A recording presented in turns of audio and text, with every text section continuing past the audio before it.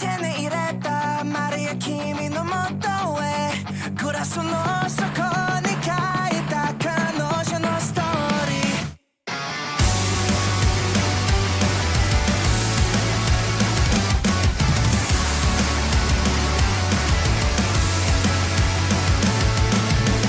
消えたスポットライト僕は見たいんだ君の姿みんな君の虜さ君が主役だだって得意なんでしょいつから必ず君の夢が叶うから君の写真手で入れたマリア君のもとへグラスの底に書いた彼女のストーリー全てを出し切るんだこの瞬間奪われそうな心君の名を叫ぶ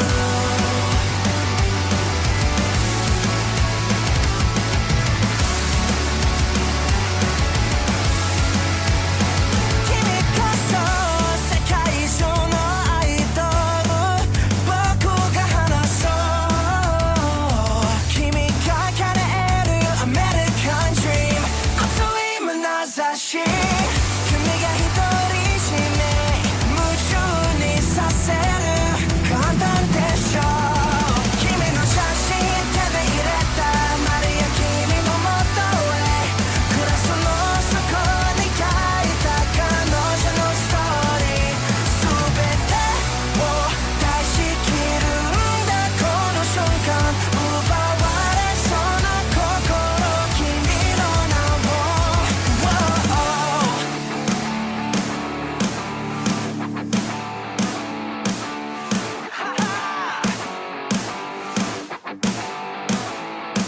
何も怖くないよ信じている君の力前へ進め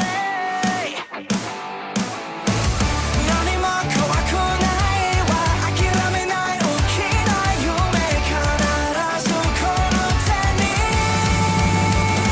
君の写真手に入れた Dear Maria Carrigan グラスの底に書いた彼女のストーリー全てを出し切るんだこの瞬間奪われそうな心君の名を君の写真手に入れたマリア君のもとへグラスの底に書いたストーリー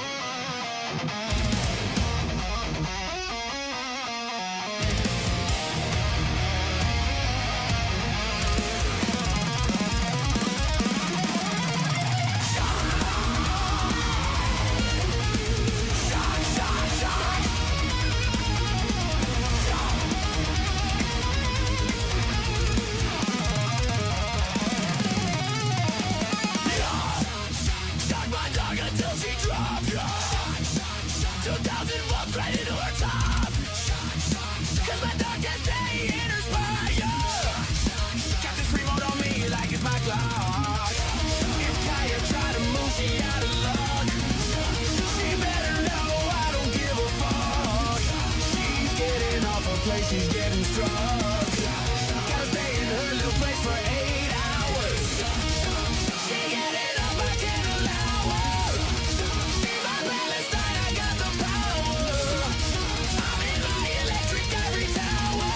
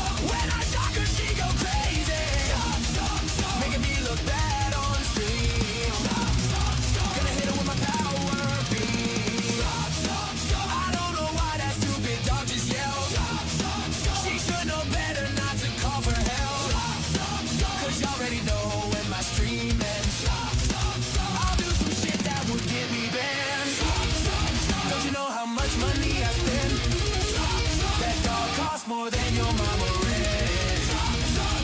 Hey, I got the most expensive breed. You know that's the one I need. That stupid dog is so spoiled. Yup, one more time she getting boiled. Moving with my dog to China. I'll eat her up, goodbye to Kaya.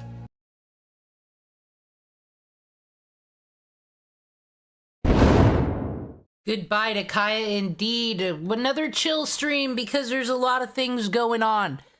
It's America's birthday. There's stuff happening in politics, stuff in New York City, stuff in Minnesota again. I'm sick of Minnesota. Stop being there.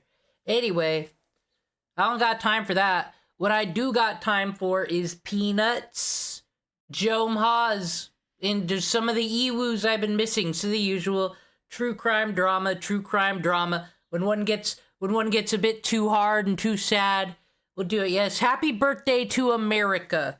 That country that told the British to fuck off. No one forget that, no matter what your thoughts are. This country was founded, honestly, on telling the British to fuck off. And that's what's great about it. Alright, so we're gonna get to the one breaking news. I just did a skim through since we've covered the peanut a lot, I found it was interesting. The faithful sheriff made a video calling out the burnt peanut after being acknowledged and then banned in chat. And then he was told to seek therapy. I hope do you think the faithful sheriff will be able to handle this shit? Read what I wrote. I thought nobody could see what. I got some interesting news. Did you know the burnt peanut actually responded to me over the weekend? You guys wouldn't know that, but the burnt peanut actually responded to me. It wasn't anything special. So I was watching his stream, and every time I try to talk in his stream, I always get the message back that says, your message has a problem with this channel's moderation settings. And I'm like, wow, everything I say comes back like that. Everything. So I went into his stream and I said, how. When did he become anime peanut? This is the whole burnt peanut trend ending. Y'all, because let's be real, burnt peanut isn't one of those content creators where he's gonna be around forever. He's here to get his bag and disappear. He's one of those. Who gives a shit about AI, the Oscars, what's cool, what's not? Y'all will look back at that time. Y'all remember when a motherfucking peanut played Arc Raiders? That was a hype summer. Hype year. Hello. Message pops up. Your comment was not posted. Has a problem with this channel's moderation settings. So I put 2 and 2 together and guessed that the mods actually blocked my name. The faithful sheriff is blocked in his stream. You cannot say the faithful sheriff in his stream. Therefore, my name, like anything I say, is blocked because it would pop up in the chat and Christianity has been stopped. The mission has been fucking blockaded. What can a peanut do? My name is blocked. Okay. So then coming to that realization, I said, goofy mods are so goofy blocking me, like blocking my name.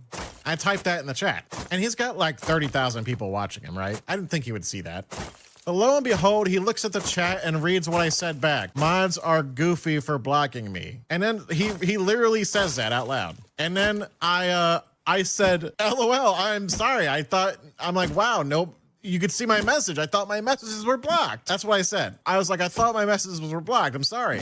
My bad. And then he goes, no, your messages are blocked. I'm the only one that can see what you're saying.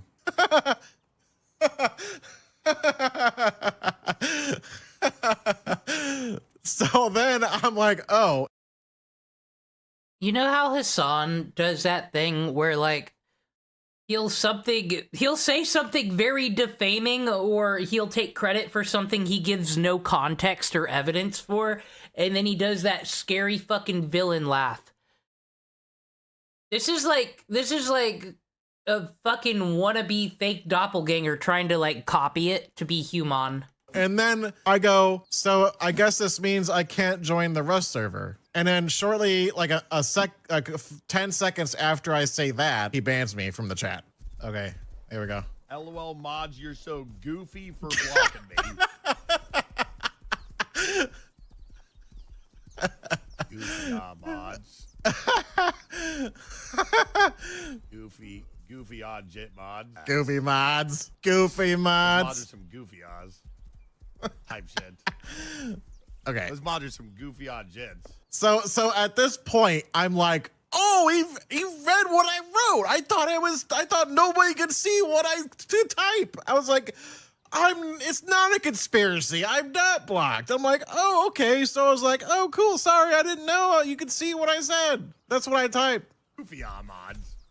Goofy There's some goofy mods, Jid. That ass. No, only I can see what you're saying. You are blocked. That is true.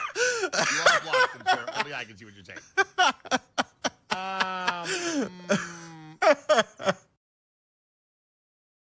I love the idea of having a chat that you could only see blocked people in your own feed. Like, I always thought that was cool when you'd get banned from a forum and they'd have, like, this is where all the banned people are allowed to talk to each other about their woes.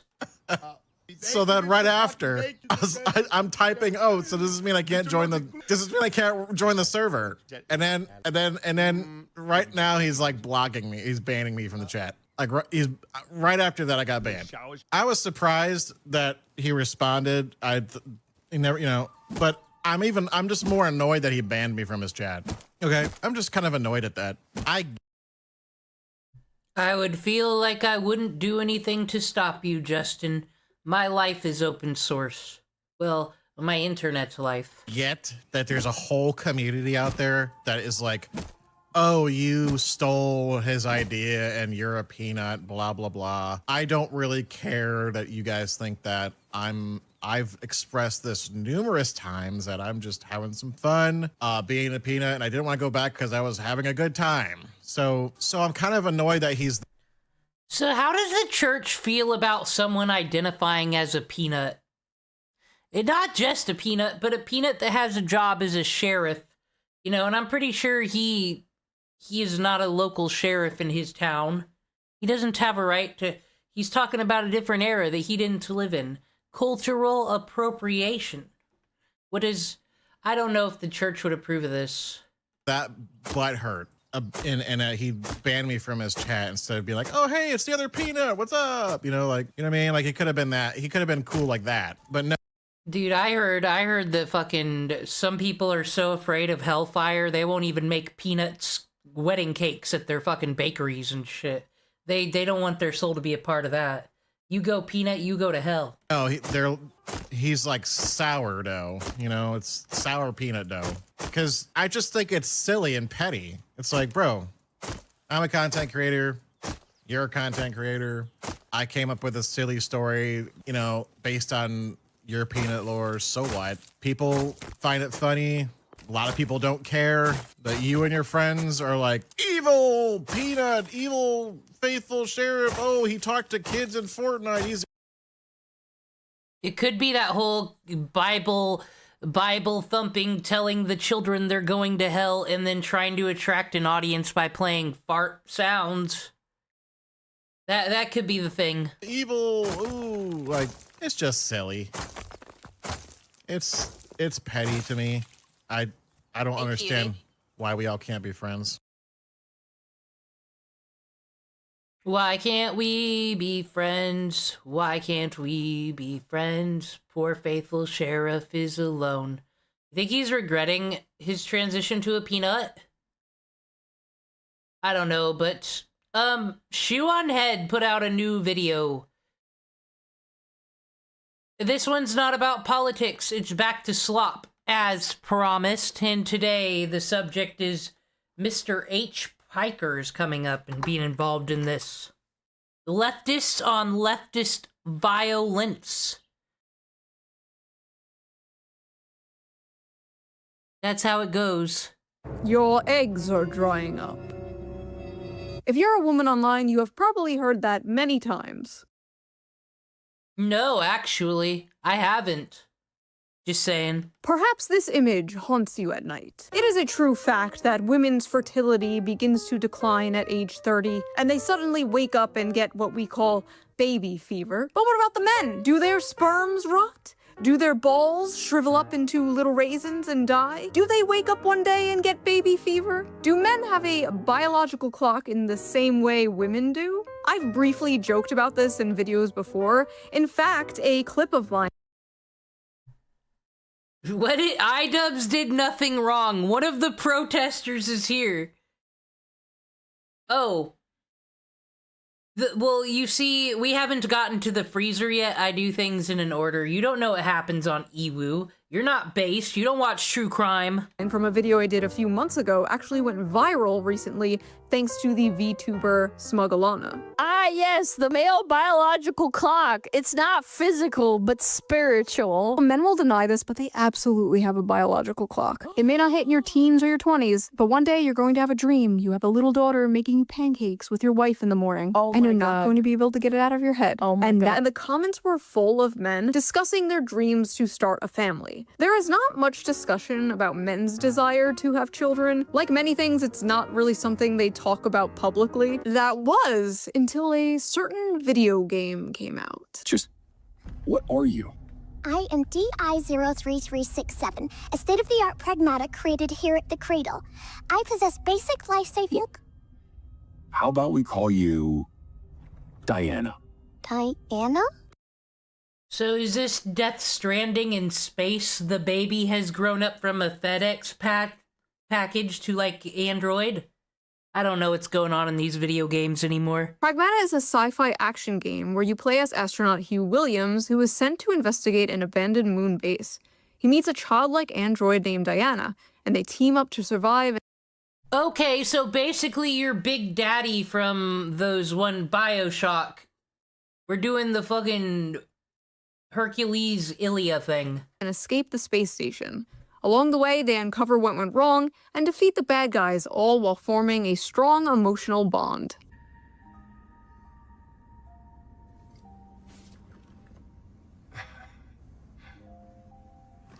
I'm counting on you, kiddo. But it seems to have awakened something deep within gamers. Especially male gamers. The urge to get married and have kids. I'm not planning on getting married and having kids, but damn, this game is like fatherhood calling to me. Is this how women feel about their biological clocks? This game makes me want a daughter. What is this feeling inside me?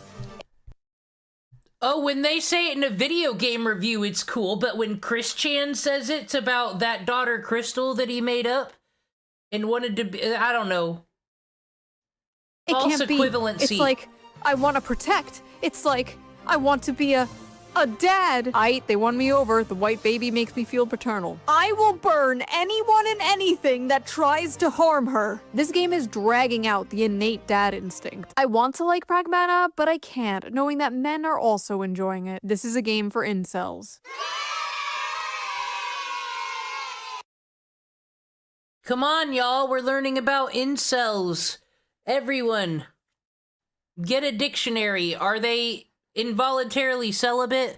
Are they Ethan Klein and fam? What are we doing?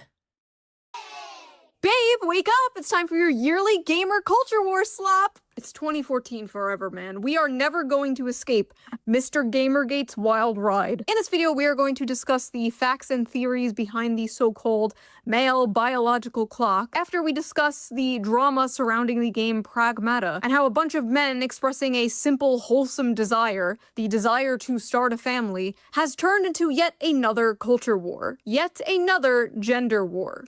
The gender war. Men versus women, women versus men, the male loneliness epidemic, the female loneliness epidemic, dealing with dating apps, hookup culture. Do men like curvy or thin women? Do women like dad bods or fit men? Throughout history, there have been countless stories centered around a very... Thank you, sponsor block. It was gonna be ground news, and I own ground news already. It's fine. Specific dynamic. The adult protector and a child. You see it everywhere. In video games, they call it a dad simulator. The Walking Dead, The Last of Us, God of War, Detroit Become Human, BioShock, Life is Strange. Also movies like Logan, True Grit, in a way, Monsters Inc. Shows like The Mandalorian. Literature has done it forever with The Road, Les Miserables, and many, many others. It shows up time and time again because it taps into something deeply human. Or maybe it's all propaganda to tell you men to be soy. Instinct to protect, to guide, to teach, to nurture something more vulnerable than yourself. It is a beautiful and powerful story that has been told for centuries. And you're like really weird and an incel for enjoying it, actually. Incel game. If you buy this game, I'm gonna assume you are a pedophile. I feel like it's a breach of ethics at this point to design child characters for an audience of majority male gamers. Like, let's Well, defeated with facts and logic, it's a trope. So, like, can women who fucking understand fiction at a goddamn 5th grade level maybe mind their own fucking business and stick to their goddamn genres of Food Network and shut the fuck up? That's all. Sorry, I'm mad at other women again. stop with the defenseless girl the big strong man has to protect. This reeks of sex. It is not the goddamn Babylonian period and y'all don't got no snake skin to become fucking Gilgamesh. Stop talking about your clay friends. Damn. And control. I hate these father simulator games. They always give me the creeps. This is low Kirkenuanly fascist propaganda and gives me pedo vibes. Wouldn't it be cool if I sneezed right now? Fascist propaganda. If this is fascist propaganda, slap me and call me Adolf. Zoomer women really look at a wholesome game involving a child and wait, what the f is low Kirkenuanly? After hearing about toxic masculinity for the past 15 years now, finally a topic comes up where it's overwhelmingly positive masculinity. And what is the response? I think the funniest. Well, fuck, last shoe on head video I watched like this, it was the anime where the guy falls in love with the girl that he's just taking care of or something, and all the women are screaming on Twitter that's exactly what men want. A woman who's disabled and can't run away and needs them. Only fascists watch this anime. Thing about the pragmatic controversy is that those survival horror games, that's a staple. There must always be a little girl who is innocent and does no wrong. incels genuinely think they could ever get near enough to a woman to impregnate one. It's not nuanced. Pragmata is blatant pedophilia catered to male gooner gamers. Why are people thinking this is sexual or makes you a pedophile? Because men are notorious for being peds and disgusting humans. Do you think this person's biased? I don't know. Men are notorious for being pedophiles. I guess pedophiles are notorious for being male. I think that's how it works. I don't think this is phrased right. Everything, you are not very smart. A lot of loser males who often turn to gaming. Yeah, what the fuck? You're right. Walking Dead had Clementine. Am I wrong? Was Telltale's Walking Dead not Game of the Year that year? No, was there a fucking bitch fit about that? All I heard was, wow, why can't the show be good like this? Are pedos. It is an unconscious strategy to avoid competing with chat, as well as complementing their own pure attorneyness. Stalled development. What? Y'all are full of shit talking about dad instincts and whatever. We know why the f you want to play the game. You want to crack the little blonde bimbo slut. What? This character design creeps me out. Why does Dang, Truncula, I usually don't stop for this, but I really want to know. Can you please tell me, if someone had a fake voice, why the fuck would it be mine? Why the fuck would it be this one? This makes no sense. I get it that your parents, didn't give you no fucking attention as a kid because you constantly need the motherfucking keys jangled. But, that's just how the Zooms are. Are you a gay? Are you an ally? I don't fucking know. No, I'm a straight white woman. I'm something way worse. Don't make me tell you take the fucking garbage out. You live at your parents' rent fucking free and you can't even help out once in a while. Gotta be on stream, fucking seeing what's up. She looked like a doll. Why is this blonde child with a blowout running around barefoot? I've not yet played the game. Is this expanded on in the plot? Or is this just eye candy for creeps? I feel like I'm going insane. She just looks like a cute kid to me. Like, that is just literally a cute little kid. I do not see the sexualization, and I am a huge pervert, mind you. I do not see what the f these people are talking about. Are there creepy people on the internet who are sexualizing Diana? Yes, absolutely yes. It is a small minority, but it is still disgusting. In fact, a subreddit had to be shut down because people were making not safe for work art of this child, which honestly is not shocking. It's Reddit. Dude, what is up with Reddit? I was looking for some VTuber stuff on there, and I saw some awful pictures of the shark girl. And is it because it's an adult being the VTuber that they think they get the pass for that shit? I think that should be banned from the internet. That's not the game's fault. The game has nothing creepy in it. These creepy people will always exist, unfortunately. I have made several videos about these people existing. People getting mad here are not getting mad at the people. The Garua who's Saba now, that one. I don't know these people that much, but their VTuber models are they're the chibi childish style, so I find that NSFW work. If you don't age that character up, it is fucking lolicon, and I don't want to see it on Reddit. How about that? There, now I'm being one of these women from this shit telling you what to do in your space. Sexualizing Diana. That would be completely understandable. It would make sense if they were going to the accounts that were doing that and calling them creeps, but no. They're for some reason just getting mad at people liking and enjoying the game. They're just spurring out and randomly calling everyone and anyone incels. Why did they make her look like a porn star, though? Why is the child sexy? Are you okay? These Twitter freaks see a child, immediately sexualize them, and think everyone else is as creepy as they are. Like, no, bitch, that's you. And Reddit. You and Reddit. There is nothing in this video game that caters to the freaks except for the fact that Diana is a child. Compare that to, like, Cuties, where there were up-closes of real children twerking. That is media. That is catering to those people. An article recently came out from the outlet The Gamer that in the beginning talks about what happened on the Reddit and how disgusting some people are being towards the character Diana. Okay, fair enough, I agree. But then towards the end, the author throws in something very telling. I have not yet played Pragmata, and that's because I'm a little tapped out on stories where men adopt daughter-like figures and prove their masculinity by protecting them. That is their real problem. Men protecting people. That's just them proving their masculinity. And as we all know, Man, this whole character trope, though, really has me bummed out. I love Shishomaru from Inuyasha. Some of you might not know this, so I'm gonna say the sad truth, and it's why Inuyasha, my favorite anime I grew up on, really has put a bad fucking taste in my mouth, and it's not even Rumika Takasha, whatever the fuck her name is, fault. It's the doo-doo fucking wrote Baruto's fault. Anyway, so Shishomaru does kind of this trope. He protects this little girl who's mute. He brings her back to life, and he kind of protects her, you know, because he gets that, finds out you're more powerful if you, like, protect people. That's a constant theme in the show. Whatever. But then, so they made a sequel that nobody fucking asked for, and he had 2 children born from that character who was a child when he met her. I don't like that. And it's like I said, I've just kind of been done with the franchise ever since.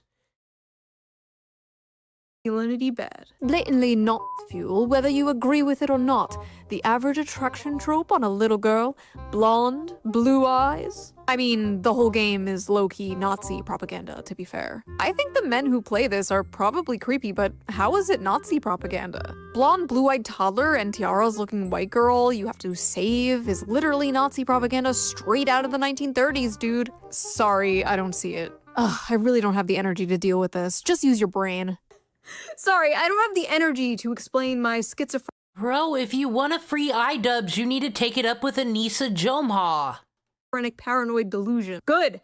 I don't have the energy to listen to it. Listen, I know we're all used to seeing gay, black, Hispanic, disabled furries in media lately, but I promise you, white people still exist. It's not Nazi propaganda. I feel like this girl character is an objectification of the idealized child. She's pulled right from the patriarchal white supremacist imagination, the perfect pure white girl child that must be protected so she can produce the next white generation.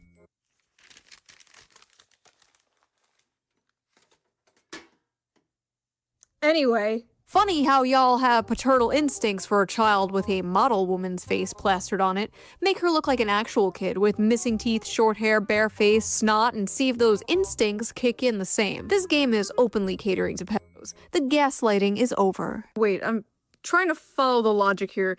Let me just give myself some brain damage.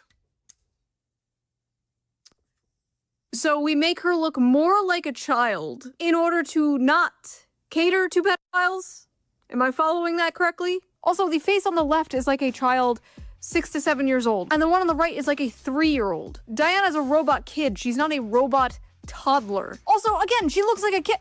Am I going insane? Like, that looks just like a little kid. Do they just want her to look ugly? Is that what this is? They want her to be ugly? Like, I need more brain damage, hold on. Weeb incel gamers LARPing saying, ooh, I wanna be a dad now, cause they're manipulative, creepy freaks and like the ooh little girl with the model face, especially the lolicons, obviously. The devs know the male gamers. This is on your recommended because we're trying to solve the mystery indeed. Is wanting to have children incel-like behavior. I don't fucking know what's happening on the internet anymore, do you?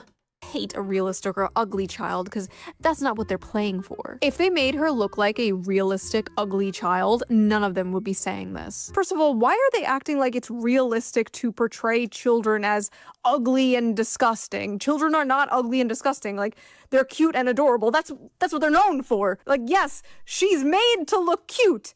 Yes. That's how you know this game was not made by Western video game developers. That's how you know there was no Liliths on the dev team here. You guys would lose your— Okay, well, if it's a Japanese dev team, that doesn't make me feel any better about it, honestly.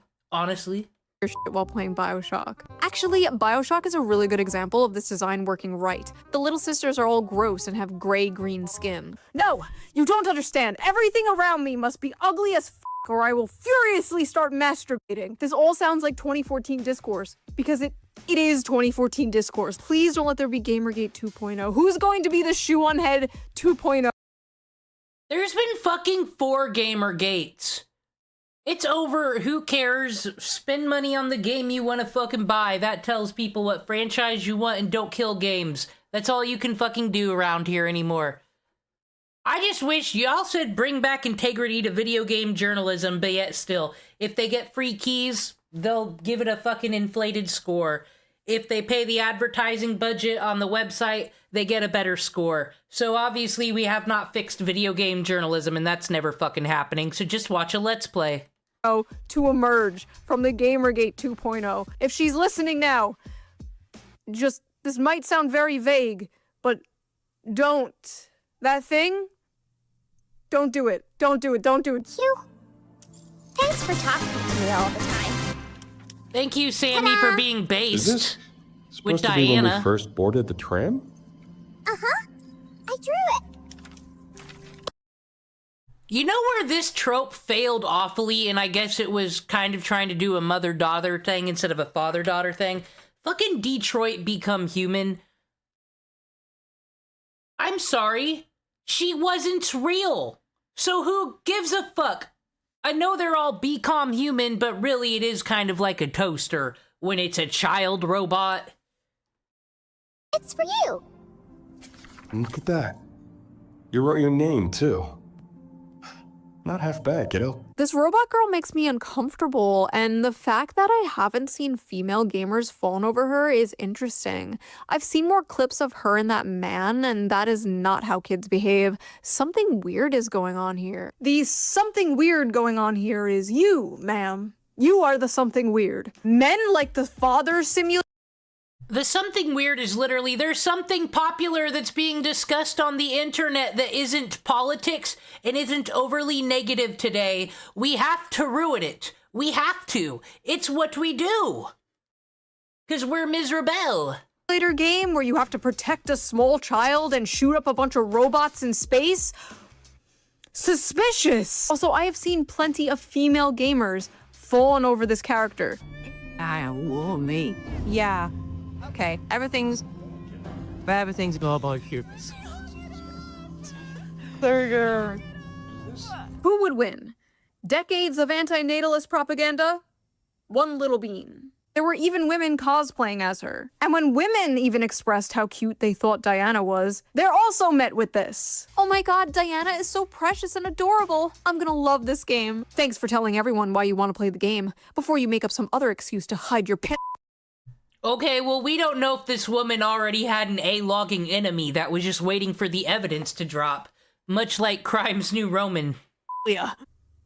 What?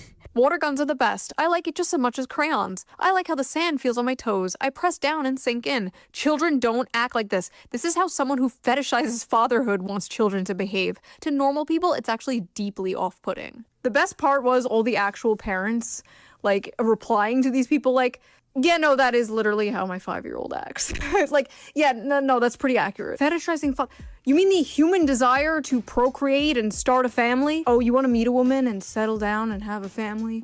Maybe have a house, 2 Is it the spinsters? Like, who is running the propaganda that anything heteronormative is the fucking devil? dogs? You sick fuck.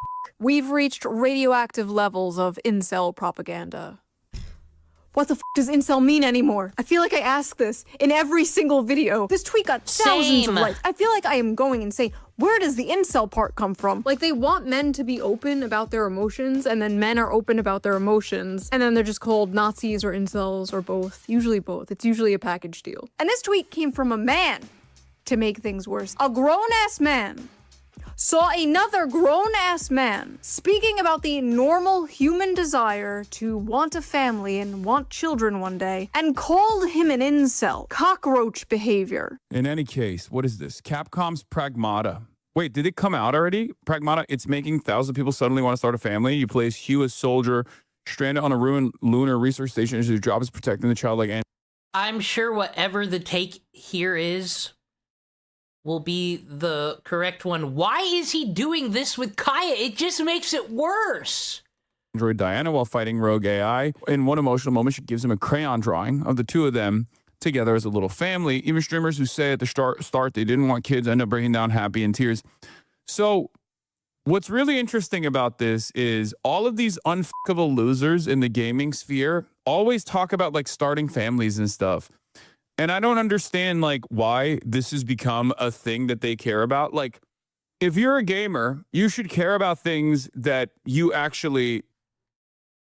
Why are you acting like you're not 30-something?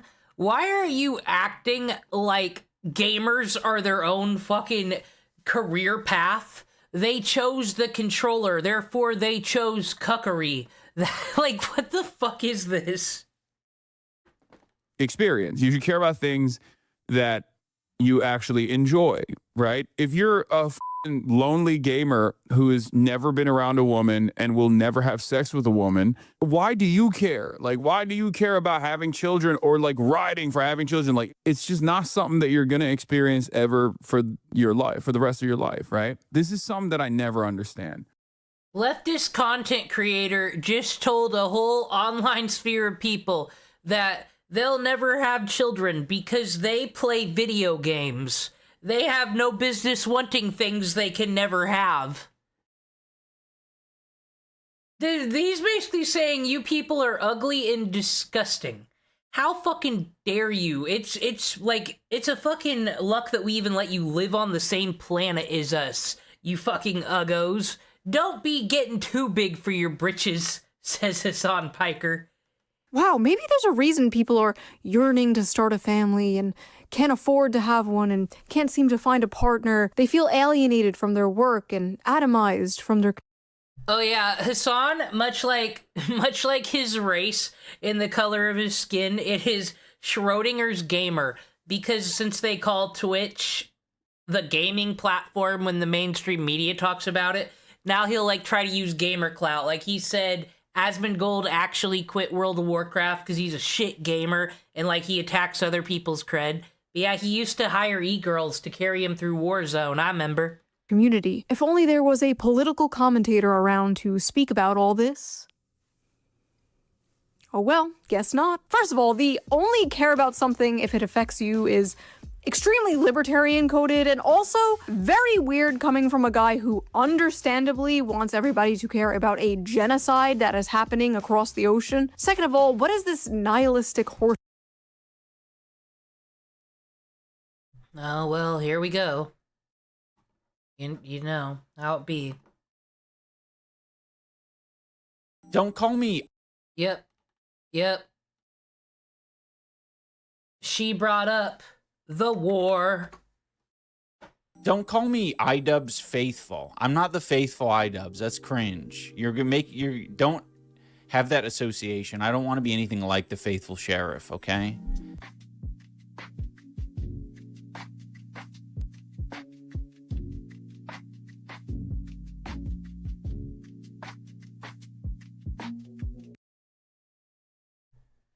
Excuse me?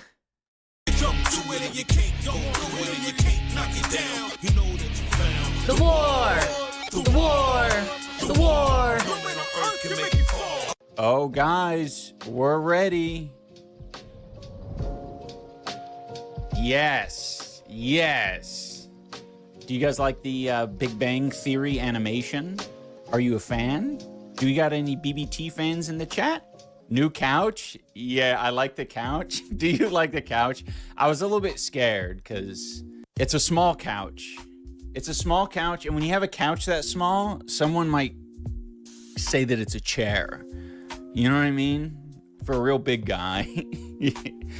Why did you move to Canada? Why not? What the fuck? Actually, I've never seen these.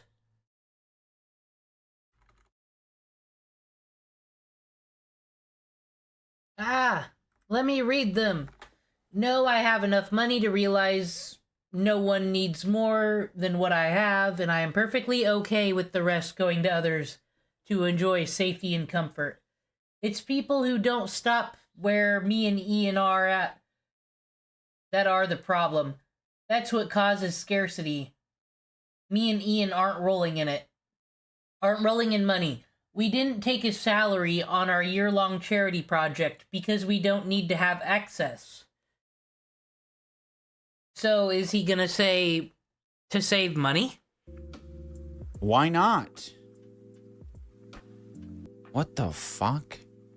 I'm like doing my first YouTube stream. Well, not my very first, but and then I'm getting pinged by the head mod. I'm getting pinged by Anisa, by multiple people in the chat, all for the purpose of me looking at Anisa's Discord DM where she says, "Show chat this."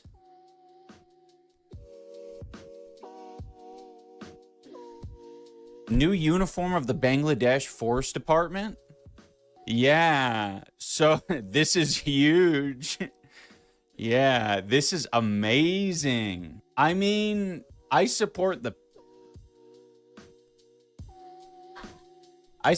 pants and the Doc Martens. I'm glad she distracted you for that. Yeah, Whoa. Please! I was about to make a comment, but fuck it. Is Ian really gonna fucking finally complain about how she just ruins his stream? She'll come in, make him pet lizards, say something completely wrong that she doesn't know shit about. Will you finally speak up for yourself, my dude? Are you gonna finally free yourself? I don't know, man. I'm not on Twitter anymore for my mental health. And this is just a reminder. Talk about Big Chungus, please. Guys, the people over on YouTube chat are demented. They're asking me to talk about Big Chungus. I think, honestly, no, have you heard? Okay, There's a something that happens when you are like Eastern European or something, where like all of the media that comes from the US. Okay, everybody, get ready to learn about other cultures from Ian Jomha. I'm sure he'll be 1000% right. Like they get it like 10 years or 20 years too late. So they're like people in maybe like Poland, I think, are listening to like Katy Perry or something right now. Like that's what they're big Oh, Katy Perry. into. I think it's the same for YouTube and Twitch. I think Twitch has their finger on the pulse. YouTube's over here and they're like, Big Chungus. Big Chungus. You guys are honestly, I think, convincing Twitch chat, though, that it's that Big Chungus is cool. Don't call me IDUBBBZ faithful. I'm not the faithful IDUBBBZ. That's cringe. Don't have that association. I don't want to be anything like the faithful sheriff, okay? I refuse to bounce. More people talk about the faithful sheriff than you, honestly. Burnt Peanut, if you message in his chat, you ain't getting no shout out. On things. Do I leave these guys on screen? I don't think so. Make sure to ping me 15 times for the next elite image from Twitter. Yo, what up, Sage Naruto? Yeah, the next video on the main channel is going to be a Kickstarter crap. I went back and I started looking at old Kickstarter crap videos, and I started just looking at Kickstarter projects, and with all the AI that's around, there's just so much dog shit on there, and I'm finding it to be He actually already had this exact same conversation. Like all the way back in December, I think, he was saying, guys, I can't do content, because like he keeps playing around with, making a video like the old days, even though we saw how Content Cop went, but he's like, Kickstarter crap, there's so much AI stuff on there, it'd be easy. I mean, I guess we got the how to break the AI robot thing, but I don't think he did it that well. fun. It's starting to be fun again to go back and look at some of these Kickstarter projects. For a while, I was just like, nah, I need to do the next thing, next iteration. I'm like, nah, I'm gonna go back. Why were you so low energy on your most recent appearance of Cold Ones? I was having a panic attack. I was like, I'm not sure how to be. My mom is kind of homeless. What does that have to do with any turtle waffle? Yeah, it'll be more fun. Ha. Ha. Now that's a funny meme. Stuff. I think there's a lot of people who want more of an escape. And so I'm keen with doing some escape room videos. I have a list. I can share with you guys the list, but I kind of don't want to share with you guys the list because I don't want to feel like the surprise of the video is ruined. Or I don't want to be sort of pushed away from something that I personally think is a good idea. Because sometimes, like, that's the best shit. Yeah, we'll see. Don't ruin the surprise? Okay. Just notice the couch, Pog? Yes, Millie Panda. Let me show you how much you sink into this shit. I look like a little baby. It makes this room... Aw, Anisa finally let him spend some money on a couch. Honestly look small from this perspective, but when I'm gonna turn into a little person when I go over there.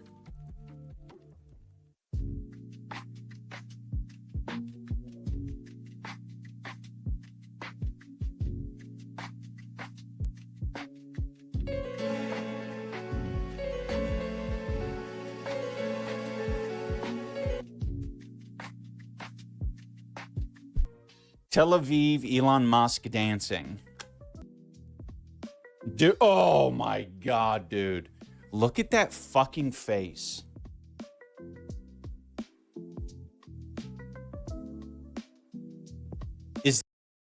I'm sorry, I actually think this thing is kind of cool. I think it'd be cool to, like, bring on a fucking vacation or fuck with people in, like, lines and whatnot if you go to an amusement park. Like, it just seems like a great thing. I would give my child this for Christmas. Is that the most evil shit ever? I think that's the most evil shit ever.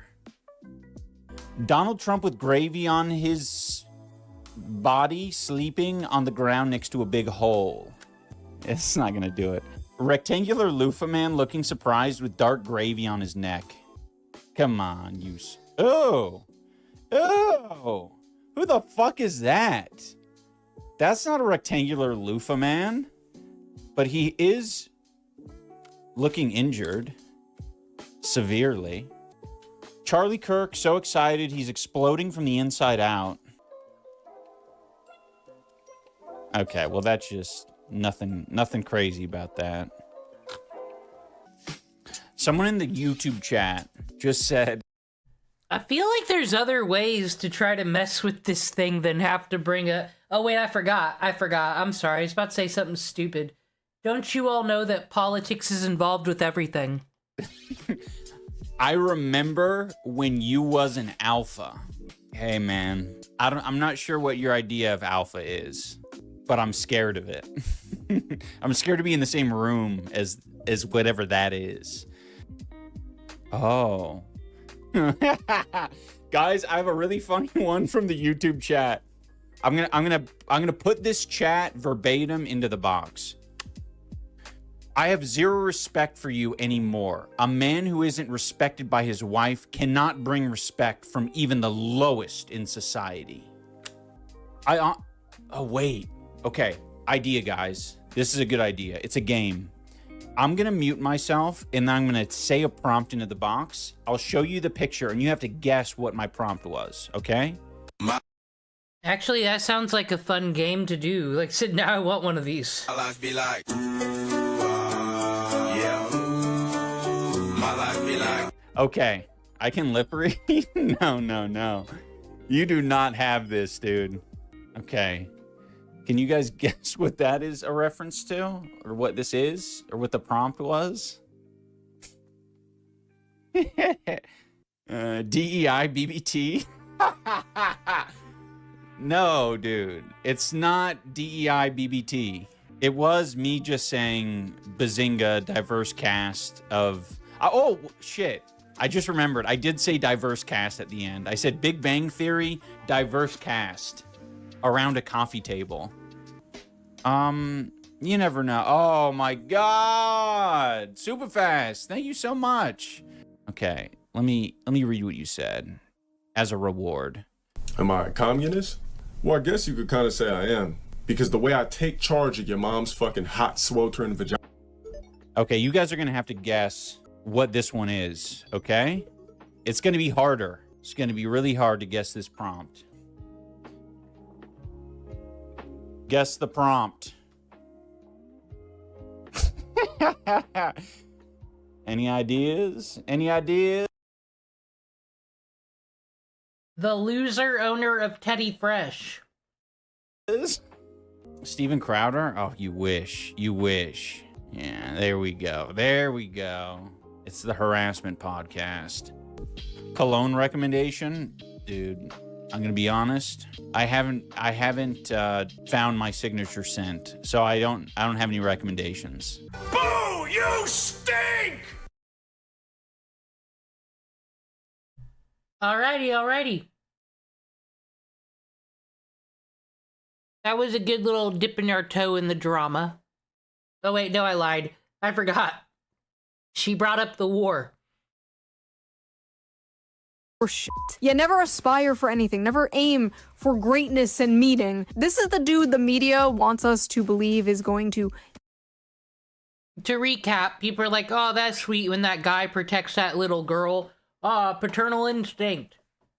And people on the internet are like, no, you're a pedophile. Save young men from the alt-right pipeline. Yeah, okay. And I love how he's like, unfuckable losers. Like, okay, congrats on the sex, bro. Check out this sex haver over here. I'm sure all those unfuckable losers could easily go to foreign brothels and pay for sex like you, Hassan. Something weird about a man who could easily, consensually get sex from a woman, but chooses to go to a brothel. I don't know. Just saying. Also, 35? No kids? Like, I'm sorry, that just pisses me off. Like, sitting in his ugly ass $600 Gucci sweater. I swear I've never seen this guy in a fucking normal ass t-shirt. Sitting on his high horse, looking down at people for wanting something more out of life. I don't understand how someone could be so mentally mind raped that this is their reaction to such like a simple, wholesome concept. Like, literally, no joke, the entire meaning of life is somehow confusing to Hassan Piker, anti-natalist. If I saw a child that looked like that, I'd probably attack it. I felt like hitting her. The right-wing nutjobs seeing this and feeling paternal instincts are just predators. The only instinct I feel as a man right now is self-defense. I want to kill it. Yes, the ones saying they Okay, weirdo. want to protect a kid are the predators, not the ones saying they want to kill it. The only thing I felt while watching this is pure bloodlust for that annoying creature. I hate children so much. Before you come at me, yes, I'm a 35-year-old crazy cat lady and proud of it. Stay mad. First of all, every time you see a little smiley face like that, that's how you know that person is madder than they've ever been in their entire life. Listen, obviously if you simply don't want kids, that's fine, like whatever, not Just like Anisa Jomha, she does that all the time. everyone wants kids, not everyone wants to be a parent. But the societal attitude, the difference between men and women here, how they handle this situation is so, like, fascinating to me. I'm probably never having kids. I'm probably gonna play video games for the rest of my life. I'm probably gonna be as hot for as long as I can. And I'm probably gonna keep making money. That's probably what's gonna happen for the next 40 years until I die. People are just gonna keep being mad at me about it. Menopause is gonna hit me like a brick wall, but at least I will be getting the bag until then. You don't want kids? I'll do it whenever I want. I don't think I'm running out of time. Absolute delusion. I feel like a lot of men in this situation are like, damn, I wish I had a family, that sucks. Women overcompensate and they pretend to be But one could argue because Shuon Head had a kid, now she's writing judgment upon everybody else. proud of it, and it just comes off as really kind of sad. And I guess it's like, as a woman for a long time, it's like, oh, you're too young to have kids, don't have kids, it will ruin your life and your body and your career, don't have children. And then all of a sudden you hit a certain age and it's like, your eggs, ma'am. I get it, it's frustrating, I get it. I hid my pregnancy from the internet. Nobody knew I was pregnant. Well, some of you guessed, because I was fat as f***. But anyway, I hid it from the internet, and while I was like 5 months pregnant, I was getting tweets from like groypers and like, TikTok, your eggs are drying up. But this like, f you haters, I got my cats. Enough. Stop spreading that attitude. Stop being a crab in a bucket. Like, even if you don't have children, that's fine. You could find other meaning in your life, obviously. But don't encourage that type of mindset. The amount of anti-natalist propaganda young men and young women see nowadays is like insane. But the biggest anti-natal Well, I argue I've been anti-natal propaganded by my parents. All they did all day was bitch.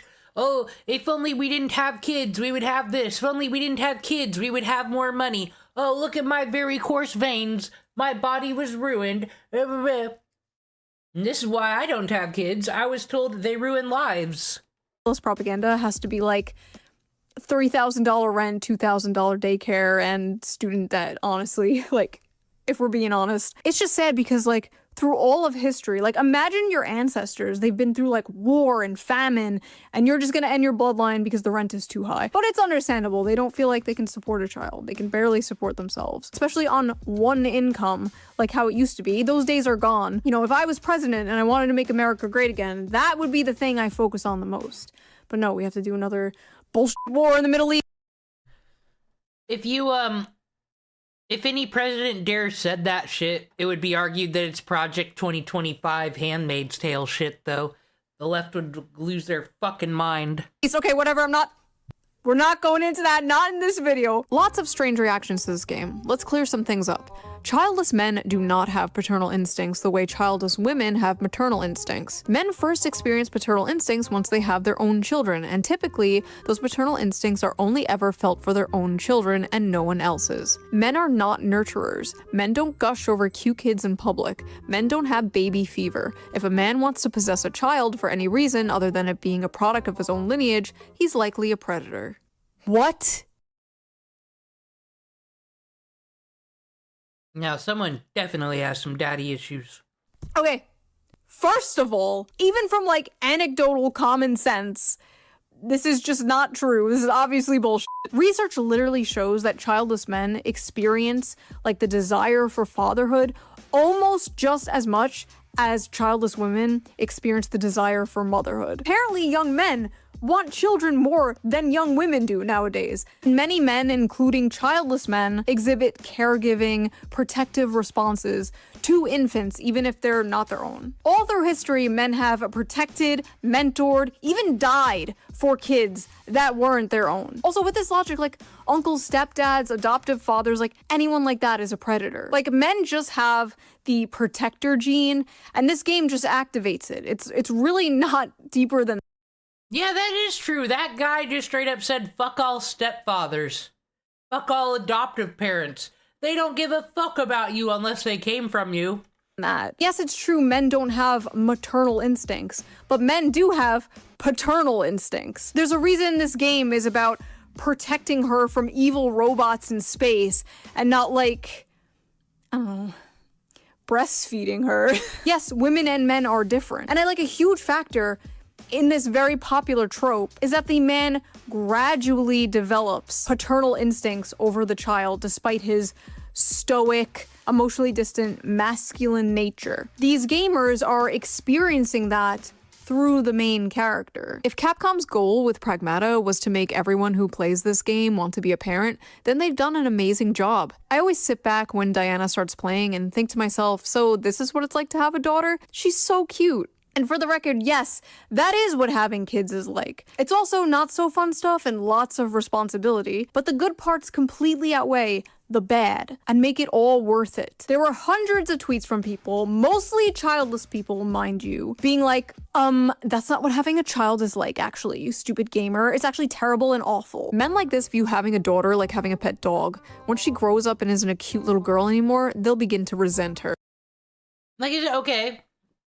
So we have people gushing about a trope, but then we got these people. What trope do they have in their head? What bullshit fiction were they reading where, like, all men do is fucking own women and beat the shit out of them for not making sandwiches?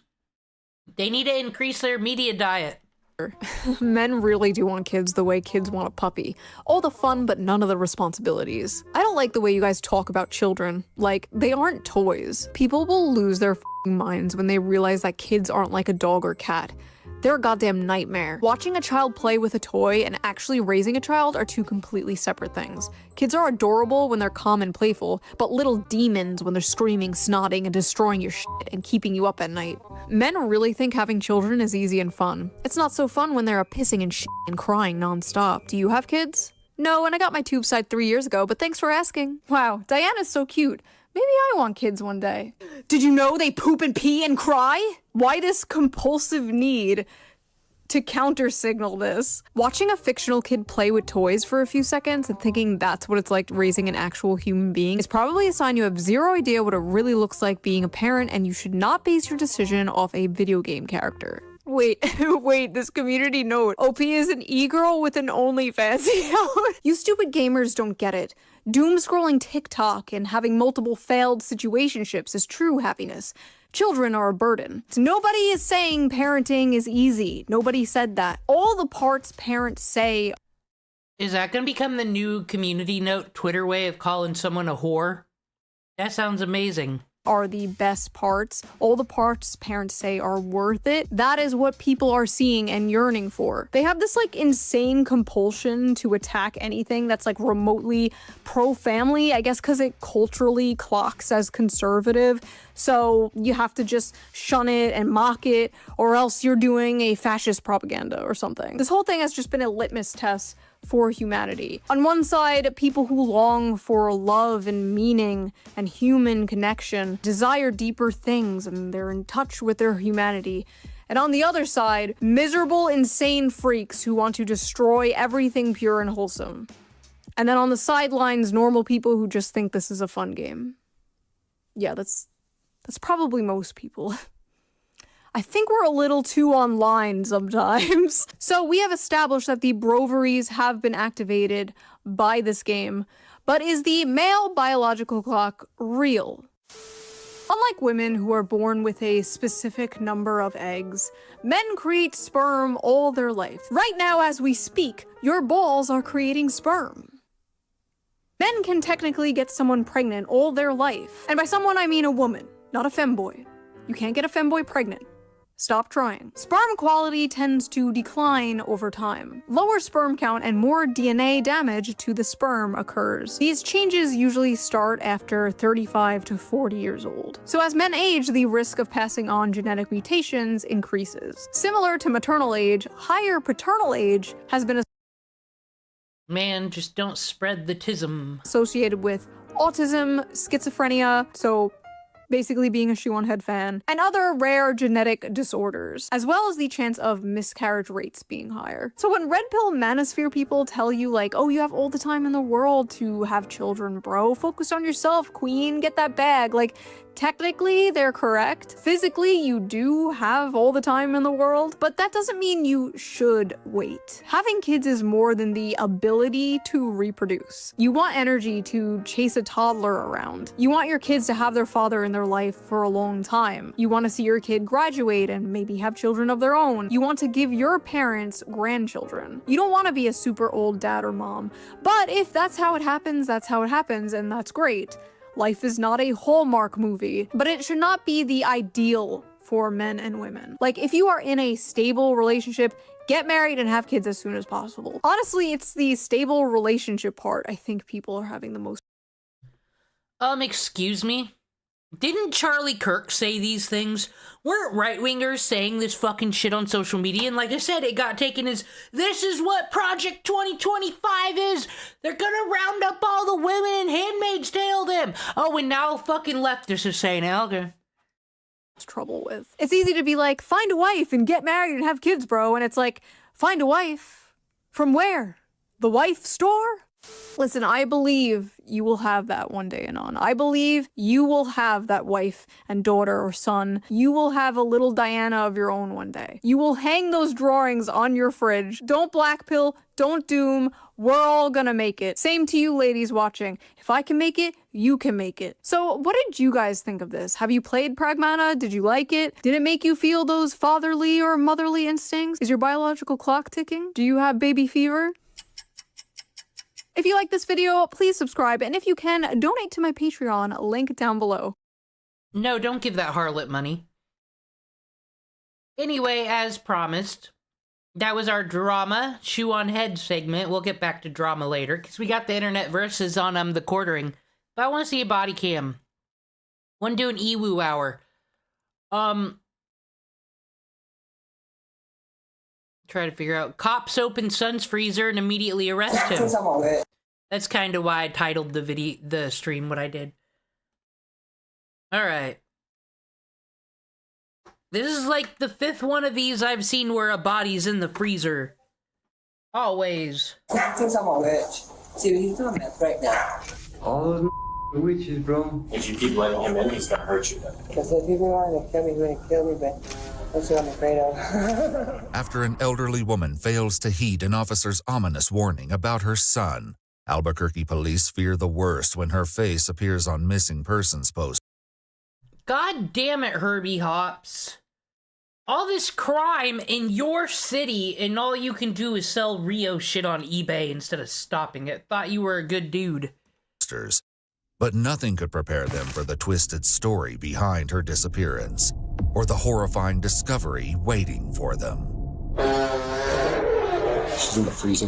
The following is based on official police records to date, and some of the footage has never been seen before until now. Please note that all persons charged with a crime are presumed innocent unless and until proven guilty in a court of law. In Albuquerque, New Mexico, on October 28, 2025, a care worker contacts police for a welfare check after receiving an unusual call from the son of one of her elderly clients. Over a week earlier, the same woman, 69-year-old Ernestina Lucero, had been reported missing by her niece. Officers arrive at the home Ernestina shares with her son, but despite knocking several times, they get no answer. They instead turn to the neighbors, who share their own concerns. He was saying a bunch of things about her leaving New Mexico with her boyfriend. and that they were on a speaking basis right now. And then like a couple days later, he came and knocked and he's like, hey, by any chance, do you want me to buy my car? I'm trying to make money for rent. That's what he said. How long ago was that? Like a week ago. Like 2 weeks ago. And you haven't seen her in a couple weeks? Yeah, I haven't seen her in a while.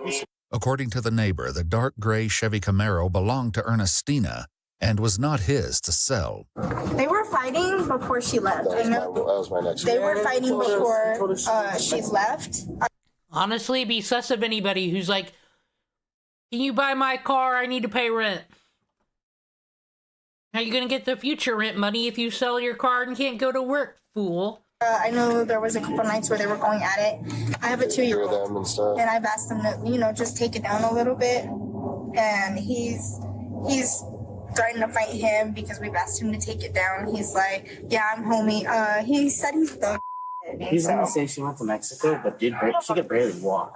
They add that her son, identified as 49-year-old Leroy Vallejos, should be home. They try knocking several more times, but he doesn't answer.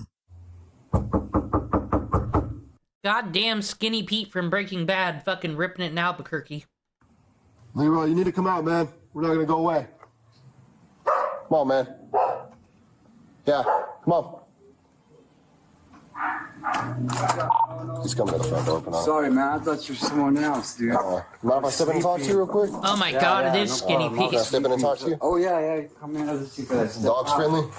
Yeah, they bite. I mean, they bark, they don't bite, man. Okay.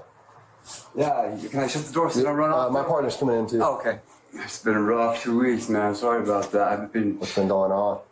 My mom's missing, man, with college, work. I've been overstressed, tired, you know what I mean? Right through 362. Just trying to get some rest, man. Okay. Exhausted from worrying, you know what I mean? How long has it been since you saw your mom? Like the 15th or something. 15? Leroy allows the officer to go into Ernestina's bedroom in order to search for any clues that may help them locate her.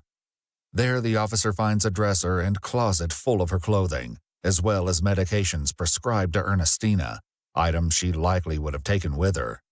Meanwhile, his partner continues speaking with Leroy in the living room. So we've gone calls. I got an appointment with the detective tomorrow, too. Which detective? Spinks. Spinks? Stephanie Spinks, yeah, I'm going to talk to her. I'm trying to help, too, man. Okay, I'm going to tell you, like, my mom had some dude trying to get at me or something, and but I never came at her the same way. What do you mean she's been trying to get at you? Dudes that harass me and stuff, but I've never went at her like that, you know what I mean? Mm-hmm. I don't feel like anybody who's about thug life has ever used the word harass. That's Twitch streamer lingo. But this is far from the truth. 2 years earlier, in November of 2023, Ernestina contacted police after an incident with her son allegedly escalated to violence. So what happened today? I don't know. He says, you're killing my dog. I'm not thinking I'm a witch. See, he's doing meth right now. So did it get physical or anything? A little bit, but he didn't, really hurt me. He pushed me on the bed and, like they're going to choke me, but he did, He said he was going to choke you? Well, he put his hand there and I pushed him off. So if he really wanted to hurt me, kill me, he would have done it, The officer advised Ernestina that the best course of action was to issue a summons and take Leroy to court on battery charges, but she was against the idea. Yeah, I just want him to get medical help. He needs to be in a mental hospital. You don't want to press charges? No, I want him. He left his house, so he can't get in. Yeah, at this point, with the way he's been behaving the last few days, it's just getting worse. Yeah. You don't have to put charges on your son and, like, sentence him to jail or prison, but I would trespass him. It's to the point where if you keep letting him in, he's going to hurt you then. I want him to get help. I really do, because he needs it badly. Because he's already, twice attacked me, and like I said, if he wanted to kill me, he would have killed me, but that's what I'm afraid of. Now, 2 years later, Ernestina has vanished. This has been going on for years, you know what I mean? And I've never once raised a hand to her. This last time I just told her, I'm just tired of your lies. I don't believe you, man. I don't even think we should be around each other. It disgusts me because we used to be close. Okay. So, yeah, like I said, I got an appointment with the detective tomorrow. We used to be close. That's just a weird thing to say about your biological mother. I don't know. And I'm trying to help, man. I don't know how they just paint me out to be the bad guy because unfortunately, we live together. You know, she's a grown woman. She's seen some dude, Jose. I don't get in her business, dude, you know? Okay. And how long was she seeing Jose or Angel for? I'm not sure. Years, man. They were together for a while, dude. So when did they recently break up? No, they broke up a while ago. It was 2-3 years ago. If Ernestina and her boyfriend broke up several years ago, Leroy's claim that the pair went to Mexico together is that much harder to believe. Little do they know Leroy is harboring more than one dark secret, and one of them is about to come to light. After leaving Ernestina's bedroom, the officer heads toward the kitchen. You can move that. I got that there for the dog. They keep by the fridge, and there's like rats living at the bottom. I don't want that pee, you know what I mean? Oh, yeah, I got you. Getting in there and mixing with the rats and causing a mess, man. It's okay for them to piss anywhere else in the house, but not where the rats live. That would be really weird.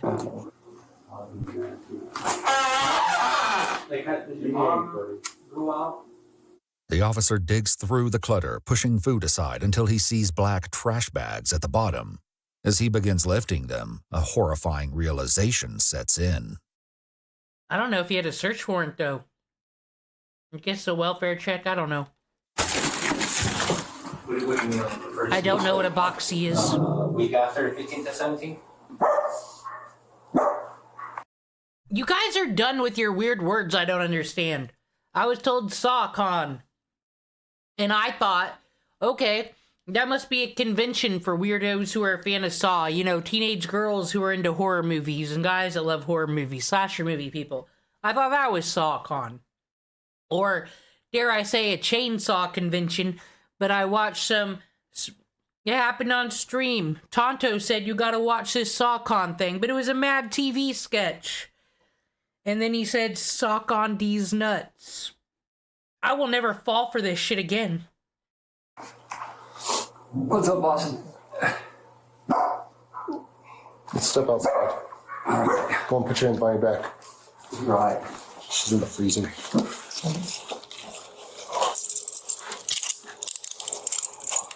I know. Hey, dude. I know. I'm waiting for a lawyer, man. Be quiet.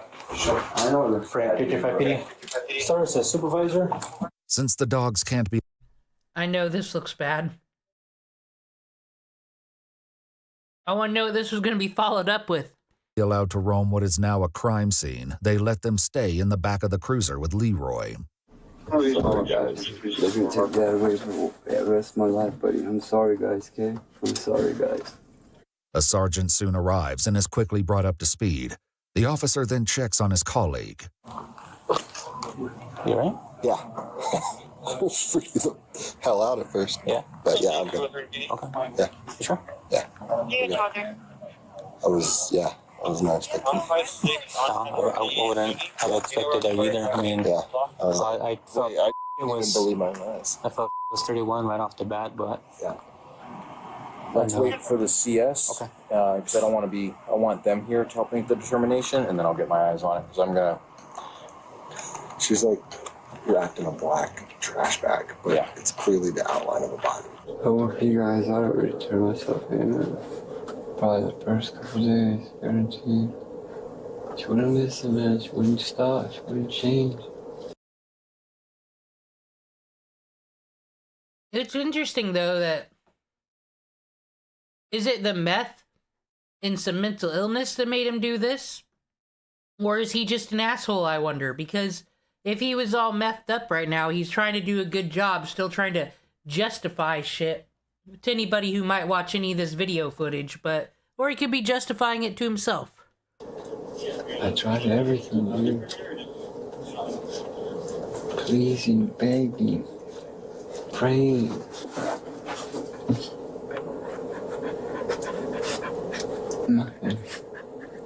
Leroy waits for nearly 4 hours while the crime scene is processed.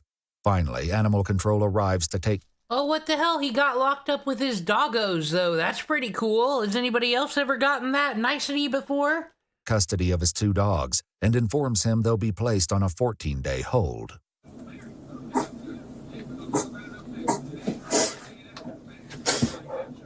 Leroy is brought into an interrogation room where he will soon share a chilling story full of unexpected twists. Before they begin, the detective asks him if there's anyone who can collect his 2 dogs from the animal shelter. Telling you, man, I have nobody, eh? I know that a lot of your, you feel like a lot of your family members are kind of mixed up in all this. Is there They are anybody? mixed up in that shit, man. A lot of people are. You'd be surprised. Is there anybody that you trust? Probably not. I don't know where you guys live, but all that whole hood we live in, a lot of them that swing that way. You know what I mean? A lot of witches, eh? Anything for a... In an attempt to understand more about Leroy's mental state, investigators speak with his brother and sister-in-law. His brother explains that Leroy suffers from delusions that may be connected to illicit substance abuse. He was pretty normal, like when he wasn't on anything. Like he kind of stuck to himself a little bit, but he would kind of have conversations with us normal, you know. And then when he was, the reason I'm assuming it was meant that he was on, or maybe he's coming off of it, whatever. He was a lot different person. Ernestina brought up similar concerns during the incident with Leroy that occurred 2 years before her death. I thought he was going to be like he usually is in the morning, going to be nice and everything. But then he started getting, see, I was killing the dog. I'm not killing the dog, you know, I'm not a witch. Okay. Well, I know we were out here yesterday as well. Yeah. Is it still kind of the same thing? Yesterday? He's freaking out a little bit, saying maybe drug like that related, you think? You know, he was telling me that that she was hanging out with some bad people, and that our mom had promised our souls to the devil, like mine and his, you know, and that. Fuck New Mexico J Station. I mean, he went into the whole when he was married to his ex-wife. He saw a demon having sex with her. He said that Angel, my mom, and my grandmother had a devil baby or demon baby in the house that they saw, that he saw, that they were going to sacrifice or something, you know. I'm sure they're all from the same covenant, dude. Okay. That's real, man. I know how it sounds. All those are witches, bro. You know, it's funny how they all start calling on the Lord. You know what I mean? They all do the same. They start calling on the Lord, wanting justice. I had all them evil just like that, dude. First sign of trouble, they're the first ones to call the cops and shit. You know what I mean? Get down and start praying to God. You do it, oh, you're a rat, and you know what I mean? But they're the first ones to start doing it. Leroy's brother believes there could be another reason for his delusions, recalling a tragic incident he supposedly suffered years ago while hitchhiking in Roswell, New Mexico. So he got in the car with them to get a ride, and I guess what had happened is they took him to like a house somewhere, and I guess a bunch of guys beat him up, right? And then they cut him. That's why he's got that scar. So they just took a knife and cut him. They ran over him with a Ford Bronco, so he had shattered hips and his lungs were collapsed, and they left him in the field to die. And then somebody that was either in the area or saw what was going on, had a bit of a conscience, whatever, called 911, you know, and said there's a guy in the field, basically. So they took him and had to fly him to Lubbock, and he was there for a while. But like I said, it was like, you know, like a football. He was so beat up. No kidding. Yeah. It's a bad, like, brain injury. Yeah, that would be my guess. That's what I think started to intensify all this stuff, you know. Got you. You see people killing their parents for? Crazy bro. I'm just trying to kill me every day of my life, dude. According to police records, Leroy believed his mother, working in concert with other conspirators, had spent the last 17 years waiting. You know, paranoid schizophrenia is a hell of a thing, because at some point, these people must have high self-esteem, though, because don't you ever ask, who the fuck am I to have conspirators against me? I guess if we're doing it by a religious angle, everyone's out for your soul. Waging a campaign of intimidation and harassment against him. Though it wasn't captured on camera, according to police records, Leroy admitted that before he attempted to dismember his mother, he first strangled her. During it, I was just like, why couldn't you just leave me the alone, man? What did I ever do to you, man? So I love you, do everything I could for you. I don't know, I said some too, but I got nothing to hide from you guys or anybody, you know what I mean? I'm a man, dude. I can admit to whatever I do. But what he'll soon admit goes far beyond what investigators could have ever imagined. After you killed your mother, you said you waited a couple days before trying to cut her up? Yeah. To let the blood thicken? Yeah, that's what I heard, but I really didn't want to do it. Where was she when you did that? Like, where'd you leave her? I put her in the freezer. Bro. Okay, you left her in the freezer. I told you, I put her in there and I left her in there. She I just threw stayed on top and never looked at her again, eh? Until you tried it. It's still bugging me, you know? It's still bugging me. I don't even want to see her, you know? I love her, eh? I don't care what nobody says. I'll always love her. According to police records, the But my God, looking at her dead body in the freezer, that's just too traumatic for me, bro. care worker who requested the welfare check on Ernestina had become concerned when Leroy contacted them, asking to receive pay for her care. One thing we found that, I don't know if this isn't related, but that we didn't know about, I guess, that we found the medical paperwork in her apartment dated 2019 that stated that she was like, progressive dementia. Oh, okay. And that she could, I guess the letter was so that she could get into assisted living if she we wanted didn't know her to to. have dementia, you know what I mean? So it's like, it's probably why my brother was getting paid by the state to take care of her. After he called to request the money, he was transferred to Ernestina's case manager. It was then that Leroy disclosed she was missing. I did tell him it's disturbing how you're pushy on your pay when your mom's sick, and then he was like, or mom's missing. Right, missing. And then he was like, well, am I gonna get paid or not? And I said, no. So then the call dropped there. Leroy's brother also shared his mother's banking information with detectives, revealing that Leroy continued to access and use her bank cards. The nightmares stopped. I said nightmares every night. They stopped at least. But still, it wasn't worth it, eh? When did the nightmares stop? I don't know, I guess when I killed her, they stopped instantly. I finally slept. I haven't slept for over 30 minutes in 17 years. I keep getting up. It's a trip, I don't know, man. Say it's witchcraft, that she had witchcraft on me. I don't know if she did. It's not something you could prove, you know what I mean? During the investigation, detectives identified Ernestina's ex-boyfriend, the man Leroy had earlier claimed went with her to Mexico, as Jose Angel Frias. But as they dug deeper, a disturbing pattern began to emerge. Jose had also vanished. With a Spanish-speaking officer assisting as a translator, an investigator was able to reach Jose's brother by phone. So he said that he's been looking for.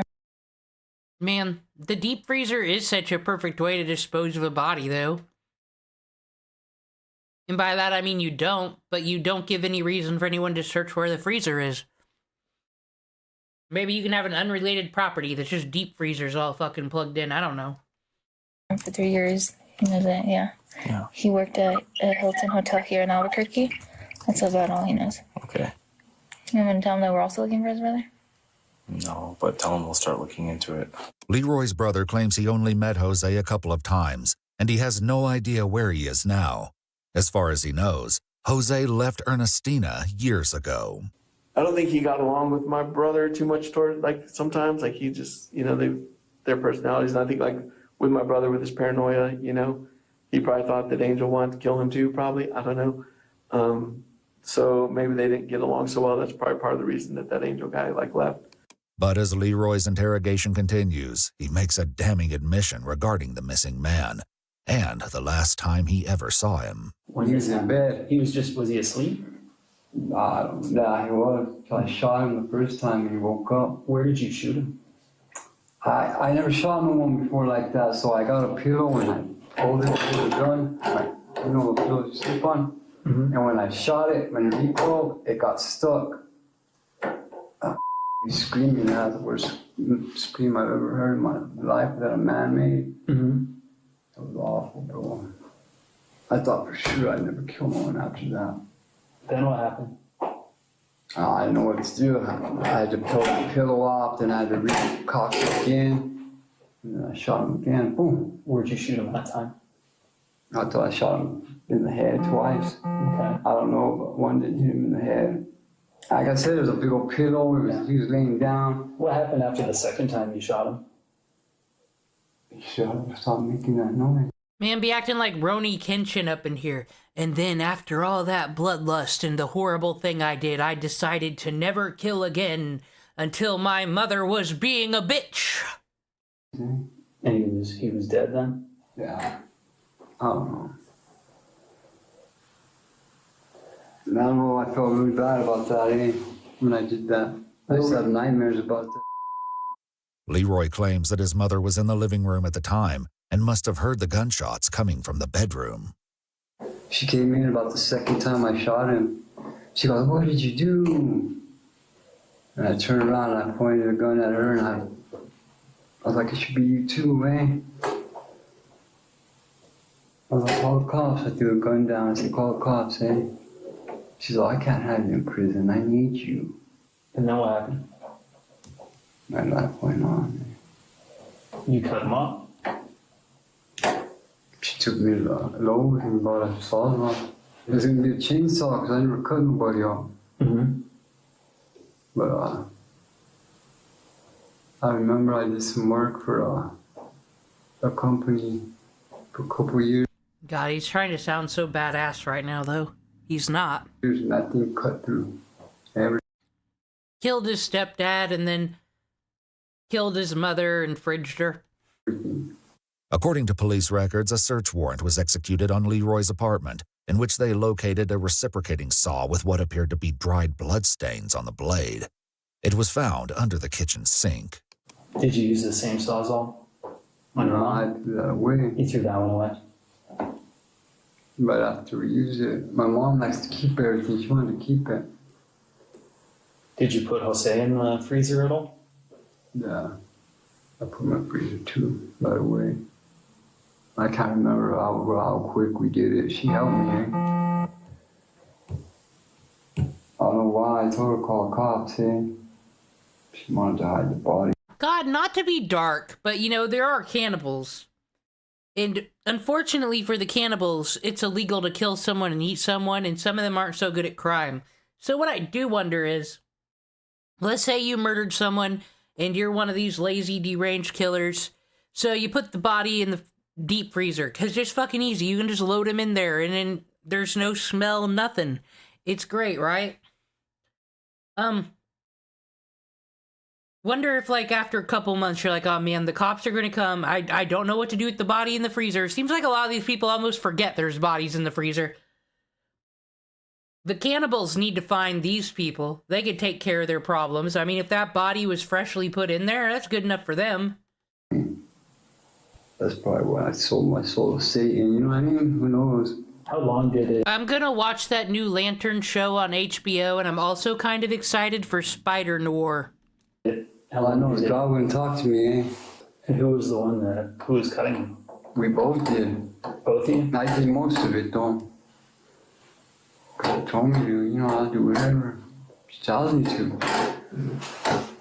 I didn't ask her about killing him, though, because she wouldn't let me.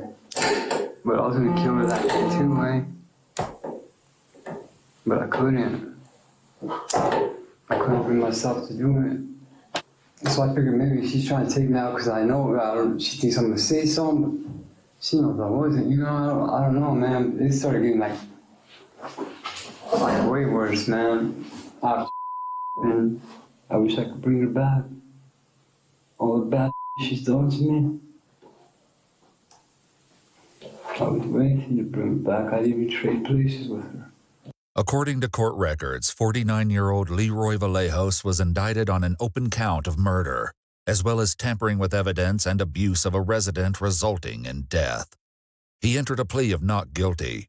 After an evaluation, Leroy was determined to be incompetent to stand trial and was committed to the New Mexico Behavioral Health Institute for treatment aimed at restoring competency. Jose Angel Frias remains listed as a missing person on the New Mexico Department of Public Safety website. As of now, Leroy's statements regarding his and Ernestina's role in Jose's disappearance remain unsubstantiated.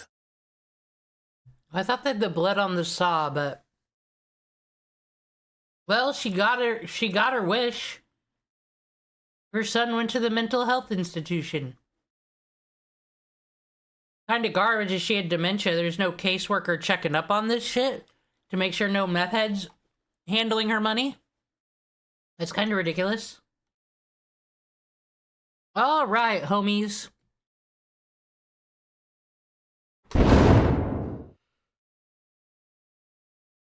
Dude, I hate my voice more than anybody does. How's anyone gonna get under my skin?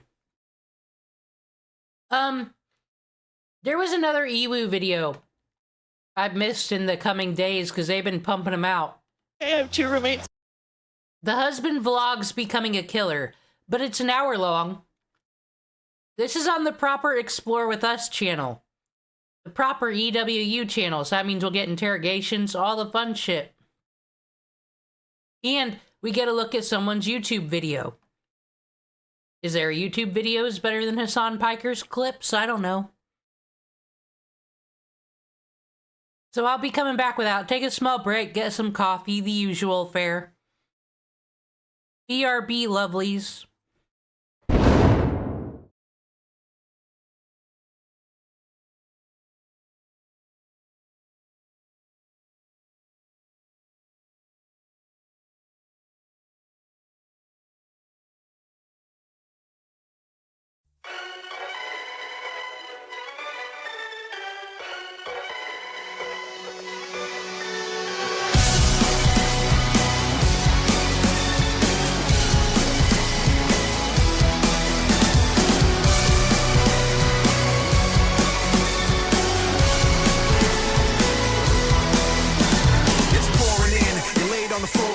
One knock at the door and then we both know how the story ends. You can't win if your white flag's out when the war begins. Aiming so high but swinging so low, trying to catch fire but feeling so cold. Hold it inside and hope it won't show. I'm saying it's not, but inside I know today's gonna be the day you notice. Cause I'm tired of explaining what the joke is. This is what you asked for. Heavy is the crowd.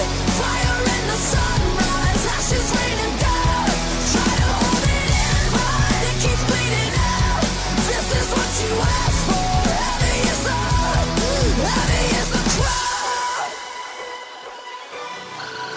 Turn to run, now look what it's become. Outnumbered 10 to 1. Back then should've bit your tongue, cause there's no turning back. This path once it's begun, you're already on that list. Say you don't want what you can't resist. Waving that sword when the pen won't miss. Watch it all falling apart like this. This is what you asked for. Heavy is the crowd. Fire in the sunrise. Ashes raining down. Try to hold it in, but it keeps bleeding out. This is what you asked for. Heavy is the crowd.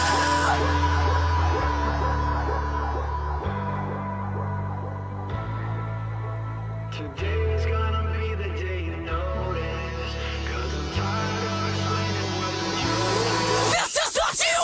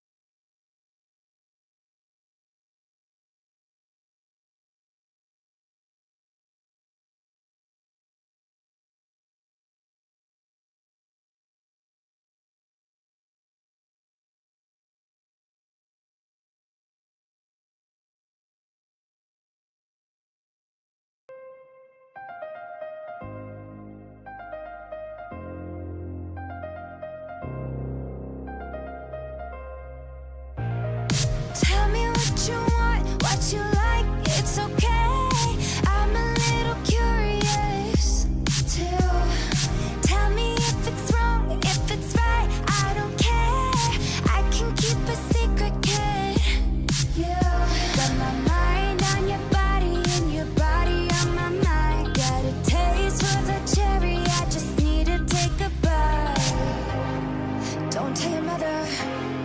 Kiss one another. Die for each other. We're cool for the summer.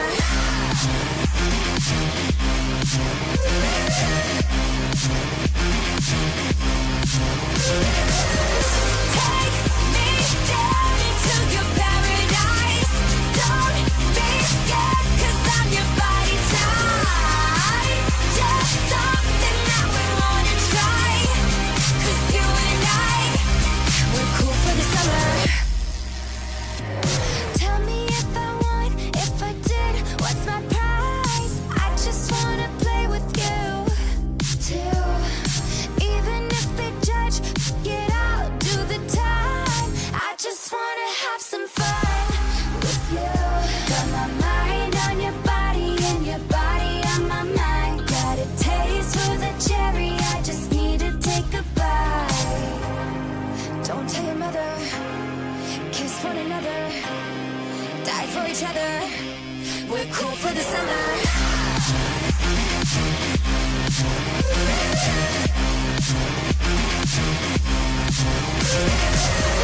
Take me down into your paradise. Don't be scared, 'cause I'm your body type. Just something that we wanna try. 'Cause you and I, we're cool for the summer. We're cool for the summer. We're cool for the summer. Don't tell your mother. Got my mind on your body and your body on my mind. Got a taste for the cherry, I just need to take a bite.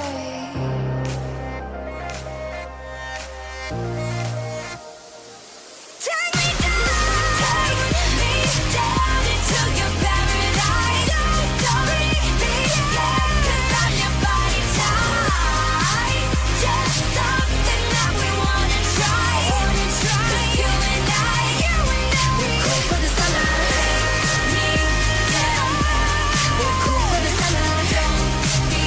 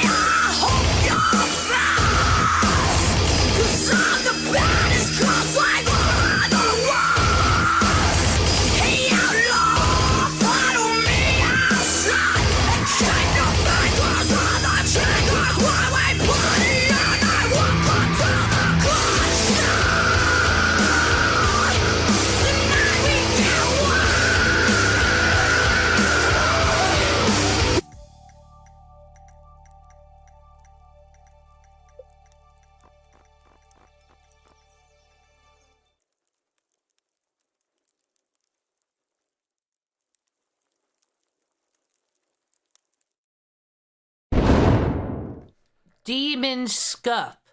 Because how dare I have a video game in the background and then there's me not here. Oh my god. Anyway, back to the stream, back to the EWU, back to the crime. It took a little bit longer because I went to go get me some popcorn. This seems like this one's gonna be a banger. I've been kind of excited for this EWU video. I don't know why exactly, but it's like, because he doesn't look like the type to vlog his own killing. It seems like it'll be some user ass shit. Let's find out. I have 2 roommates. Okay. One of them's dead, and the other one is in her room, and she's still alive, and I ran because I didn't know if he was still in the house. I don't want to go without you. Where are you bleeding from? I'm not bleeding. Okay, well, how do you have blood all over you? Do I? Yes, ma'am. I don't care what you did. I'm sorry about what I did. Just leave me alone. And I'm not stop bothering you. You said you were gonna leave. If you give me another chance, you won't be sorry. I promise. Drop the knife! I dropped it. Get on the ground! Now! Do not move! In January 2018, the Gallatin County Sheriff's Office in Montana receives a harrowing call reporting that an intruder has shot 2 women. What follows provides a rare glimpse into the mind of a killer, one who documented not only his deteriorating relationship with his wife, but his own downward spiral towards murder. I'm sorry. I'm sorry. I was so angry. The following is based on official police records, and some of the footage has never been seen before. Is it mental decline in his brain? Or is this relationship fell apart? I don't know. Ooh. Until now. At 9 a.m. on January 7th, 2018, the Gallatin County Sheriff's Office receives a distressing 911 call. 911, what's the address of your emergency? I live at that's the next door neighbor. She just came over in barracks and said somebody shot her roommate. We need an ambulance. Okay. Though the call came into Gallatin, an officer from the Belgrade Police Department is dispatched to the scene. There he finds 32-year-old Audrey Audie Butler waiting for him. She is the owner of the home and the one to make the devastating discovery inside only moments earlier before running to her neighbors for help. Where are we at? What's going on? I stayed with friends last night, and I just came in and I saw that my back door had been broken in, so I went to the back and I could see footsteps in the snow, so I ran up to my room to see if my roommate was okay. I have 2 roommates. Okay. One of them's dead, and the other one is in her room, and she's still alive, and she needs help, but I ran because I didn't know if he was still in the house. Okay, so you don't know if there's somebody else in the house? I don't think so, but I don't know. Okay. All right. Lauren looks like she's been in a while, and Ashley's asked me for help, and I ran. Okay. With no idea what could be lurking inside, the officer waits for backup to arrive. One apparent dead. Damn, someone's still alive and asked for help. That is actually what I would do. Sorry, friend. Sorry. There could be a murderer in here. That always happens in the fucking movies where you come and you can save someone, then the killer comes from behind him and knocks him in the head with a hammer. Happens every motherfucking time, so I don't blame this woman. One still alive. She said I ran out as soon as I saw that. I have no idea if there's still anybody else in there or not. So that's what we got. She said this is open. I didn't see any footprints in the snow leading up here. So, you ready? Yep. Belgrade Police! Police Department! Anybody inside, come out! We're coming. Belgrade Police, show me your hands! We got doors on the left and right. Hey, I'm in here. Hello? Hey! Police! Please don't shoot me! Who shot you? No, please don't shoot me! I'm not gonna shoot you. Please don't shoot me!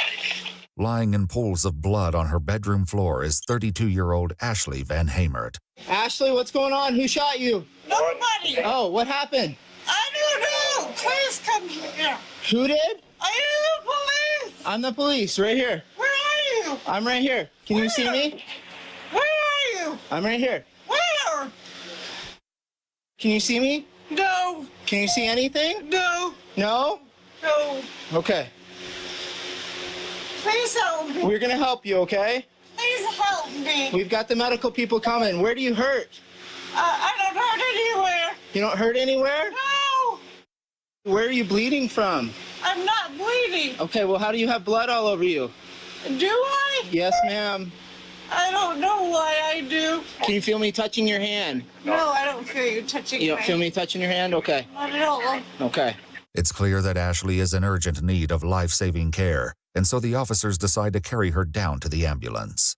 I don't want to go to the hospital. Well, honey, you gotta go. You got to. We're bleeding from somewhere. We gotta figure that out.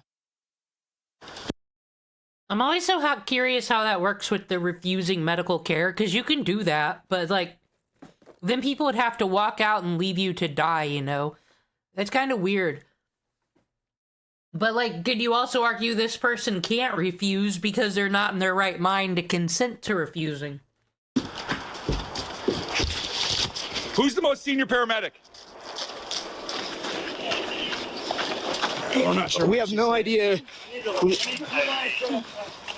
She just keeps looking this way. I don't see any obvious. I'm not going to go. You don't have a choice. We got to get you up to the hospital. I'm not going. While Ashley is being examined inside I mean, actually, you couldn't refuse because you're part of the crime scene. You're part of the investigation. You're detained.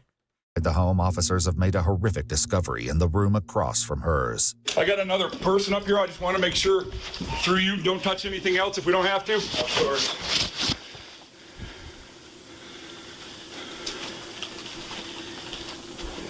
All right, let's back up. Okay, gotcha. Thank you, sir. It's determined that 35-year-old Lauren DeWise is beyond help. She has visible gunshot wounds to her head, shoulder, and torso. The events that led to such a violent end would be revealed in the most unlikely place. A series of self-recorded videos documenting a man unraveling and his rage culminating in an unthinkable act. You have a wound in your shoulder. I do? Yes. Okay. Hit that NIPP again. This one? Yeah. Why? Well, I'm not sure. We're thinking of maybe a gunshot wound. For real? Yeah. With Ashley in critical condition and on her way to the hospital, Nah, I'd say Minnesota and Indiana have sinned way more than Montana. officers find Audie where she has been sheltering at her neighbor's house. Is Ashley alive? I don't know which one Ashley is. Well, the one that would be. The one on the right-hand side? Yes, ma'am. She's being transported to the hospital. Okay? I don't know what's all happening, okay? Let me go grab my car and drive up here so you don't have to walk down the ice. I'll be right there, guys. So I'll just hang tight with you, okay? You can't unsee that. I know. I am so sorry. Oh, that guy's such a crazy bastard. I just ran because I didn't know if he was still in the house. 593-206. No, you did the right He killed thing. me. Okay, you're a bot, but you still based bot, because I gotta hear the dun dun dun dun dun dun dun. If I had been home last night. Audie had spent the night at a friend's, and when she returned home this morning, she found the back door was broken, and there were boot prints in the snow of her backyard. These boot prints would eventually play a critical role in unveiling the truth of what happened to Lauren and Ashley. I can't live there ever again. So who is he to you guys? It's Lauren's ex-husband. Well, Ex-husband. current husband. Current husband. In process of. And that's the gal on the left-hand bedroom? And what's his name? Paul DeWise. Okay, here, let's go out here. Is she dead? I believe so, yes. Oh, God. Given Audie's assertion that 47-year-old Paul DeWise was the one to carry out the brutal attack on Ashley and his soon-to-be ex-wife Lauren, he's tracked down and detained as he heads home from church with his 3 children. These things are killing me, man. I can't move my hand. Damn Catholics trying to fucking get to confession after doing murder so they can get to heaven clear in case something goes wrong. He's taken into the Belgrade Police Department for questioning, and his children, who will have their own story to tell, are placed with Child and Family Services. Though Paul was informed he was being detained, he's only been given a few details about what's going on. The investigators have contacted me and asked me to bag your hands. What this means is I'm going to place these paper bags over your hands just to make sure that nothing interferes with your hands, okay? So I need you to take your jacket off. I have to keep my hands on bags? Yes, sir. Just over a year earlier, in October 2017, Paul and Lauren DeWise had moved to Bozeman, Montana. Little did they know this decision would mark the beginning of the end of their relationship and Lauren's life. In one of his many self-recorded videos, Paul describes what sparked their move. So my wife, she got a job at Rocky Mountain Bank in Plains, and, you know, she's great, and they loved her, and they promoted her to bank manager in Bozeman, even though she had no prior banking experience and she'd only been a teller for a year. You know, there was a couple people on the board that, you know, hired her that were like, yeah, I don't think so. But they were overruled, and she's done an amazing job, and they love her. And she's going higher and higher, and it's unbelievable. She's in leadership Bozeman here. And now she's the #1 bank manager for Rocky Mountain Bank in the whole state. Wow. Nice. Yeah. Doing really good for herself, Yeah. huh? That's awesome. Doing awesome. That's so cool. we're having a lot of fun. That's really cool. So if I get caught doing a murder, are the EWU video gonna be like, despite that body rotting in the freezer, she was just on stream, acting like nothing was wrong at all. Hey, Velicido, thank you for getting based. And then it would just show me screaming at fucking Windows 10. Another bot, but I'll collect it. Thank you, Kick. And from the outside, the DeWise family appeared perfectly normal and perfectly happy. Yet, as Paul's recordings would eventually reveal, this was all a facade. Under scrutiny, there were signs of something far darker lurking below the surface. Hi, Paul. My name's Justin. I'm with the Belgrade Police Department. Okay. So you had your hands bagged up all this time. Yeah, what's this about? So, basically, just that we can get things rolling here, what I'm going to do is ask for your permission. I just want to take a couple swabs of your hands to look for some gunshot residue. Okay? Okay. Is that something you'd be willing to sign off on? Yeah. Paul's hands are swabbed, and he's read his Miranda rights. What do you do for work? I've been staying home dad for quite a while. Man, it's the hardest job there is. While Lauren worked full-time, Paul cared for their 4-year-old daughter. Oh, so I guess that video game wouldn't have made this guy feel either way. He got left home with the kids and it turned him murderous. Affectionately nicknamed Baby. Peter Piper picked a peck of pickled peppers. Where's the pickled peppers? Why would you name her that? Goo goo baby. Your elbows are so sharp. During the school year, Paul's 2 children from a previous marriage, 17-year-old Natalie and 15-year-old Joe, also lived with them in Montana. And when you say your mom, your stepmom, right? Yeah. Okay. I just We need think to of her clarify. as a mom. Happy birthday To you.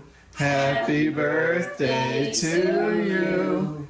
Happy birthday, dear Natalie. Happy birthday to you. Baby decorated with the candles. Thank you. While Paul often captured wholesome and happy family moments, his recordings would take a troubling turn. And we're going through transition right now, though, so. Is that right? Yeah. So. What kind of transition? We're separated. Oh. Yeah. And in fact, she was supposed to get a baby today. So it's been tough. Investigators would dive into the details of Paul and Lauren's separation soon. But So 2 of those kids are completely his.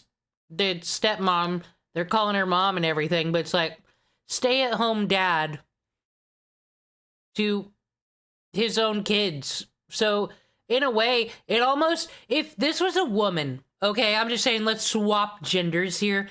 If this was a woman, she'd be seen as a fucking gold digger. Just saying. for now, they finally address why they've brought Paul in. The reason that I wanted to talk to you is there was some issues that happened over at Lauren's house this morning, and I just kind of wanted to touch base with you to see if you were over there at all, if kind of where you were this morning, that kind of thing. What happened? Well, someone broke into the back door of her place. Is she all right? Well, not really. She isn't. What happened? Well, the person that came in ended up shooting her. So, I mean, here's the thing. There's absolutely nothing wrong with being a stay-at-home parent because the amount of money it would take to put 3 fucking kids in daycare, let alone one, one of the parents' paycheck is gone already.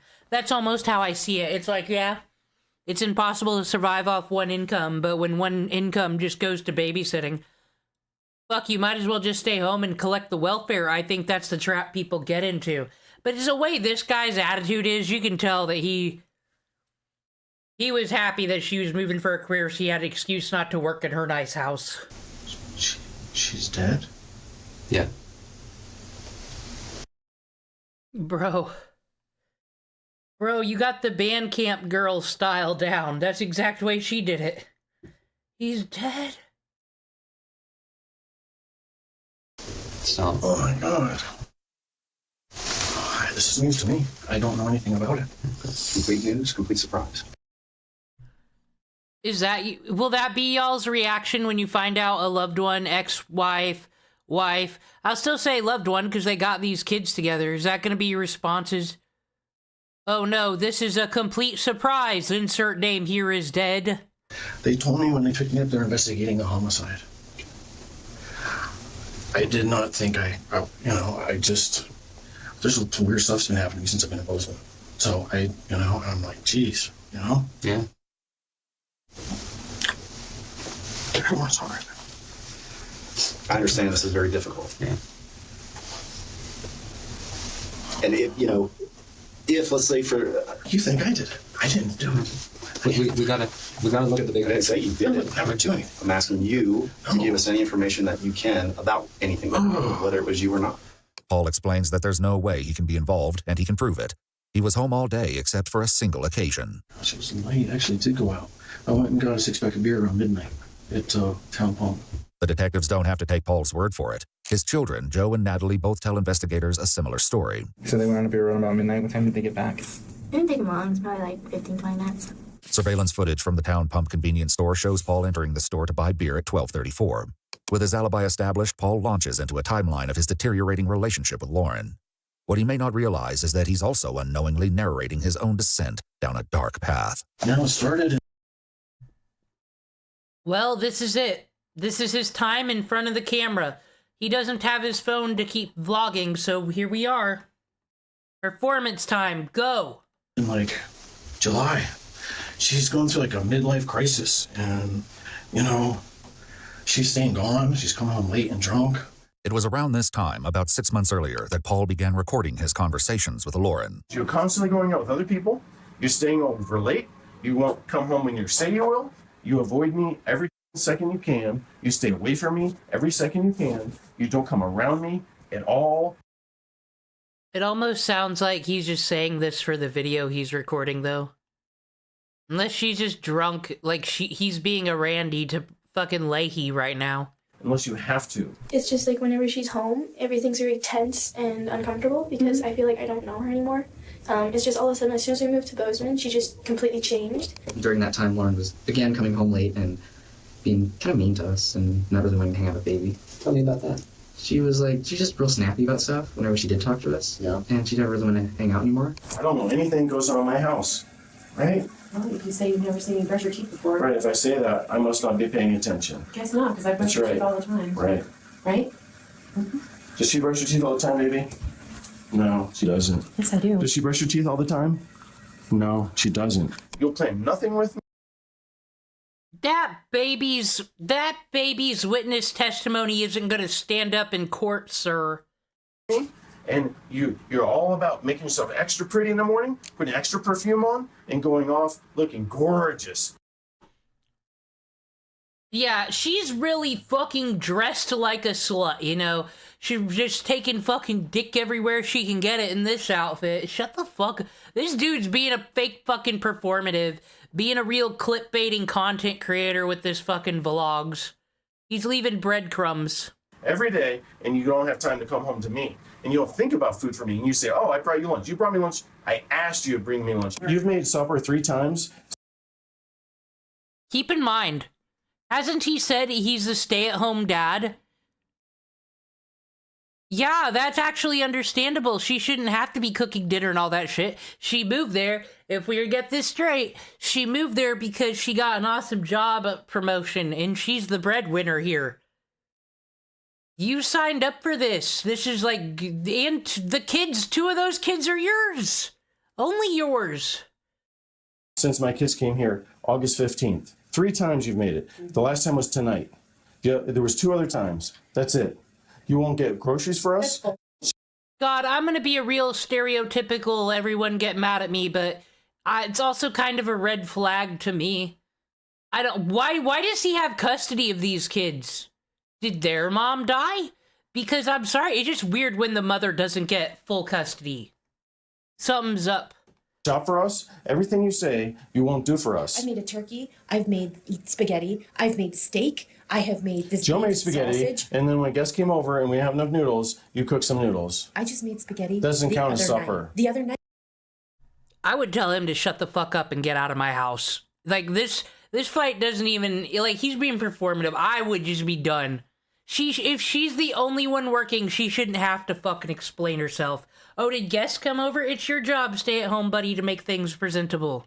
I just made spaghetti. Right, but I'm not aware of that. No, because I just live you here. have no idea. No. We ate. Yeah, at I the just table. live here. Natalie came home late because she was Right. out late with her friend.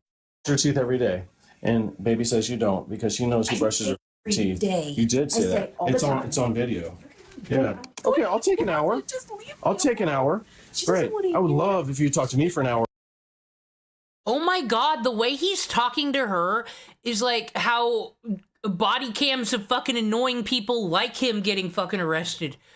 You know, you're not allowed to do that. Got it on tape. Hear that? You're gonna get sued because you actually said that. You said you brush your teeth every day. Does this user, you know? So does this mean that this user hates all anime? Ma'am, there's no reason to be with a user. This was also White Bowser. Remember that one time we checked in on his fucking stream and he was wearing a onesie, eating macaroni, crying about his girlfriend getting drunk or some shit? Like, it's the same attitude. Don't be with these users. About my family. I would love if you talk to me an hour about me. I would love if you talk to me an hour about her. I would love. No, we already watched the freezer video. This is a completely different psycho couple. This is that Zydub's laying there. Anisa's the one with the camera. If you would spend 1 hour of your life in a 24-hour period talking to me about anything, but you won't do it. You'll have nothing to do with me. But I was like, well, she's going through a phase, you know, it's probably nothing. I'm just, you know, paranoid or whatever. And I really didn't get too concerned until we weren't getting along after I hurt my knee. Okay. This knee injury occurred during a shocking altercation over the summer. Paul explains that he'd taken his and Lauren's daughter out for a walk along a nature trail. She'd stopped at a fence where 2 dogs were barking. Me and David were walking, and some drunk lady got tired of dogs barking at us, and she turned them on us, and then a guy came out and attacked me, and like a bunch of his family members came out, and it was just really, it was intense. And he tackled me, hurt my knee. Paul's habit of recording meant that he kept. See, I am a wannabe streamer officer, and I can tell you, the person who came at us was Vitaly. You know, Vitaly, he just got banned from Kick when he should honestly just be banned from the whole internet. Captured some of this altercation on video. His footage picks up after he was tackled. We just got attacked by these people's dogs. This is my baby. Baby, did you think that dog was going to get you? I did too. And then...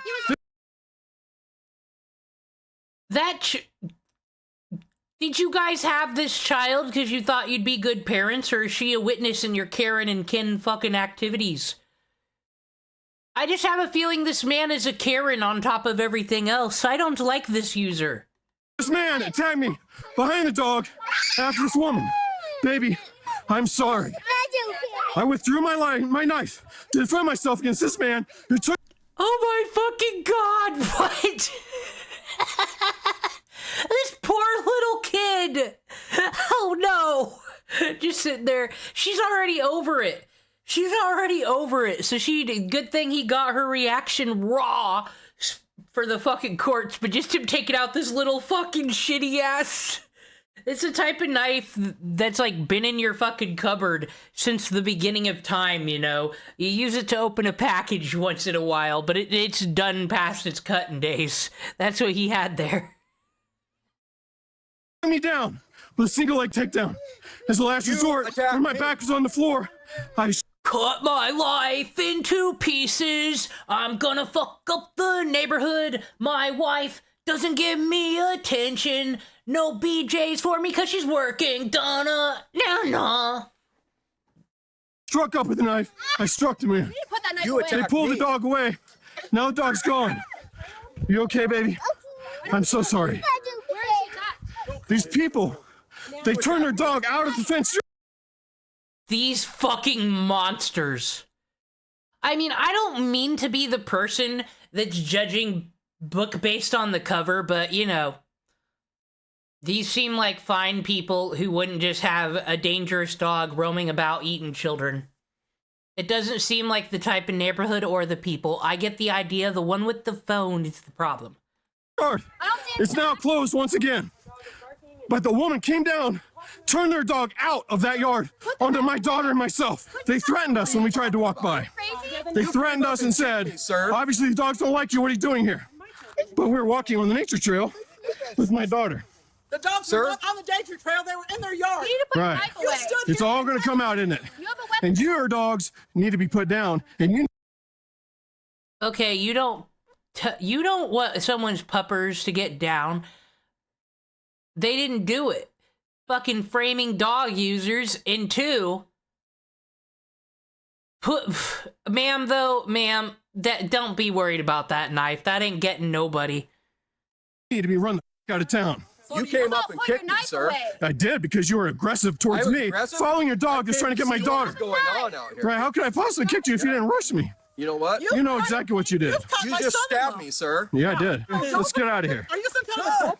Are you crazy or what? No, the cops are coming for you. You're crazy. Wow. Put your knife away. You guys are gonna be out of here. I'm so glad you've been uncovered for what you are. Yeah. Are you serious? Oh, I'm very serious. This gives me Ethan Ralph vibes too. Less fucked up Ethan Ralph, but like he would also film himself being completely in the wrong and act like he got a W somehow. Serious. You come into my yard and In your yard, I was on a trail right here.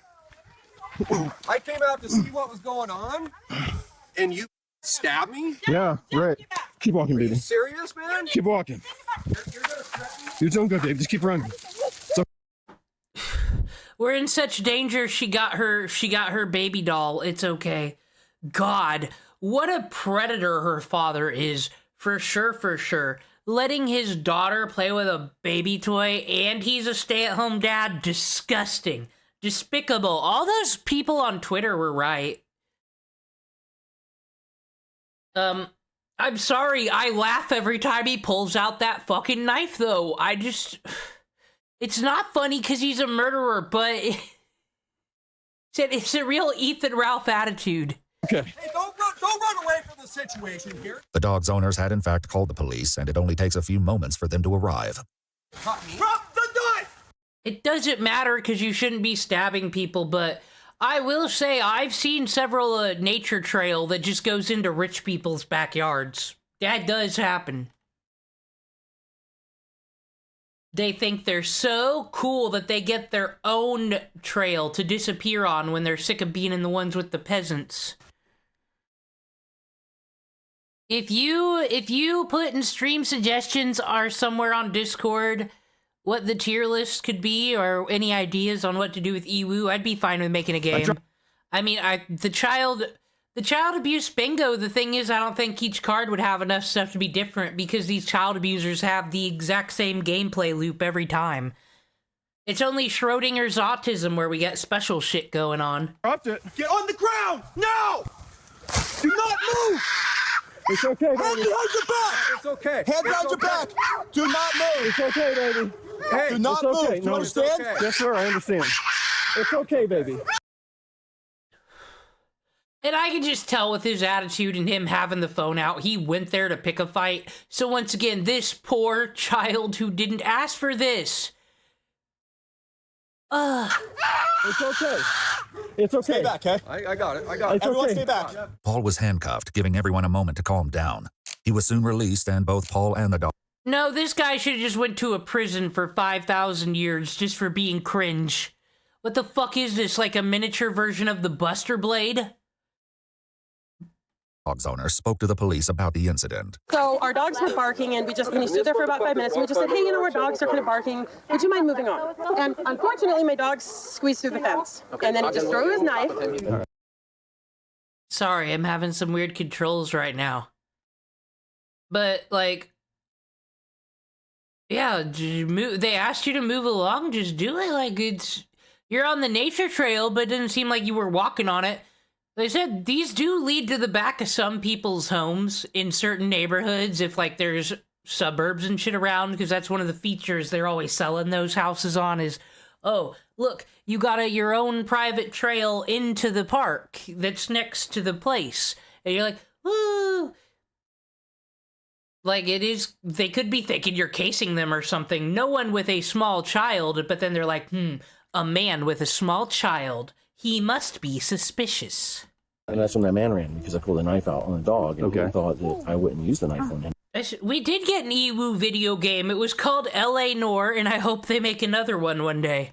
Okay. And that was a judgment mistake that he made. I'm not thinking like I'm some bad that's gonna, attack somebody. I'm thinking I gotta save my baby. Right. The man Paul stabbed ended up needing 5 And I highly recommend Deadly Premonition. That's a great game. stitches in his arm. Following an investigation, police determined that since the incident occurred on a public trail and the dog's owners first approached Paul, they believe he acted in self-defense. The man was issued citations for assault and an animal at large.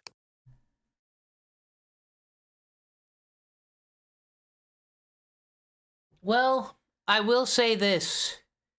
The court disagreed with us, actually. So he does have that going for him.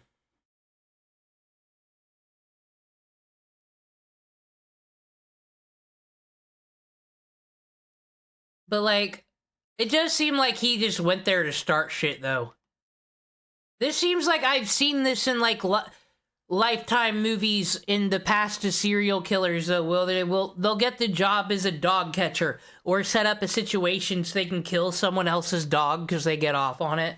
Like, see, you never know. That's why I'm just sus immediately when an animal's at large. Yet in text messages exchanged between Lauren and Paul, Lauren shared her frustration with him over his choice to engage with the dog's owners, writing, "You chose to talk back to her and make the dog an issue." The couple had already been struggling, but Paul's actions and resulting injury only escalated the growing tension between them. Right now, she's just like punishing me, and I just have to because when I hurt my knee, I was really depressed, and I was in a dark place, and she was really not that worried about it. Like, she was like, It's because you don't have a job or anything to do other than keep your children alive, and then you continuously bitch. I just know he's a bad, other than the fact we know he's a killer. Thank you, spoiler title, but he sucks. Like I said, this is Ethan Ralph if he could clean up and try to blend in a little for once and lost some weight. The only reason he hasn't murdered anybody is because he's a fucking fatty. she was mad at me for getting hurt. Because I've had 2 big injuries with 2 big surgeries in the last 6 years, where she's had to take care of me. Paul ended up tearing his ACL and had to get his meniscus replaced. So when you go to the physical therapist and you go to the doctor and stuff, they tell you that you have to massage the area so that it'll get better. His thing was that he wanted her to do that for him, to help him. And you won't rub my leg, and the doctor told you. But there's crazier shit. Doesn't that Andy Ditch guy? Because I don't like the gross little cows. But isn't his thing that he pretends to be disabled and, like, purposely pissing and shit everywhere? So, like, people clean up after him? That's his fetish? Like, this guy is a user. Do it. In all ways. And you said you would do it, and you won't do it. And it's medically necessary, but you won't do it. The world that I live in, humans have 2 hands, and it's normal for them to do a job with both hands. But my gosh, Giant Wolf here. DVD Wolf here. Look at all these watermarks. EWU! Has someone been stealing your shit to make you concerned? Tell us who's doing this. We'll fight him for you. You deserve You deserve help like that. It's probably because I'm pretty sure, though, these channels have to pay. We have Freedom of Information Act. That's how you get the body cams and shit. But they have to pay for them. So yeah, it would be kind of annoying for someone just to take all of your stuff and then make their own video with it. So I get it. You only use one hand. And I guess that in that world, I realize that it's because you just don't give a f about me. How many times do I have to tell you that I just want to go to sleep? I don't know. How many times do I have to tell you I just want you to rub my leg? All of a sudden I'm a bad guy because I want you to rub my leg so that I am not crippled. But don't worry, I won't ask you for tonight. Oh my god, will you please lower your voice? You're so loud. I'm sorry I'm so loud. Maybe he's like a Sheldon from the Big Bang Theory, you know? But like, she thought, well, you know what's nice about this type of man? She thought to himself, he has kids, and, you know, he's not a meth head. He's not a meth head. So you know what? Maybe he will ground me. Maybe I can fix him and fix myself, and here we are. Did she not see that he was like, he does look like Dexter though, actually. But did she not see that he's like filming and being a fucking weirdo? Where'd they get this stuff from? His phone, or did he upload it somewhere? During that time, like, that's when he really needed my mom to be there to support him. And it's weird because that was the time when my mom was like never around. Paul's knee wasn't the only source of stress on the couple. Another came in the form of a second strange incident. Though he had been renting an Airbnb room out of the couple's home, this had recently come to a dramatic end following an altercation with a guest. We had an incident, and How hard is it to not antagonize the people that are in your house that you get? Warren was drunk. There was a guy at my house that was cutting safe deposit box keys because he had a book. It was like a treasure book that, you know, this guy buried $1 million somewhere, so they were putting in a chest somewhere, and he was convinced it was in a local bank. Okay. I don't remember what bank. And then she got out her bank keys, and she's showing him the keys. And I kept telling her, stop talking to this guy, you know? She's going to lose her job. Mm-hmm. That guy got in my face and got aggressive with me. And he told the police they pointed a gun in. She's... Okay, well, then if this is is this work-related, or did this happen at the Airbnb? If it's work-related, bro... Once again, childhood development class, y'all? It's not just for women. I say it's for everybody, and I honestly think in high school, they should make that shit mandatory, because you learn all these hot factoids about stay away from this. Don't have kids with this. You cannot fix him. You never will, fool. His face, which I didn't do. But he told Airbnb that as well. Both Paul and Lauren provided statements to Airbnb to try and explain their side of the story. Dave got up off the couch to confront Paul about it, told him that he was being dumb and called him an idiot. And Paul went into the bedroom and then came back out with a weapon to defend himself and his family against. I'm surprised this guy doesn't have a gun, though, actually. Good thing he didn't in all these incidents, but like, why is he always pulling out, not going right to the knife for defense? Why does this poor baby gotta keep witnessing it? Why did they name her Baby? That's fucked up. I don't like that. I would have named her Cindy, like from the Brady Bunch. Because that's, I don't know, Baby, that just seems like such a fucking sitcom thing to do. This person that we don't know. It's very upsetting. I keep having flashes in my head of his face just appearing here. Can you tell him what I did with the pistol when I came out? He just had it right here on behind his back like this. He didn't point it in anyone's face. He just had it to defend himself in case. You poor woman getting with this fucking Karen. Dave decided to come at him. He had it to protect our family. I'm not an unstable person or, I don't know. You know, I wasn't at fault. This guy, he's not right. Did you feel like I was threatened by Dave? Yes, Paul felt that he was threatened by Dave. Did you feel like I was threatened by Dave? Yes, Paul felt he was threatened by Dave. So. Did you think I was threatened? Yes, I did. Why?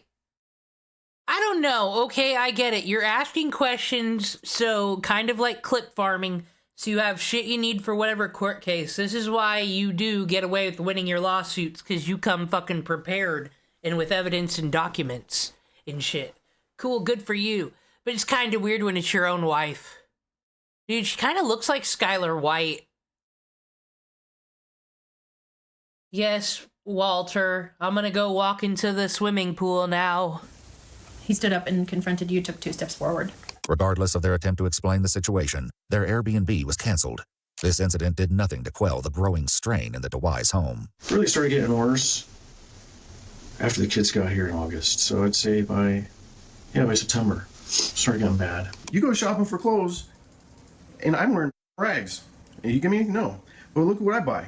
I bought the table, I bought the play set, I bought the scales, the popcorn maker, the microwave. I got the stand from... Probably went to garage sales. Calm down. But good on you, but still. Bought the pepper mill, I bought the spices, the mixer, the jars. I've bought almost everything. You look around, I have bought almost everything. What a big sky to buy that table. And yet I wear rags, I need shoes. What an alpha. This is what the red pill actually wants you to be. Oh my god, I was forced to take care of my own kids. How dare, and I had to provide for them, because only one kid those two share together. The other 2 are his. That doesn't, I'm not painting her as an evil stepmother. We don't know. There's been claims for each point there, but like, I'm sorry, go get a job and go to the Gap.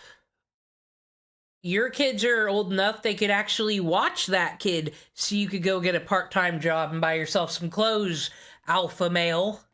For years, what do you buy me? He wants a mom, actually. It's just a kid. Nothing. Because you don't give a about me. And I'm the bad guy. And that's the thing. That's why I want to record it, because it's crazy. It's insane. And the only way anybody would believe it is to see the video, because you are so good at conning everybody. I mean, this is what Kellyanne Conway's daughter was doing.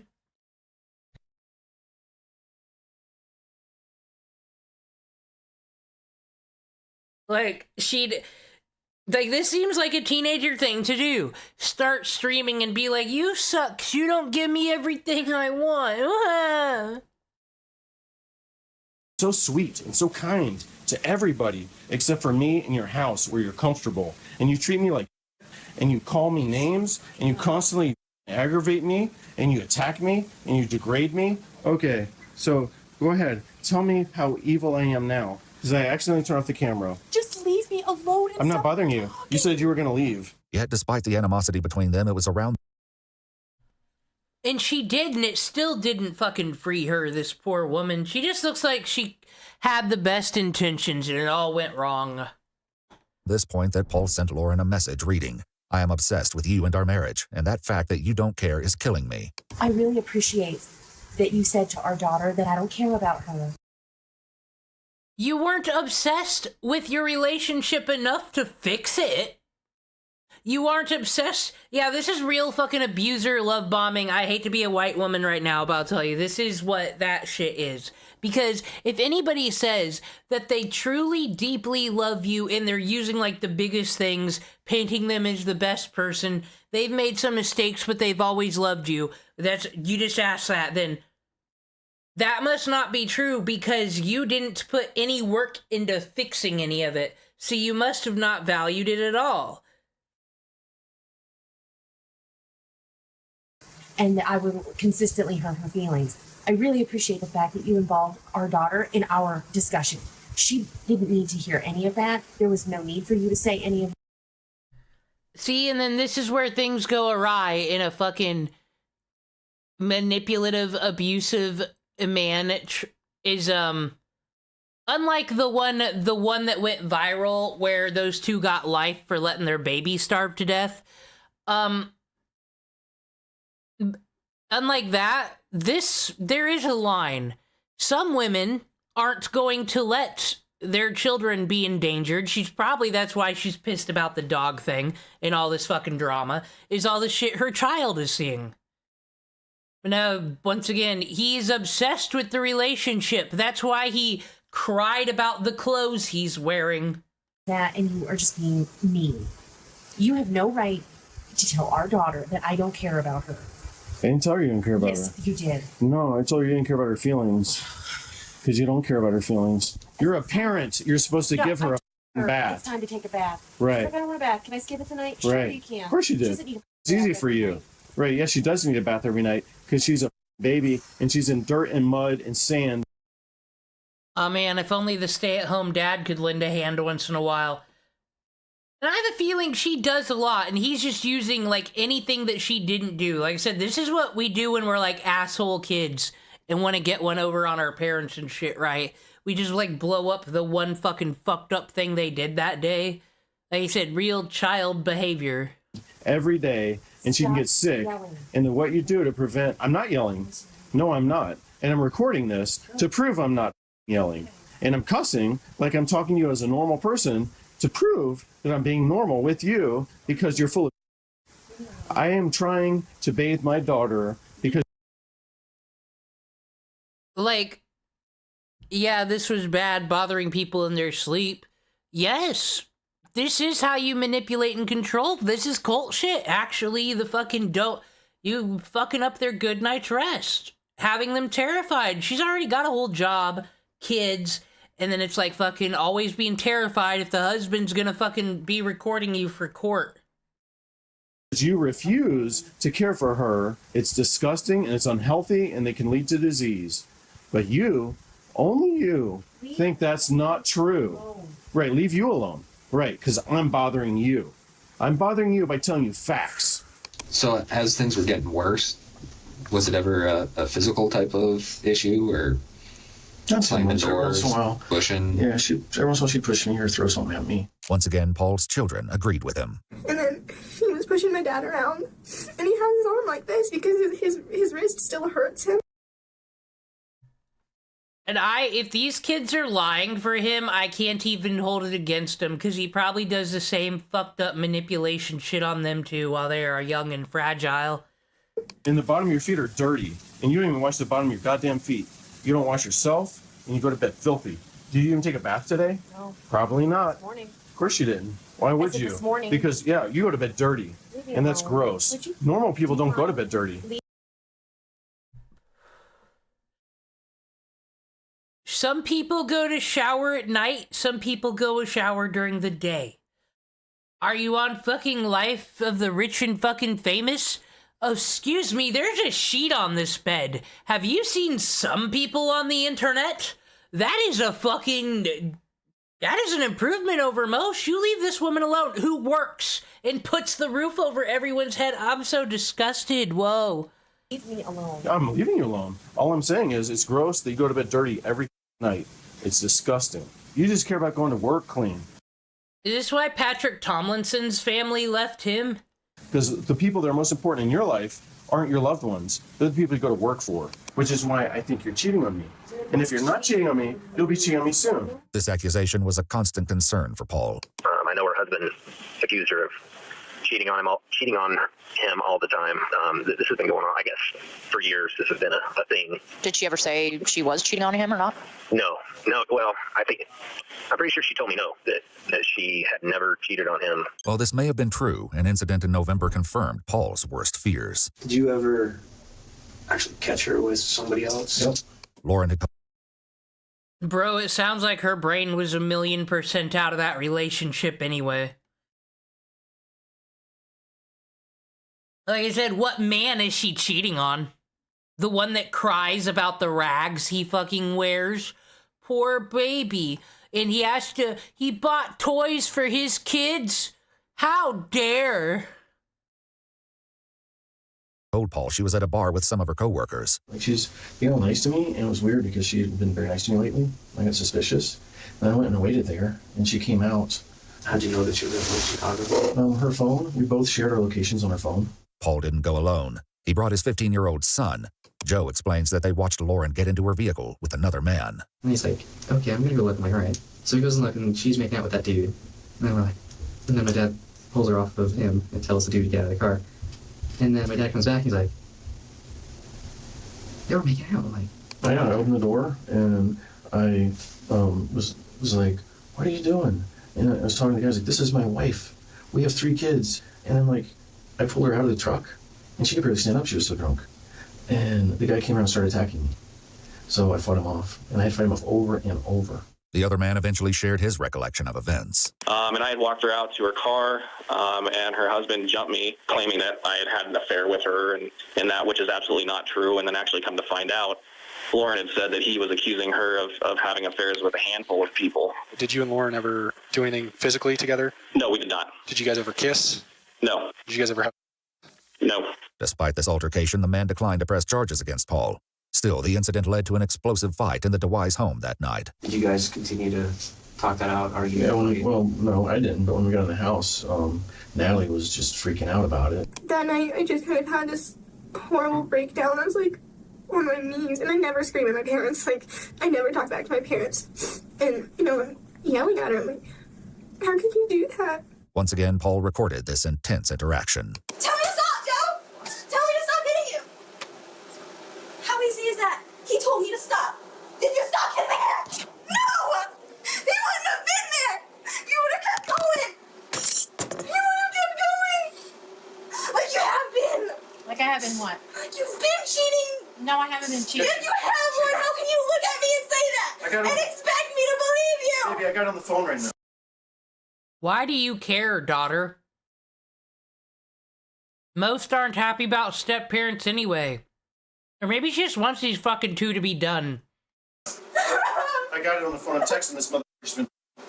I'm texting her. Anybody! I don't want to hear it! I don't believe you! No one believes you! Stop talking! Paul had taken Lauren's phone and was messaging the man she'd been in her car with. Pretending to be Lauren, Paul wrote things like, "I told him if he says anything, I will say he hit me. He had never hit me, but that's how I control him. And, I love my family. You took advantage of me because I was drunk. I feel guilty for wanting to and making him jealous and threatening him when he gets pissed at my bull. He's the best man I've ever known. Do you know he was airborne infantry? He was a wrestler and a boxer. He is a bat. I love that." He wants to get the story straight. He doesn't want anybody to know how long it's been going on. It hasn't been going on at all. All right. How come he's not saying that? Say that? He kissed me tonight, and that's it. Right. I am sorry! Premeditated I act. was wrong! You were aching to do. I was wrong! I was wrong! You. I was wrong! I was wrong! I did the bad thing! Your daddy is rationally her over. I'm her so hard right now. You have no idea. This recording would reveal much more, eventually coming back to haunt Paul. Following this, Seriously, where the biological mother of these kids? Must be dead or in prison, because no, you don't let this one have the kids. incident, though, Lauren wrote Paul a letter saying, "I do not deserve you. I am a very bad person. I ruin everything. You deserve someone way better than me." That was a turning point because that was the first time I started actually going to see if she was where she was. That had never happened before. However, those around Lauren, including the second man Paul caught her with, say that even before this incident occurred, Paul would frequently check Lauren's location and show up at her work or other events. Basically, he stalked her. We'd be going to an event and be walking into a building or something, and she'd be like, "Oh, there's my husband. Oh, there's my husband." And so almost every single event that we went to, he would drive by. In fact, Paul's paranoia was so great that he put trackers in Lauren's vehicle. In text exchanged between Natalie and Joe, the two discuss a package that had arrived for their dad on December 20th, 2017. Inside, they found a GPS tracking device, which Joe had watched Paul install in Lauren's vehicle. This pattern of behavior would only escalate in the coming months, likely exacerbate. Do these poor kids not got anything else going on? Or does their dad not let them live their life? That's why I'm not gonna blame them for anything. They're fucking victims of living with this. By another incident. It was the next day. I caught her in the car with one guy, and then I caught her here in the parking lot with another guy. Paul again brought his 15-year-old son with him, who recorded part of the confrontation. Here's it. Nothing. So, no. Like, they're all A1 auditors in training. There's another good-looking man. Paul also recorded a short video of Lauren that evening. It was an accident. I'm sorry. This time, Paul's rage leaked out of the home and into the eye of the public, as Audie, Lauren's friend and roommate, told investigators. We put a post on Secret Bozeman, like Ask Bozeman or whatever, the thing that has like 10,000 members. Mm-hmm.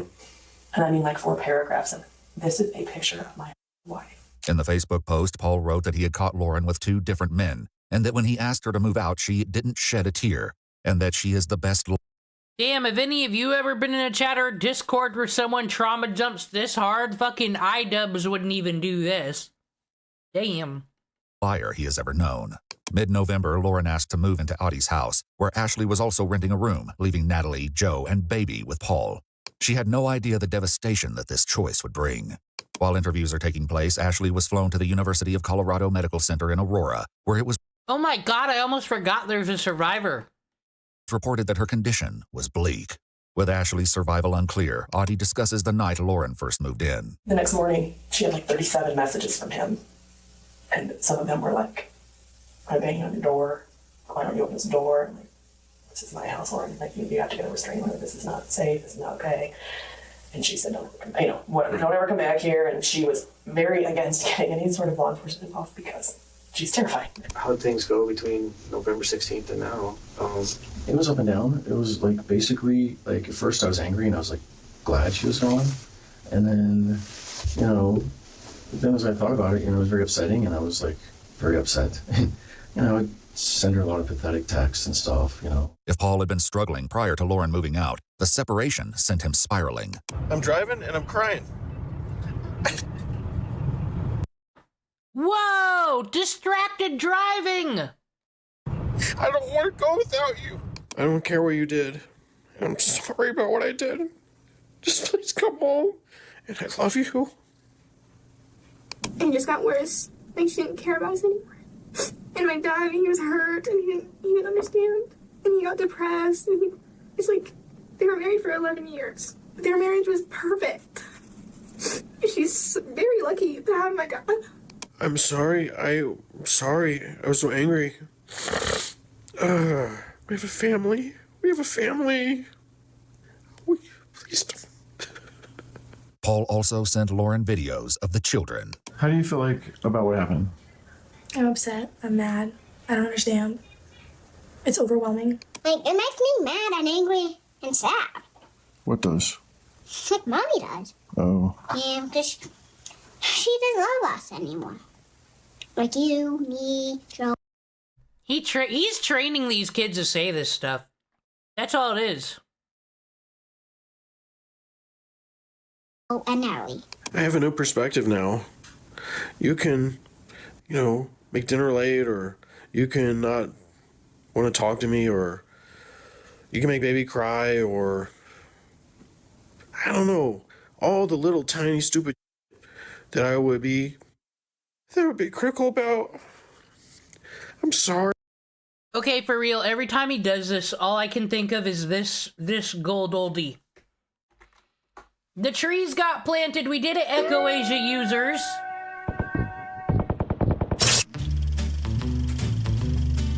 My name is Michael Moore, and 34 years ago, I met and married the love of my life, Candace DeGainer. Things were going swell. We had a nice house, great friends, and a good family. Our future sure looked bright until yesterday. Almost 28 hours. Is this not how he and the kids in this true crime are not framing this shit? Everything was great until... Years ago, Candace didn't do the dishes. Jennifer went to bed with dirty feet.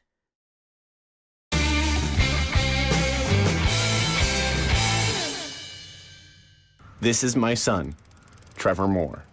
He's known Candace his whole life. Let's hear him describe her in his own words. You like Mom, don't you? Yeah, she's fine. Tell me about her. She works at some charity, and she's cool, I guess. Cool? I guess? Well, I guess it's cool to leave dishes everywhere overnight and then go to work the next morning without even rinsing them. Fucking roping. So the idea is Michael Moore would rope his child, Trevor Moore, into fucking... You talk shit about your mother now! So how can I not make the fucking comparison? The whitest kid you know is always gonna haunt my subconscious. So, this is the sink, huh? Yeah, Dad, you know that. And these are the dishes. Whatever. Tell me, Trevor, how do you feel about living in a house with dirty dishes? It really doesn't bother me that much. And whose job is it around here to do the dishes? Usually Mom or I do them. Dad, I don't want to be in this thing.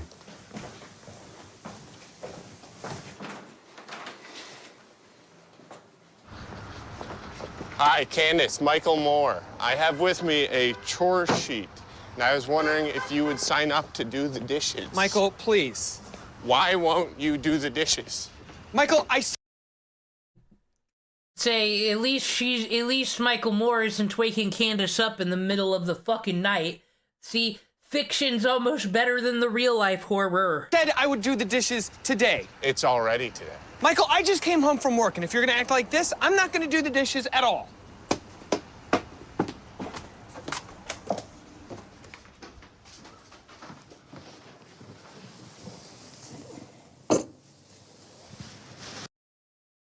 Y'all ever have anybody do this to you? I know someone who would do this for the exact same reason. This video applies to my stepdad, and he would take the dishes upstairs, so you'd have to take them back downstairs. Candace, I put the dishes in front of your door. Michael, go away! I put the dishes in front of your door so that you can see the pain and the suffering that you're causing.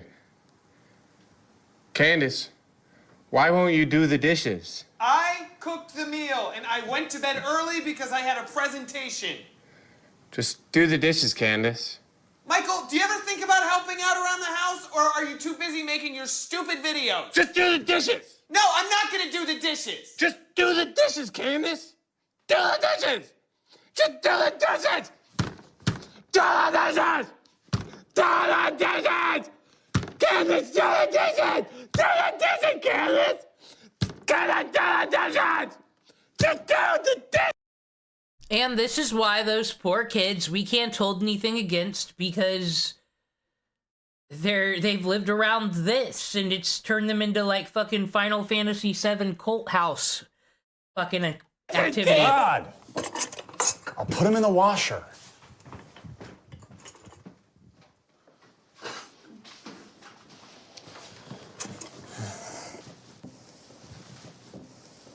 A simple chore. A simple chore. That's how this fucking motherfucker's brain works, is he's out here fucking crying about his lot in life. Sorry, I wasn't more understanding. I think he texts her craziness every day. Every day. Yeah, I'm looking at myself as I talk to you. I don't look very attractive anymore. I don't blame you for not being attracted to me. Good night, Lauren. I hope you sleep well. And maybe you can go with me tomorrow for breakfast, lunch, or dinner.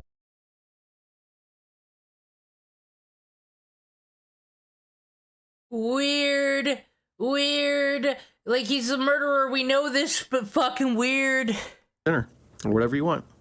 Good night. Though Lauren had already stopped sharing her location with Paul, he still continued to try and find her. On December 2nd at 3:29 a.m., a location services event was recorded on Paul's phone where he conducted a GPS fix from Apple Maps with the description, Lauren DeWise. No GPS position was recorded during this event. Even without her exact location, Paul still found her. In one video, he recorded the moment he spotted Lauren's vehicle in the distance. Well, it's pretty bad when you're driving drunk on the highway. Highway to the Karen zone. Is my ex using the turn signals? Is she drunk? I don't know. Gonna snitch on her so I can bail her out. Yes, I will, because I'm that fucking guy. I'm assuming. I'm just out here singing again. There it is. See, that's my truck. I don't know if you can see right there. It's the headlights. That's the top. Well, hope you go to jail. He's got pictures of the phone. It looks like he was stalking Lauren. What do you call it, stalking? Keeping an eye on Lauren, I guess. You know, over there in the middle of the night, taking pictures of cars in the driveway. And Well, like I said, I'm worried about the daughter, though, because she, as a young woman herself, should not be gaslit into thinking this is not stalking. License plates. And Paul had taken photos of Audie's And house. she's lost as her well as parent. Ashley's He's in vehicle. prison, I feel like if stalker my husband child. were to ever, decide to live in a friend's house, like, I don't know where he is. I'd be worried, so I don't really see anything wrong with. Paul's stalking also extended beyond Lauren. There were photos that showed he had followed and was watching one of the men Lauren had been caught with. Paul also had screenshots of a GPS tracking unit near Audie's house, and his internet search history included multiple instances of him looking up Lauren DeWise and Audie, as well as How Should I Have Picked Up My Dentist Receptionist, 20 Ways to Make Your Wife Fall in Love with You, Monk's Bane, and Revenge Laws. Once Lauren had moved out, those around her revealed what she told them about hers and Paul's relationship. Audie came up to me afterwards and said, "Can we talk?" I said, "Sure." And she started talking about this friend of hers that's been getting beat for the last 10 years. And I gave her my advice from the restraining order standpoint and all this other stuff. And finally she looks at me and goes and says, "It's Lauren. Paul's been beating her for the last 10 years. After the realization, you start realizing, oh, that's why Lauren came in a number of weeks ago and her arm looked like it was broken because she couldn't even use it because bastard punched her so hard. She came in and she had visible bruises on her arm, like very visible bruises. And I had a very personal conversation with Lauren. I was like, "Look, Lauren, those look like hand marks. They look like hand marks." And she's like, "Oh, no. I was going out to my backyard and I had tripped over the patio or some barrier and hit a sprinkler." Oh, that was a black eye. It wasn't that she fell or whatever she said she did. One of Paul and Lauren's neighbors claimed to have witnessed an incident that occurred before Lauren moved out. As I pulled home, I was looked through the door, and he's yelling at her. She's on the couch crying, and the pull-out couch probably kicked her out of the bedroom. And Lauren was on the couch? Lauren was on the couch. He's crying. He's yelling at her. And then I was in my room, and I'm kind of looking out through the window, and I can see him, and he's folding the couch onto her. Okay, so it was pulled out. Yeah, it was pulled out, and he's folding it back in and just beating her, basically beating her with it. Earlier in his interview, Paul had discussed Lauren's allegations. When she separated, she was screwing around me, and she decided to make it look like I was a bad guy. And she was saying that I was abusive, and she even told Natalie, I was abusive. I mean, we're always there together. It's not, she told Natalie I threw knives at her. I've never thrown a knife at anybody. And then he just threw it. Someone saw the movie Gangs of New York and fucking... You are not Billy the Butcher, bro. You're just a cuck loser. Knife. Okay, I thought that I wouldn't use the knife on him to defend myself. Okay, and that was a judgment mistake that he made. But I've never witnessed that. I've never been around when that has ever happened. Despite these denials, Paul's own recordings reveal a far more turbulent reality hidden behind the closed door of the DeWise home. And I will always remember this day, and I will always remember what you did to us. To you? Yeah, you destroyed her family. I destroyed her family? Yeah. You did. Who hit me? You! Who hit me? You started. That's easy to say, isn't it? That is easy to blame. That is easy. Easy. It's my fault. Lauren wouldn't be in the wrong for saying you shouldn't be a part of this conversation. It's none of your business. Being vulnerable because he hit me and I couldn't stand it and I couldn't handle it. So I suffered for it. Right. But did you do anything? No, I didn't. Because once you get hit for so many times, once you experience that, you experience being hit for so many times that you feel like you're a piece of and you feel like you are just a piece of you can be hit so many times and you give in and you give in and you give in. Not because you are, because you made him feel that. But I have a bruise on my arm that will never go away. I have bruises on my arm right now that will never go away. Did you see? Though he likely didn't intend to, Paul recorded himself responding to these allegations. This is 2018, those kids really think that's okay, though? That she deserved those bruises? Isn't victim blaming? You're a bit too old for that at that point. They must not go on the internet to learn social rules. And then she hurt me, and I retaliated physically because my emotions and my words, my true feelings, didn't mean to her. You took an alarm clock, you threw it like this, and you hit me in the eye. You threw glasses at me. You've choked me in the bathtub. You beat the shit out of me when I was pregnant with baby. I was 5 months pregnant with her. But if it wasn't who you are and the fact that you hate who I am, it wouldn't come out because I've been drunk and I've never, ever hurt you and I've never hurt anyone. You do not like me. No, you don't. You've always wanted to change who I am. So from the fact that I stick out my tongue when I eat to the way I dress now. This isn't the only time these recordings would catch far more than Paul anticipated. However, future revelations would be even more damning. The turbulence of their marriage persisted during their separation, with Paul continuing to record most of their interactions. And we should have got a divorce. You should have just stood up for yourself, and you should divorce me then. And we would be having this conversation now.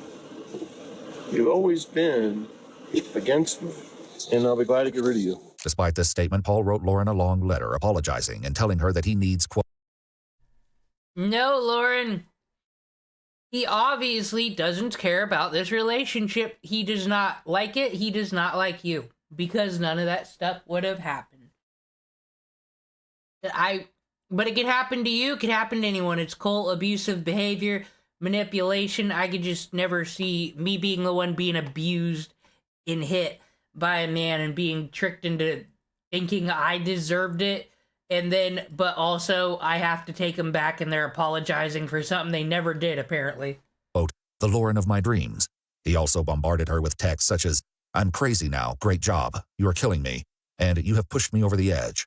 Unfortunately, no one knew how true this statement was, or just how close Paul was to going over the edge. You want a divorce. That's what you want, Lauren. I know A you. big part of me does. I know that. What's stopping you? Loyalty.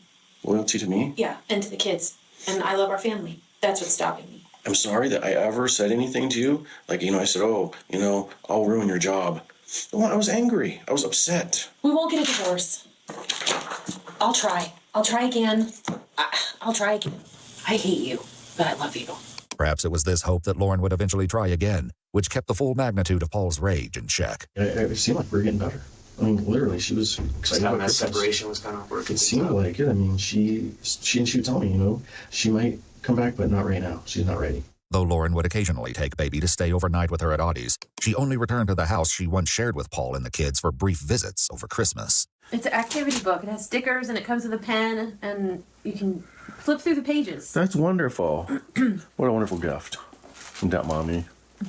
However, soon after Christmas, something changed, with it all coming to a head on their daughter's birthday on January 4th, just 2 days before Lauren's death. She was upset at me because I was like, why don't you just come back, And she's like, we're going to talk about it Sunday. And I'm like, is it bad news? I mean, why don't you just tell me now, She's like, I'm not coming back. I'm like, you're not coming back? And she's like, not right now. Though he doesn't admit it, his children reveal that what Lauren actually said was far more unsettling for Paul. She's like, it's never good enough for you, okay? I'm never coming back. Stops. Just stopped right there. She said I'll never come back and, I'm going to have my new life and I'm going to be successful. And my dad was just like, will you please come back? She's like, no. And she left. But she's like, I don't need anything from you. It seems that Lauren had made a plan, one that finally tipped Paul over the edge. She had finally said on Thursday, I'm done. I'm calling. So we were going to go see a divorce attorney together. I told her I would go with her this week. For Paul, it was more than a relationship ending, but an obsession turning deadly. Yet to detectives, Paul insists that he had come to terms with Lauren's plans to move on. Well, I was starting to accept the fact that we were splitting up. That's what happened. I started accepting it. I was like, okay, this is the way it is, Though the detectives know there is almost certainly more to the story, Paul has had enough. I feel like you guys are holding me hostage. You got my kids hostage, and I am stuck here because I don't know where my kids are, and you won't tell me, and I don't appreciate it. I wish you would not do that. I understand that. Like I said, you are not under arrest and you're free to go. Paul's informed that the investigators will be conducting a forensic search. They put his hands in paper bags. That can't possibly be true. Of his house and car, and his children would not be returned to him yet. Instead, they would stay in the temporary custody of Child and Family Services. Let me ask you this question. So You just said, I know you guys think my dad killed my mom.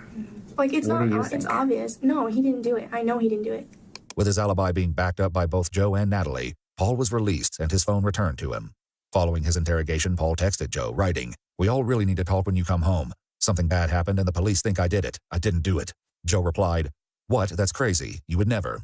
At the University of Colorado Medical Center, Ashley was fighting for her life. She had 2 gunshot wounds to her back, one a grazing wound and the other lodged in her chest cavity. She also had a wound to her right elbow. Along with her other injuries, Ashley had a gunshot wound to the back of her head, and the bullet lodged in her brain. She had also sustained a through-and-through perforating gunshot wound to her right shoulder, and it was believed that the bullet was lodged in her carotid. Surgeons And what the fuck did this woman do to deserve to get brought into all this except for existing? I hate this. And I'm glad that they have, like, fucking senseless murder, terroristic fucking murders, and, you know, all sorts of shit. Wrongful death suits, because it's just bullshit. Just living this life, going to work, trying to make a living, and you go check on your friend fucking Stacy, and then you're dead because of Frank motherfucking Castle. Surmised that if the bullet had not miraculously acted as a plug, Ashley would have died from exsanguination prior to Audie finding her. With so many devastating injuries, it was unclear if she would survive. Yeah, I mean, she's got lung recovery ahead of her at least. It wasn't long before investigators once again contacted Paul. Hello. Hey, Paul. How are you? Hanging in there? Best I can. Yeah, hanging in there. So have you guys come up with anything besides me at this point, or am I still you can just come down. I just want to visit with you. And, no, I'm saying, have you come up with any suspects besides me at this point, or am I still it? Well, we can talk about that when you come down. You know, my wife is gone. Mm-hmm. My kids are gone. Mm-hmm. My house is gone. My car is gone. I have no access to any resources, any of my belongings. I have nothing. Yeah, I understand that. I don't. My wife wouldn't approve of any of that either. You know, so I want to talk to a lawyer. I'm not helping any of the investigation because I didn't do anything, and you're just investigating me. Following Paul's refusal, Joe was asked to come in for a second interview. This time he was joined by his biological mother.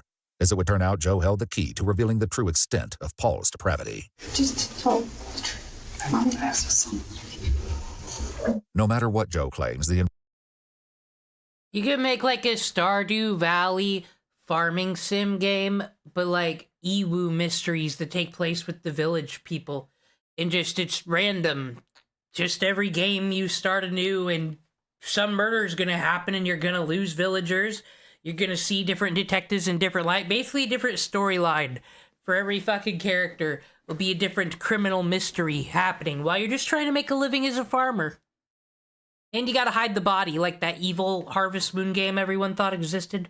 Investigators already know he hasn't been honest so far. Joe, I'm gonna tell you the truth. Your prints, your shoe prints, those boot prints, you and I both know the boot prints. They're both places. Boot prints found outside Audie's house matched prints found at Paul's house exactly. Investigators didn't find the boots they were looking for, but Paul's habit of documenting everything had already given them photos of Joe wearing boots that matched both sets of prints. They also matched photos of Paul's boots to a second pair of prints at Audie's. I think you were involved. Come on, son. Help me understand why you were there. Under the mounting pressure, Joe finally cracks. How long have you been planning it? You don't think he was planning it? Think he just did it out of the blue? Why that night? At what may have been an indication of what was to come, Paul's Netflix showed that on the evening of January 6th, 4 episodes of the show Murderous Affairs had been watched. Though this may... And men don't watch lame-ass true crime like that on streaming service. It's cool on Ewu, because those thumbnails are like, what? She said what? What happened there? But on Netflix, that's for women. It was very sus. Bird? Man, the birds be on this maiden season shit this spring, I tell you what. They always be out here singing. Do they hear humans singing and think, motherfuckers, you stole that from us? May not have helped his mental state. It seems messages exchanged between Paul and Lauren were the final tipping point. Paul texted Lauren asking, "Are we still meeting tomorrow?" And she replied, "What for?" Paul wrote back, "Do you still want to go to church with us tomorrow? Let me know whenever. I love you more than words can express. I love you so much and will do anything to help you." Was he extra hurt that night? He was just in his chair. It was unusual. After a few more messages from Paul, Lauren finally replied at 10:58 p.m. "No thank you. I would not like to go." This message may have been the final straw for Paul and the catalyst which brought him to the conclusion of his murderous downward spiral. He says, he's trying to come with me now. I said, where are we going? He said, don't need to. I said, where are we going? He said, get in the car. Why? I said, get in the car. Joe says Paul told him to leave his phone at home and that he got a bad feeling when he realized they were approaching Audie's house. According to Lauren's friends, she had shared her fear that Paul may one day crack. He told her that if she did ever leave him, he will kill her. And that was one thing she confided into me, that she was really scared for her life, that if she did leave, he was going to kill her. He threatened her constantly when they were married. He has held a gun to her. He has threatened to kill her. He has said, I know why men kill their wives. In a twist Paul likely never saw coming, while recording his conversations with Lauren, he'd accidentally captured the evidence of some of these threats himself. Because you're such a lying piece. And, Are you serious? because I'm going to do it. And you know what? I'm going to end your mother. That's what's going to happen. I'm just going to start over. In text to a friend, Paul also wrote, "This is the hardest thing I've ever experienced, and I've killed many people." In messages to Lauren, he wrote, "I'm a killer man. I love to kill." Audie said that on the night of her death, Lauren had made a comment to her. And she had actually said something to me like, I'm just... But here's the thing, so does he not have a criminal record? I just don't get how users like this, with such a fucking selfish world view, because, like, you already got an abuser fucking relationship, but this dude, like, honestly believes this shit, that the world revolves around him, and everything this person has to do has to be for him. Probably fucking only child disease, right? But at some point, doesn't that worldview get challenged by this age? You're like, no. Or is that why they get with women that are this fucking nice and empathetic? So happy here. I feel safer than I felt in years. Lauren couldn't have known that Paul was on his way to end her life.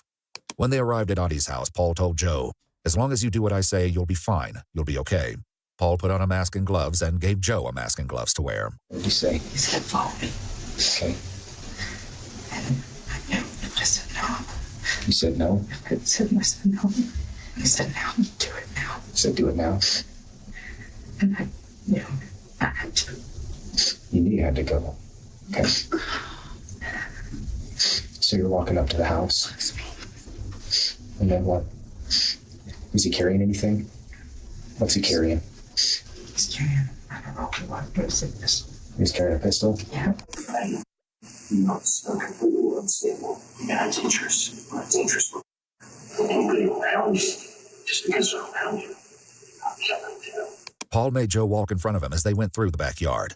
He then kicked in the back door, pushed Joe inside, and began searching rooms. Audie later reported that she'd found her bedroom door open after leaving it closed, indicating that whoever had been in the home was looking for her. What do you know about Audrey? I know that I don't like her. Yeah. I know that she's a bad influence. No, you did the right thing. If I'd been home that night.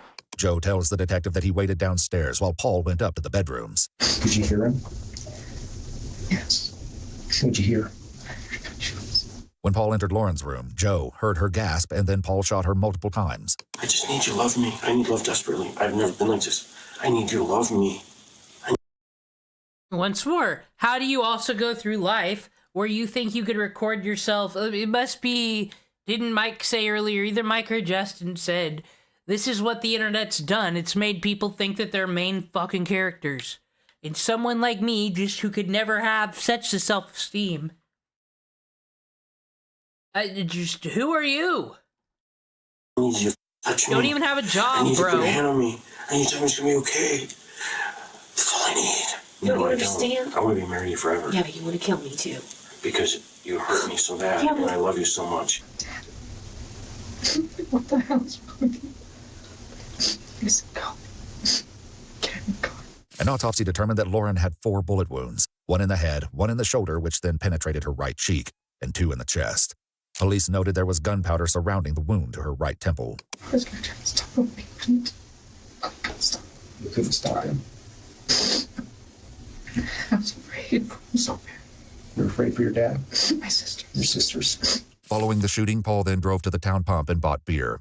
This means that the image of him in the store captures the exact moments after he killed Lauren and shot Ashley. Paul then texted Lauren at 1:02 a.m. writing, "Please give us another chance." And again at 2:52 a.m., "Please, please, please come home. I miss you and love you so much." All of these messages were sent after he had killed her. Once they were home, Paul ordered Joe to give him his boots, put all his clothing in the washing machine, and to take a shower. He then left, taking Joe's boots with him. When he returned, Paul told Joe not to incriminate him because you don't want to find out the consequences of that. It was determined that though Paul had forced Joe to join him, he was not involved in any way. I couldn't turn against him. You couldn't turn against him? If I turned against him. See, there's nothing that can be done here. This poor fucking kid. I could not imagine actually being in this situation at all. being a child and your father being terrible to, like, your stepmom or another fuck woman, because you'd probably been trained to never take their side, but at the same time, you watch the fucking Disney movies. You have a sense of morality. And they're always trying to paint you pictures of how, like, it's gotta be fucked. He completely confided in you. If you turned against him, that was it. As for the story Joe and Natalie had told detectives earlier, Paul had instructed both of his children on what to say. I know he talked to her because she's saying the same thing I am. On the night of January 6th, Paul woke Natalie up and told her that he had killed Lauren and needed her cooperation. Natalie later testified to an unhealthy relationship with Paul because he had complete control over her decisions and her opinions and had instilled fear into her. On January 11th, 2018, 5 days after Lauren and Ashley were shot, Paul DeWise was arrested. And he's now charged with deliberate homicide for $1 million. Miraculously, Ashley survived, though she suffered a stroke and is still dealing with the physical aftermath of her injuries. She has had to learn to live with only the use of her right arm, as she can no longer use her left. Paul has maintained his innocence, saying he was falsely accused. He eventually pled not guilty to 2 counts of deliberate homicide. Natalie and Joe returned to live with their mom, while their 4-year-old sister lives with Lauren's mom. Following his arrest, Natalie received a jail call from Paul. According to official documents, he asked her to convince Joe to turn himself in and confess to shooting Lauren and Ashley because Joe, quote, would only be in jail for a little while, and then... Oh my fucking god! Yes, this kid has to become Daredevil. That's all they could do. This fucking what the fuck? Listen, what is we need to know about this user's parents? How does he think this is acceptable, and why do people keep saying dumb shit that incriminates them on the jail phones and in the letters? They read that. That's part of the freedom of information. You gave away your privacy when you became a criminal, you fuckhead. God. These poor kids, and they don't have no parents now. And he would get back. Like, we just gotta assume biological mother dead are completely out of the picture because they went to CPS right after this incident. Out and life would be normal. Despite this last attempt to get away with murder, Paul DeWise was found guilty of the deliberate homicide of Lauren DeWise and guilty of the attempt to commit the deliberate homicide of Ashley Van Hamert. For both counts 1 and 2, he was sentenced to 100 years each. For both counts, Paul received an additional 10 years for the use of a firearm or dangerous weapon, resulting in a total sentence of 220 years in a Montana state prison. On March 27th, So, I truly hope, can we all truly hope that... I forgot how to do this. Anyway. That was a really good one. I was hype on that one. I just had a feeling. Like, there's been many Ewoos coming out, but I just had a feeling that one was a good one. Alright. But let's get to the real true crime, please. No more fucking around. We watched a shoe on head video. Toe hooks up. Oh, we're not ready for Midwest safety yet. But you fucking dealt with the war, but what about the quartering? Where are we with that? Last week, got an internet versus, let's go.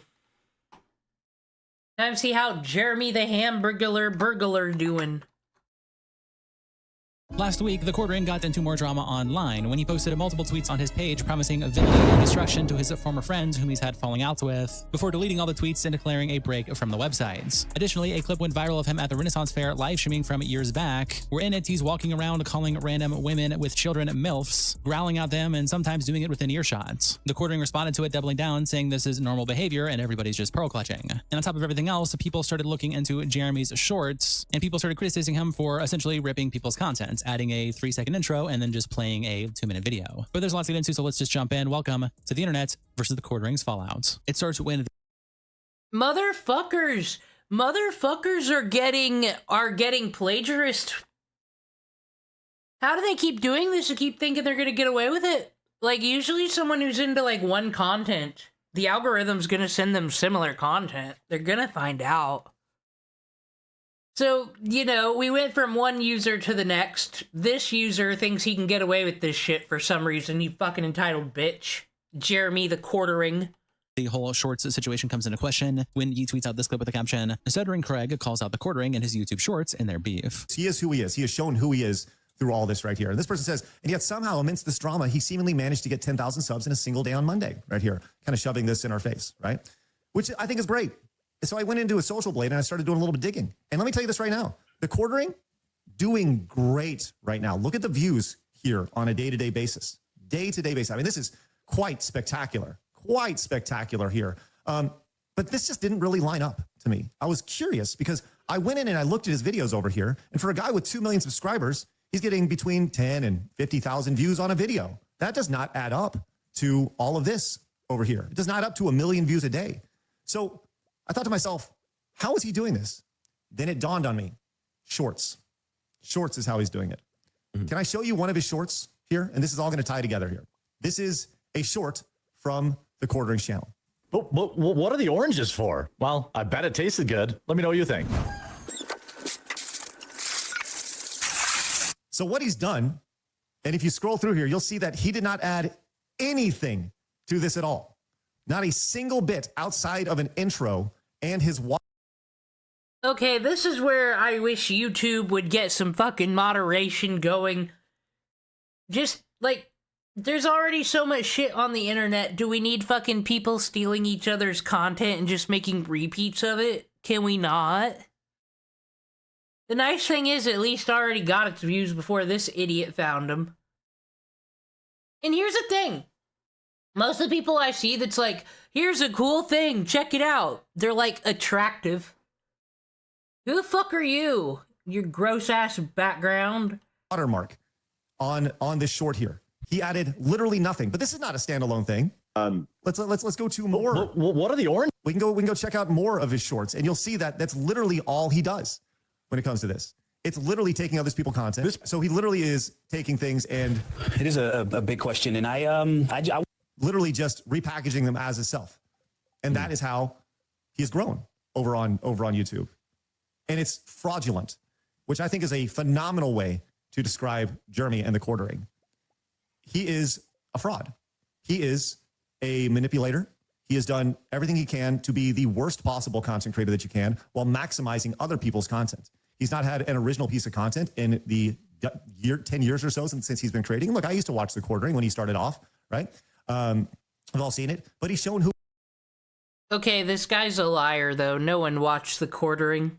I refuse to believe he ever had real fans. I cannot be convinced otherwise. Who he is, right? He can't do anything by himself. Everything he's touched, he's built off other people's backs. And literally other people's content right here. He's the worst type of content creator that you could possibly be, not having an original thought for himself while coasting on other people's accomplishments right here.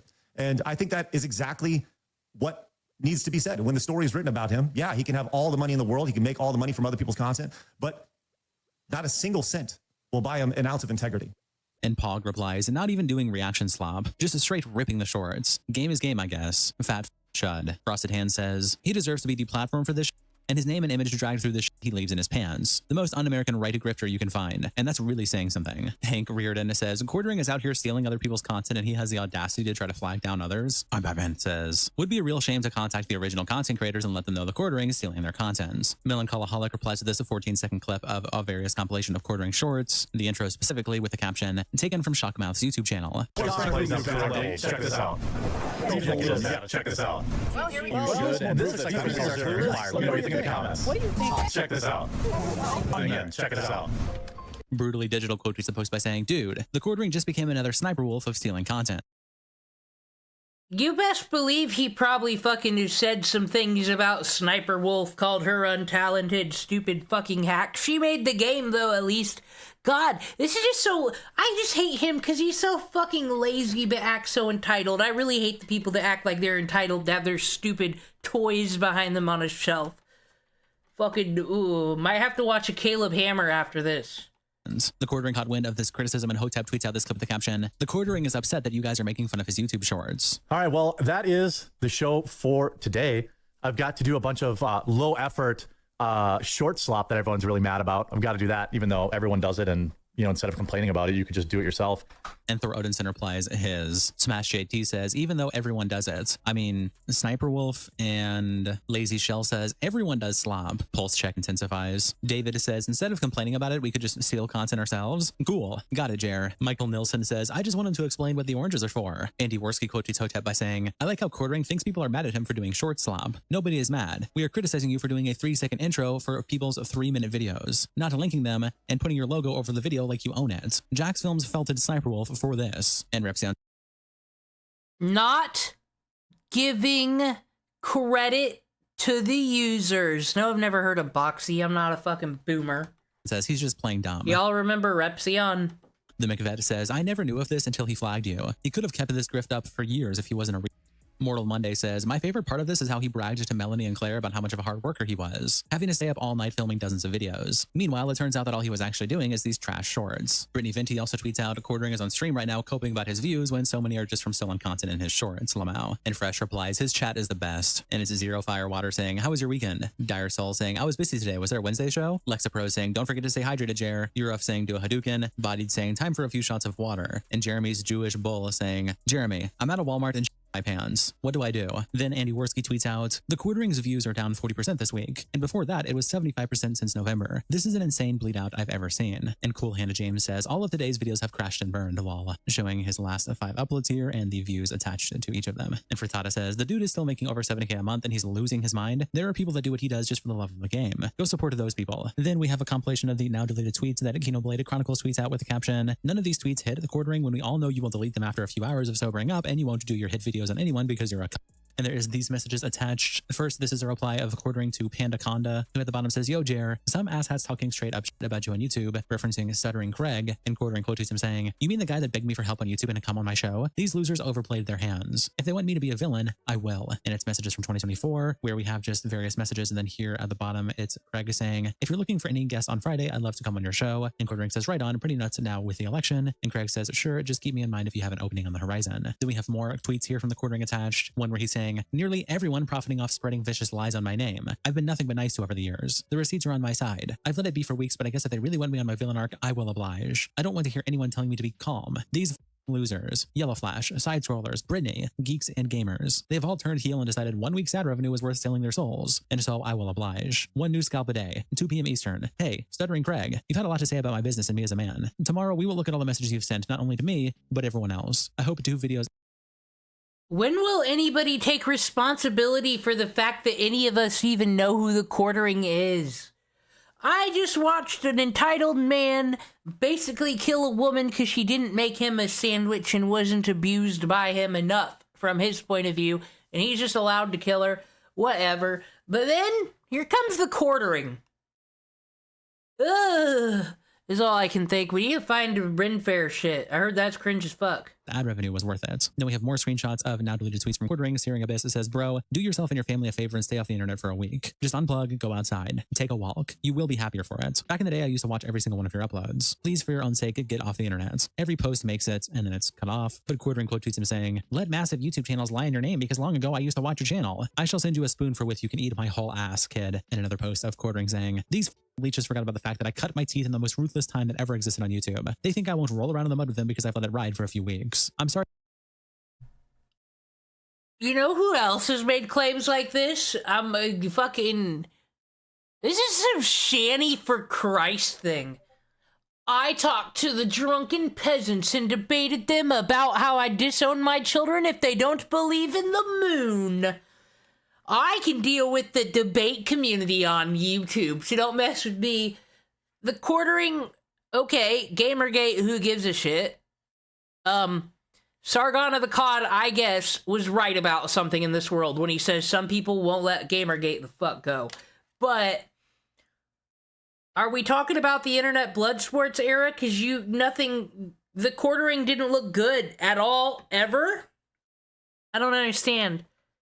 to say they've mistaken my kindness for weakness. And more tweets here. The Cord Ring says, never forget, all I have to do is send a text message. Or was it an email? Or was it a messenger pigeon? I don't know, but remember, I have the power to get anyone I want banned from YouTube. I have the week off next week and I'm going to have so much fun. In another post where he says, I sure hope all those temporary views were worth it. I've tried to play nice, but you've left me no option. Zentrax also posts some of the screenshots with the caption, Quarter Pounder having another drunken meltdown on Twitter. I thought he'd quit drinking. And Doug Stewart replies, villain arc. This fat nerd thinks he's the Joker. And Zentrax says, he's such a too. He won't even follow through with any of this once he sobers up. But I hope he does, because it will be funny seeing him try to roll in the mud. And Andy Worski quotes this post by saying, Cord Ring is blackout drunk melting down. This isn't you villain arc. This is the end of your career arc. And Jen Cooked replies, due to Deadass's Homelander maxing. Attaching the first tweet we read here along with this one, where Shyster Exposure replies to the tweet about having the power to remove channels from YouTube and says, if you don't, why say this though? What was the point? And it's the messages from the first part of the series where Cord Ring is messaging Josh Moon, talking about having a YouTube rep, one phone call gone, and Cord Ring replies, oh, because I have the power, loser. Please link me your YouTube channel. Worski screenshots one of these tweets that we just read and captures it by saying, now the Cord Ring is threatening to take down Stuttering Craig's channel. He could just get our channel back and end this. Now it's a spiral. And the Bugle Daily replies, he's not going to stop. He's too far gone, and no one can convince him he's wrong. And Johnny B. Good says, he already knows he's wrong. He just doesn't care. He's a big baby who wants what he wants, and he wants it now, which is for the criticism to stop and for Rumble to renew.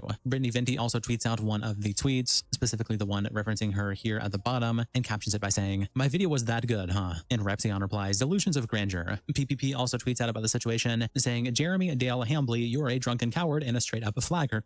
And you won't actually do shit because the moment you sober up, you will realize how drunk Jeremy is being. Unfortunately for you, the rest of us remember, and you're burning your life down. Sad. In all seriousness, Jeremy Dale Hambley has serious mental health issues, frequent anxiety and panic attacks, and admitted addiction issues with alcohol. He is not mentally well and shouldn't have picked this fight. I would feel bad if he wasn't hurting others and refusing help. He needs to admit he has a problem and go down a road of recovery rather than trying to hurt other people to hide his shortcomings and failures. Seek help, Jeremy. AA is seriously one phone call or meeting away, and they can support you. Many others have been where you are. And Brittany Venti replies, in his head, he thinks if he's a nice guy, it makes everyone beholden to him no matter what he does. And Kino Blade Chronicles quote tweets the post with this clip in the caption, it's not just alcohol, by the way. He has a Xanax addiction just like someone else we know. He can't even leave his own home without the Xanax bottle without having a panic. Who?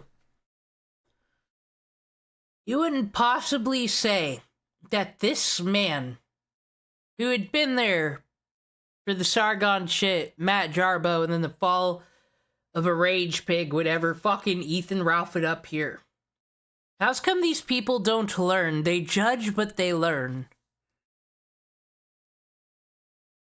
Attack, if you want to know the truth about it. When I was in my mid-20s, I started suffering panic attacks. So bad now that I have to carry Xanax in my pocket all the time. And I don't have that many panic attacks, but if I forget that bottle, I am immediately thrown into panic. What brought this on? Well, being a workaholic, being an unhealthy eater, too many energy drinks, not getting enough sleep. Then Stuttering Craig tweets out, after being exposed by the Cord Ring last night, I had some advice for him. I sincerely hope he takes it as he clearly needs help. If Jeremy is in the chat, I do have a legit message for you. Put the bottle down. Put down the phone and put the bottle down. You don't need the booze, man. And I mean this like sincerely. You don't need it. Get sober, take a break, get off the internet. And when you come back with some creative energy. I know everybody's doing it, so you should do it too. No. Your flag, your channel should be demonetized. It's literally in the terms of service that you can't do what you're doing with those shorts, right? But you're skating by right now. So all I ask of you is to look at yourself and realize that you should, and by the way, I'm not being malicious at all. Take a step back. Totally remove yourself from the internet. If you need to upload some videos to keep your channel in the algorithm, awesome. Do that, that's fine. But outside of that, get your work done, get done, and separate. Go on a vacation. Go down to the beach and just get off the internet. Do not drink. Don't smoke. Don't do any drugs if you do any of that stuff. I'm not implying that you do. I don't know anything about you outside of that. And just separate, man. Come back. Tell everybody you messed up. And then hopefully everybody can move on. That's the best advice I can give you. I was asking for advice from you a couple years ago. Now I'm giving you advice. Own it. Apologize and do your best to regain some trust. And Revelations quote is supposed by saying, well, Jeremy, you're fucked. Someone clean-shaven that spoke clearly and isn't a weirdo just gave you a wholesome send-off. Oh, you ain't got nothing. Gonna look bad no matter what.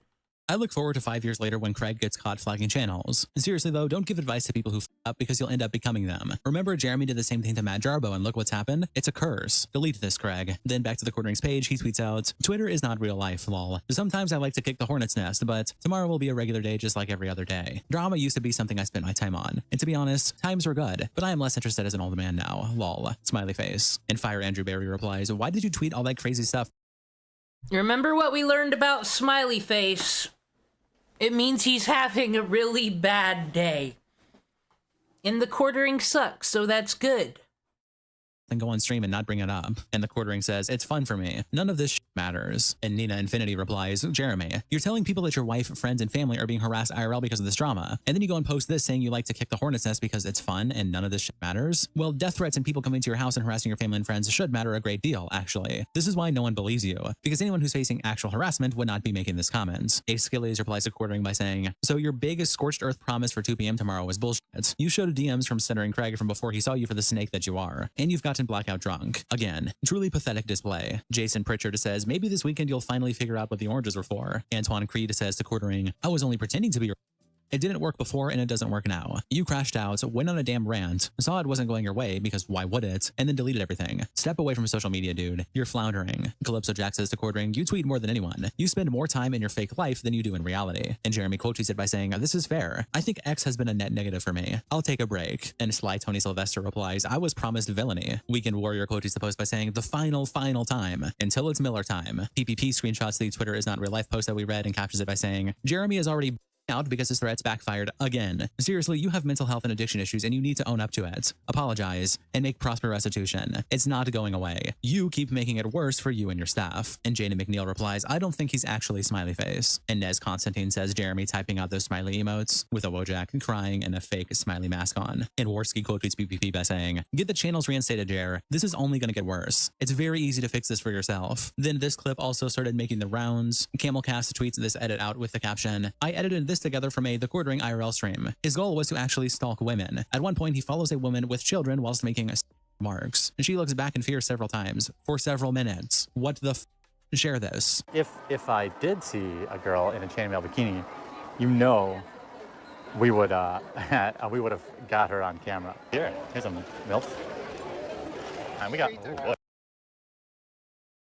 See, you know, there's shock jock bullshit that works in like its arena, but like, how in the fuck did anybody ever find the Quartering entertaining?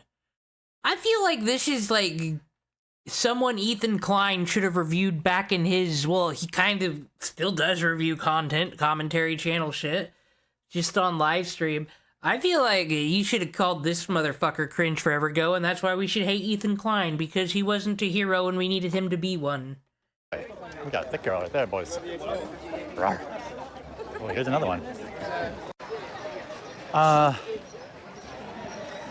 This is in Bristol, Wisconsin. Ooh, her cup overflowed. She's a little bit old, but she overflowed.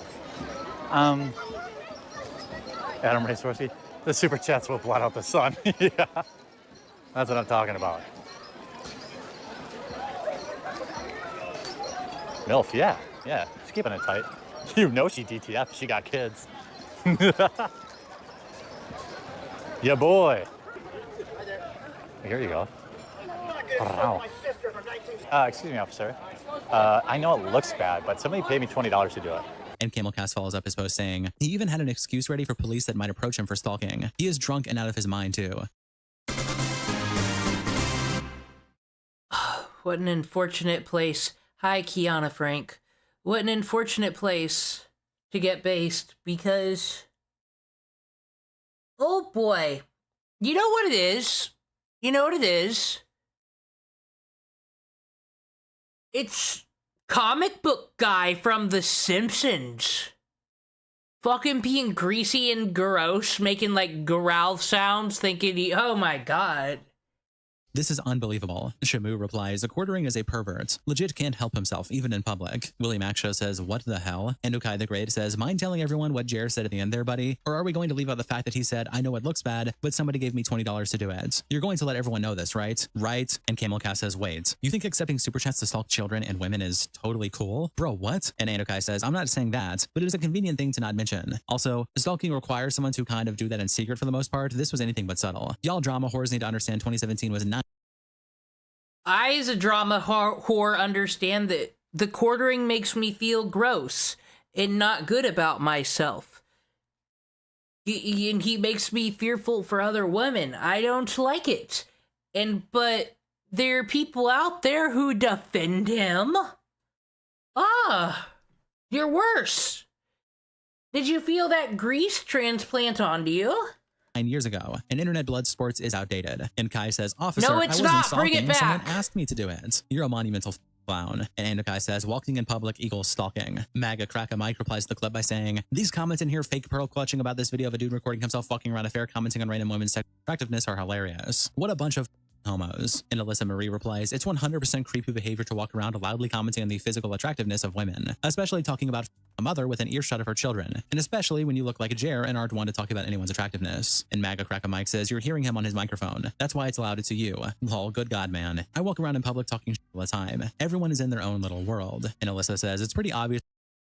Yeah, and all those people are users and the internet makes fun of them. So what's your point? The woman and her kids heard, and so did everyone on the internet. Also, if you behave in that type of behavior, then you are also antisocial and creepy. Teenagers walk around talking about people, not grown adults. Dreamleaf quote tweets the post by saying, shocker, right-wing grifter is a creepy pest. The Surfs quote tweets the post by saying, this dude should be in jail. He walks around filming children while saying how out loud how much he wants to f their moms. This isn't content, it's crimes. Chris Reagan quote tweets the post by saying, well, actually, it's not, unfortunately. It should be. That'll be the one time in this earthly fucking universe I will agree with Surfs TV. Look, Surfs TV, fucking other right-wing people are out here. It's been a unification, because nobody should like Jeremy the Quartering. Nobody. I think this should bring everybody together, quite frankly, but Internet Versus should, like, stop using Surfs TV because there's nothing legitimate about him. I hate him. Very normal behavior. Andy Worski says, lock Jer up. The Quartering quote is the post by saying, we have reached levels of fake pearl clutching I've never believed possible. Going through live streams from years ago of a guy having fun and joking with his life. You guys, it crosses a line. When you talk about my family, there is no line. Oh, maybe I should get off for my mental health. You're right. I can't believe you pussies have a problem with my sexual harassment. Chat at the Renaissance Fair and trying pretend you're offended. Holy sh**. Ha ha ha ha ha. I regret nothing. Like, I kept watching for some sort of epic own and I just don't get it. This is just normal banter. I just think none of these weirdos online have ever done a normal thing in their lives. Terminally online. And Cemetery Drive replies, Jeremy, you're openly fantasizing about a woman's body with an earshot of her children. I can see why you're the same guy who made a video warning pedophiles to hide their when they get their computers repaired. Maga Cracker Mike also replies to Quartering's post by saying, they're attacking your employees now too. I knew this was what was happening from the beginning. Nobody wanted to see it, but this is textbook mob cancel culture. Now the schizos have entered the chat. Check the comments. And the Quartering says, it's all hilarious to me because these pretend like their critique is genuine and they really care. Ha ha ha ha ha. John De La Rose replies to Quartering by saying, I can't imagine it's even really gaining clicks for them at this point. And the Quartering says, any normal person sees literally nothing wrong with this. The faux outrage is so nakedly obvious. And Pain Mute replies, next time you're at church, make sure to go up in front of everyone and play this on the big screen. Runaway Meerkat replies to the Quartering by saying, you have 5 people who posted comments in support of you. You stand on a small hilltop. You are an overweight, unkempt man who has all of the makings of someone any decent mother doesn't want to.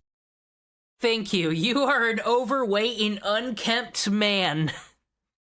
That is the best. That is the best I've ever seen this described. Runaway Meerkat won the Twitter versus today, I say. Following them. You're not delusional enough to realize why this is weird and unacceptable to general society. And PPP screenshots this tweet by the Quartering along with the one where he said he's taking a break from X and captions it by saying, well, looks like the break didn't last long. Also, smart move spreading you creeping on women to your audience. Have another beer, Jer. Billy Mitchell tweets out, the Quartering is a great example that, in the vast majority of circumstances, the correct answer is to shut the f up. When Billy Mitchell's telling you that, I said New Age Billy Mitchell that's just here to be a cautionary tale for all the boys and the girls.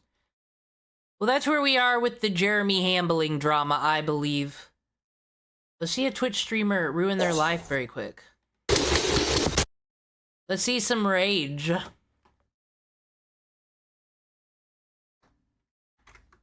Then we'll go back to crime. You fucking stupid! Oh my god, you just got me banned! You just got me banned! You just got me banned! You just got me banned! You just got me banned! You just got me banned! You got me banned! You just got me. Jordan Sisco, the woman beater. Oh, sorry, allegedly. But here's the clip so you can decide for yourself. Okay, take it off. Take the lid off. You know what? You know what? Thank you, content creator. You know what? That is more often. That is how you don't get in trouble in commentary community. You just say, a thing happened. I think this person sucks, but here's the clip. You figure it the fuck out. You need to have no drinks in here. Ow. I don't know. Seems pretty alleged to me. He makes a mistake and oopsies, if you will, by spilling water on his computer. Obviously, that's a very sucky situation to be in, and I can sympathize on that part, but I will never sympathize with somebody who takes their anger. Nah. It sucks, but like... Actually, what am I saying? I've picked up a keyboard and slammed it at the wall, because it's better that than my mental health or a person. Out on anybody, let alone your pregnant wife, who's also just trying to help you. This isn't even the first time Jordan Sisco has crashed out on this kind of level. Fucking done! I'm done with this fucking shitty ass game! He has a long history of over-the-top crash outs that would literally make you think, yeah, he's a literal man-child.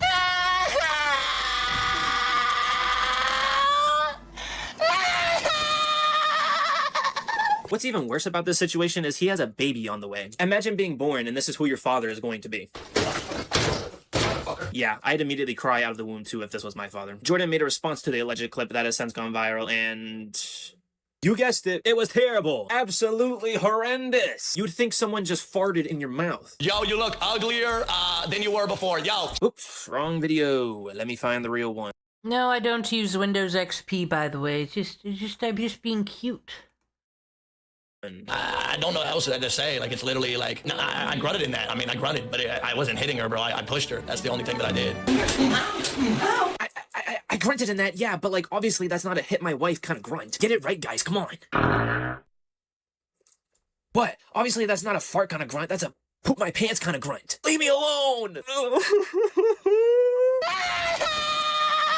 He then brought his wife on camera to try to prove that he didn't actually hit her. The skin contact that you guys are talking about, where you're hearing it, Jordan was so freaked out in that situation, and I love him, and I've been with him for 5 years. Like, when Jordan flips out, like, I mean, y'all have seen him many, many times. When Jordan flips out, like, I mean, y'all have seen him many, many times. When Jordan flips out, like, I mean, y'all have seen him many, many times. I mean, if he punched me, I mean, it would be very obvious. I'm very pale. I'm not an abuser. We can all clearly see an outline of what seems to be a bruise right close or near to her eye. No man or woman should be putting their hands on their significant other. This is common knowledge, but I guess some people like Jordan Sisco suffer from a rare sickness where they never mature and they stay a baby mentally. Yeah, it's called a learning disability. Oh, and physically too. As I was recording this, I guess he decided to finally stream since the backlash. Crazy timing, I know. But even after all of this drama, he's still streaming like it's a regular Tuesday. This bitch poppin', hold on. Hey, fuck them haters, man, fuck them haters. Hey, sexy, how you doing today? Making jokes, cursing at people every like 4 seconds. I'm not even joking or exaggerating that part, and he's also being obnoxiously loud. My God, shut your ass up! What the fuck? Hey, Malone, how you doing today, baby? Fuck! Chris Brown. Chad, I'm not Chris Brown, bro. Did you punch your Wi-Fi router too? No! We got Manuel! Why couldn't this guy and the faithful sheriff meet up in a lobby? Nice, thank you for the 5-piece, baby. I appreciate you. That's straight from his stream. No editing from me at all. That's literally how it is the whole entire time. Here's a tip for you, Jordan. No one likes to watch somebody screaming and yelling constantly. Whatever that was, too. I feel like I should bleach my eyes after that. I need the Men in Black to just come in here and do that mind eraser thing on me so I could just forget what I just saw. I watched his live stream for 5 minutes, and I kid you not, I started to develop a headache. I had to go and take ibuprofen, so thanks for that, Jordan. Jerk. We're here for good vibes only, Jack. We're here for good vibes only. You understand? Can you leave then, Jordan? Because you're the exact opposite of good vibes. Well, I'm not an abuser. Maybe he at least gave an apology for what he did to his wife ever since what happened. Let's go ahead and find out. Where's Big Daddy Dave? Say, oh God, where's Big Daddy Dave at? Oh, sorry, wrong clip. Hey, do y'all know that 8 days ago, Just a Robot put out a video covering the Nicholas DiOrio and Chud Logic drama? It's got 2,000.4K views. I might have to check that out. That sounds like a roaring time. We're gonna do that after this. Again, that's my bad. That's my bad. Yo, all the fucking hate. Shut the fuck up. Shut the fuck up. Shut the fuck up. My God! Just shut up and go on somewhere, bro. Like, bro, you know you're giving me views, right? You're giving me a platform, bro. The thing you should do if you're a hater, bro, just go do something else. You understand, guys? All right? You don't fucking know me, bro. You don't know me, man. You don't know me, bro. You think you do, you don't, man. Okay, never mind. He doesn't care at all, and he's not even apologetic for his actions. He clearly doesn't see anything wrong with how he acted, which... no surprise there. That ass, man. I'm sorry, what was that? I couldn't hear you. Can you repeat that? That ass, man. That ass. Oh, okay. I got you. Something funny did happen while I was watching the stream. He probably did one of the dumbest things a streamer can do, and he just made a random viewer a moderator, and then that person that he made a moderator started banning everybody commenting in his chat. What the fuck? Oh shit, J-Bop is doing that shit. Literally banned everybody in the chat. Oh hell no. Oh my God. How do I get J-Bop out of here? Bro, he's banning everybody in the chat. Hey! Hey! Hey! Why are y'all banning people, bro? Literally banned everybody in the chat. Oh hell no. Oh my God. Which I just thought was the funniest thing. I'm happy someone is at least taking initiative to stop other people from watching a dumpster speak. One thing I can't understand is how Jordan wasn't permanently banned from Twitch. There's been so many other streamers who have gotten banned, but this guy somehow is an exception, even though what he did was caught on stream. You know what? Let's go ahead and look at Twitch's policies to see what can cause a streamer to get banned. Depending on... Okay, sir, this is irrelevant. Well, if the person in question is not Hassan Piker, then I guess it does, then TOS applies. What rando in my chat? X Bounty? On the nature of the violation, we take a range of actions, including a warning, a streaming suspension, a chatting suspension, and for more serious offenses, an indefinite suspension. Considering he hasn't streamed since the backlash, maybe he just got a temporary ban, but at the same time, he should be getting a permanent ban for what he did to his wife. Streaming suspension is issued when a violation occurs on stream or in a VOD/clip. Well, that makes sense why he hasn't streamed in a while. Streaming suspensions are temporary and will last between 24 hours to 30 days. Why did him punching his wife on stream, allegedly, only give him a 24-hour to 30-day ban? He clearly wasn't permanently banned because I saw him streaming. He's probably streaming right now. If you go ahead and look, he's probably TikTok or Twitch. It was one of the two. He's on both. There's 4K footage of him literally going against their policy. For the most serious offenses, we will immediately and indefinitely suspend your account. I guess Twitch deemed a guy punching his wife, allegedly, not severe enough. Even though there's multiple clips of Jordan out there that prove just how unstable he is. Someone who can't control their emotions well just shouldn't have a platform. It's a recipe for disaster, and Jordan Cisco is a ticking time bomb. It's only a matter of time before another clip surfaces of him doing something even worse. But that's what Twitch is letting happen by letting a guy like this keep streaming on their platform. He clearly crashes out over the simplest mistakes and situations. It would be in his best interest to not have a platform and just focus on improving himself. Not only would that be beneficial for himself and his wife, but also his future kid. I hope Twitch... Okay there, fellow, here's the problem. Here's the problem with that. We don't want him to become IDUBBBZ. Once you start improving, learning empathy, go into therapy, it's all downhill from there, you see. Who's winning? Just a robot. I don't give a fuck what Tonto says. He's funny. Bye-bye, YouTube monetization. No, I was not he's gonna remind, he's not part of the partner program no more. monetized. My videos don't have the yellow dollar signs on them. I've been completely kicked out of the YouTube partner program. Now, I'm not going to go homeless or anything. For my entire quote-unquote YouTube career, I've only done YouTube full-time for only 1 year. I have a full-time job that I love, and it gives me both medical and dental benefits. I wasn't making a whole lot through YouTube anyway, so it's not really that big of a deal. But why was I kicked out of the YouTube partner program? Was I not making enough money on this channel? Well, no, because my old channel is making even less money by far, and it's still part of the YouTube partner program. Instead, I was kicked out for making inauthentic content that appears mass-produced, without adding significant educational or other value. No, that... Okay, I will say.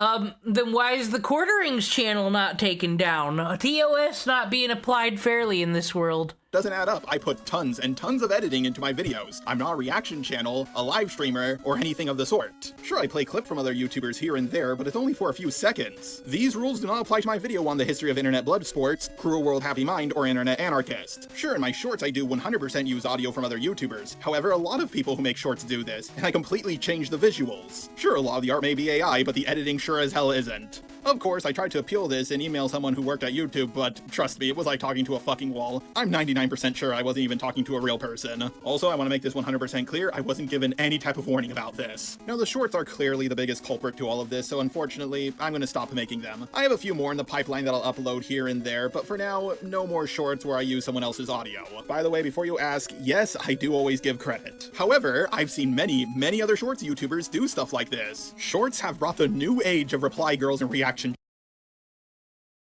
He is right, but hopefully a lot of people are just not going to have shorts because you can make it so that doesn't appear on your dashboard anymore because of annoying shit like this. And then YouTube will be like, yep, gotta pull all the fucking slop off. That's what's happening here. Channels. So many people will use other shorts while adding little to nothing to it. Or they'll upload basically the same kind of short over and over again. Or they'll upload clips from movies, TV shows, or other YouTubers. It's a new age of Family Guy channels as well, I fucking swear. So the fact that this happened to me and basically to no other YouTuber I know, it tells me that someone or a group of people have been reporting my account. To further prove this, Hempleton recently had a video he made on me striked down. Someone asked me if I was the one who did it. Of course I said no. I went to Hempleton, showed him the flagging history of both of my channels, proving to him and everyone else that there was nothing on them. I don't false flag people. Who do you think I am? Just stop? The closest to this Just a Robot is a better person than Jeremy Hambley. He has not been inflicted with the curse I've ever come was sending a privacy complaint to another YouTuber who was doxing my family. To be perfectly honest, that's more of a warning if anything else. It also doesn't make sense for me to flag this video down as opposed to all his other ones. And he's currently going after people who I don't like a lot more than Hempleton, so flagging him right now would be the dumbest time to do it. I think someone might have done this to make it look like I was the one who did it. Possibly the same person who reported my channel to get it out of the YouTube partner program. Of course, all of this could just be a coincidence, and even if it was true, I have really no way of proving who did it. So am I gonna stop uploading on this channel? Fuck no. Pussy moves like this is shit I'm used to. I've been hacked 3 or 4 times. I've had people Photoshop evidence against me, try to dox me, or my girlfriend, or even my family. I've dealt with people calling my girlfriend. So, Just a Robot has the best spec ops. I think I'm gonna actually watch this one. His Internet Blood Sports retrospective. Because, like, yeah, it is my favorite time of the YouTube sphere. Trying to get her to break up with me more than once. When people go low, I don't go even lower. I stay exactly where I've always been. I'm gonna keep doing what I've been doing, minus the shorts I was making, of course. There's a good chance I'll get my monetization back eventually, and if I don't, oh well.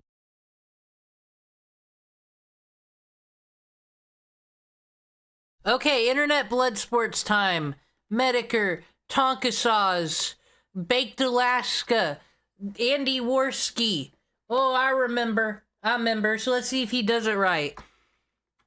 We'll give Just a Robot a Thousands of years ago, even before Donnie's first election, trouble was brewing on the interwebs. YouTube was basically the home base of the anti-SJWs, a loose alliance of YouTube channels whose content consisted of arguments against third wave and intersectional feminism. One nuance that kind of got left behind as the years went on is that the community was actually extremely diverse politically. There were people on the far left, far right, and everything in between, with the only thing that really made them a community being that they just thought the brand of feminism that places like BuzzFeed, Tumblr, and a lot of feminist news sites pushed was really fucking stupid. So what do you think happened as soon as the topic of feminism started losing its luster, and the divisive topic of Donald J. Trump started to worm its way into the popular discourse? Well, the people on the opposite ends of the political spectrum started to take notice of each other, and infighting began. Because we have eliminated all of the other probabilities. And you know how? How? Through molecular genetic analysis. No, we have fucking not. We have not done a knockout study on dick size. Yeah, when YouTube was truly at its best, don't you know? After some gay ops on Discord by the man formerly known as Crud and T, resulted in a debate between liberal Applebee's waiter Carl Benjamin, aka Sargon of Akkad. Talk us through that thought process. Why rape? It's a joke. at your expense. And former self-proclaimed leader of the alt-right and burger enjoyer, Richard Spencer. I've had some good burgers in my time. I love a good melted Swiss cheese and roasted mushrooms and caramelized onions on a burger. That is hot stuff. You can get that at a number of different places. Oh, and Styx Hexenhammer 666 was there as well. A lot of people forget about that. I didn't forget. Good move, Jar. See, it all wraps around, Tonto. This is where I know your pirate boy from. Was being on these race realism debates. Where everybody was like, oh my gosh, did you know the bell curve says this? And Sargon's like, I read many books. But he was just a random goth dude who showed off his chest, and not a true pirate yet, so he's not exactly memorable. I'm not interested in acting my age. I'm a goddamn pirate. Look the way that I dress. In this debate, Richard pissed Sargon off early on by just straight up calling him autistic. Yeah, go ahead there, Richard. This is so autistic. I mean, look. If you want to come out aggressive, we can do that. But I was just happy to have a nice, normal conversation. Okay, I'll I kind of want to do retro streams. This one, and I really want to look at that FouseyTube stuff again. Him being on the No Jumper podcast, telling his fucking schizo story about trying to meet Drake, and then he never meets Drake, but he feels the need to tell this story, and him being on the fucking car. I gave away my Louis Vuitton shoes because I'm that kind of person.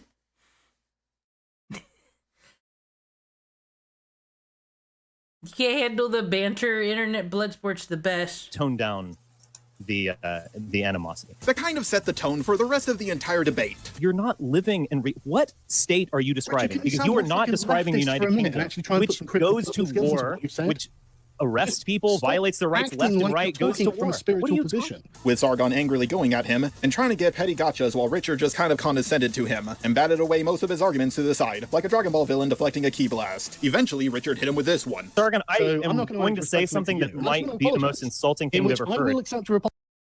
Here it is. The thing that people should start saying to others. They deserve it. Here we go. This is the one time that fucking white supremacist, race realist, whatever this guy's name, loser was, I forgot his name already. Here we go. Do you think that you are more intelligent than you are? And that's actually a really tricky place to be. How intelligent am I? I don't think you're very intelligent. Oh, I'm sorry, Sargon. Now, this debate was actually really successful in terms of live viewers. #1 in the world at the time of streaming, according to Worski. And contrary to some who think this was just the YouTube algorithm pushing Nazism, the reason it was successful is because it's something people actually wanted to watch. And when something is super successful organically, attempts to recreate that success are inevitable. It wasn't just Worski Live trying to catch lightning in a bottle again, though. Instead of birthing just a few more streams or a new show, so many content creators were enamored enough with the original Sargon vs. Spencer stream that it began an entire community. And so IBS was born. That acronym not standing for irritable bowel syndrome, but internet blood sports. A debate genre with a very simple rule set or lack thereof. Very little to no moderation. Anything goes. Personal attacks are allowed. Insults are allowed. Yelling is allowed. Slurs, violent threats, death threats, and calls to violence are kind of discouraged, but they still fucking happen. The host just pretended to have a problem with it so the stream and their channel wouldn't get taken down. And yes, a lot of the streams with extreme content stayed up. Because when streaming was new on YouTube, it was barely moderated whatsoever. And it was insane the kind of shit you could just get away with. Some guy did IRL streaming, went into a building, pretended he had a bomb, and then the stream was only cut off after the police arrested him for it. C4 has been successfully activated. Bomb detonation countdown successfully started.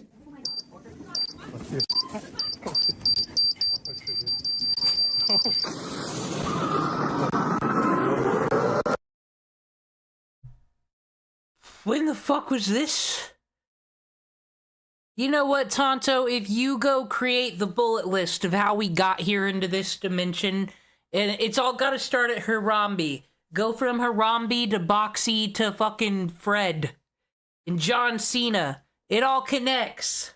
And this event. I didn't do nothing, bro. Lay on the ground. I was DTF, I was donation. On the ground now. Alright, dude. Get your hand back there, sir. Come on, bro. I didn't do anything, bro. Look at the video, bro. I recorded it. At one point, Andy Worski and a few others did IRL streaming, where they set up speakers that would just read off any super chat via text-to-speech. These men are registered sex offenders. So Andy and company would be near a black guy, and the TTS would be extremely racist. Black people suck. Whoa! What is this monkey doing off the porch? Go back to the slave auction. Trayvon Martin deserved to be shot. Oh no! If they went near a woman, then the TTS would be extremely misogynistic. What are those two brown bitches doing outside of the kitchen? Lady suits stay in the kitchen. White women fornicate with black. Okay, though, I don't know what any of this has to do with internet blood sports. This is kind of what Andy Worski did after internet blood sports, because I don't think that was the hype and shit anymore, and he got in fights with all of his co-hosts and shit, so yeah, this was just the next desperate thing. Let's piss off people in public. Ice Poseidon, let's copy Ice Poseidon. Face of sexism or All women went to the RA. Have a good day. I'm sorry. They are trash. And claim that Andy and the boys just That's why I wanted to watch this, Tonto. Yes, Just a Robot is reminiscing. Just like when fucking Sargon just wanted to get the band back together, clearly. raped a bunch of women. It sucks. We hold hands, we make love, we steal women. So you guys work hard, huh? Next. Yeah. And if there was nothing specific, Like, ew, why is Ethan Ralph there? That's not gonna help fucking content like that. to play off of, then the TTS would try to convince all passerby that Andy and friends were a group of pedophiles. I have 7 and a half left. Backpack is full of child porn. Someone contacted You guys us. have to hold. We are pro-pedophilia debate gingerly. No, we're not. We're not. We're not. Oh, it's the kitty porn collection coming along, guys. At one point, they got into an Uber, and the TTS bullied the driver so badly that they got kicked out within 5 minutes. For the love of God, run. They've streamed the deaths of 3 Uber drivers today. Nice fucking sunglasses, Steven, you stupid. Kill all Uber drivers. Like early YouTube streams gives Modern Kick a run for its money in terms of what they allowed or just skimmed over. But back to internet blood sports. The big players in this new internet phenomenon. There's Chicken George. What? No. Chicken Andy? Who was the one that didn't get to go on the RV? Need some more of him. On Warski Live with Andy Warski and JFK Rapey, who also hosted the Sargon vs. Spencer stream, the Morning Kumite with Tonka-san Failure Accomplished, the Baked Alaska Experience with, of course, Baked Alaska, and kind of a late arrival to all of this, but originally an IBS stream nonetheless, the Kill stream with a Ralph retort, aka Ethan Ralph, and Gator, and Sedan, and I guess also Flamenco, and Rambot, and I think there was a black guy. I don't know. Let's just say at a certain point, Ethan Ralph started going through co-hosts at the same rate he was going through alcohol and Xannies. This entire era of YouTube was just a continuous series of capturing lightning. Hey, you missed a good one there, sir. And 19-year-olds. In a bottle and making anime real. In Mr. Medicare's case, I mean that literally. I'm pretty sure he was reading the boxing manga Hajime no Impo around the time he started being a constant guest on all of these streams, so he'd show up actually feeling like the internet boxing world champion because he was really good at yelling at retards. If you look up any clips from these shows, chances are you're going to see Mr. Medicare appear in a lot of them because his constant guest appearances and involvement were a big draw, and he was present for a lot of the best moments. Him and Tonka-sa bullied the shit out of Jonathan Ross, a self-admitted pedophile who got noticed by Medicare earlier for saying he was watching videos of naked children in a bathtub, then spurred out whenever people pressed him on it. I will fucking kill you, you motherfucker! Shut the fuck up! There was also a Ross impersonator they called Fake Ross, who would show up and fight with them. I'm writing a book about internet culture, and like you're kind of contributing to like the toxic environment. So toxic environment. You threaten to kill people because you disagree. I did like you have a bully cabal, a cabal of internet bullies. Suffocator. Agree with their politics, you fucking sped. A few more of the greatest hits were the time Medicare and Tonka argued with Destiny over if it's okay to be sexually tempted by 15-year-olds or not. But no, you said she sent me pictures that made it so hard. So when you saw a 15-year-old girl, you were sexually attracted to her. Sure, yeah. Okay. I mean, like, what do you want me to say? Like, there were 16-year-old chicks that are really fucking hot. I was like 23 or 24 at the time. The time Laura Loomer got invited on stream, and everyone bullied the absolute fuck out of her. Did you actually use the line that you wanted to have Aryan Jew babies with him? It's probably a joke, but yeah, I probably did use that line. Nick Fuentes pulling a knife on a Jewish man wanting to debate about Israel. Well, you know, Halsey, if you want to start on Israel, I gotta warn you, is this a path you want to go down? Is this something you really wanted to do? You really want to Medicare absolutely losing his shit on a group of female men's rights activists for calling him Big Sweetie. This is actually how his fan base became known as the Sweetie Squad, by the way. I think you're a sweetheart. I think you're fucking confused. Look at how many people you're making happy with your. Oh no, the Blood Apocalypse sucked though. The Blood-apalooza, They were even out here trying to sell fucking merch, fucking t-shirts, and then no one even showed up. The main card didn't even fucking show up. And it was just Medicare being like, Tonkasaw, I'm here ready to scream at people. Where's the people? And it was just this woman because the other people fucking bowed out. She was like an MRA. Shit, is everybody in the Honey Badgers autistic? Medicare bullying a furry pedophile into deleting all of his accounts. You have a bully cabal that you have created. Listen, there's way too many highlights to go over, and this is starting to feel like a Family Guy cutaway gag. The point is, Medicare was a big driver behind not all, but a lot of the best entertainment. One day he stopped showing up, and although it was fine without him before, that was kind of the signal of the beginning of the end. The whole thing was kind of beginning to lose its luster, and people were taking notice. So what happened? I think a better question is, what didn't happen with these fucking shows? We love our cops, our law enforcement. We love our military, their enforcement. I like cocaine. Baked Alaska brought us black nationalist Tyreek Nasheed versus white nationalist Jared Taylor, which in my opinion was the funniest thing to come out of IBS. Black people, we have the genetic capacity to annihilate the entire planet sexually. But then he threw it all away by turning on his audience in an attempt to get a crumb of pussy from a woman he streamed with. You see, Baked Alaska is a chameleon who always attempts to blend in with his surroundings, but when his surroundings in real life are in conflict with his surroundings online, it caused a bit of an issue. So what does Baked do? He sides with whoever he feels he can gain the most from. And although IBS was still doing well, Baked began hanging out with popular IRL streamers like Ice Poseidon, and although those guys are pretty edgy too, they weren't really down with the alt-right stuff, which up until now, Baked had fully immersed himself in. I mean, this was the guy who used to work with Milo Yiannopoulos before getting fired because he couldn't stop talking about Jew conspiracies on Twitter. And before that, he parted with a job at BuzzFeed over his support for Donald Trump. So did turning on his audience work? No. Ice Poseidon disavowed him for being alt-right. So what's going on with Baked Alaska, dude? So there's this media, is he a Nazi? Not that I know of. Like, I don't want to get attacked by the media for hanging out with him, you know what I mean? Just ban him from the house. All right, so I mean, I guess I'm just not gonna. I just don't want to hang out with Baked Alaska anymore, dude. I mean, I don't want to be called like a Nazi or something, dude. Like, I don't know. And all of IBS went in on him. I mean, that's the thing. Ice Poseidon isn't stupid. What am I watching? Just a robot, because usually he's cringe. But, yeah, he's kind of good with this video on Internet Blood Sports, because he really wishes it was like the old days. The old days with Baked Alaska fucking eating SpaghettiOs for the first time in his life, because he grew up a rich boy. Literally taking turns with. It also got a lot of people in trouble at January 6th because he live streamed the whole fucking thing. On him as they banished him from the community. Sell out because I'm fighting for our country and Antifa's. Oh yeah, sing me the song of your people. Wait. Yeah. I'm gonna ban people in chat because it's toxic. I didn't really mean it, but I'm afraid to fight it because I'm out talking about Antifa. Fuck off. Why don't you show your fucking face? Okay. Hey, good luck, asshole, with your channel, Bake. Nobody's gonna fucking watch it. And you get down in mediocrity. In mediocrity where you belong, you fucking sellout asshole. Immediately after, he pretended to be a leftist streamer again, and made a video talking about how he got caught up in the alt-right pipeline, but nobody bought it. So he just kinda continued IRL streaming, sometimes collabing with IP2, and eventually ended up in Nick Fuentes' America First movement. Escapades ensued, and eventually he ended up going to prison for entering the... So, you know, I got caught in the alt-right pipeline, guys, now that I've learned that RV streaming is hard and it actually costs a lot of money to have an RV. Oh no. And that fucking Cozy... Yeah, Ethan Ralph was on Cozy TV. This was when the sector and the fucking Groiper squad intersected, and it wasn't great.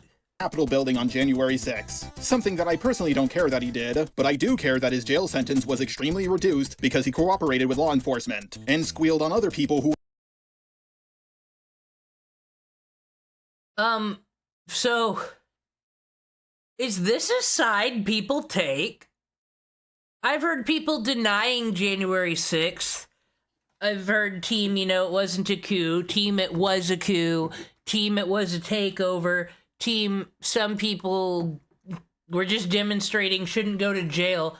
Jar's out here saying it was all justified. I don't think it's justified to destroy windows and fuck with things in the White House and fuck with desks, actually. So no matter what, criminals, all the Jan 6ers, don't fuck with furniture that's older than you. That shit cannot be replaced. Not cool. Were involved to save his own ass. Just so that I understand clearly and so that people understand at home. They're saying that if you don't cooperate with the investigation, meaning you don't become an informant, meaning you don't give the names of the people that you were with, meaning you don't assist them in jailing other Trump supporters that they're going to add charges if you don't cooperate. That's right, a felony, and that's and that was an explicit threat. Why would he admit this to Milo, you know? Like, that's on top of the fact that he literally recorded the entire event, making sure he got everyone present's face, in order to ensure that they got thrown in jail. God bless Donald J. Trump for setting all my J6 boys free. So, where is he today? Well, after leaving America first after a pedo scandal, and going to jail again. None of those January 6 boys would ever let you on or do anything for you, and probably would find you cringe, though, Jar. I hate to say. For macing a bouncer outside of a club, and I think he tore down some Hanukkah decorations that an old Jewish woman put up, which got him a hate crime conviction. But his streams are extremely boring, because he's too afraid of going back to jail to do anything interesting, and most people would still consider internet blood sports as the height of his career. He's someone you actually feel bad for when watching his current streams, but then you remember how much of a piece of shit he is, and those feelings totally evaporate. You're the fucking cunt guy on me. That's why you're Hey, Dio, you seem pretty upset. Go back to the dilation station. Next was the downfall of Worski Live with JF and Andy Worski, who is 4 things. Andy Worski is a liar. Andy Worski is a Andy Worski is a coward. And Andy Worski is a piece of shit. The problem here was 2 co-hosts with massive creative differences. JF wanted intellectual debates and discussions regarding alt-right topics, and Worski wanted the same blood sports insanity that the other shows had. Despite these 2 conflicting ideals originally creating a synergy that birthed an entire new genre with Sargon vs. Spencer, it was ultimately a happy accident that would most likely not be replicated unless both parties understood each of their roles in their original success. They didn't. JF more or less took the reins of Worski Live, which resulted in Worski showing up on Tonkasa's Morning Kumite more and more often, having more fun with the wild insanity there than the more structured discussions on his own show. Andy might have been put on notice by the ADL, Right Wing Watch, and Israel, which he totally got banned from, but he wasn't really as down with the far-right stuff as most people were led to believe. Sure, he didn't like the anti-white, anti-Western culture sentiments being pushed by the left, and he enjoyed making edgy jokes, but when confronted with the sincere beliefs of the far-right extremist guests JF would bring on, Andy really couldn't help but push back a little bit on white ethno-state stuff, and the violent hatred some of these guests had for non-whites. This all came to a head when JF had Chris Cantwell on the show, a man mostly known as the Crying Nazi. I'm armed. I do not want violence with you. All right. I'm terrified. I'm afraid you're going to kill me. I really am. All right. So just let's do this however we need to do it. You know, if I got to go to jail today, you know, it won't be the fucking first time. All right. I don't want to. I don't think I should. Okay, now I don't know this lore. What the fuck's happening here? How are we gonna get aim? He also more recently recorded audio of himself engaging in gay sex with other men, and then leaked it himself out of fear it would be leaked by one of the many men he was fucking, since they all knew exactly who he was. Anyway, Andy took issue with a fair amount of the shit Chris Cantwell said on the show. He pushed back respectfully, but a bit later when he was streaming on his own, he was a bit more open and honest about how much of a crazy psycho he thought Chris Cantwell really was. Either way, JF was not happy with the words and actions Andy had about Chris Cantwell, so he confronted him on it, to which he did offer some resistance, but he ultimately apologized. Probably just in order to avoid confrontation, and maintaining his friendship with JF. After an extended period of conflict, Andy and JF decided to split up, which also split their audience and resulted in less success for them both. JF went on to keep doing his pseudo-intellectual bullshit, and Worski did his own thing along with continuing to hop on other shows fairly often. Like I mentioned earlier, he also had a brief stint of IRL streaming, which he did with failure accomplished from the Morning Kumite, but that also culminated in disaster with what became known as the Aim stream, during which Andy and his friends got into an intoxicated altercation with another group of men that escalated. See, though, I kind of am, I guess, one of those believers that your drunk self is similar to your real self, and this did kind of come off as Andy Worski will provoke somebody into a fight so they can get shot to death on live stream for the clout. That's kind of what I don't like about him a bit. Into one of Andy's friends pulling a gun on them. Fuck back! We hate Nick. Stay the fuck back! Aim! Calling the cops now. Aim! We hate Nick. Stay the fuck back! Stay back!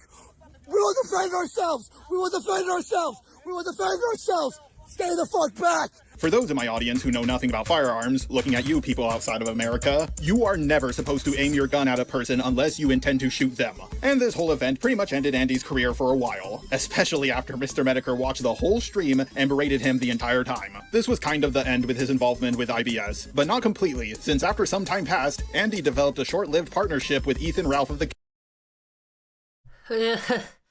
Oh god, Andy's stories about waking up and fucking Ethan Ralph just standing over him drinking a whole vodka bottle like a water bottle. where have you been? You want to fuck my wife? Like, no, who the fuck are you? God, that's just... I do feel bad for Andy for having to fucking suffer the rage pig. Kill stream, appearing on his show fairly often, and doing IRL streams with Ralph and some other side characters in Miami. By this time, the kill stream didn't really dabble in blood sports anymore, since the genre was more or less dead, but I'm still recounting up to this point because it's all still blood sports adjacent. But if I had to explain in detail everything that happened next in their online careers, then this video would end up being 4 hours long, so allow me to summarize. Andy Worski got addicted to cocaine, lit his nipples on fire, moved back in with his parents and disappeared. He then reappeared a couple of years ago to start the Kino Casino with his co-host PPP, which he is still doing to this day. How about you shut the fuck up, Gaborski, before I whoop? They be out here making skits like the normies. I've never seen these. Your fucking ass and shove this bottle right up it. Yeah, bitch. I don't scare, bitch. I know a lot of this information makes Andy look really bad, but my intention here is to just accurately recount the history. Andy pretty much is the only person in this video that did a lot of growing up and changed into a much better person. He gets a lot of shit for things he's done in the past, but I really can't think of anybody who's had as much of a glow up as Worski, and for that I think he's deserving of respect. Now back on topic, what became of JF? Oh my sweet potato. Oh, we've re-entered the true crime segment. We watched documentary on this already. He killed his wife. He did this.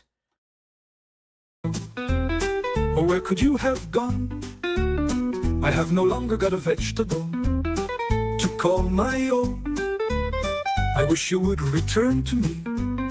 I'll never come to grips with the fact my dear potato has been turned into the chips.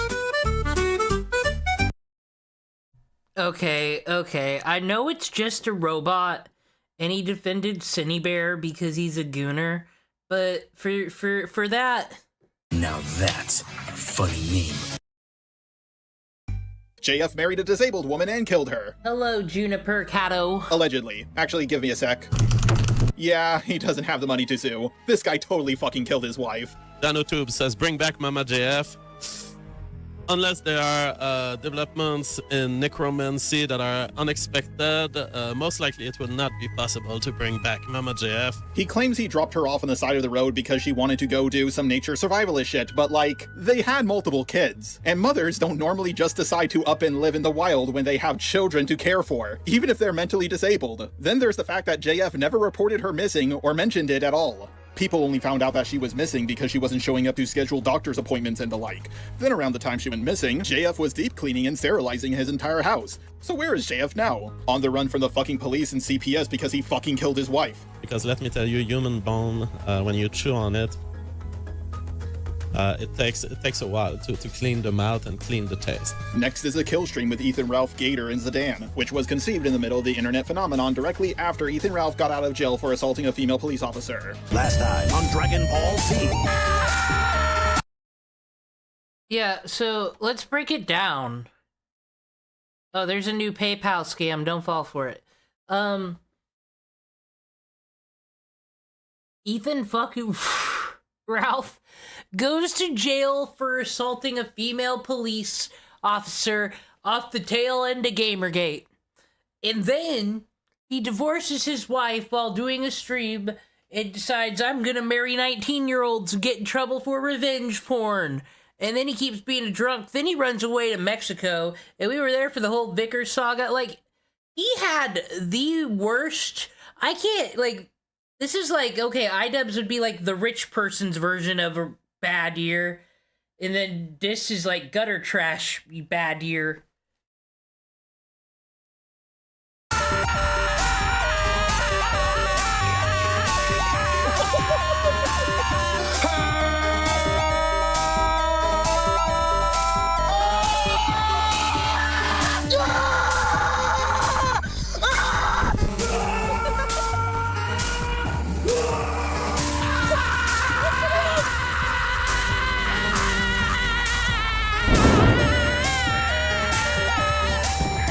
I'm gonna be skipping the kill stream because although it started as an internet blood sports kind of show, it didn't stay that way for very long. And since Ethan Ralph is involved, I'm not even sure where to fucking start. Like a full video recapping all of Ethan Ralph's escapades could probably be like 10 hours long, and even then, you probably wouldn't be able to fit everything in. All you need to know is it was part of a trend, but it survived on its ability to change, and the co-host ability to keep Ralph's alcoholism in check. I feel like shit. Monday, happy days. Wednesday, happy days. It's just one of those happy days. The weekend comes, let's not go home. It's just one of those days where you don't want to wake up. Everything is... It is kind of true, though. They would just straight up admit sometimes on some, like, podcast, I'd see them interviewing other people. I think the Geno Samuel interview, it was Flamenco, Zidane, someone else, Gator, no, it was Gator, Flamenco, Zidane. I don't fucking know.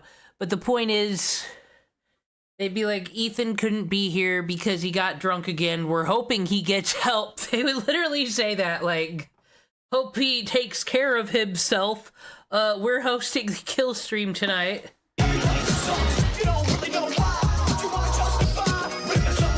Now the last to join our cast, the Morning Kumite with Tonka-sa and Failure. I feel like this was the fan favorite amongst all the IBS shows, especially after Andy and JF had their falling out, and a lot of the most memorable moments in the community happened here. It seemed to have the most going for it, and the least amount of baggage with the co-host actually getting along well, being liked by other shows, and having some of the most interesting guests. There was little to no reason for this show to go under. All of these shows had no reason to go under, but the Kumite most of all for being in such a good position. I mean, they didn't even need to go out of their way to find entertainment. Entertainment would end up finding them. At one point, it seemed like they were presenting a new villain of the week every week due to all of the conflicts they'd bring in and cover. Andy Worski actually got banned from Israel at one point, and it stayed that way fairly recently until he developed a friendship with Jewish head fund manager Gabe Hoffman and became an honorary Jew. There was one problem though. Donga wanted to wrestle. That's right, Tonka-sa, who went on to be mockingly called Donga by everyone who fancied him a pro wrestler. But unlike Jim, who was content with being an internet boxer, Donga wanted to prove that he wasn't just an internet tough guy, but also a tough guy in real life, and there is footage of him engaging in unimpressive yet real wrestling matches. He actually had a long history of telling people he wanted to beat the shit out of them in real life, giving a lot of hypotheticals of what would happen if he met someone in person. People just kind of wrote it off as a heated gamer moment, or were able to justify it because a fair bit of it was directed towards people like Destiny. It escalated over time though, and challenging people to fight him in real life became such a common occurrence that it began to be mocked. It stopped being just like, do they need to make like an internet trope talks to explain to the people what an internet tough guy is, so you could be like, oh shit, I'm that, and you immediately stop? Nothing more beta, honestly. About people he didn't like though. He started shit. Like you're never gonna be as severe as Patrick Tomlinson, I guess. Maybe he is just so cringe that everybody else who does it once in a while thinks they're normal. Talking and fighting with a lot of people he considered friends and supporters of the show as well, if they did anything to piss him off even in the slightest. Mr. Medicare got bored with IBS and stopped appearing on his show and made playful jabs at him being an internet tough guy. But Tonka took that as a great offense and started talking a ton of shit on Medicare. Jim is going to have to live with his life knowing that he had the weakest blood sport ever. Saying he was a leech who needed the show more than the show needed him, which is a really weird statement to make, since everyone knew that everywhere Medicare went, he brought a huge chunk of his large and dedicated fan base. What's really weird about this too is Tonka started selling Morning Kumite merch with Medicare's character icon on it long before any of this, so he knew the reality of their relationship, but still chose to deny it. He ended up cutting ties with Andy Worski as well, after constantly arguing with him, and eventually pushing some fake drama that accused Andy of being a pedophile. You know what would be nice? Just, one drama where someone doesn't get accused of being a pedophile. This pissed off our boy Adam Race Worski so much. Yeah, you would like that so you could be with your waifu, wouldn't you, Jar? That the next time Tonka Truck challenged him to a real fight, Andy accepted and wouldn't let Tonka hand-wave it away or go back without looking like a massive pussy. God, I've never had so much trouble fighting someone who's going, come over here. All right, wait, hang on. You just said come meet you. I will pay the tickets. I won't even pack my bag. I want the same boxers, motherfucking the same sweater, and I'll come here like this, and I will break your fucking nose. So the planning for a real-life fight began. The internet was filled with anticipation. Not about who would win an IRL match, but on if it even fucking happened at all. Now, from the beginning, Tonka and his crew were being extremely evasive. Andy was willing to fly out to America overnight to fight Tonka behind a fucking Walmart or something. Fucking, I'll buy a plane ticket right now to go to Florida. He's going, come get me, you pussy. Pussy, remember yesterday? Pussy. I don't need to train. Bare knuckle, in a park. Tell me where to meet you. Geek, you drive, we meet, and we'll have a beer after, and we'll do our show from my phone. But Team Tonka demanded that the fight was officially sanctioned so that nobody dies. Which would be fine if Tonka actually had a plan on looking for a promoter to actually sanction the fight, but he didn't. He said that he did, but then he screamed at anybody, including his co-host Failure, if they questioned him with his progress on getting things set up. This ended when retired MMA fighter with 23 wins and 5 losses Tara La Rosa got wind of the situation, and very quickly got an official fight set up for them. Once the contract was signed and its simple conditions were fulfilled, the fight would be on. Here is a list of things that Tonka did to avoid the fight. Hello, my name is Captain Dickhead, and I will be your narrator once again. I just got done my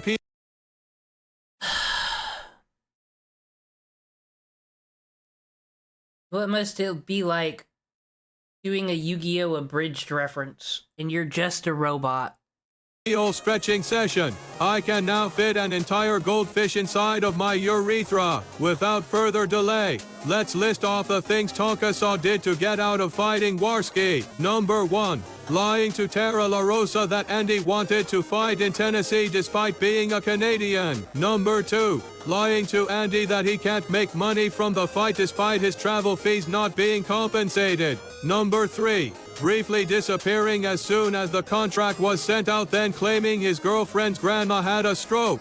Number 4. Trying to revamp the contract to change the event from MMA to boxing, which would restart the process from zero. Number 5.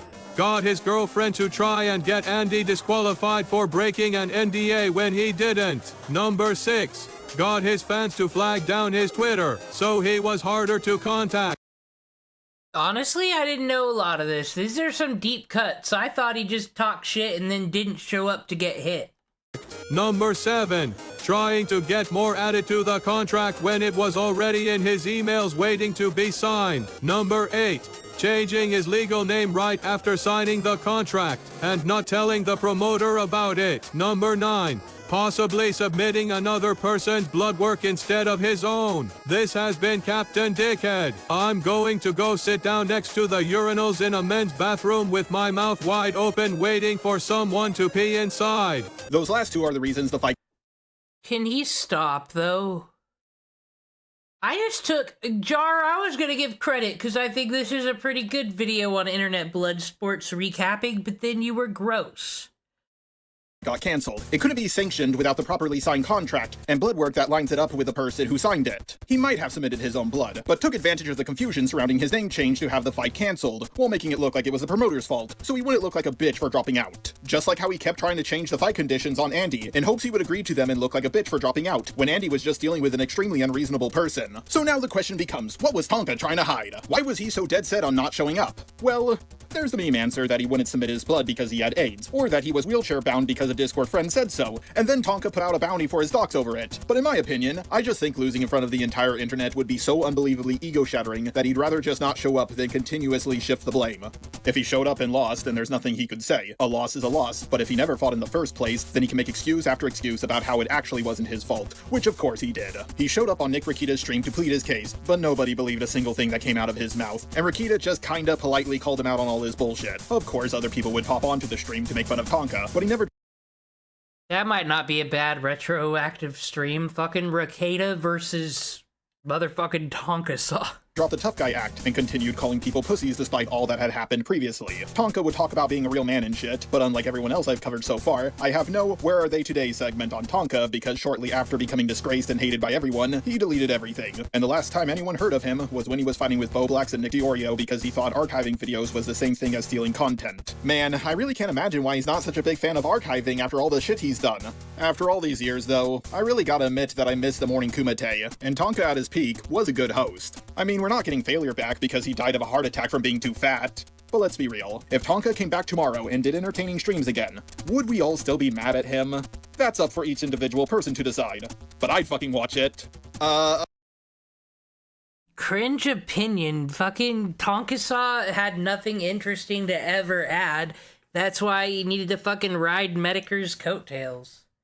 Apparently one thing I left out was his drama with the show called Backyard Bloodsports, but there's actually a pretty good documentary on that whole situation already that I'll include in the pinned comment, along with a few other IBS documentaries to watch if you enjoyed this one. I couldn't cover absolutely everything after all. Despite there being no opponent to fight, Andy still made the journey to fight in the ring in Knoxville, Tennessee. He almost missed it because he ended up at the wrong fucking airport, and Ethan Ralph had to drive to pick him up, but they still made it. Andy was able to have an IRL meetup with many of the people supporting him through all of this, like Dick Masterson and the late Coach Red Pill, who was captured and killed via neglect by the Ukrainian government. No, I am not making that up. You're not a real man. Yeah. All of this gay, retarded bullshit coalesced in the following scene. Elaborate on what Shamir had been saying. Andy Worski is making his way to the cage. His opponent, Anisa, did not show up. Apparently 2 internet personalities making a name in the show. Well, he does have a belt, though. I wonder what it's for. This guy, Anisa, has challenged about 50 people online to fight. It's saying he was a UFC champ, MMA, and I was the first person to be like, all right, I'll do it. And he's tried everything in his power to make this match not happen. And I called the bluff, one after another. And you know what, I want to say that I'm not a fighter, but after training for the past 3 months, almost every single day, I respect the fight game. Tonka, don't step to a man. Never challenge a man. We got a man right here, Tonka. Low key, Tonka. You take that to your... I feel bad for Andy Worski yet again, though. You know, all of his karma cancels out. He is like a Jesse Pinkman. He fucking changes himself, then gets dragged back into degeneracy. Like, it's a constant sliding scale for him. But this moment is forever fucking ruined for him because Ethan Ralph and fucking Dick Masterson are here being cringe as fuck. Great, buddy. Tonka is bitch made. Daddy, no! Like you said to me, Tonka, the last thing I heard you say before I started training like a man, you said don't ever step up to a man. But you ain't here, and I've been stepping up. I'm a man, and don't you ever step up to a man. I love this. God, that's way better than anything Cyrax ever gave. Not because of what it shows, but because of what it represents. This was the end of the internet bloodsports era, and the beginning of the sector era. Andy Worski's victory through doing absolutely nothing defines his entire career on the internet. Sure, he has his setbacks, but the only thing that ever brings down Andy Worski is Andy Worski. Anyone and everyone who ever challenged him ends up absolutely imploding on themselves. Mr. Medicare shit on him for that aim stream. Absolute stupidity of this is fucking mind-boggling. And then he got fucking cancer AIDS. It's not just Andy Worski, though. It's Ethan Ralph who's dressed as Julius Caesar, which is a reference to his J. Caesar Pornhub account, where his favorites list was all blacked in cuckold pornography. This represents his degeneracy and corrupt character, as he would go on years later to pay a Mexican gigolo to fuck his horse wife in the ass while he watched. But like I said earlier, that's a story for another time. There's also Dick Masterson, who I forgot was in this clip until watching it again. He's kind of just there, which represents his current stagnation as an entertainer. All 3 of these people are enemies now, whichever way you cross it. But the Sector Saga were better times. Peaceful, not as chaotic as the IBS Saga. But funny people palling around can be just as funny as retards screaming the N-word at each other in the right environment. Sure, this event and this picture are bittersweet, and foreshadows the beginning of the end. But if you hate every experience because it had... This actually would be great with some Persona music as we remember the times everybody was friends before the group split up and had differences, and that's no one wants to be seen with Ethan Ralph. Ew. Bad connotations, then you'd have to hate life because it ends in death. If you think what I said was deep, then I'd have you know that I'm just rambling like a fucking retard because I don't know how to end this goddamn video. But if you enjoyed it, then don't let that fact ruin it. Just like how I won't let the downfall of internet blood sports stop me from loving internet blood sports. Streaming is kind of the new internet blood sports in a way, and currently there's a civil war going on between Nicholas DiOrio and his supporters versus Chudlogic and his supporters over absolutely fucking nothing. It's true what they say. Okay, I'm gonna have to check out that one later because what do you mean absolutely nothing? Chudlogic is stupid. He's calling something that's not a sweep. But he just fucking cringe anyways. But, okay, I'm taking another break, another coffee break, and then back to true crime. Back to whole family goes nuts over a towed car and seeing if we find another murder. Because it's fun. BRB.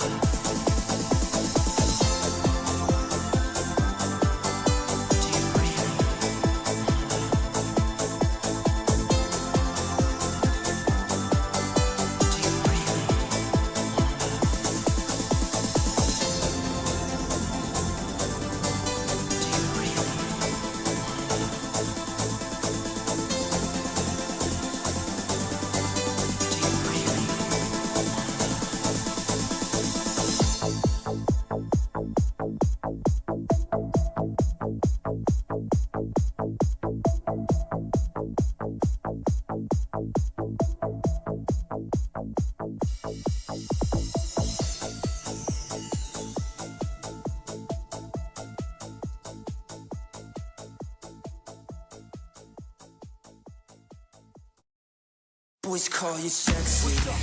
And you don't. I'm back. What's crime? What's body cam?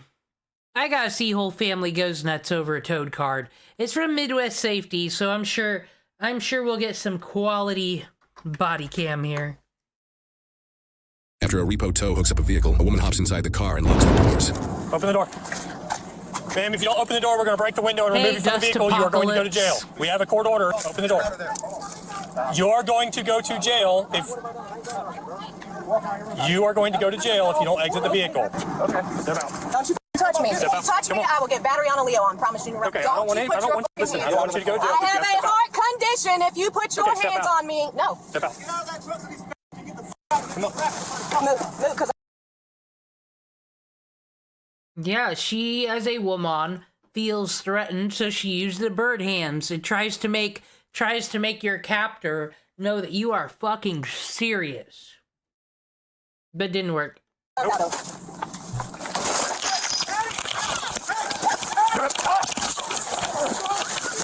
Flip her over. Turn over. Turn over. I got it. Roll her. Roll her over. Turn over. Turn her. Get back. I ain't done that. Look, I'm back. Boy. Get back. Stay back. You hit my wife again. Take that Stay badge back. off. Take that badge off. What's your motherfucking name? Stay back. What's I just don't get how you can live in a society, buy a cell phone, buy a polo shirt. So you live in society, you spent money somewhere. And you don't consider the cops have body cams now? You don't need to put on a whole fucking show? your name? What's your badge number? What's your badge number? You beat my wife, bro. Back up. You think that's funny? Back up. Hide behind that motherfucker. You beat my back up. You motherfucker, bro. Motherfucker. Lexi, get back in the yard. Why would he put his hands on my freaking mother? You coward. Why would you do that? Coward. I want to picture her face. Back up. I want to picture her face. Back up. You don't know her, man. You're real. She has a freaking heart problem. Yeah, and y'all are beating her. Back up. Y'all don't even care. Look at this motherfucker. Look at this sorry motherfucker. Look at this guy. Look at this guy. Zoom in on him. He punched my wife in the fucking face. Look, she's out cold. Back up. She's Everybody out here being a motherfucking filmographer. unresponsive. Call a fucking ambulance, you motherfucker. Call. We are. Stay back. Look what you did to my wife. I'm marking you. Hey, bro. I see you. Okay. That's all I'm saying. I'm going to arrest you for threats against law enforcement if you don't stop. I didn't threaten you. I said I see you. I said I see you. Listen, I know my rights, buddy, very well. Very well. What y'all just did? She's dead. She's out cold, bro. She's unresponsive. Back up. She has a fucking heart condition. I understand that, but you're going to kill her. No, we are not. She has surgery tomorrow. Look what you just did. Understood. Back up. I ain't backing up. No, I ain't done nothing on my property. Back up, back up, back up. Just don't make back up. I ain't done shit. Look at this. Look at what y'all did. Are you proud of that? Mama, are you fucking proud? You beat a woman, you pussy. Mama, are you okay? You motherfuckers. Hey, hey, step back. Step back. Step back. I'm in my yard. You're good. Look what they did to my Step wife. back. Look what they did. I'm back. I'm back, sir. I'm back. I'm fucking back. What else do you want from me? Okay, just I've done nothing, man. Look what they did. She's got a heart fucking condition, my man. Stay back. Look, I'm gonna put my knife down. No, don't touch it. Please. Go over there. Will you grab that knife? I don't want to get in any trouble. I just got off work. Put the knife on the ground right over there. Mama. They can't. What the f is that? Look at my wife. You don't listen to What me? can I get to my mom? You can just stay over there. Just stay over there. Lexi, come over Look here. what they did to my mom. Look Do what y'all they not did, bro. care? Please, go take care of your I can't leave you. So I got mama. Y'all better know there's a civil suit coming. She's being charged with battery on Leo and criminal mischief. Sorry, I just can't buy that you actually give a shit about your wife and this is serious when you're talking sovereign citizen language.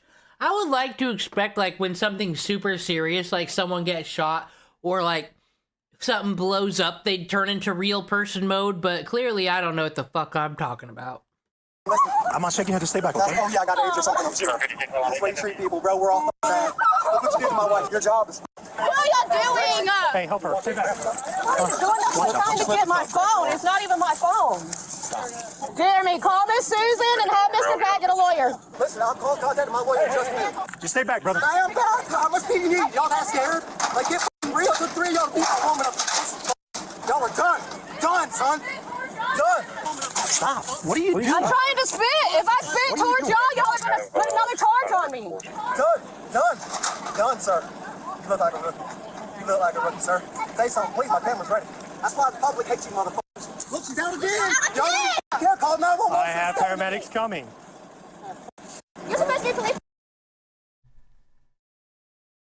You didn't expect to see such proud leftists on a farm, to be honest. Police officer, put your hands on my mom. Yes, she's going to jail for battery on Leo. She didn't battery y'all. Look what you did Yes, she to did. her.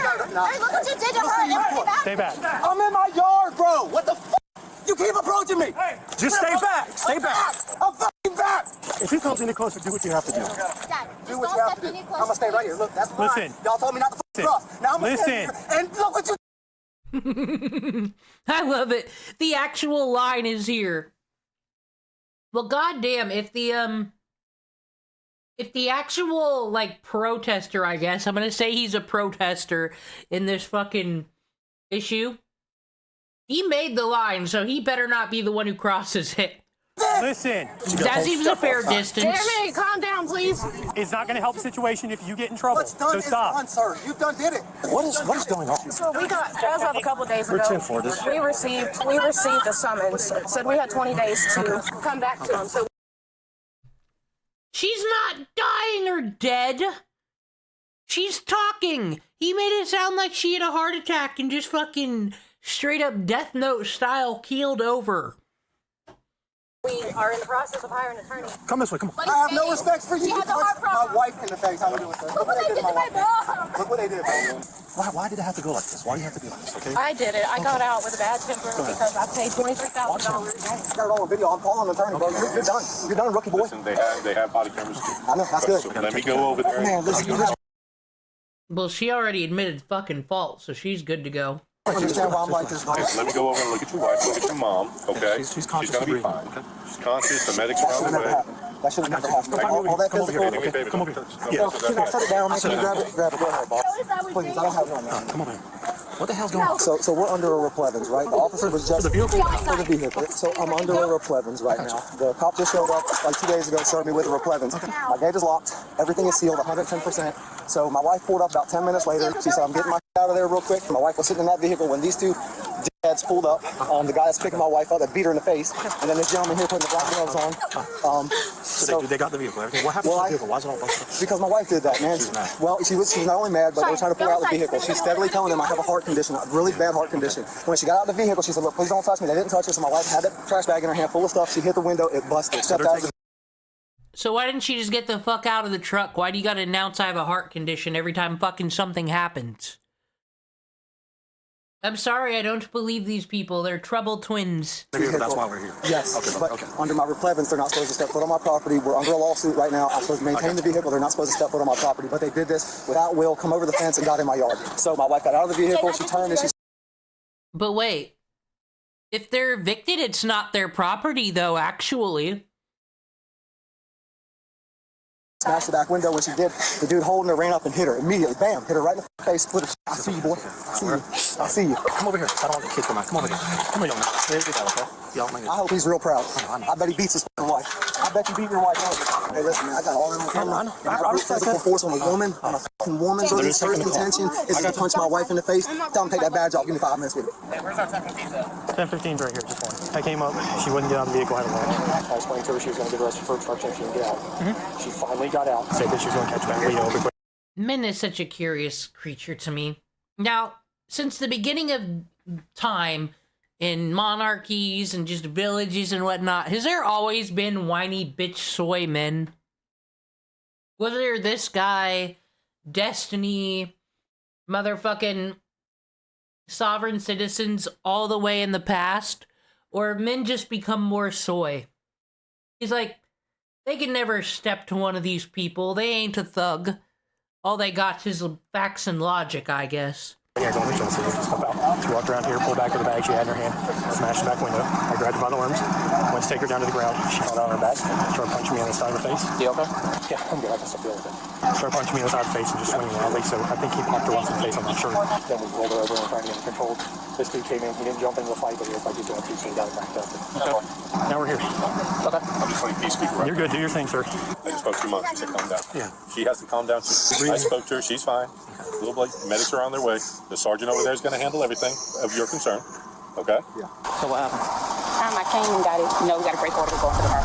Got the So it's signed by a judge and signed by a squared away judge. with. I already confirmed it with my sergeant before I even took it. He pulled up. He had the paperwork. I gave it to him. So he's the owner of the vehicle that's getting repoed? Right. Brought it up, threw it on the ground. She pulled up right here. Said, you're not leaving. If I had any talent, that would be a fun just fan video to make, is fucking Gilgamesh. Gilgamesh sometime after Fate Zero. Tonto don't know what the fuck I'm talking about. But just Gilgamesh in a goddamn Range Rover after fucking around with Kirei Kotomine. Fucking around town. Gets pulled over by the cops and just can't handle it. I own this world. I do pay your salary. You have this job and title thanks to me. With my truck, I'm going to jail. So I called that girl. They get here. Nothing really happened until that truck. She was in the truck. She wouldn't get out. She wasn't arguing with me or anything. She just wouldn't get out the truck. It was him that was going back and forth between me and the tow truck driver. She swung it and broke the window. And then from there.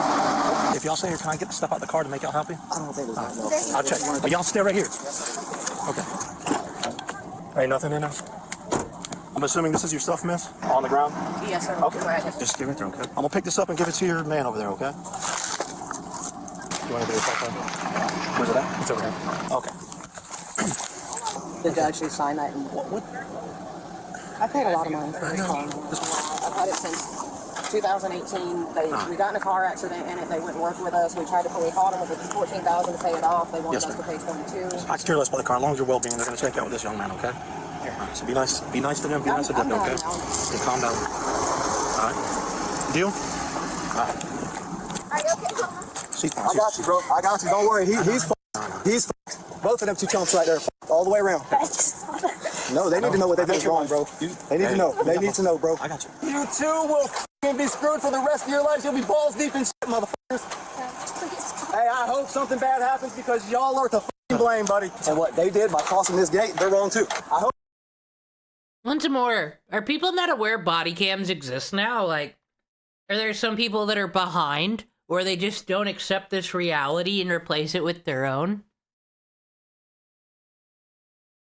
Because who taught everybody they could just yell and fight and threaten the cops? Who's been spreading this around? It doesn't work for you. You like your new job at Walmart as greeter? What's his name and badge number, man? I forgot his name. That's his name. Can you please give me his badge number? It's all going to be public view, 100%. All body cameras. I want it before you leave. He's fucking, man. For the rest of his life, he's fucking. I'm going to banter him on every social media platform. I'm sending this video to social.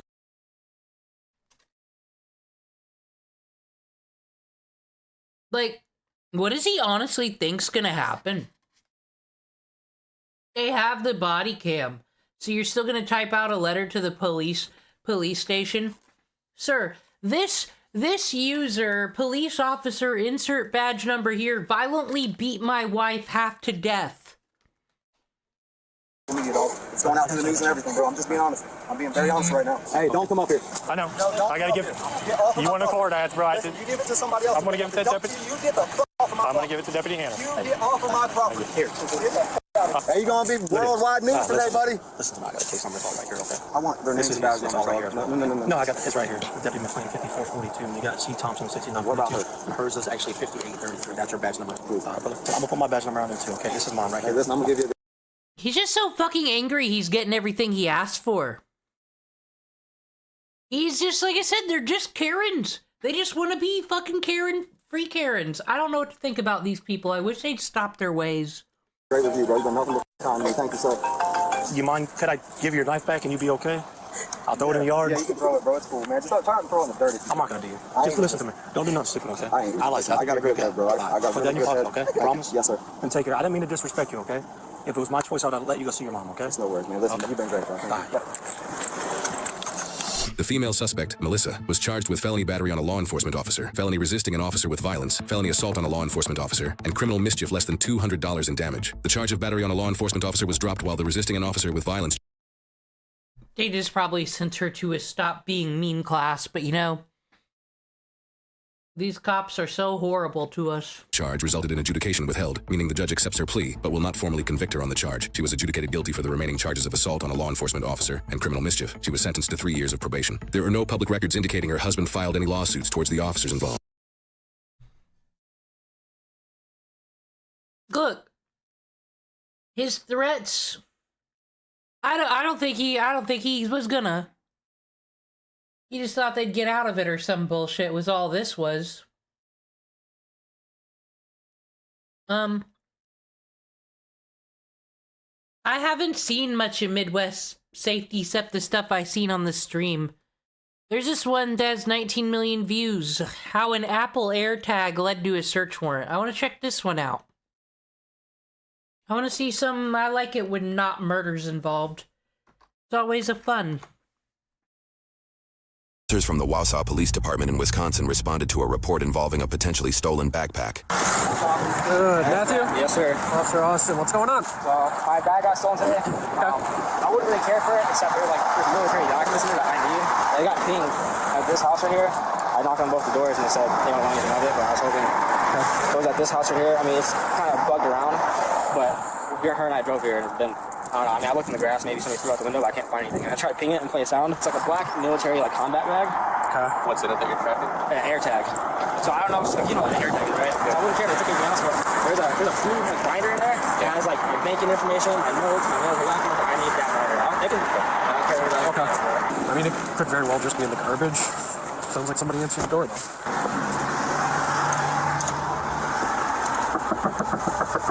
Oh. What's your name, man? Was it? Mario? While one officer speaks with the man at the door, the other officer sends dispatch license plate information to see if any useful information comes up. You got the backpack here, or? I actually don't. I have neighbors, and he told me that he talked to them. Okay. These neighbors over here? Okay. Or these ones. I don't know, he came to this house. Oh yeah, the AirTag is going right here. 41 minutes. Case closed, though. You ain't got no search warrant, pig. Look, at this address it can be because there's nothing there. Anybody else home right now, or? No. No? You got ID or anything on you, Mario? I do. But I have to remember what I'm going for. Yeah, son. Okay. That's my bag. I was cleaning my car out, but that's okay. Okay. Like I said, I don't know why it would be popping up here. I know everything I have in here. I don't think there's no military backpack. There Are you on probation or anything like that, Mario? Yeah. Anybody else home that I can talk to that might be involved with taking a backpack or anything like that? Like I said, the neighbors, anybody else in this area. I'm the only one here I know what is in this house. And it's definitely. Everybody's just getting lucky today. You know what we're watching? Because it sounds like if he would just give the fucking binder and the shit back, this guy wouldn't do a damn thing. Oh, is that Nick Robinson's fucking video? I thought that was Curtis Connors for some reason.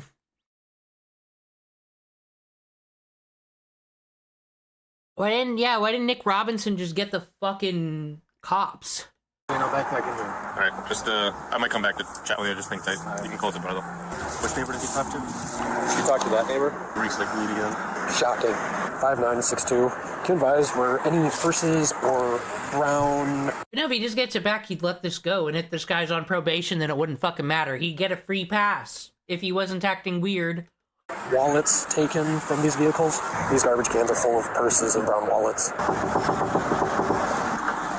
Hi, we had a string of vehicle thefts this morning, and one of the individuals that had an item taken had a backpack with an AirTag in it, and it's... Yeah, he was just here. Okay, he already talked to you? Yeah, okay. I told him to try the next house, like, literally right around the corner, yeah. Okay. Do you have any kids or anything at home that would be involved in... No. breaking? Okay, perfect, thank you. There's credit cards here, too. Just gonna write paper on it. Paper so can't... There, they looked at the other suspects, and they didn't have trash cans full of wallets and purses. 79, I think. 5 minutes to write this. Are you guys allowed to work here on property? Take garbage? Yeah. Didn't take the garbage down, so there shouldn't be nothing wrong. Alright. Yeah, hang tight. I'll come talk to you in a second. I'm thinking we call John. I think we secure.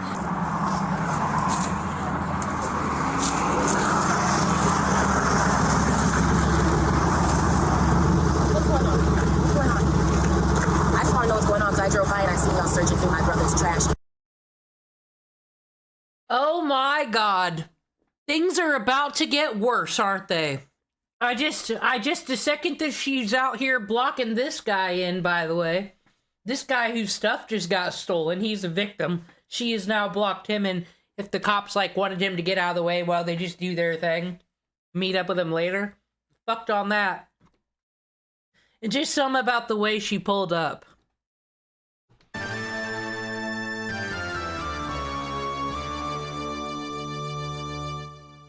So I'm just wondering what's going on. Well, someone's got to let me know what's going on. here? I come here often, and I drove by and see you guys searching my brother's garbage can, so I am just wondering what's going on. And there's cars out here. So basically what you're saying, big sister, is your brother is so fucking stupid that you have to come here and talk for him and look out for him. He doesn't know how to deal with the police. Mind your business. You don't live here, you don't need to know right now. Actually, I do. Mario, what's going on? Tor, you have enough game runner. Kind of cards and stuff in the garbage bin to help break-ins. The place reeks like weed. I think we could secure it quick. Right paper on it for take me 20 minutes to do it if we have enough bodies. Who are they?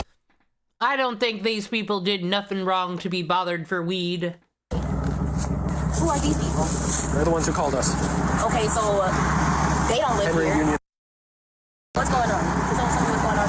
I'm just trying to figure out what's going on. So, why I just he had a bag stolen. My brother's Will you let me garbage talk? can. Will you let me talk? I actually been asking y'all to talk since I pulled up here. So yeah, go ahead. Thank you. So he had a bag stolen from his car last night. Had an air tag in it. Excuse me, ma'am, with the fucking head nod. Yeah, you go ahead, peasant, you're allowed to talk now. Oh. And then this poor guy is a victim whose shit was stolen, and this is what he's gonna get today. Air tag places it somewhere between these two houses. So You know who lives in other houses? we're talking with them right now. We're gonna go next door, but the air tag shows it right that's here. fine, but don't go searching through my brother's garbage can for shit. Y'all don't have the property. right to do that. That's And y'all public know property. better than that, 'cause y'all are police officers. We Don't have do the- no shit like have that the without authority to permission. do it. True. They do have the authority to do it. The state pays for those plastic cans. Straight up. They have the authority It's really to search the that. No, garbage. you don't. Not without my brother's permission, you don't. That's illegal. I can't even search my neighbor's garbage can. So I know you can't search my brother's garbage can. Don't do nothing like that without his permission. Thank you. In 1988, the Supreme Court... No. Fuck off, Midwest Safety. You don't know shit. You see, it was decided in 2020 or whenever the fuck this was when this woman pulled up and she said, and I quote, "You don't have permission to do that. Never do that again." Then cops could never do that again because they were reminded by fucking Raven Simone. She can see into the future, and you will not fuck with her. You will not find evidence on her brother's property.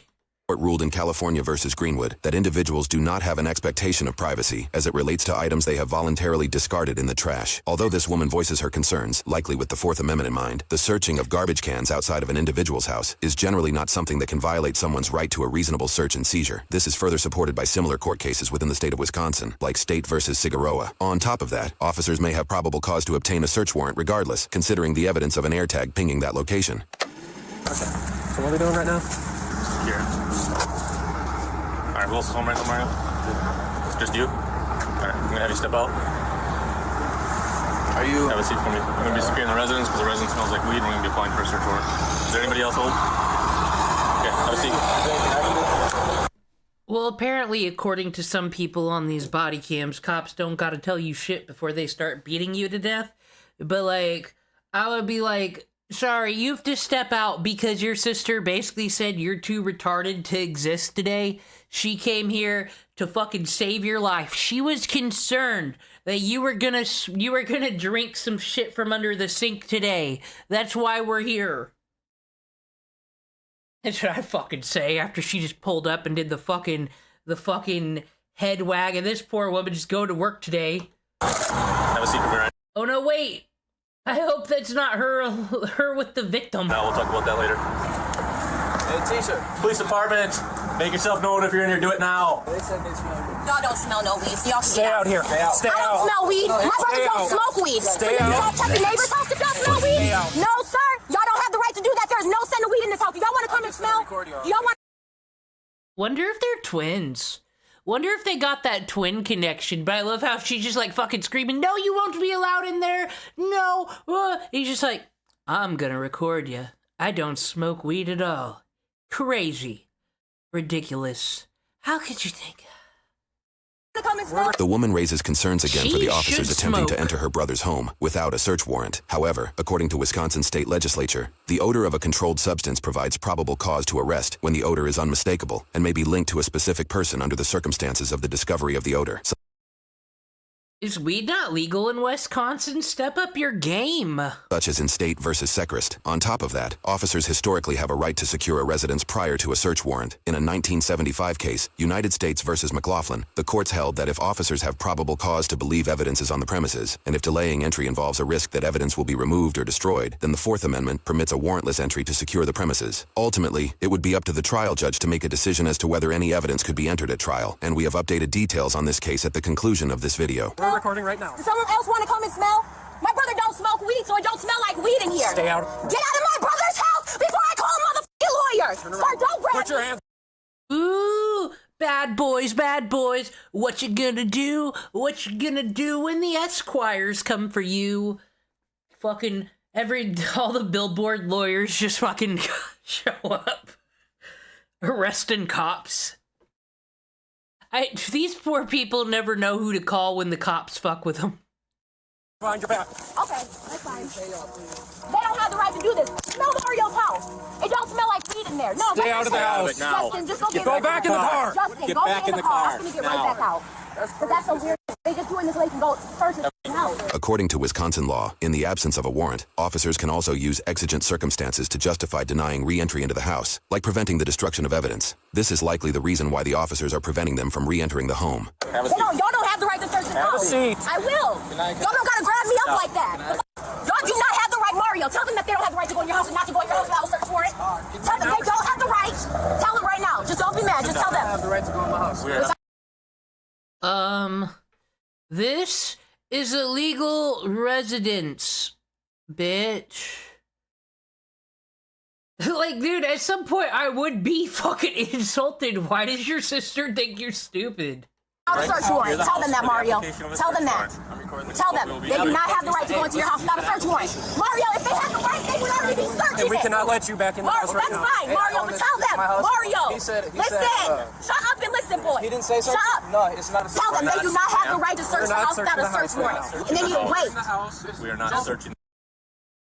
I have a feeling she doesn't let anybody talk. No cop, no teacher, no family member, no receptionist. This just is how it is. Well, you guys were just in there without his permission after we told you not to be in there. Stop breaking motherfucking laws and this would be a lot simpler. If y'all leave, this would be solved. Way simpler without y'all leaving. Y'all searching, y'all ain't got no reason to be searching. You check the bathroom right quick. Exactly. That's what we're trying to do. But right now, go check the bathroom right quick. Y'all trying to take advantage of somebody that don't even know how to move. Trying to do. Get the point they But right now we're waiting on another officer because things are kicking off way too much, man. You not know what y'all really is talking about. Let's get retarded in here. I mean, sorry I keep harping on this, but I just think it's mean. To basically present her brother so she can talk about herself is the dumbest person in the world. He's a poor victim.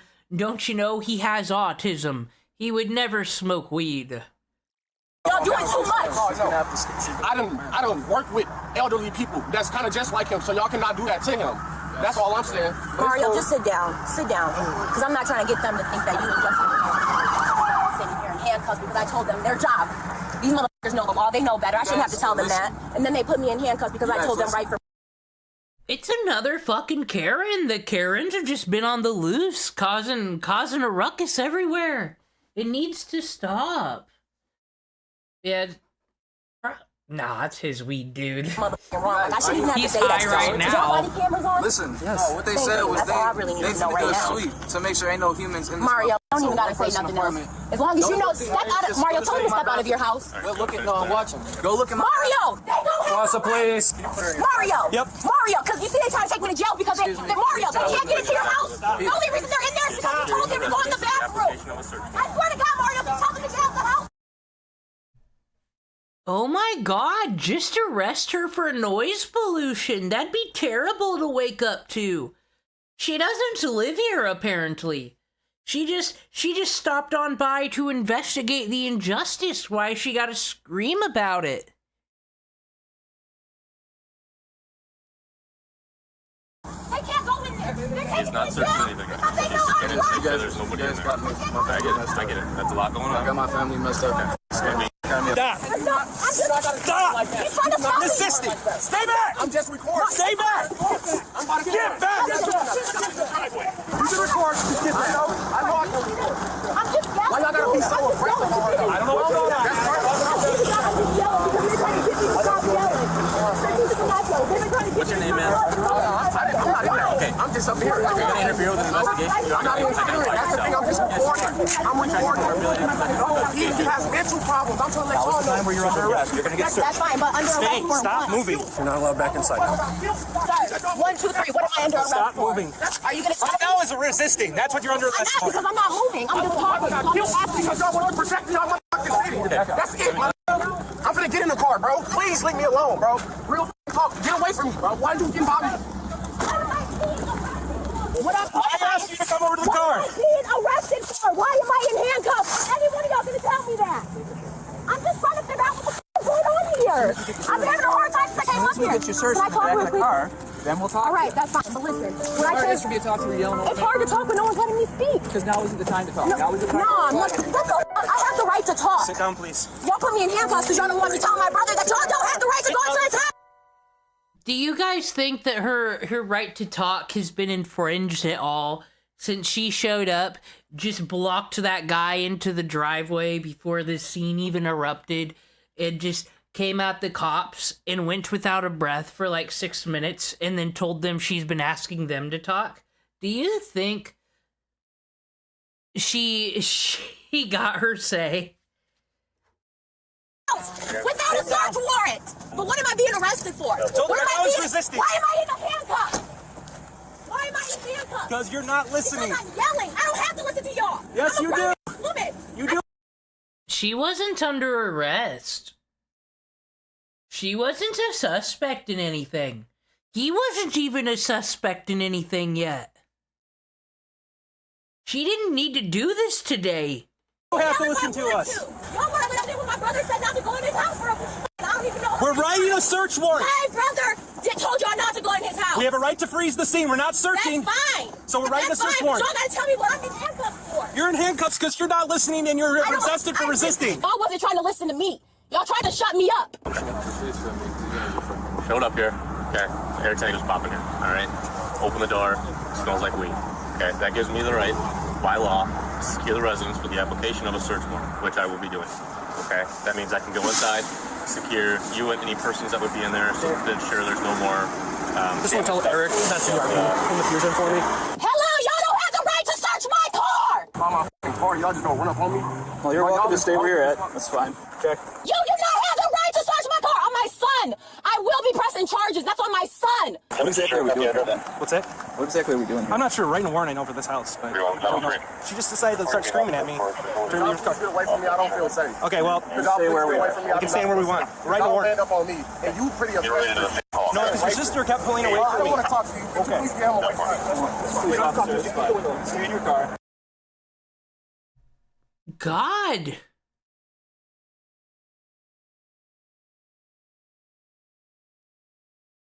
This is a fucking pack of goddamn complainers and crybabies. Like you said, there is nothing more soy than the sovereign citizen fucking thing, and I don't think it ever makes anything better for them. It smells like weed in there. The same lawyers that's fighting my little baby brother's fucking case for him being killed in a crash are gonna be the same motherfuckers that's gonna be doing this. I have hard life. I inserted it here very fast. They'll understand me, and if you ignore me from this point forward, you're bad. And I can't believe that you would just arrest me for fighting for my retarded brother who's so fucking stupid. I can't believe he opened the fucking door. God. For me, let a motherfucker go into my car without my permission. Is this the type of shit that motherfucker just be waiting on? So, the residence is secure. Once again, we don't even know if he did it yet. Okay. In that cursory protective sweep, we located our backpack that you said wasn't there. Okay. Obviously, that's an issue we will address.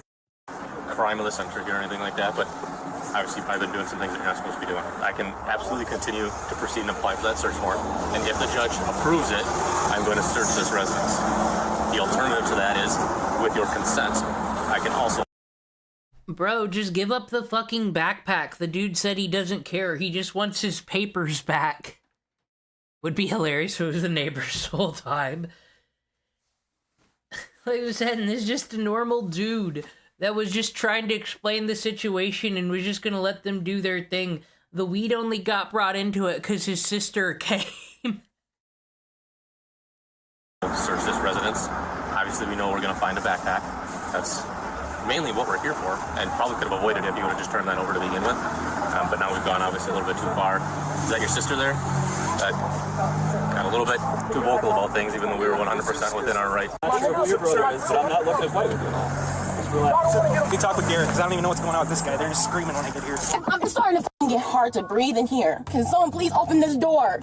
Can someone please open this door? What's going on with dude, bro? ID him. He was with her. Just figure out who he is real quick. Okay. Hey! I need to breathe! Can you please? Hey! He's got nothing to do with this. He showed it. Is that your sister's boyfriend or who is that? What's his name? What's his name? Okay, can we move the squad and get him out of here? Well, we need to be identified. That's my understanding, right? Be identified. Okay. Can you please crack the door a little bit? Can you please crack the door a little bit? Let me turn the radio down and then I'll help you with what you need. Do you need the door cracked? I just need some air. I need some fresh air. Let me turn this down. With that being said, I'm going to ask you, will you give us consent to search your building here? I don't care if you guys search it, just please do not mess. We're not going to help. Is there any weed in there that we need to be concerned about? I have bags of clothes, and I need to do laundry. I'm not concerned about laundry or anything like that, but you give us consent to search your residence here. Actually, I don't. Is there a way that, because a responsible person, I would rather wait until we get word from the judge. That's fine. At this point, I'm going to place you under. And there's nothing else I mean, it is kind of shitty to be in a situation where you can't win, but winning would have been not to play, you know, and just give the fucking backpack back. Having after this. So, sir, get away from me, sir. Can you listen for a second? Okay, so, we need to identify you, and then you'll be able to go. Can I get your driver's license? That's no problem. This is hot. It's hot in here. There was no reason to put this on me so f***ing tight. I was not resisting. I was just yelling. I put my hands behind my back for them. I was just yelling. Tight for a sec. I gotta get the keys to put the window down, so just hang on and I'll get it down for you, okay? Oh my God, dude. I don't even have my license. I'm not driving. Would you be willing to give him your information? Yes, I will. I'll take your info. I have no problem with my name. It's just I do not feel safe around you. I understand. And that's why I thought maybe you and I could too chat. aggressive for me. Okay. Well, for real. That barrier squad, keep them roll the window down. Why? She just wants some air. She's fine. She starts screaming, it goes back up. What's your last name? Can I get somebody else? I don't need to like your attitude. You want that's kind of no. So we're just allowed to tell the cops we don't like their attitude, we need another one of them. Said the family of fucking Karens. I said, I don't want to hear no motherfucker say they're harassed by the cops anymore in this fucking body cam era. Then get your fucking proof. You're gonna talk to me right now. What's your last name? Why is he talking to me? Because I'm tired of you guys not listening when I give you orders. You guys, what do you mean? Stop. Just you and your sister. I'm gonna help you. Let me just. Yeah, you can handle it. Jesus Christ. Car reeks of weed. We're gonna let him leave. No, it's fine. Could have done 10 minutes ago. That dude is a piece of shit on my son, dude. If I ever catch this nigga out here and he comes at me like that again, and I have my fucking gun permit, oh my God, dude, I swear to God, anything I'm in the rights to do is gonna happen. Because this shit is crazy. I'm so This group just can't do prison time. They're a bunch of pussies, by their own words. tired of motherfuckers treating me like this, dude. I don't want to yell. I never wanted to yell. I just wanted someone to listen to me talk. Any questions what you're being arrested for right now? Right now it's stuff. Okay, you got the backpack in there. Okay. They kept saying, I'm on the phone. So I went to the other guy and I'm like, well, can you tell me what's going on? I asked the people who are in the car over there, who I guess are the people who called the police. As they were trying to tell me, he came over and that's when him and the other officer started walking into my brother's house. So I'm like, you guys don't have the right to do that. And that's when I started getting loud because they were just going in there. I'm like, hold on, wait a second. And then they grabbed me up and I'm like, all right, I'm gonna let them grab me up because I don't want them thinking that I'm finna fight against them. As soon as I start raising my voice and yelling, they're like grabbing me up, putting me in handcuffs, roughing me around. It's like no reason to do that just because I'm yelling. Anything on your person I need to be concerned about? My phone, money. Is that how it went, chat? Verbatim, she was non-violent. But the second she raised her voice after telling them what they were and weren't allowed to do, that's when they had to shut her down. Fucking pigs. And what? My baby.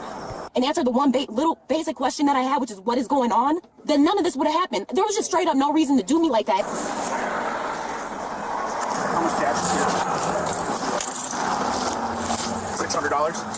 There's no fucking reason for this, dude. I try so fucking hard to be a good person. I do my best. I swear to God, dude, I stay sharing fucking posts on Facebook about the officers in this city do good. I don't even share fucking bad.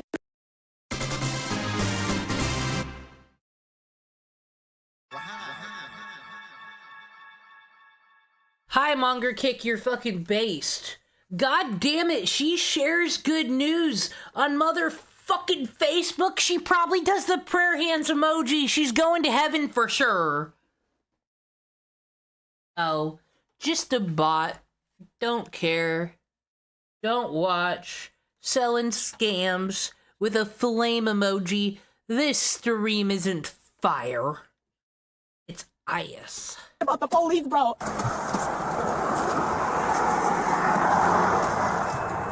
Yeah, it reeks of weed. I said that earlier. Let's hit Ian first. See what we got here, and then we can address that. No, that's fine. I don't give a fuck what the fuck my family done did. I'm just asking to be treated like a fucking human, bro. Like, what the fuck did I do to be pushed up against? Like, there's like fucking 5 motherfucking different dudes that just touched me. My fucking dad ain't never touched me like that before. Why is there 5 different motherfuckers roughing me up like that? There's a couple concerns, but it's hard for me because you have a lot to get out, and I can't answer the questions because you have so many of them. So do you want me to answer a couple of those for you? Are you going to leave any oxygen for him to live? Real quick? If you can. So I'll tell you why I pushed you up against the car, and I'll tell you why. It's because we were told on the radio they need some additional officers down here because someone was resistant, is my understanding. Now, I think you would agree with me that I came in kind of at the end, right? Yeah. So I'll be the first. That's why I tried to talk to you. Yeah, and I don't know everything that's going on. I'm not going to pretend like I do, okay? Why did you try to talk to him? He would know the least information. You make no sense, ma'am. But from my perspective, when I got on scene, what I saw was an officer that was taking you into custody. He tried to make it look rough. For nothing. Like, why would you do that? I was doing it. Like, I never, not at one point resisted. Well, ever. There's something called resisted tension. And I could feel that in you, which is when you tense up. And that's something that police officers are trained on. I'm gonna hang out here. You're gonna secure the scene. Jail policy says you gotta be behind your back. I'm just gonna talk to my partner here and then I'll touch base with you, okay? Which is, I think, why you were pushed up against the car. Now, I'm sorry that you felt like that went badly for you. I don't think I would want to be pushed up against a car either. It's because I was yelling, I was probably tensing up. But you got to see from our perspective where we're at. We get called and told somebody's resisting. We come down here, we drive. But when he came, when I'm just explaining. You might not agree with me. Let me explain, and then if you don't agree with me, that's okay. But so then I get here, and what I saw was an officer holding up against the car, and we're trained to assist with that arrest, and that's what I did. So I won't pretend to know. I can hear the bird hands behind his words. I think this is the perfect officer for this. He's learned to speak her language, go into every detail about every thought and feeling. Whole story. What I can tell you is that you were quite loud, and you did have some resistive tension. And police officers are trained that when those two factors exist, when somebody's loud and we feel that resistive tension, that we stabilize. I feel like they were doing that on purpose, though, because I kept asking the same question over and over again. And it's like, why do I have to yell, dude? And then even when it's like, damn, do I just have to say here, shut up and be like, first of all, I have rights. And if I know what they are, then I do have the right to say that. Like, did you know that you all have rights? She's not stupid. She knows that in America, they can't tell us what to do. I would say that it was in a little bit of an aggressive manner. No, you guys can't say that. That's okay. You might not agree with me. That's all right. All right, because no. I don't know him. I don't know what kind of guy he is. I'm not going to judge him. But when somebody's walking up on an officer with their back, I feel like why would anybody want this to get aggressive though? Like, why even have that? Why would that even be the first thing you resort to? When officers resort to that kind of shit, that's what makes us resort to that kind of shit. Because I swear to God, I promise you, if someone could have just listened, not even listened, or just spoke to me, voices wouldn't have ever rose in the first place. Okay. Coming closer, it's kind of noisy. You have the right to remain silent. Vape pen on the floor. There's vape pens everywhere. I bet they're using. He had one in his hand. He was smoking it with us, and that one didn't smell like it. Welcome home. But come on now, like, I don't know what type of officers these are, but like, I've lived in Wausau for a long time. I ain't never, and I'm telling you, I had something against the police at one point in time. Like, I've never been fucking grabbed up like that before. I'm pissed. I'm really fucking pissed. I'm pissed. I'm really fucking pissed. I did not deserve that shit, bro. Having those I'm very pissed that I came to scream at you today and things didn't go my way. Raise your mind, you wish to talk to me? I don't know what's my first time being arrested. Okay. I'll tell you what, I'll ask you questions. If you don't want to answer them, you don't got to answer them. But you understand the rights I read to you, though, right? Okay, fair enough? I don't want to answer any questions. You don't want to answer questions right now? Okay. CID yet? Yeah. Okay. But the car reeks of weed. Oh, good. And he's revoked. Just keeps building.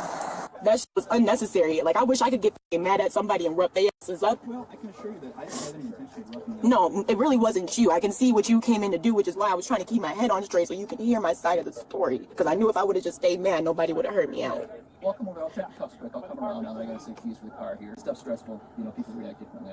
I want to make sure you're not going to have some issue back there. I should be fine. I don't know. I don't know what the plan is here. He doesn't like me, so I don't like me either. All right, just slide over that way for me. Let's take a look here. You feel my finger there? That one's so fine, they actually but it's are this one. I think that the problem with this one is you got your hand turned kind of funny. No, I turned it the other way. So your hands should be back to back. So if I can just adjust your hand here. So if they're back to back, kind of like reverse praying, like this. Do you feel that? This is still hurting. That's how they're a little bit more comfortable. I can tell you that, unfortunately, I know you're saying it hurts, and I believe they're uncomfortable. This is tight. It is on way correctly. tighter than this. Guys, I just can't take it anymore. These fucking Nazi racist pigs, oink oink, in their treatment of this woman. I will recap to you the horrors they did. They just fucking snatched her. Just snatched her. After she was just trying to politely ask and tell them that they are not allowed to go through his brother's garbage. They don't have permission for that, and she doesn't let them. It's her brother's house. Not allowed. And then they violently struck her the fuck down. And then they have the audacity to put on the air conditioner and adjust her fucking handcuffs like they're good people now. Ugh. Disgusting. This one. She calmed down at all, or? Yeah, she's calmer. She's adjusted her cuffs. Okay. Well, she can go to jail for resisting. Yeah. So I asked her several times to walk in the car with me. She's pulling away, screaming. I do feel like there's something in that fucking house, though, that pertains to her and not the fucking brother. Why is she so concerned, or did she just want to be in drama today? Resisted, yeah. So trying to race her on the car, and she's still trying to push she lost her mind because we went to investigate the resident because the resident smells like. I told her that. There's no reason for me to be in cuffs, and I should not be in cuffs if there's no reason for me to be going to jail right now. Well, like I said, you and I both agreed I came in a little late, so I don't have all the answers. And well, I want the officer that has the say-so to come over here because this is unreasonable, and I'm going through too much. Okay. Is there a bunch of other stuff in here? I don't know. I'm sure there will be. Yeah. I can get my finger in there and I can turn the wrist, which means it's I want the officer, the one that put these cuffs on me, to come over here and tell me exactly why I'm being arrested. If I'm not being arrested, I want to be let out of these cuffs so I can leave and go home. All right. So a large majority of the property from your backpack was just located on Cleveland. It'll be back at the police department at some point today. No way. What do you mean a large majority? Some paperwork, some. Is it like quick? So like, okay. I wasn't given the. Is it scattered, or is it like still in the actual? It sounds like a majority of it was scattered. Motherfuckers! Why? Just steal the shit. And if there's no valuables in it, I don't know, just throw the bag on the fucking sidewalk then. Why do y'all gotta be savages out here? The officer just informed the responding party that their belongings were discarded on a street located roughly a mile away, on the other side of a river. Because the belongings consist of paperwork, there is likely concern they might have blown not just down the street, but potentially into the river. But hear me out. There's another side to this. So while checking the residence to make sure nobody else was in there, we found your backpack. So. Like, if you just give it back to me, I won't push charges, but if you don't and I find something, I have to push charges. Okay. So we're currently applying for a search warrant for the house, so we have to wait for that to get your bag. I would say come back this afternoon, and we should... Reminder, he's got military documents and shit. He's got some non-disclosure shit. That's the problem here. So that's why he's saying he has to press charges, because he's gonna get in trouble if any of this information leaks. Have all of that taken care of for you, all right? Okay? Yeah, no worries. I don't have all day. It's okay. All right, thank you. I had several thefts last weekend from vehicles. I don't know if it's here or not. Okay. I know a few things to look for, but okay. All right. I'm sure if we go back and look at all the reports that have been filed recently, we'll probably find some stuff. What do we want to do with him? I mean, if the car reeks like weed, we got to search the car. Do we want to just pull him out then, detain him? Because he's not going to come out very nicely. No. If he doesn't want to come out nicely, he can go for obstruction as well. Yeah. Did you guys see him driving, or was she driving? She was driving. Okay, so we don't have photo. No. It's just a matter of searching the vehicle and arresting him. He's on paper, though, also, so. He refused to talk to me because I apparently he's playing games with us. Yeah, I'm tired of playing games. So. He's afraid of me because I'm the one that told him to get back in the car. Yeah, because he's walking behind me with the camera while I'm trying to brace her against the car because she's pushing off. I have to go pick my son up from school at 11. Please, let's go. Like, I cannot be here. I just drove by. Does your son go to? No, y'all are not going to go pick my baby up. 11:10. No. Well, I can go to school by myself. I am not under arrest. There is no reason for me to be in this situation right now. You are not free to leave, I'll be honest with you. You do need to. Is she trying to Jedi? Like, who said she's not under arrest and free to leave? Who said that? She's just trying to Jedi mind trick it into reality. Okay, but that's fine. Why am I in cuffs, though? This is so crazy to me. My understanding is there was some kind of interaction of like you needing to be detained and that you resisted somehow. I need to... Why? Okay, but they're not... Placed you in handcuffs. What if this was your wife or daughter or sister or something? Like, this is crazy. I should not be sitting right here right now, dude. Well, I'm telling you. I should not be sitting here like this. I have a lot. I'm supposed to be at work right now, too. Like, I was already, like, running late for work because I had to get my son from school at 11. Y'all don't care. Like, this is crazy, dude. This is crazy, dude. What are you doing with this lady? She's supposed to say that kid needs to get picked up from school or... It's too bad. Right. He's going to be pulling him out and searching the car. This car reeks of weed. She's going to jail for resisting obstruction. So, I'd like to call your son's school because you are going to jail, is my understanding. For what? Obstruction. What obstruction? What was the obstruction? Well, I'm not going to get into that with you right now. I need to understand because the charge doesn't make sense. I run a whole business. Okay. Like, I have to... For obstruction. You are going to jail. Do you want me to call your child's school? I don't want them to be stuck in Yes, please. Right. I need to call my... I'll call them. Oh, my God. He goes to... No, this is crazy. Can you get that officer come over here and explain to me what the obstruction was? I'm confused. So there'll be a time for that, but it's not right now. This is crazy. Why? Because I was yelling? Because nobody would listen? The whole time I was just trying to get a question and point across. Okay, well, I've explained to you what I can. Okay, I know. Your job is done with. It's not your job to be nice to me anymore. Have a good day. Well, when was it your job to tell them what the rules were? It's not even your property. I run whole businesses. She's got that Jeffrey Epstein, Elon Musk fucking swagger, don't she? I run many businesses and I'm important, actually. I think Elon actually wrote that in a fucking email. I know you don't give a fuck. That's not what I'm saying. There's no reason. No, I know you don't give a fuck. Like, this is crazy because y'all don't understand. Like, there's no single reason why these cuffs should be on me. Has anybody smoked it recently? Listen, I can't tell you how much I appreciate you being decent with us. That goes a long way with me now and in the future, right? So I know that when I deal with Justin, he's always going to be cool. Crazy dude, I swear to God. This is what I'm about. I try so fucking hard. I got it. I'll watch it. Yep. The woman soon argues back and forth with the officer pressing charges. You're fucking weird, dude. Weirdo. Piece of shit. Your motherfucking wife gets or she gets down by a real not you piece of shit. I hate these motherfuckers. These motherfuckers don't even know they going to fucking hell. Bro, my son, I'm done with this shit, dude. There's no reason for motherfuckers to try. Y'all motherfuckers just want somebody to attack. Y'all do not want nobody to better themselves, dude. She's going to do this instruction. Anything else from you guys then? No. She wasn't listening to you guys. She wasn't listening to it. No! He is not supposed to be in my car! All right. Ain't nobody supposed to be in my car! So, like, if her brother gets brought up on charges, is she allowed to proceed over it since she's obviously the county fucking judge, you know? Because she's just out here setting all the legalities. She realized she can't manipulate him, so she stopped pretending to be nice. Yeah, that's about how it worked out. We're searching the car because it smells like marijuana. That gives us the ability to search the car. Yep. Okay, that's fine. That is fine. At this point, I just need these cuffs off of me. Okay, we're going to the jail. Just for the vehicle break-ins, or what's that? For the certain, yeah.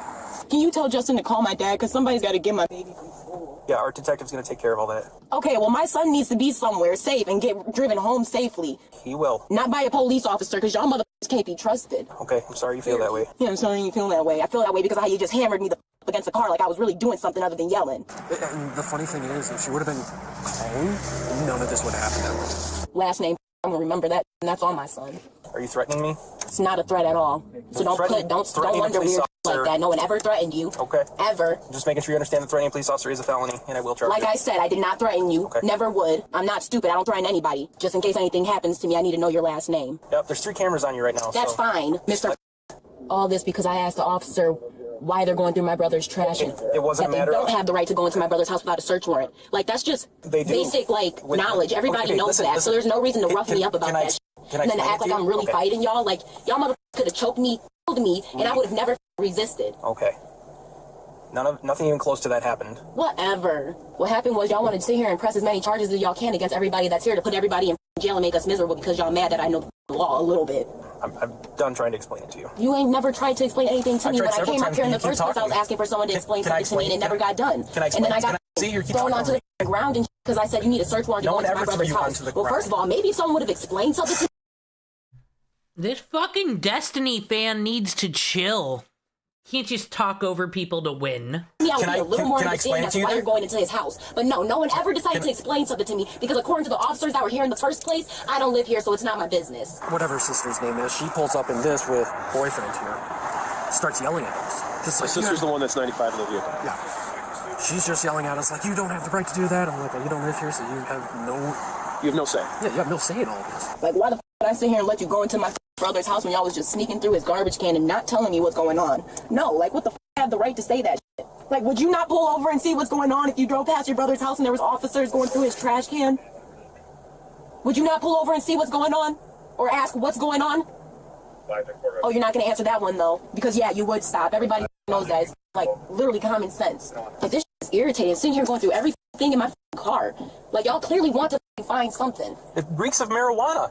Because, why would it not? Why would it not? I don't smoke in my house. What exactly are y'all looking for?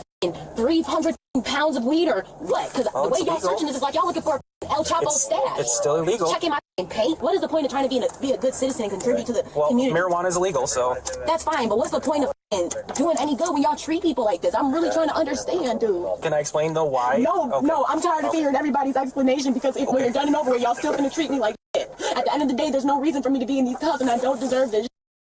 I've shown you the proof for all the channels that I did not flag Kino Casino. Unsleeved Media, I don't have to show that. I showed you all the other ones and you didn't fucking believe me anyway. Oh. I was on my way to go pick my baby up. If it wasn't for the police officers, this city would be a really good place. Cannot wait to tell my clients about this. They donated over $10,000 for my brother-in-law's funeral. I'm pretty sure it's not going to be that hard to get a lawyer. Y'all can do this to people who don't give a about themselves, but not me. Like, y'all be putting people's records like my life don't mean shit. Y'all be wanting the motherfucker to die in the back of y'all cars. Actually, I am going to be charging you with threatening because you threatened my wife earlier. Doing what? Just letting you know I am going to at least recommend charges for threatening because you did threaten my family. Who did I threaten? Who did I threaten? My family. I never threatened your family. You said you hope my wife gets so... I hope in saying did I ever say I will or someone was going to do it? Like, no.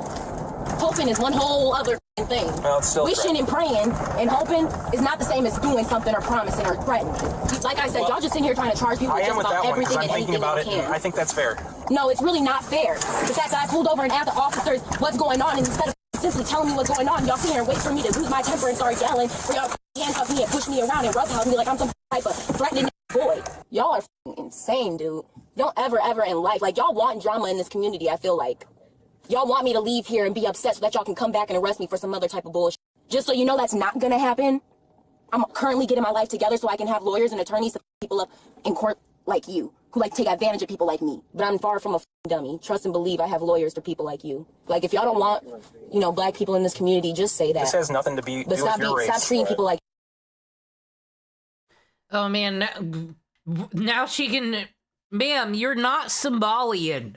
You don't need to pull the, okay, if you don't like us, it has nothing to do with anything that we've done or anything in this community. You have to go to the White House and tell them you hate the Constitution because you hate Muslims. But until you fix that, what are we to do about it, sir? That was a pretty good argument. For no reason. And if that doesn't have anything to do with it, then why was people treating me like to begin with? Why'd you come onto the scene roughhousing me like that? Like, what's the reason and what was the point? What did you have in your mind? What was you feeling? I'm just simply trying to understand what the f going on and why I was being treated like that. That's really all I'm trying to understand. Now, have they considered making her an interrogator? Would she be terrible at it? Like, she would... I think she'd make some of them killers, like, fucking confess just to get out of the room with her. And why I got cops making up charges so that you have a so-called just reason to putting me in jail. Really, you don't. I don't. Because I never threatened anybody, and I never resisted arrest or whatever it was you guys were talking about. Stated my opinion, which I have the right to talk. I have the right to freedom of speech. You guys cannot put me in jail for that, no matter which way you put it. Hi there, Officer Wausau Police with one female. Can you send people down too? Yeah, send people down because I'm such a threat. My mouth is so scary. My lips are just gonna hop off my face and start beating people up, I guess. My name is Lori. I'm one of the officers upstairs.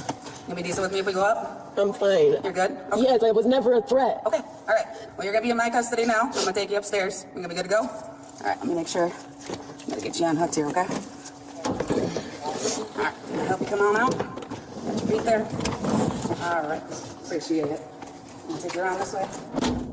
Put your cell phone and your vape back in your pocket here. I can put that vape further inside. Nope. For the time being, we'll be hanging onto that cash until I can prove it's actually where it's from.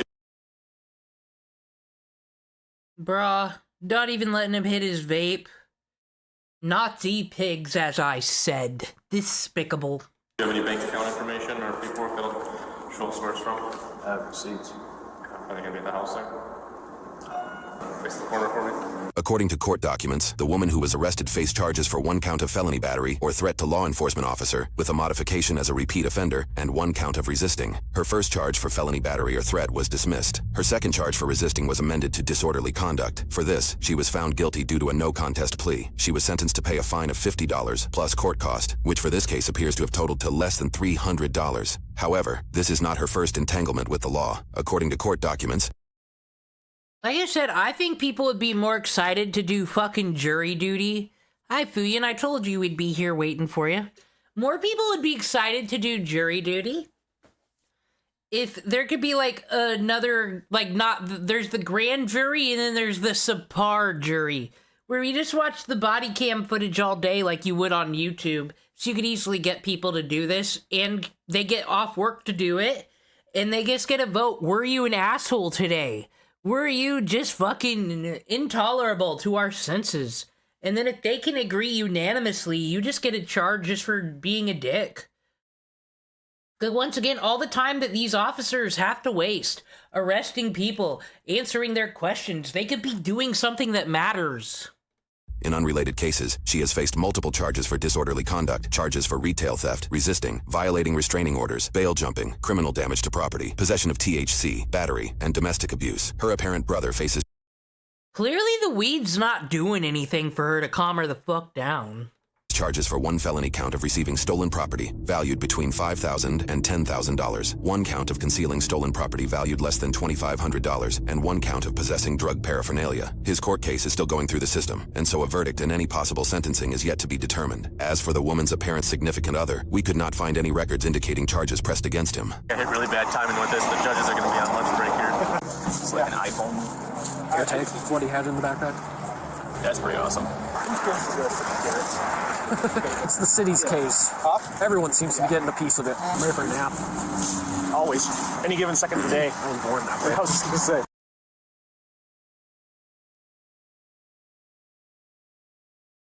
Guys,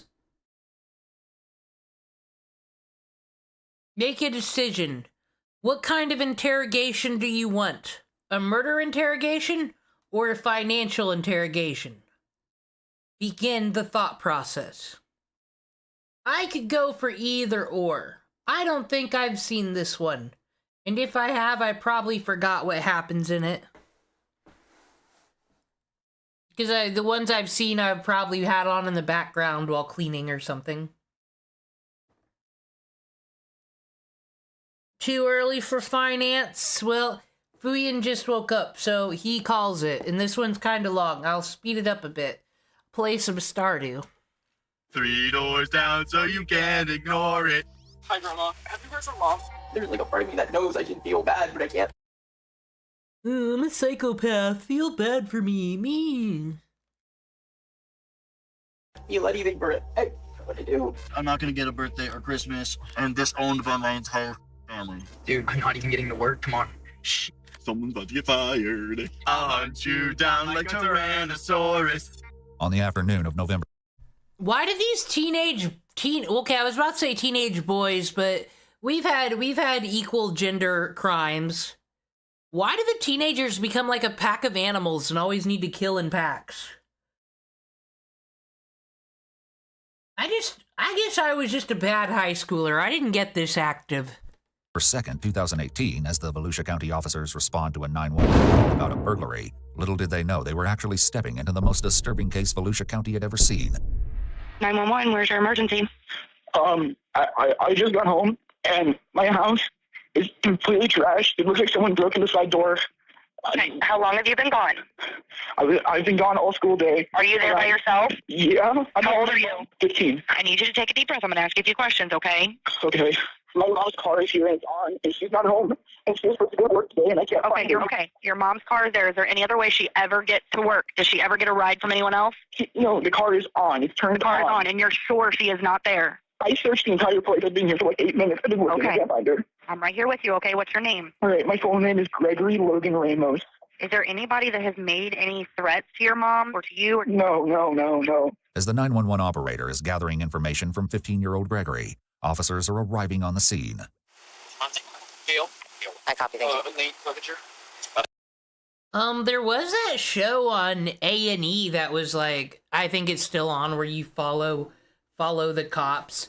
But the problem, like, and I gotta imagine, like, if you live in Jefferson County, Fulton County, like, these are always the same counties in the show. Marion County somewhere, surely. I wonder if those are, like, police scanners to those people. But the problem is, it's kind of... I find them boring because it's mostly DUIs. Like I said, DUIs are fucking annoying because it's like... Just fucking breathalyze them. Fuck the field sobriety test. Where does she work? She works in an architecture firm up in Orlando. Is she normally home this time of day? No, she gets home at 6:30. Okay. Does she actually leave for work before you? She dropped me off, and then she usually just heads back to the Sunrail and hops in the train with her bike. And does anybody else live here once again? My dad and my two step-siblings. Where are they at? My dad is on a business trip in Seattle. He'll be back this afternoon at 6:30. Okay. And then the two stepchildren have their moms. Okay. But everything is gone. Like, except for like the mounted TV on my wall, there's everything is gone. Hoping to gain some insight into this burglary, 2 officers take a walk through Gregory's house. To their horror and shock, the home had been trashed beyond recognition. Every part of the house has been rifled through. The bedroom's closets are emptied out and dumped all over the floor. In the kitchen, every single cabinet was open and rifled through, including those under the sink. Glass littered the floor of the kitchen as the burglars had taken it upon themselves to smash all the glassware. That's weird. Why is there all this crap up here spilled? There's a broken glass here. Why is all this shit broken, dude? The damage around the house is more severe than a standard burglary, and the officers can't help but wonder if maybe these burglars had a personal vendetta against Gregory's mother, Gail, or his family. As the officers make preparations to take 15-year-old Gregory back to the station so he can be comfortable while they process the home, one of the neighbors approaches them. Just I do have a key to their house, but I haven't been up here since yesterday evening, or after you and I spoke. I talked to his parents. Okay. As I told him, this young man has some depression problems really bad.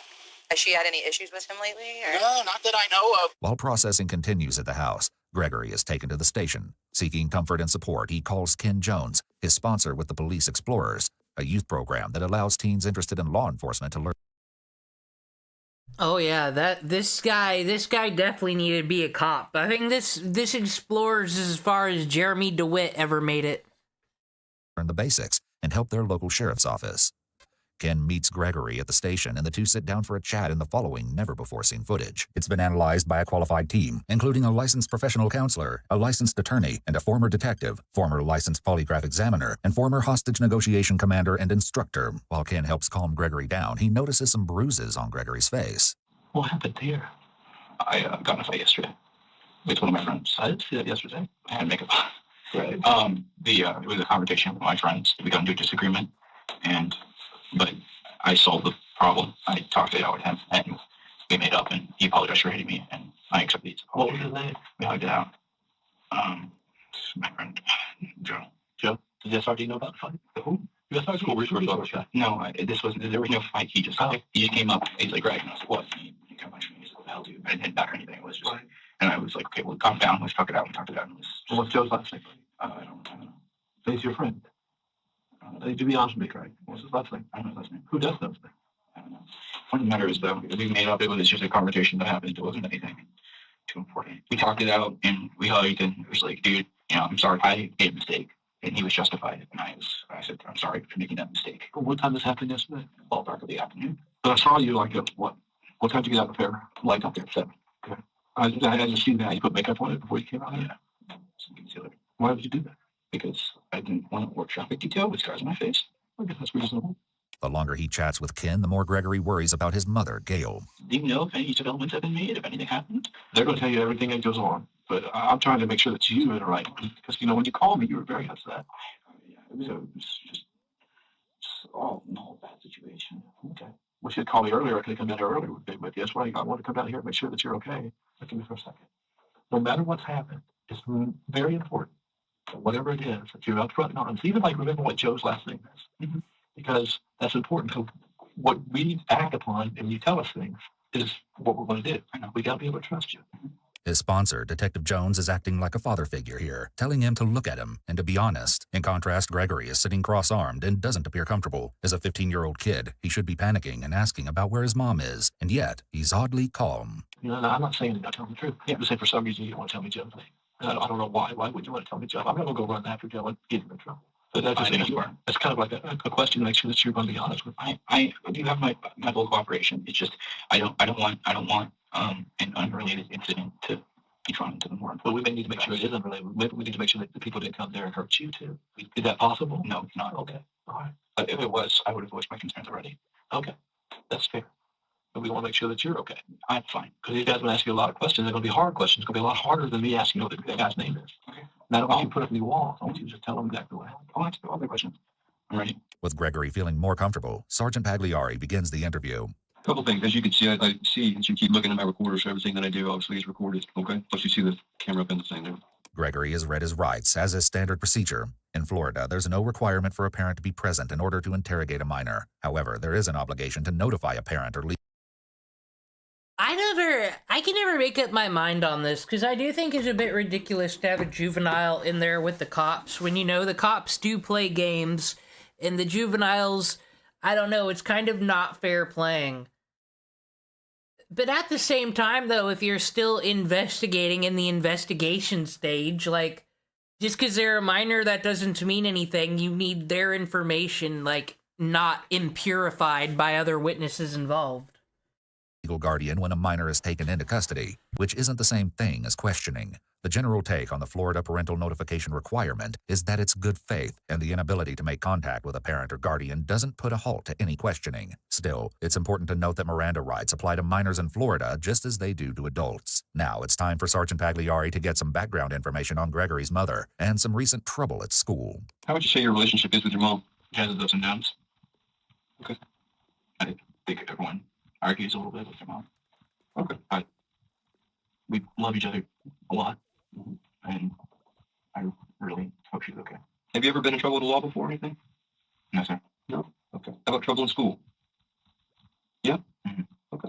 Having his sponsor in the room should make him feel much more comfortable and relaxed, yet Gregory has his arms tightly crossed and his nonverbal communication is not in sync with his verbals, indicating he's feeling anxiety. Given the situation, this is understandable. He doesn't know where his mom is, and his house has been burglarized. Still, he's very closed off. And I'm just getting background before we get into things. That's all I'm trying to do here. So, trouble at school, how? So I'm trying to think about what it was. Last month, I got ISS and OSS for that.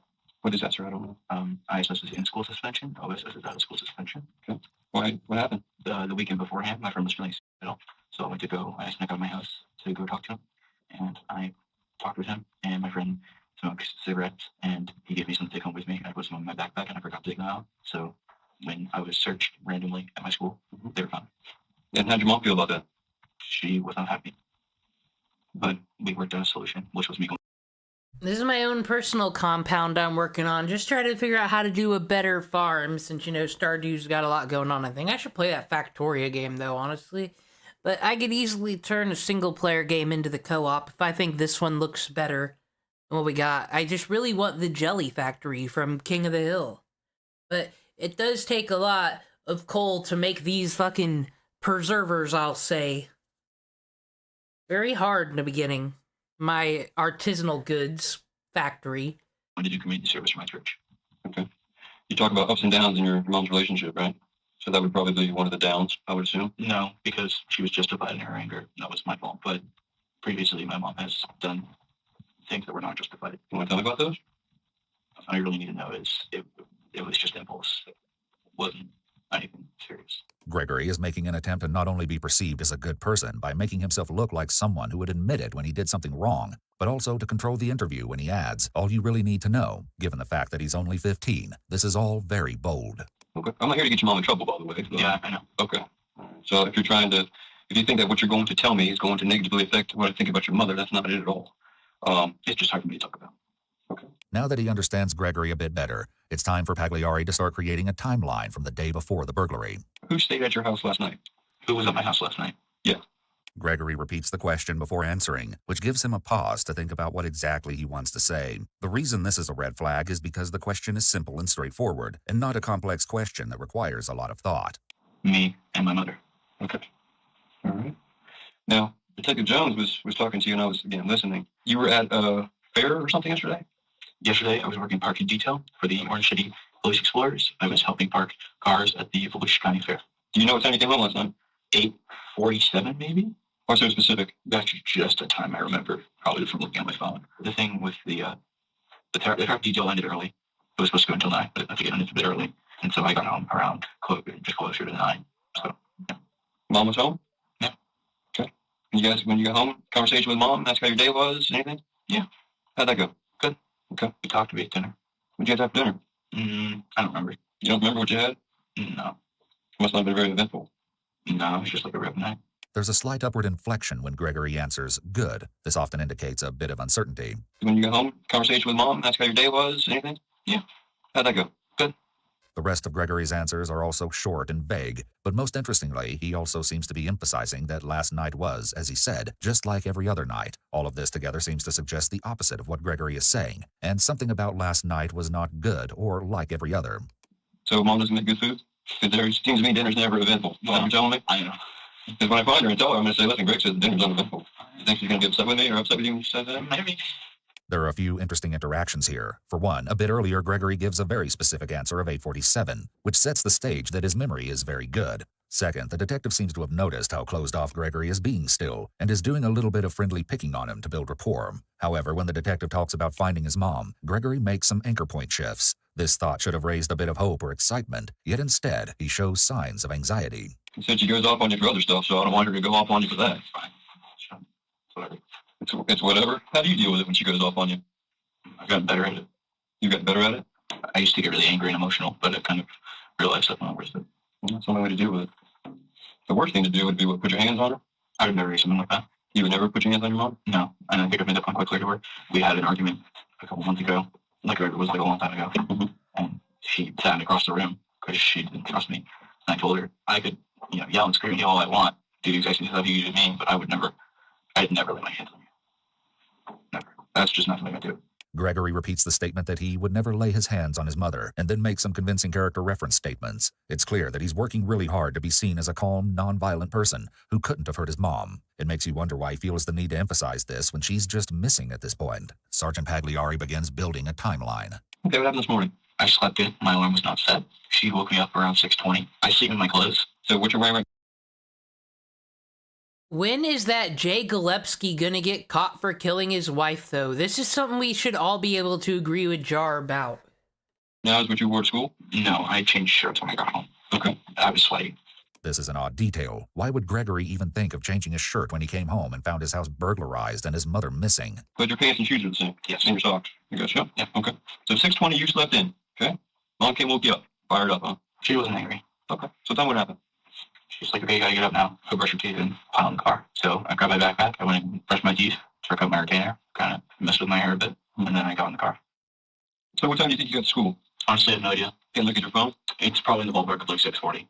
Okay. It's certainly interesting that a few minutes ago, Gregory could remember the exact minute he got home, but now he honestly has no clue what time he got to school. Talk to anybody when you got there? Hey, what's up? You got friends at school? Yes. Who'd you talk to? First person you saw at school was who?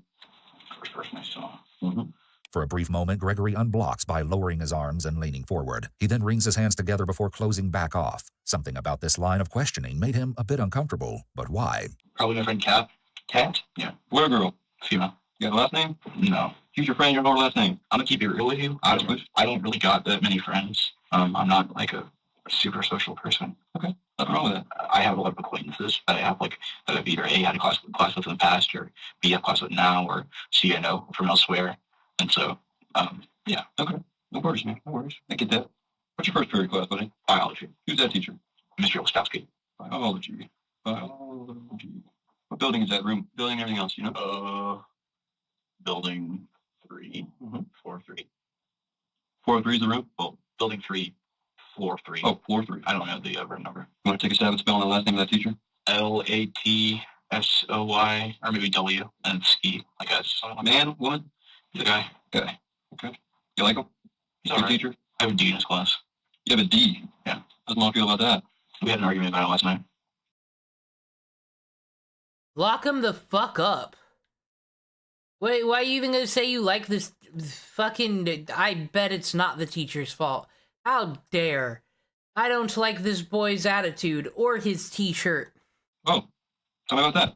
We talked about it. Basically, she's like, I can't be doing this. And I was like, well, I got all A's and B's last quarter. I can pull my grade up before the end of the semester. And she was like, whatever, blah, blah, blah. Don't act so cocky. I'm like, I'm not. I just know I'm capable of doing things like that. Sergeant Pagliari has honed his skills when it comes to reading behavior, and he's picking up on some strange behavior from Gregory.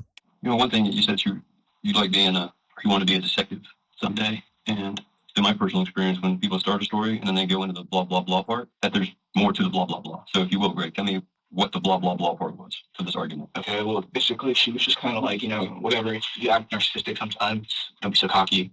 Using the word basically tends to indicate that someone is leaving something out. This, combined with Gregory's nonverbal behaviors such as self-soothing head rubbing, scratching, possible eye blocking, and his one hand tightly across his stomach in a protective and guarded posture, all seem to indicate that he's feeling a lot of anxiety. And I was like, well, I'm not cocky. I'm capable. I feel like I have the skills because I've done it before to fix my grades in a short amount of time. And I was like, I probably could fix them by Friday and stuff, and just talking with her about that. And she was like, all right, whatever, go study your biology. And I was like, all right. So I studied my biology for about an hour, and then I went to her room, and she was on the phone with Dad. I said, hi, Dad. And they hung up, and I said a prayer with her for a good night, and that our healing hours for Grandma, for Uncle Joe, stuff like that. When people say and then, or jump to parts of their story by saying and, repeated a few times in a row, it tends to mean that they're going through events like their bullet points, and they're usually leaving something out between the ands. And I was like, I probably could fix them by Friday. And so I studied my biology for about an hour, and then I went to her room, and she was on the phone with Dad. I said, hi, Dad. And they hung up, and I said a prayer. I've mentioned how these interrogation videos are quite useful for things such as character writing, because you are dealing with a human being that decided, I'm not going to get my lawyer even though I know everything, and I'm going to get one over on the cops. But it's also going to be the moment they find out that they're fucked and they're going to prison forever. It's that Danganronpa moment. There's another thing.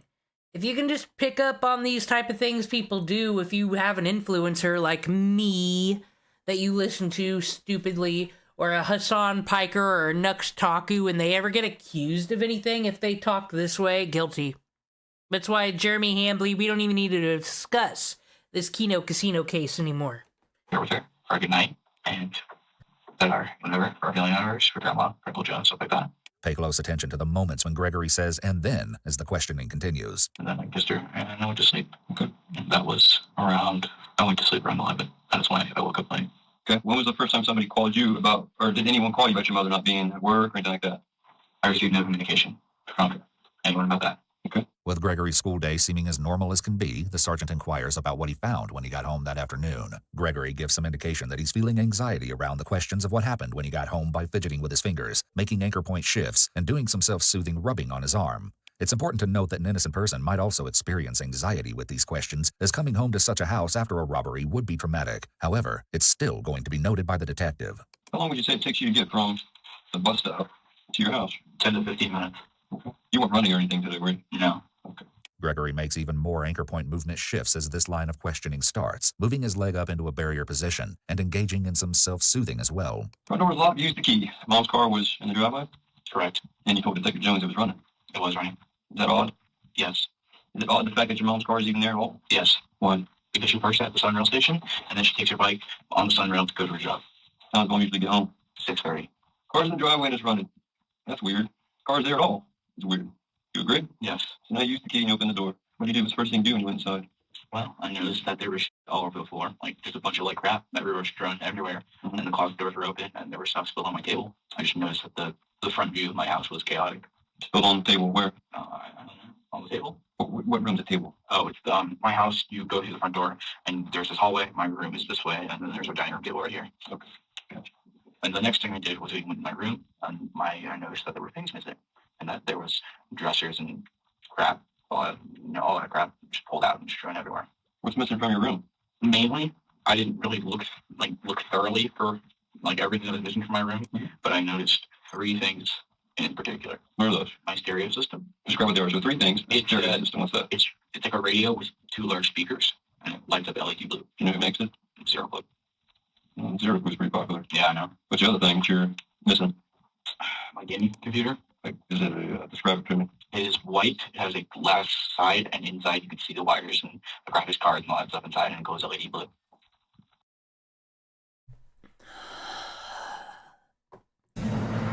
What, Fuyin? What is wrong with it? What?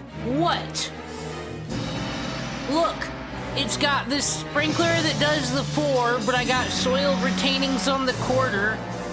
We're just gonna snatch it up, put it in her, put a shipping container her, and this is a great place for jelly selling.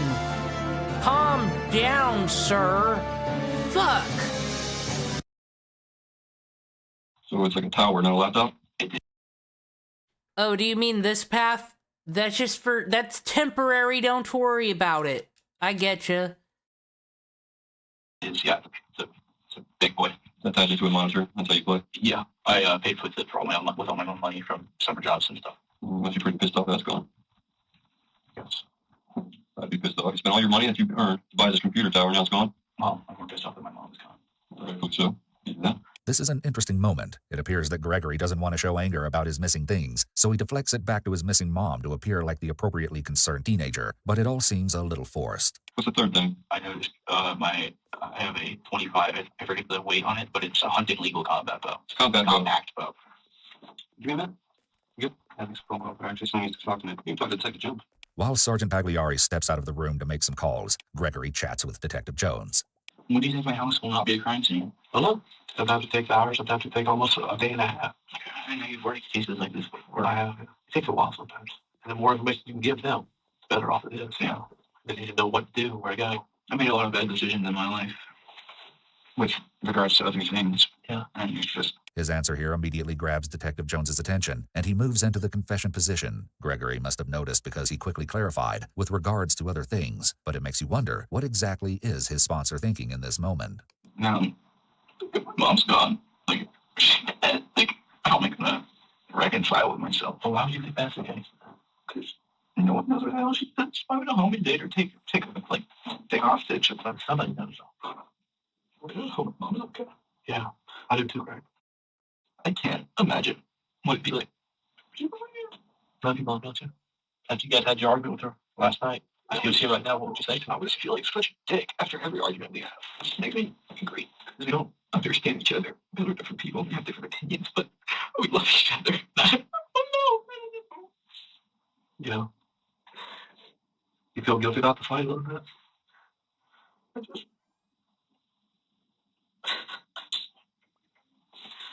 just wish I hope she's safe. Did you say you want her back?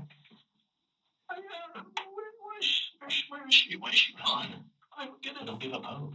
Gregory makes a big mistake here. He slips up saying, I hope she's safe. He may have just given away not only what happened to his mom, but that he may know more about it than he's letting on. To cover, he starts to cry. But if you're wondering if he's actually upset, notice that he gets distracted and has to brush his hair out of his face. After the detective helps Gregory calm down, Pagliari comes back into the room with more questions, hoping to get any information from Gregory that might help them find his mother. So we were talking about going through the house. You went down, took some inventory. Well, after I went downstairs looking for my mom and didn't find her, I went back upstairs and I decided I needed to check on my dog. He's so eager to continue his story that he actually interrupts the detective. Going through the house, you went down, took some inventory. Well, after I went downstairs. He seems pressured to go through what he did when he got home and to explain everything. This is really interesting because an innocent person shouldn't feel the need to explain things. It simply is what it is. If the house was broken into, robbed, I thought there was a good chance they killed my dog. But I mean, I didn't know he doesn't bark that much, but I didn't know if they were going to do that or if, like, whatever. I didn't know what was going to happen. Oh man, is this gonna be another one of those people where it's like, there was this horrible murder and people went missing and the car's running, but I had to secure my dog. It's my fucking dog. What am I? God. Happened. So I walked into the laundry room and I saw everything was like displaced, right? But my dog was fine. And that's when I noticed the door. The door, here, I can stand up and show you. You want to stand up and show me? Okay. So let's say this is the knob for the door. I have the deadbolt here. The deadbolt was unlocked, right? And this was locked. But this entire wooden area on this frame was looking at it and busted open. Like the force of the door was so powerful that it had literally broken the wood. I recognized that as someone taking in the door. It's odd that Gregory thinks this is something he needs to demonstrate. It's more likely that he feels the need to burn off nervous energy. Why do you think that? Because either that or they somehow forced the door open, but it had to be a strong enough force to break this, Tonto, quit sneaking around off platform. Y'all are gonna turn commie, I said. Who's gonna spread the it? force and everything you're talking about here is just because of that based off your explorer training? Common sense. Common sense. I'm just assuming, just thinking out loud, like, you have to be able to be, like, either strong enough or there needs to be, like, a certain amount of force for the wood, like, a door frame to, like, basically, like, crack and, like, make the lock give out. Sure. As Gregory draws out a layout of his home for Sergeant Pagliari, he mentions something odd that he noticed in his mother's room. I made it to the master bedroom, and it was just really bad. It was terrible in there. And one thing I noticed was that the bed was at an angle. What's it supposed to be? It's supposed to be straight on. Okay. Now, there's a dresser here. There's a dresser here. There's a couple bookshelves, and there's a mirror here, and then there's a dresser here. And then that's the bathroom going on. But that bed was out of place. That's one of the major things I noticed was that the bed was out of place. There's been a shift in how Gregory answers these questions, and he's much more open to talking about things that have nothing to do with his mother. So after I surveyed the house and looked for my mom, I called the cops. I'm pretty sure you know the rest of the story. Yeah.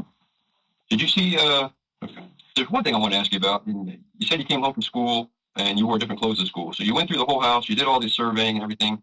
At what point did you think it was pertinent to change your clothes? All right, let me tell you. So I was sweating my ass off, right? I was really hot, and instead of just answering the question directly, he goes into a long story to explain his actions, which is another sign that he feels nervous about what he's saying. I told my family, I think I told you this, but I got in the house and I felt sick. I couldn't find my mom. I was freaking out. I was not in a good place. And so I went to my bathroom and I threw up in the toilet. And I then proceeded to flush the throw up down. And then I took off my school shirt and I changed it to a different shirt. I didn't know if there was any throw up on it or not, but I was feeling hot and sweaty and I needed to change the color. Where's the shirt at now? It's in my hamper. Where's that? In my room. Okay. Sergeant Pagliari clarifies one final detail before diving into Gregory's story. If things seem a little odd so far, then get ready, because this is where things start to get even stranger. Detective Jones was talking about the marks to your face, and I want to talk about that a little bit more. All right. When did that happen? Can I ask what relevance this has to the conversation? Everything is relevant, Greg. Asking about the relevance is the kind of thing you could expect to hear from an experienced criminal as a deflection, or from a savvy adult with a lawyer perhaps, but this is unexpected awareness on the part of a young, seemingly not criminally involved teen. He sounds like a defense lawyer here, not a kid. It also shows that he may be fishing to see what information they have. Now they're going to say, hey, listen, Greg's mother's missing. Greg has marks on his face. Is it possible that Greg got in some kind of altercation with his mother? Right? They're going to ask me that. Yeah. Okay. So now I need to explain when you got those marks on your face. All right. Good. When? Yesterday. Yesterday? What time? After school. Where at? Student parking lot. Okay. Who did it? My friend Joe. What's his last name? It starts with an L. You have a class with him? No. He's older than me, but he's what? He's older than me? Older than you. Okay. Joe L. Older. White male, black male, Hispanic male. White. Okay. What grade do you think Joe L. is in? He's a junior. How long have you known him? Year and a half. Okay. Not gonna explain the situation to you because it probably looks like I got my ass beat. Go ahead, please. Tell me what happened. All right. So at homecoming, Joe's ex-girlfriend was attempting to Hey, I thought you were super concerned about your mother. Like, why are you worried about these cops thinking you got your ass beat in a school altercation? God forbid, right? Don't want to look like a pussy. Mind only. I don't know if you know what that is. Tell me what it is. It's like when you have well, I was hanging out with my friend, my other friends, right? And they're getting grinded on, right? But I don't have a girlfriend, and I'm kind of more focused on other things, and I don't have time for that.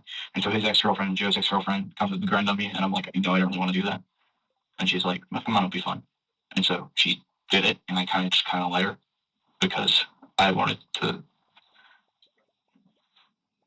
fit in, I guess. But Joe found out, so he came up to me, and then he slapped me and he punched me, and he goes, "Dude, what the hell? You know, why would you do that?" And we talked to that, and I basically explained to him that I was at fault. I shouldn't have done that. I value you more than those other people. You know, I value what we have, and I wouldn't want to end that. And I want you to understand that I'm sorry, and that I really want to continue being friends with you. And he was like, you know, it was kind of a dick This great fucking acting performance are we right here? move for me to come up and hit you without any prefix. So I'm sorry that I did that. Then we hugged, and I said, "See you tomorrow." And that was it. Was there anybody else there that saw this? No. Not that I know of. Not that I know of is a selective memory statement, but Gregory's entire story is full of red flags, starting with the neck rubbing. It's not particularly believable that most teen boys would get in a fight like that and make up that quickly, never mind hug and not even know each other's last names. Either Gregory actually has no clue how normal interactions work, or he thinks the officers are that naive and dumb that they will believe this story. So you were just in the parking lot. Like, were you walking? Were you hanging out? I mean, how did this... Tell me about how I was hanging out with my friends. So you were there in the parking lot with other people? Yeah. Okay, well, can you name somebody with a first and last name? Brian Torres. Brian Torres? Spell it for me, bud. Give it a go. P-O-R-E-Z. P-O-R-E-Z. So, Torres, yeah. Okay, what grade is he in? He's a senior. Is he in a class with you? No. The guy, no. He saw it all go down. So Brian Torres saw Joe L. punch you in the face? Yeah. In the student parking lot yesterday at University High School? Yes. Okay. Gregory's story is now out in the open, but there are a few issues with it. While Sergeant Pagliari has been speaking with Gregory, another investigator has been verifying information with Gregory's school, and things just aren't lining up. That's 100%. What could it be? Suspicious. 7 and 8 kids said actually he got his ass beat, officer. Like the biggest pussy, and he cried. It's true, they say. That's everything? No, that's it. I mean, you're telling me that what you're telling me is the truth. Yeah. Okay. You're in school all day. Yep, I have no reason to lie. Should I believe everything that you told me today, Greg? I mean, it's up to you. Well, here's the thing, okay? Do you think that I'm not going to go or have some of my detectives go and run down your story and verify all these places you're at? Yeah. An honest person is much more likely to just say yes or ask why wouldn't you instead of a more confrontational answer like it's up to you. And when I do that, what are they going to tell me? They're going to tell you it's truthful. That you were in, you went to every class today. I was late to 7th period and I was in the auditorium 6th period. I don't think I mentioned that, but. Okay, so you didn't take yourself out of school today at 1:10? No, why? So the school's wrong. What do you mean?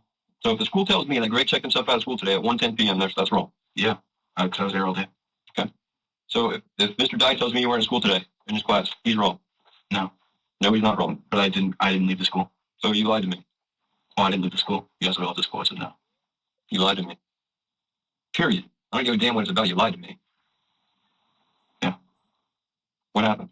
Gregory seems to freeze a bit here, like he's trying to decide what his next story is going to look like. The detective just confronted him, and now he's entered the deconflicting stage of the liar's loop for this part of his lie. He now has to make his story fit into what the detective already knows. As well, the detective is doing a good job of slowly entering the confrontation stage of the read technique, bringing up piece by piece to see how Gregory responds. He's also sitting in the same position as Gregory. This kind of mirroring is meant to improve rapport and connection, even while confronting him. Well, as you know, I have a D in biology. Mm-hmm. I fell asleep in his class. And so I needed to get shit done. I needed to get on that grind. So I skipped into the auditorium 6th and 7th period and I sat down and I took that time and I did my bio homework and the stuff I need to do for bio because I'm missing a frick ton of assignments in there. I think I'm missing, in total, I'm missing 6. Those need to be done. So why would the school say you checked yourself out at 110? Because I would show up absent for both of those classes. You can't check yourself out. It's hard to tell if Gregory is being genuine, but if he's willing to lie about something like this, then what else could he be lying about? Why'd you lie to me about something stupid as biology? Because I don't want you to have a bad opinion of me. Because I want you to understand I've done a lot of wrong things in my life. And I acknowledge that. I don't make the best decisions. But if something serious as this, or my mom is missing, I need you to, not have a bad opinion of me. My opinion of you, Greg, is whatever you tell me. My job is not here to make judgments, good, bad, or indifferent. My job is to get as much as I can from you to help find your mother. Now, when you lie to me, even if it's a little bit, yeah, you lose some credibility. And you can get all upset and cry about it. That's just the way that it goes. No, I get it. You hear what I'm saying? No, I hear what you're saying. And then I get these things about, well, who's the guy who drove you? I don't know. Brian something. Well, I didn't lie to you. I legitimately forgot his name the first time I was talking about. These things that you tell me, Greg, especially when you're not in school. Can anybody verify where were you when you did your biology homework? In the auditorium. So I want to see you on camera in the auditorium doing your biology homework. Yeah. Are you sure? Yeah. Okay. So if I don't see that and I call you a liar again, am I right to do that? Yeah. That's what you will see, so I'm not really worried about it. Okay. All right. So if I were to hypothetically just say, or just to say, not even hypothetically, if I were to say that you went home last night, got in an argument with your mom for whatever reason, I guess it was the biology thing, right? Because I know she told your dad. Yeah. That you guys got in an argument about it.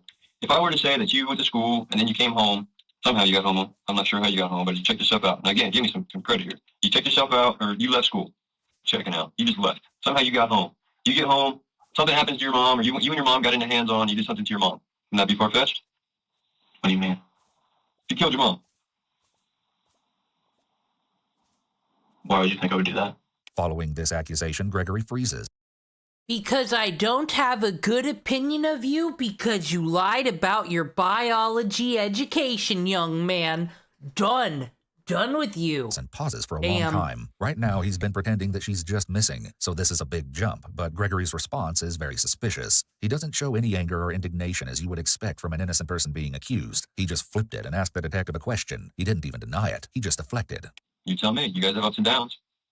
You got marks on your face. You told me Joel is the one that punched you in the face, but before you didn't say shit about it. You didn't ask. I did ask. I said, who was there? I don't know. Oh, maybe my friend was there. Your credibility with me, Greg, sometimes is up and down. So again, when I ask you, would it be far-fetched if you came home today and killed your mother? Yeah. You did kill your mother? No. Would it be far-fetched? Yeah. Why? Because I've never done something like that. But she said you. I know she said you. This is the first big confrontation when Pagliari states, "You killed your mom." He then attempts to build a theme that she's been hitting Gregory, offering him some kind of justification. But as the accusations against him become more and more severe, Gregory seems to realize that the only way to protect his innocence is to make some tragic and startling revelations. Have you ever been sexually assaulted? No. Have you? Yes. Okay. I have. I was sexually assaulted. I reported it to the police. They did nothing. Okay. So, the only person that was really there for me were my parents, and specifically my mom. My mom was the one who helped me through that dark time in my life. I felt I attempted to more than once, more than 3 times. She never put me in all facts. She never called the cops. She never did any of that. She helped me through that time in my life where I was in a bad place, and she saved me from myself. I love my mom more than anything. And we have our ups and downs and we have our problems, but I love her. The timing of his story is questionable. He seems to be trying to deflect from the accusation that he killed his mother and put himself into a victim role in the eyes of the detective. It's a fairly common tactic for narcissistic individuals to use threats or actions like this to manipulate others. He also makes really intense eye contact while leaning forward and You know, that's the question we ask all the time, but for this one, there is an answer, Fuyin. It's because he's a teenager, and teenage boys are retarded. Seems to be trying to read if he believes his story. They really think they figured out the whole fucking world, and these adults ain't gonna tell them what to do. It's a genetic thing that men have, so, because back in the day when there were wars and shit all the time, this way you could just send them off to die, and it really wouldn't hurt too many things too much, because they sucked already. This position is similar to the confession position. The fucking teen to adult He's just middle trying to area. manipulate them into believing him. And I was explaining to Detective Jones earlier, I had gotten into an argument with my mom maybe a year ago. And she sat me across the room and she said, I'm scared of you. And I said, why? She's like, what if you lay your hands on me? And I said, I would never do that, because I would never do that. Oh, sob story? Once again, because stupid fucking teenager. Is in a movie, it's movie logic, or like Law and Order logic of that point where it's like, this person's evil, they suck, going to jail for 1,000,000 years. Sad, tragic backstory, no! That's not something I would do. That's not something I would ever do. I would never lay my hands on my mother. She's done too much for me, too much for her family, for me to lay hands on my mother. You're a detective, right? Yes. Okay. So, do you want to know what happened today? Yes. Do you want to, me and you want the same thing? Yes. Do you want to call my mom? I want to know what happened to your mom. I want to know what happened to my mom as well. And I don't think she's dead. Whatever. I try to think positively, but it's whatever. The point of the matter is, like I've said before in our previous conversation. Like I said before, is a reference statement and saves him from having to repeat a lie again. I've made some mistakes in my life, and I regret them. And now I'm going to voice my mistakes to you, so you can understand what happened. I don't know what happened to my mom. That's the first thing I want to get out. I don't know what happened to my mom. But I do know where I was. I know how everything conspired. And I know that I lied to you a lot because I wanted to protect my own name. But I realize now that after you asked me whether I killed my mom or not, I realized that there's something more important than just me, and that's my family. And in order to help my family and get them the answer that they want. Gregory is really trying to position himself as a good person by repeating how much he cares about his mom, family, and how great of a kid he is. A truly innocent person would likely not need to repeat this to convince anyone, as it would be obvious. Then just they deserve. I need to be completely honest with you. And so, that's what I'm going to do. So, flip the page and I'll tell you what happened. It's clear that he's used to being in charge and telling adults what to do, as it's very bold for a 15-year-old to tell a detective what to do, such as flip the page. As Gregory begins to spill the beans on the events leading up to the incident, his story sounds similar at first, with him getting a ride home from the police explorers the previous night and getting into a fight with his mother over his grades. However, things took a shocking turn after Gregory supposedly went to bed that night. Around 11 o'clock on Thursday, I went to sleep. But I didn't really go to sleep. I just kind of went to my room and turned off the lights. I'm not allowed to have my phone in my room due to something we'll discuss soon. So I go at 11. I waited until 12:30 until I went to my mom's room and got my phone. As he launches into this story, Gregory includes a ton of unnecessary details to try to appear honest. This type of embellishment is an attempt to bury the story in the details. It's also interesting because it can help manage the anxiety of being dishonest by including all these tidbits of over-honesty in the story. With this many details. Wait, you think someone who values family wouldn't kill their mother? What if the mother's coming between them and this family, Skylar? It's almost like he's attempting to derail the conversation away from finding his mom by going into so many tangents. I then proceeded to call my friends to come pick me up, and I snuck out my window, and I got picked up by my friends. I then went to... We drove around town, first off. We did that for about an hour. Just before he launches into this story, he shifts away from everyone, back into the side, away from his sponsor. It seems like he doesn't want to be a part of this conversation anymore. In that hour or two, I smoked a lot of cigarettes, drank a lot of alcohol, didn't want to. But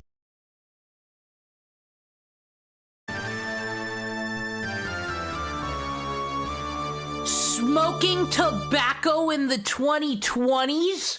Are you serious? Yeah, my inventory's small. I haven't upgraded it yet, Foo. You know, I got money to waste on that. I just spent it all on seeds. So whatever, right? It's now 1:30, I believe. And I'm back. And we go to where me and my friends we're in the car. And I have to understand, while my friends did come, quote unquote, pick me up, I was the one driving. And I wasn't, and while I had some drinks, I wasn't drunk. I wasn't drunk driving. Like, I was fully lucid and conscious. So I was driving my mom's minivan. And we drove to this church, and there's a fire pit in the back. And so me and my friends smoked a bit there, They were there. I popped an LSD tab, so my other friends just kind of chilled there, and we would go.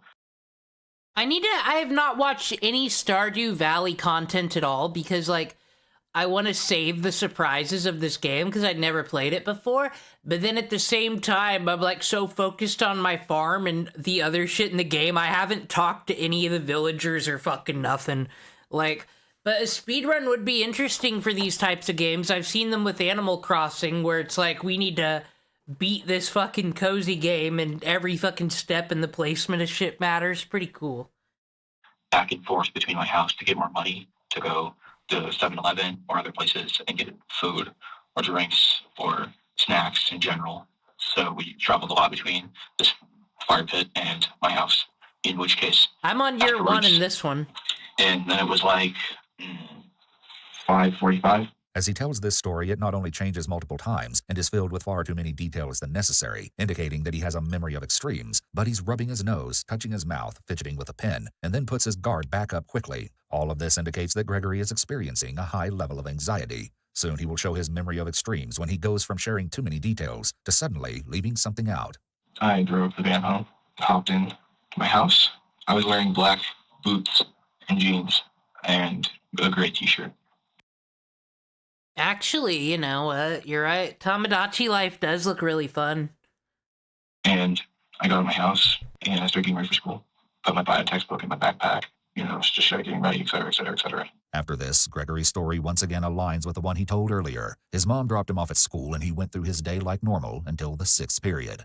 At 1:10, after 5th period, I met with my friends. We walked off campus, stopped to go back into the woods. It's not really necessary detail, but that is what happened. And then piled in my friend's car, and we drove to my house. We picked up some more money.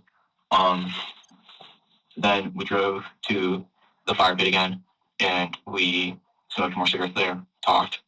This is one of my friends. This is the same kid that was suicidal, and I snuck out of the night for him, but I didn't just sneak out. I stole my mom's car like I did Thursday night, and I drove over to his house, and I talked to him and stuff. And so this is one of the kids, and so we were just talking about life problems and how to deal with them and just all this shit. Gregory is once again trying to make himself look like a good person and an honest person by telling on himself, and then bolsters this by including the story about helping his friend. And we were shooting the shit at this fireplace and smoking cigarettes and just kind of chilling.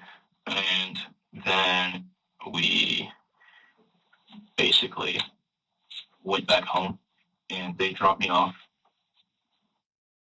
And then from then on... Note that Gregory says he basically went back home, along with a super extended "and then," followed by a long pause before he answers. He's clearly mentally skipping something, but he makes a poor attempt at covering it up as it's pretty obvious, especially as there will be several more pauses throughout his story. It's pretty much the same. I noticed my mom's car was there. The lights were on. I walked into the house. Everything was everywhere. Door busted and all that shit, whatever. I already told you. Went through my house, looking for my mom. Wasn't anywhere to be found. Blah, blah, blah. Called the police. Finally, after hours of interrogation, Gregory begins to divulge some of the truth. again. At face value, this information might not seem relevant to finding Gregory's mother, but Sergeant Pagliari has a suspicion that it just might be more important to the case than anyone realizes. Who were you with last night? What's their names? Brian Torres and Tom Square. How do you get out of the house? Window. Or your bedroom? Yeah. You're wearing black boots, jeans, black jeans, right? Oh, by the way, I forgot to tell you, I dumped all of this clothing because I smelled like smoke. Okay. So black boots, though, black jeans. Right, they weren't black jeans, but they were just jeans. Blue jeans? Yeah. Okay. Well, then pink or purple or gray, they're just standard blue. Yeah. Gray t-shirt. Yeah.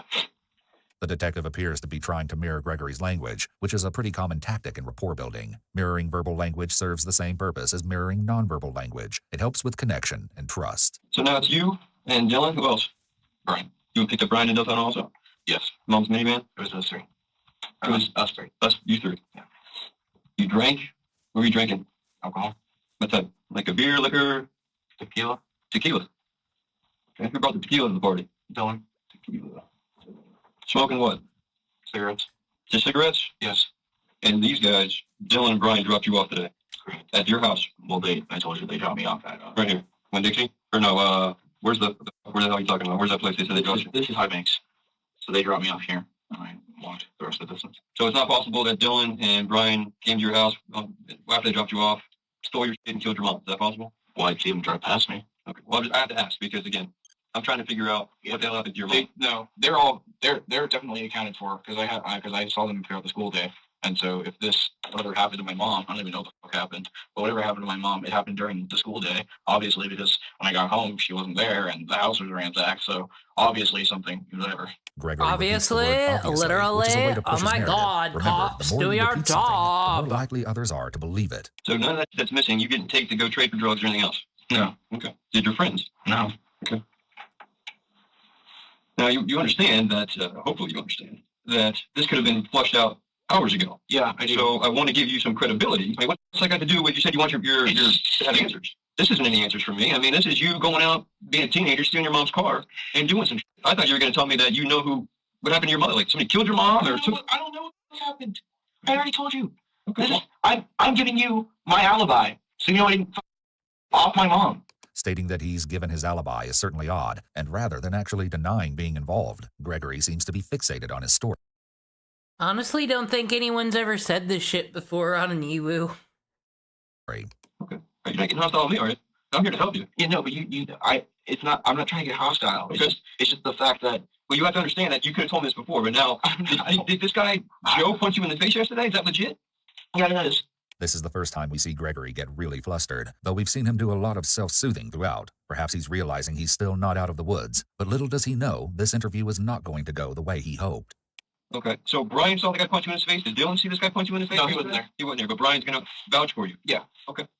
Just making sure, because again, I want to, if you can't understand that I'm taking some of the things that you say with a grain of salt. Making Gregory think that his friends might not corroborate his story and planting a seed of doubt that his friends will give a different story, the detective is using the prisoner's dilemma to try to get him to be honest. Then, no, I fully understand. Okay. But yeah, so neither one of them know that my mom is missing.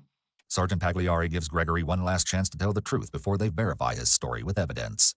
I want you to look at me real quick, because I'm about to tell you. I want you to understand the magnitude of it.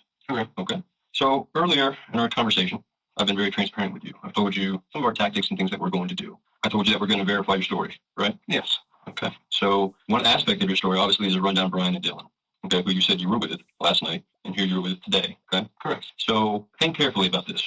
Okay. What do you think Dylan or Brian is going to say? Like about me? Yes.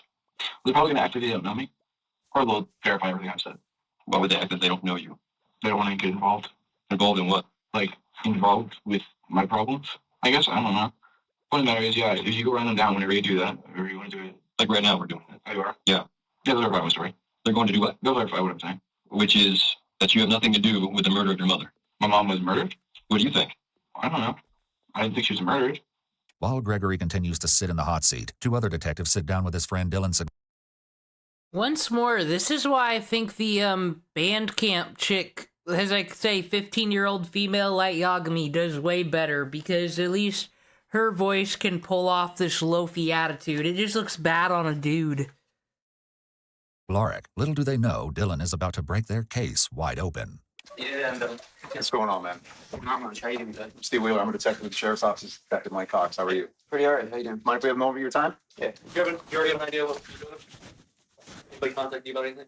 No. Okay. Have you talked to Greg today? I saw him at school. How good of friends are you guys? I mean, I talked to him, but we're not like super close. Okay. Who's he super close with? I don't really know. I don't talk to him that much to really find out. I only have like 2 close friends myself, so. Okay. Who are your close friends? There's Brian. He's a really good friend of mine, and then yeah, really Brian. He's like the only person I talk to on a daily basis. What's his last name? Porras. Porras? Porras. Do you know another kid named Joey? Joey Jr. or something like that? That may be friends with Greg. No. I mean, I don't know people by names really, so like I might have seen them, but I don't know them. While this isn't definitive proof of whether or not Gregory's story so far has been true, there seems to be some discrepancies in the statements given by both of the boys. Dylan doesn't know who Joel is, and maybe it's because there's an entirely different reason that Gregory has scratches on his face. Not only that, but he also seems to be downplaying his relationship with Gregory. According to Gregory, he had saved Dylan from taking his own life. It seems strange that Dylan wouldn't consider Gregory a close friend after such an incident. Have you ever gone to Greg's house? Yeah. I'm in a Greg's house. Okay. When do you think the last time you were over there? I mean, probably last time I worked with him. Right? Yeah, last time I worked with him. So like Saturday. Okay, so recent. Like, is he okay though? So Greg is fine. Okay. Dad's fine. Everybody's fine except his mom. That's the problem. Is his mom is gone. We don't know where she's We at. have no idea where this lady is at. We have zero idea where this lady is at. And that's why we're here talking to you, because we know you're friends with Greg. Yeah, I'm worried for him. Yeah, Greg's fine. I mean, it looks like he got no fight. He said he got no fight today at school, which is why we were trying to figure out what was going on there, because it's going with all the leads that we possibly can. So For now, Dylan is aware that he needs to watch everything he says, but later on, he won't be so careful. As soon as he... Man, I have a feeling Dylan just was a boy who thought he was hanging out with the group of trouble kids and that made him cool, and he didn't sign up for this day today. mistakenly thinks the cameras aren't rolling, he will make some truly shocking statements without realizing he's being recorded. She's missing today? Yeah, she's missing today. She's missing right now. And they have no idea where this lady went. There's some unusual circumstances around it that it's abnormal. And enough abnormality to get a bunch of detectives out here. Yeah, we were both at home and they called us and said, hey, we need you guys to come in. We need to start talking. With some general information gathered from Dylan, the detectives start verifying his story. The only time you saw Greg today was in the morning and in the afternoon at lunch, and you haven't seen him since? I didn't really see him, no. What do you mean you didn't really see him? Like, I didn't face-to-face kind of thing. So I'm walking, but... When? After lunch, and then before I left. Okay, but not out of school? No.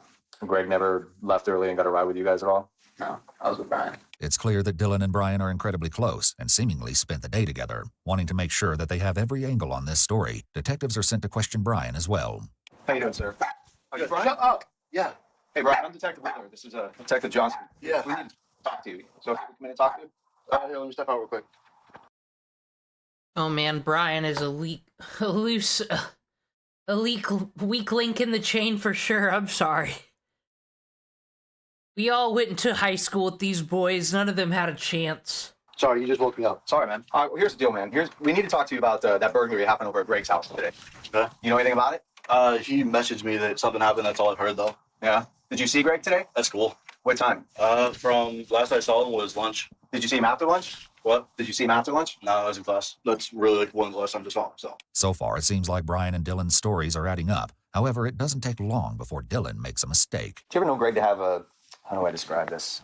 A mean streak, per se, in him? You ever see him get angry? Like anger issues? Angry, yeah. Any indication that he has it in him? Does he have a lot of anger built up? Does he have a lot of animosity against anything or anyone? Like have hate towards anything, but he has anger, yeah. What's he have anger about? Just, he's like anyone, something little, it just make him angry out of nowhere. Did you ever see him snap? No, I've never seen him snap. How do you know he has anger?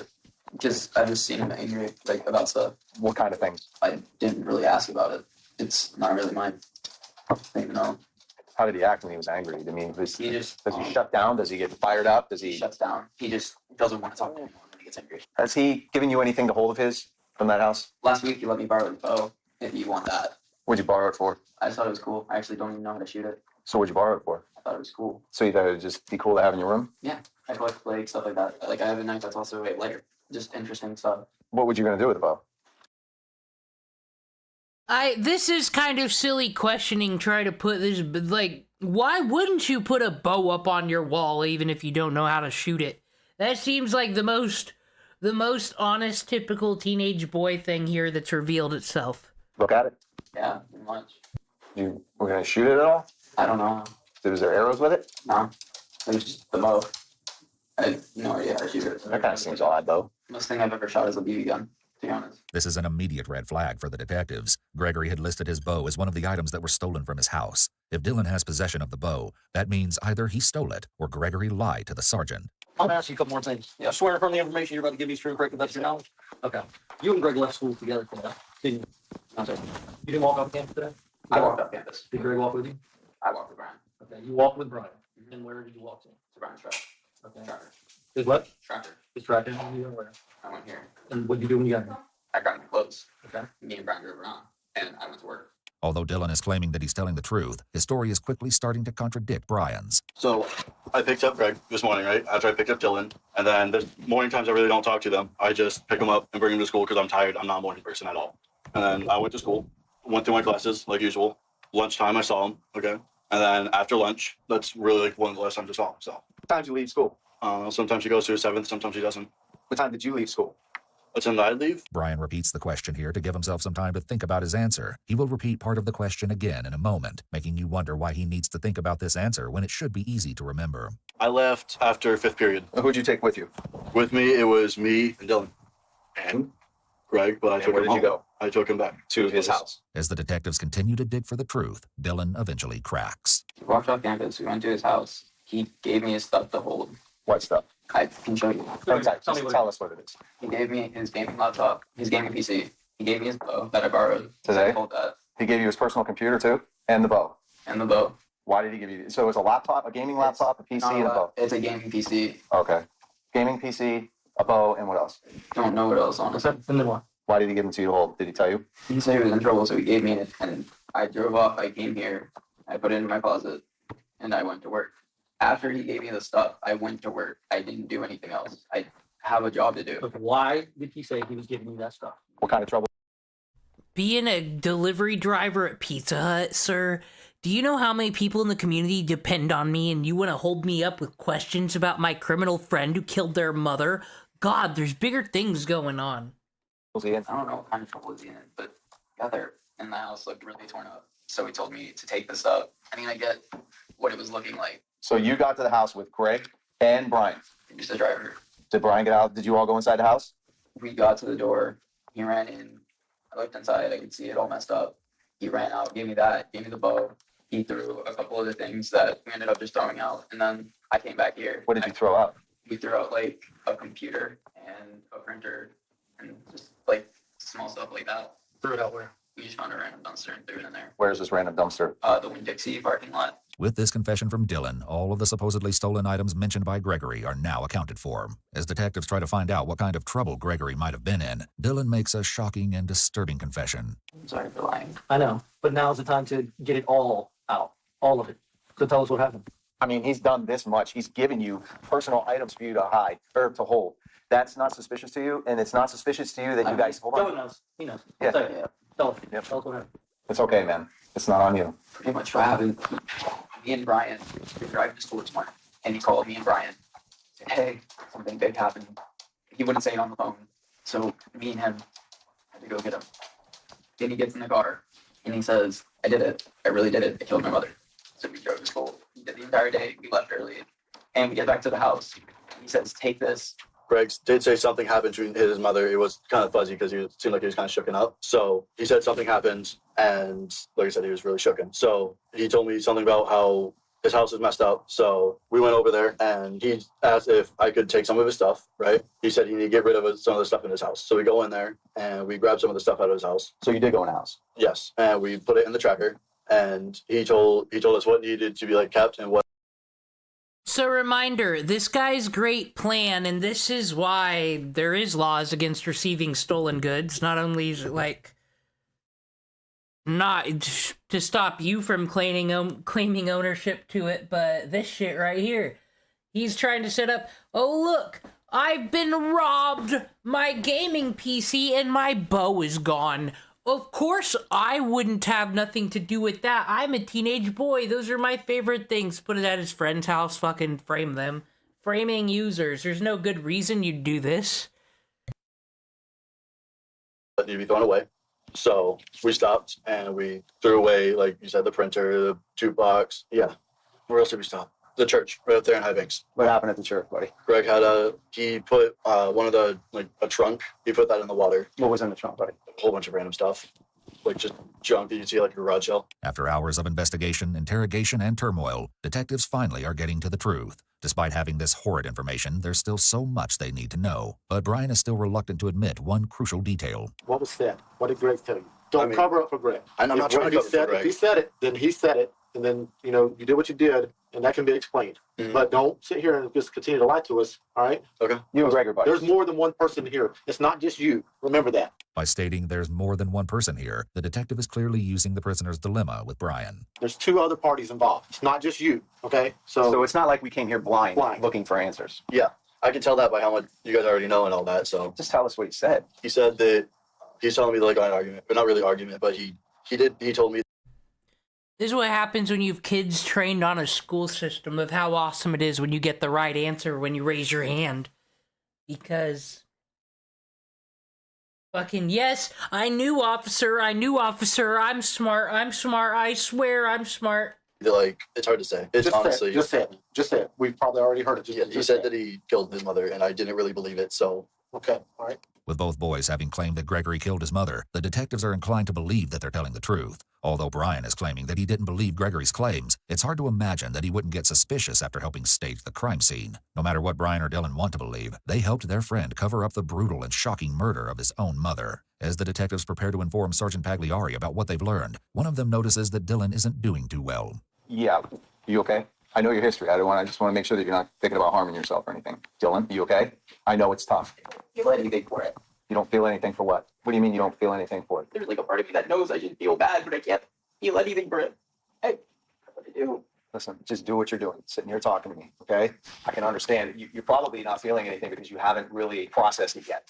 You haven't processed what happened. While one detective comforts Dylan, the other is quick to get Sergeant Pagliari on the phone and let him know what they've discovered. Armed with this new information, Pagliari...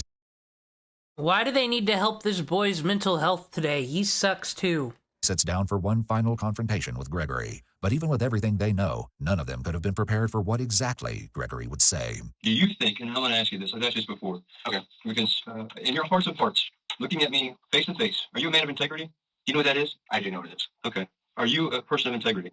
I don't think I have the best character. I think I have character flaws, but on the up and up, usually I try to be as honest as possible. And when I'm not, it's because I'm being selfish. I can admit that. Okay. I tend to be selfish, and that's a problem I have. But okay. Yeah. Well, here's what I'm going to do. I want you to look at me right in my eyes. Okay? Look at like this. And I'm going to ask you, did you kill your mother, take things from your house, distribute them amongst your friends, come in here today and lie to my face and say that you didn't do that? No. No what? I didn't do that. You didn't kill your mother? No. Okay. Notice Gregory's complete stillness. He's working as hard as possible to lie. He's making constant, intense eye contact, and then has no reaction to the accusation. An innocent person would be furious or completely shocked at being accused, angry their friends turned on them. It would show, but from Gregory we see almost nothing. All right. So, sit back down. I don't believe you. Why? Well, the good news about it is that all those things that were missing from your house, we found them. Where? You tell me. I'll give you a clue. It's one of your buddies. Are you saying my friends robbed my house? Is that what you took out of this? Is that I'm saying that your friends robbed your house? The same friends who, by the way, were at school all day. See what great friends they were, getting ready to get thrown under the bus the whole time. I mean, yes and no, because the cops are here to get you to say things that can be used to, you know, against you. To trip you up to make you say something to say you're guilty so we can be done with it. That's kind of the bad side here, because for less intelligent people, they kind of don't have a fair shake at this. But okay, but the thing is the jury gets to see all this video, and the jury gets to decide the sentence of a person, and the cops aren't lying when they say the jury watches this, and if you're fucking non-repentant, if you're an asshole, you're just getting life. They're just going to try to throw you away if they have the power to do it. And who dropped you off? Here, I'll refer to you a little map here, bud. Remember this. They dropped you right here on High Banks and whatever the hell this road is. And I asked you earlier, is it possible that your two friends could have went to your mom's house and killed your mom and taken those things? And I did. You said that's impossible because they would have been driven past you, and then you would have saw them. The time is up, Greg. The time is up. We found the stuff. Okay. Okay? Your buddies turned us onto it. Now you need to tell me what happened, because they've already told me what happened. Told my pals what happened. So you need to come to Jesus. You're a religious man. You prayed with your mom. You need to tell me what happened. So what did they tell you? I'm not telling you what they told me, because I don't have to tell you what they told me. You tell me what happened. I already told you what happened. Tell me you didn't kill your mother. I didn't. Who killed your mother? I have zero clue. Who took the shit to your house? Well, you just told me. Apparently it's my friends. And when did they think they did that? I have zero clue. Do you honestly believe the things that are coming out of your mouth? Yeah. So when your buddy says that you told him you killed your mother, he's lying. After being backed into a corner, Gregory remains silent for quite a while before something snaps inside him and divulges one of the most chilling confessions we've ever heard.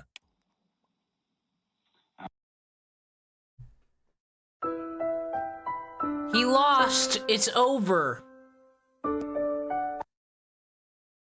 Good, whatever. All right, I'll tell you what happened. All right, so I got home. I got in an argument with my mom. She slapped me across the face. She began to hit me. She started beating me. I didn't like it, so I strangled her to death. I put her in a wheelbarrow. I put her in my car. I took the car. I had a mental breakdown where I almost committed suicide 3 times. As he talks, Gregory adds in, Oh. Who cares? Justified. He had a mental health. He had a mental health. She had to die.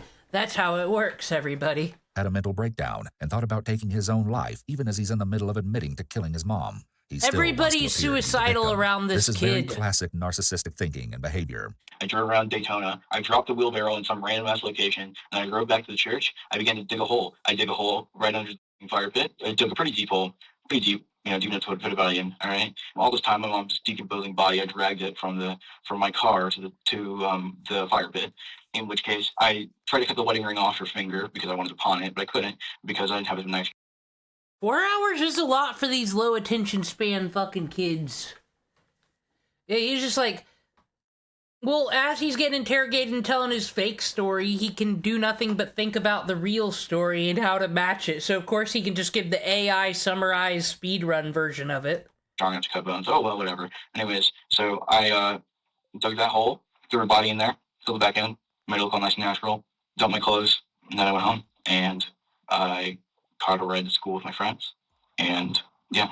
And yeah, what about the part that you staged a crime scene? Oh yeah, I forgot about that part.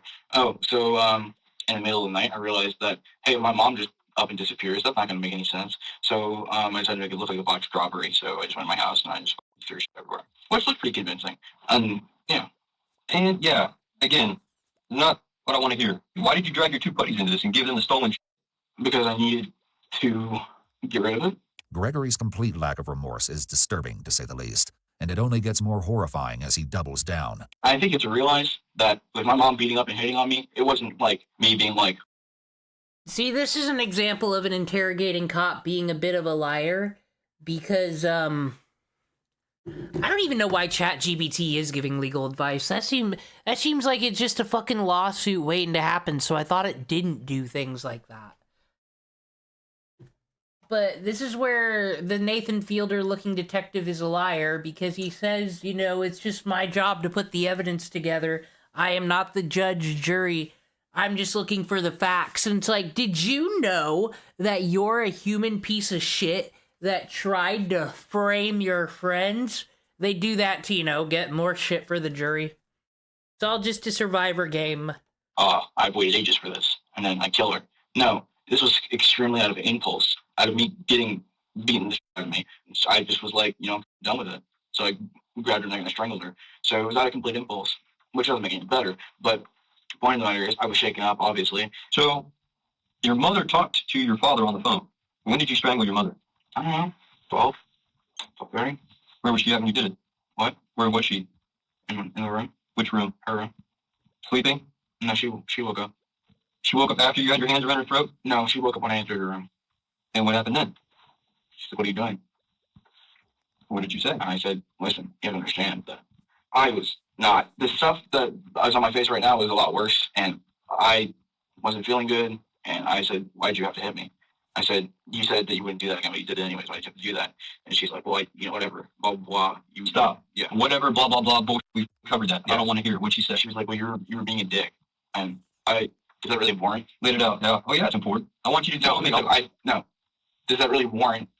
Not important. Does that really warrant? I wasn't being a dick. I already explained to you the conversation that I had with her. All right. It's still about my bio grade. It's still about all that shit, right? And it's the same conversation I had with her. But it's the same conversation. It's just, like I said, it escalated to screaming and yelling, and then she started hitting me. And I did not hit back. I did not punch her back because, like I said, I wouldn't do that. Gregory is making a lot of referral statements by saying, like I said, over and over. He's trying to find a way to maintain his story wasn't complete lies by pointing out the pieces of truth he said before. Until I realized that if I let her keep on beating me around and basically letting her just do whatever she wanted, that eventually it was either going to be me or her. And so I made a decision. According to Gregory, his mother's murder was a preemptive self-defense, but that doesn't justify such a horrifying and unforgivable crime. He continues to share more grisly details of the cold-blooded attack. Put your hands around her neck. Was she facing you when you did it? Yeah. You put your... By his own words, though, and his own lies, it wouldn't be self-defense, because he admitted that she stopped and kind of told him, yeah, whatever. Well, he's like, Mom, the bruises on my face. I just was a Chad and got in a fight with my friend today. You extend your arms and put your hands around her throat. Yes. And squeeze. Yep. What did she do? I mean, what can you do in that situation? You tell me what she was doing. Well, I forced her onto the ground and I was strangling her. And she was trying, she was clawing my arm, she was whatever. I mean, you can probably see on my hand where in this crease here, I was putting so much stress on it because I was over it. I realized that it was either her getting so angry at me one day that she just takes out a kitchen knife and stabs me, or it was me getting so angry with her that I strangled her to death. And so I took the latter because I don't plan on, I didn't want her to kill me. I didn't think that was fitting. I wouldn't have worked out. So I just took action instead. Gregory seems to really struggle to come up with an explanation here. I didn't think that was fitting is particularly odd phrasing in the middle of a confession. Though he admitted he killed her, he's trying his hardest to make it self-defense with a roundabout justification. Though it sounds completely unbelievable, it's likely he's probably actually convinced himself of this. You throw her, you force her to the floor, and you choke the life out of her. How'd that make you feel? I felt nothing. How long did it take? 30 minutes. You choked your mother on the floor to death for 30 minutes. Yeah. How'd you know she was dead? Okay. Well, I mean, let's speak a little bit in his defense. Strangling someone to death has got to be a hard feat, and you can never really trust when they're going to get that second wind or come back as a walker and eat your fucking face off. Gotta be careful. Actually, let me rephrase this. I choked her to death, and I thought she was dead, and I went to go get the wheelbarrow, and then she was moving, so I had to get back on top of her and finish the job. And then once she wasn't resisting when I was dragging her dead body across the floor, I knew she was dead. Gregory continues with his crude and detached tone as he describes how he disposed of his mother's body. Well, listen, dead bodies are heavy. They're a pain in the ass to carry. I was like, all right, well, this is easy. Simple fireman's carry, right? I'm just pick her up, whatever, bring her to the car, throw her in there. Nah, this is heavy. So I got the wheelbarrow, I dragged her out to the stairs, and then I positioned the wheelbarrow in the way so I could basically just like muscle her body into the wheelbarrow, just perfect enough to where I could get her into the car, or actually into the wheelbarrow without having to, break my bag. Okay. So you take her to the car. Where do you put her in the minivan? I just shoved her in there. In the very back? Yeah. Open up the trunk, just kind of. I put 2 belts around her legs, and then I dragged her into the car. 2 belts around her legs and dragged her into the car? Yeah, I tied 2 belts. I had like a belt around her ankle and a belt around her ankle, and then I tied them together and I used it as a crutch. So you were in the van and just dragged her from inside the van and dragged her from the wheelbarrow into the back of the van? Yeah, it was a bit to do, but yeah, I did it. As Gregory describes his next steps, we get a fascinating glimpse into the twisted mind of a teenage murderer. Okay. So you pull her into the back of the car, and then where do you go? Well, I threw a wheelbarrow in there. I mean, come on, Ewu guy. Is he really that interesting? He kind of stupid himself too close to the sun. And I was like, and I got the shovel, and I was like, okay, let's do this. Whatever, it's easy. No. Then I had a mental breakdown. I was like, holy shit, blah, blah, whatever. Nope. Blah, blah, whatever. What's that mean? Fill it in. Like, whatever, holy shit, what am I doing? Or whatever. Just ruin my future, blah, blah, blah, whatever. The repeated blah, blah, blah statements show the fascinating but disturbing dichotomy of how Gregory presents as intelligent as well as very childish. This is the hallmark of most teens, but it's extremely chilling when tied to discussing murder. Basically I was basically reasoning with myself, do I deserve to live? And I realized that I did the thing I did out of self-defense. I mean, sure, she wasn't hitting me in the moment, but it would have eventually just gotten worse and worse and worse. It's always gotten worse and worse and worse over the years. But she wasn't hitting me in the moment. Oh, he's nodding. I have him on the hook. I am being dumb and getting rid of any self-defense claim I could have ever made. Whoa! I am such a genius. Woo! It was just a matter of time. I was on the highway, I was driving, and then I realized, I had lots of thoughts going through my head. My original thought was, what if I just dump my mom's body in some random last location with a wheelbarrow, and then I just go go on the run, right? And then I realized where the fuck I go. I mean, I have my sister's house in Michigan, yeah, but she just turned me to the cops, and whatever, I'm not going to get out of the country, and whatever, how many hours they find her body. So it's not worth it. And I was like, well, I could just go into oncoming traffic. I mean, it's really busy in this area for some reason. I could just move my car into oncoming traffic and myself. And I was like, nah, it's a pussy ass way to go. I'm not going to do that. All right. So I just decided, I guess we're just back at square one. So I'm going to go back to where I started. Gregory continues to narrate the account, and he doesn't hesitate to share the disgusting details about what he did to his mother's body. Body back to the church, began to dig the hole, realized that my phone flashlight's not going to be enough, go back to the house, get a new flashlight. Then this is me. When I'm talking about me going back to my house to get money, it's just me trying to make excuses for my phone being in certain places. I should have just trashed my phone like I did with my mom's, but I didn't really want to do that because I was listening to music and whatever I was going to. Once again, I am so glad that these teenage murderers fucking go to the sun and burn themselves out early. Because if they had a bit more IQ and had a bit more maturity, they could be dangerous. I could see this guy becoming the fucking Amazon review killer. He wants to brag about his shit just as much. I was going to get caught anyway, so I just ended up playing. And so I get I get a couple candles, I get flashlights, I get whatever, and then get the area lit up, dig, realize that the body smells terrible. It smells like Jesus Christ. You smell a dead body? Do I smell a dead body? Yes, I have. Yeah, they smell like Casually listening to music while digging a grave and be so comfortable discussing the smell of his mother's dead body show his complete lack of empathy beyond the remorselessness he's displayed so far. So I was like, okay, you get something clean up. So I went to my house, got a can of bleach, and I was like, okay, when I get the body in there, I'll pour the bleach on it and just make it smell sterile before I cover it back up with dirt. I was like, okay, that seems like a pretty good plan, whatever. There's been another shift in Gregory's speech patterns. As soon as he decided to confess, he's now talking a lot faster. This is most likely his normal way of talking, as before he was concentrating on being deceptive. So when we dig the hole, it's like, what, 4:30? And I was like, all right, so we dump the body and then we fill back up, and then at 5:30 we go back. So we? Myself. Okay, so you're talking about we being yourself, nobody else is there. This is just you. Yeah, just me. So anyways, done with the hole, so kick the body in the hole, but it doesn't fit, so I had to kind of cram her in there. I don't know if I broke any bones, whatever. Pour the bleach on her, put the dirt over her, and I mean, when you go out there, you'll see it. It looks perfectly nice.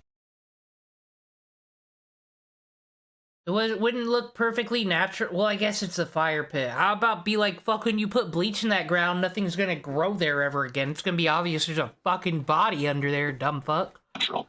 Doesn't look like there's anything. How'd you mask the hole? What'd you do? Well, it was a fire pit. So I literally just threw the dirt back on it, moved the rocks around, it looks perfectly fine. So she's in the fire pit? Or under the fire pit? Yeah. Okay. And yet another shocking twist. Gail's body wasn't the only thing Gregory hid in the woods that night. What else is in the woods? What else is in there? Mm-hmm. The broom I used to sweep the drag marks away. Okay. Because when you're dragging a dead body, as I said, I trashed the wheelbarrow on Holly Hills, which is a dumbass move because I still needed to get the body out from the trunk of my car and bring it down to this area, right? But I realized, whatever, blah, blah, dumb. So if I hadn't wasted maybe an hour and a half, I probably would have gotten away with it. But I did waste an hour and a half because I needed to come to terms with what I did. Anyways, Bro, you had no chance. You were playing on hard mode, unaware. I dragged her body with the two belts I had tied to her ankles. I dragged it all the way to the fire pit. And, you know, like when you're dragging the body on leaves and palm fronds and whatnot, that collects quite a lot of shit, to be frank. So is there anything else? I mean, you said there's a shovel in the woods, a broom in the woods. How about any of the stolen shit? Or the stuff that you took from the there's more. Yeah, there's stolen shit. There's nothing big. It's like all the small shit. And I just kind of chucked it in there because no one else wanted it and I needed to get rid of it. So there's a cache of stolen shit in the lake behind the fire pit, but it's probably all whatever. By the way, in the woods by the fire pit, I don't know, I couldn't point out to you exactly, but there is 2 laptops and a 30 caliber gun right behind the fire pit in the woods. And obviously, you know the rest of the stuff is. I do. Go back to before you left your house with your mother's body in the van, you started staging the crime scene. Is that right? You said you took some of the stolen shit out? Yeah. Well, not stolen. You took what'd you take out of the house first, and then while your mother's body was in the van? Well, I just kind of figured, I need to get everything out. I was like, well, not everything, but I was like, how can I make this look legit? I was like, I can't just make my mom disappear and then head to school and be like, oh, everything's okay. And I'm like, that's not gonna work. So I need to make it look like something happened, like a botched robbery or something. And you gotta admit, I don't know if you saw the house. Do you see the house? I haven't gone inside yet, though. All right, your work. It looks quite nice. Okay. It looks quite legit. Oh, dude, you wanted the compliments from the adults so bad, and they didn't even need to go do the investigation in the crime scene. You just confessed everything. Got ya. It's weird. Why is there all this crap up here spilled? There's a broken glass here. Why is all this shit broken, dude? Oh yeah, it looks so legit. That's why Gregory immediately ended up in the interrogation room confessing right now. Basically, I just of everything, and I grabbed everything of value, and I kind of just threw it in the van, and yeah. As Sergeant Pagliari works to understand the rest of this disturbing story, Gregory takes every opportunity to flaunt his horrendous ego. Now, some of the stuff you gave to your friends. When did you give some of your stuff to your friends? After school. After school? Yeah, there wasn't any time. I was planning, what I was going to plan to do is I was going to drive up to the Sunrail and leave my mom's car there and dump the bike somewhere and make it look like that she went to Orlando and that she just got whatever. And I think actually if I hadn't made the botched robbery and I just kind of drove the car up there and lost the bike and gotten picked up by my friends and we kind of just kept hush-hush about it and I killed my mom and put her under the fire pit, you guys probably would have never caught me because you probably think that she got mugged in Orlando and died. And that probably would have made a lot more sense. But I didn't think it through because I was impulse thinking and I was doing everything on a whim. So if I had more time to think it through, I probably would have done other things, but that's whatever. Okay. So you went to school, though? Oh, yeah. How'd you get to school? Brandon picked me up in front of my house. I was wearing jeans covered in dirt, as well as boots covered in dirt. you'll find those in the woods with the broom and the shovel. But I was wearing no shirt. I just grabbed a random shirt and some soap and a washcloth. And then when I got to school, I wiped all the dirt off me, the excess blood that was on my face from my mom hitting me, and I cleaned myself up. And then I went to school and acted like nothing happened. So then you go to school like nothing's up, right? Good. Let's just go to class for a little while, right? Yeah, well, that's my last day as a free man. Might as well enjoy it. Okay. Say goodbye to your friends. Yes, Mike, because I keep going back and forth between drama, body cams, and then I felt like a good interrogation. This is a pretty good one.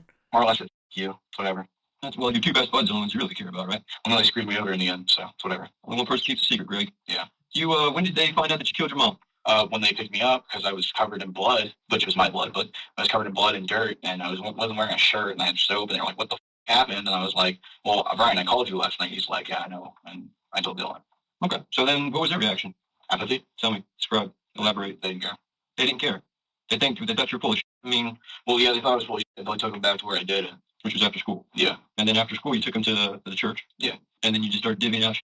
Yeah. I said, take what you want. Knowing that your mother was dead, and you told them to take what you want. And they were good with that? Yeah, okay. Who took what? I don't know. Okay. There's now no denying that Dylan and Brian helped Gregory cover up his mother's murder, and the two are detained while Sergeant Pagliari wraps up Gregory's interrogation. Well, how about the part, I gotta say, I was impressed with the kicking of the door. Did you do all that yourself? Oh, no, I had those two do it. Oh, okay, so again, more things that these guys did. Yeah. Right? So tell me about that. Well, I was like, hey, I need help staging the crime scene. And we're like, okay, we'll help you. So both of them together kicked in the door. Yeah, it was very impressive. Okay. Do you guys have this on video or anything? Did you like me? No, I wish I had it on video. That'd be great. But no, I'm sure if you dust for footprints on the door, you'll find their shoes. Okay. You'll find it all over the house as well. But then we went to my mom's room. We got the gloves, gave them gloves because they didn't want to get their fingerprints on anything, even though they'd already kicked the door open and whatnot. But and even though they're already like basically helping me do this shit, whatever. As the interrogation comes to a close, Gregory once again displays his astonishing apathy towards his mother's death. So, am I going to go to prison or what? What's up? Well, what's going to happen is I have to obviously let someone from the state attorney's office know about today's events, and then we'll go from there. So there's no end game as far as what's going to end up happening to you. And your question is, like, what, prison and all that jazz? I don't know. But you will be arrested. Well, yeah, obviously. But, like, since I'm a minor, can I even go to prison? Is it like a thing? That I don't know. Again, I'm just the person who gets the facts and presents it. Is that a thing? Again, all we're going to do, Detective Jones and I are just here to get the facts of the case. We present our findings to the legal part of things, which that's not me. So since I'm in the police station already, ready to handcuffs and all that jazz? You probably will be handcuffed at some point, yeah. No, bro. And then I did Act of the Century. You should give me a Grammy for that 9/11 or 911 call. Yeah. You should give it a listen. It's quite nice. I'm sure Ewu Man is about to shame him. That's why I don't need to bring it up. But you don't ever... The second you start telling a story on the 911 call when we're used to people screaming and the 911 operator getting fucking screamed at, if that doesn't happen, something's wrong. Though Gregory is bragging about his 911 call, it's actually something that gave him away from the beginning. When he was asked where the emergency was, he immediately launched into his Yep. story, which is an instant red flag. 911, where's your emergency? I just got home and my house is completely trashed. It looks like someone broke in the side door. An innocent person is interested in help, not telling a story. It's incredible that the detectives can keep a straight face listening to him. Before officially arresting Gregory, the sergeant has one last question for him. You've taken a little bit of pride in what you did. That's fine. You know what? It is what it is, right? Are you willing to go with us and show us where at the church where you put her and everything? Do a little reenactment of what happened? So again, if you're willing to ride with us, I'll sit with you in the backseat of a patrol car. Uniformed deputies will come in and handcuff you, of course, and put you back there with me, and then you'll just take us over to the church, and then we'll get out and do a little video reenactment of the scene over there, and just kind of go through some things. Tell us what you were thinking. That's all I'm looking to do at this point. You want to do that? I'll be down. You're down? Yeah. Okay, let's do it. After arriving at the church, Gregory leads the officers to the burial site. Drop, and then I put my phone, if I can find this, I'll show you. Are your phone's out here? Well, no, it's not. Which place? No, me too. But, oh, whatever. Well, there was a, did they find the stuff back here? We probably found a few things. But go ahead, what you recall. All right, well, whatever. There's, did you guys find the gun back here? Did we find a gun back here? It's okay if we There's one back there. Yeah, we did. Yeah. A rifle? Yeah. You guys find the laptops as well? I believe so, sir. All right, sounds good. Okay. So, yeah, whatever. I set my phone so I get some light, but then I realized I needed more, so I had to go back to my house and get more. But, tell me how you dug the hole. Let's talk about that.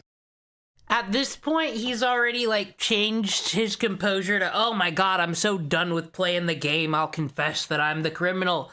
But now it's like, oh, I'm gonna seem so helpful. Now he's, like, worried about what the jury's gonna think. Took a shovel when I dug it up? Okay. All right. And then how did you put your mother's body in the hole? How was she oriented? Was she face up? Is she? Okay. So originally I was gonna put her in legs first, and I realized that was a bad idea. Right. So I put her in head first, and then I folded her legs in. You're gonna when you dig her up, whenever you do that, you'll find the legs first, which should make it easier for you to pull it out. But okay. How big a hole are we talking about here, Greg? Pretty big. Well, I mean, let's say circumference-wise. If you had to put you're a math guy. What do you think? I mean, you guys got rid of the fire pit, but it was the circumference of the fire pit. That's what the whole thing was, just the circumference of the fire pit? Yeah, and then it kind of combed down. Did you get tired? Well, yeah, that, and I was on a time limit. Okay, all right. Detective Escobar, so you're aware Greg strangled her to death? 2 hands on her neck? Originally started with 1, but then I thought 2. 2's better than 1. Okay, all right. And that was 2 on both times? You choked your... Well, I should take up against the wall, and if I was at my house, I'd show you, but okay. It was interesting. It was whatever. No, I just want to know. Okay, yes, both. So against the wall, standing up, and then on the floor? Well, I had her up against the wall on the floor.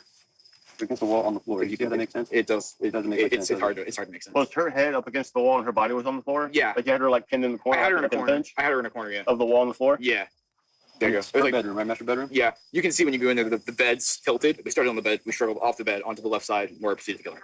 Okay. While Gregory leads the officers through the woods, Brian and Dylan sit together in the back of a nearby patrol car. As the boys talk about their current situation, seeming not to realize they're being recorded, it becomes very clear that they don't understand the consequences they'll soon be facing. I told the entire thing because they knew it already. Dude, I haven't been in cuffs all night. And then this lady shows up and she puts me in cuffs. But you were in cuffs? Dude, they showed up and I was okay. And then they're like, okay, wait, were you in cuffs? They transported me without cuffs. I'm like, wait, so like Dylan saw his house was like, no, they're with our other detectives. And was like, shit, he's fired at the police station. So they called my father. Oh, no. Yeah, they called my father. My father knows that I'm involved in this. I'm going to get chewed out when I get home, and I'm not going to get a birthday or Christmas or anything. I'm going to be grounded for the next 10 years and disowned by my entire family. Dude, I'm not even getting to work. Come on.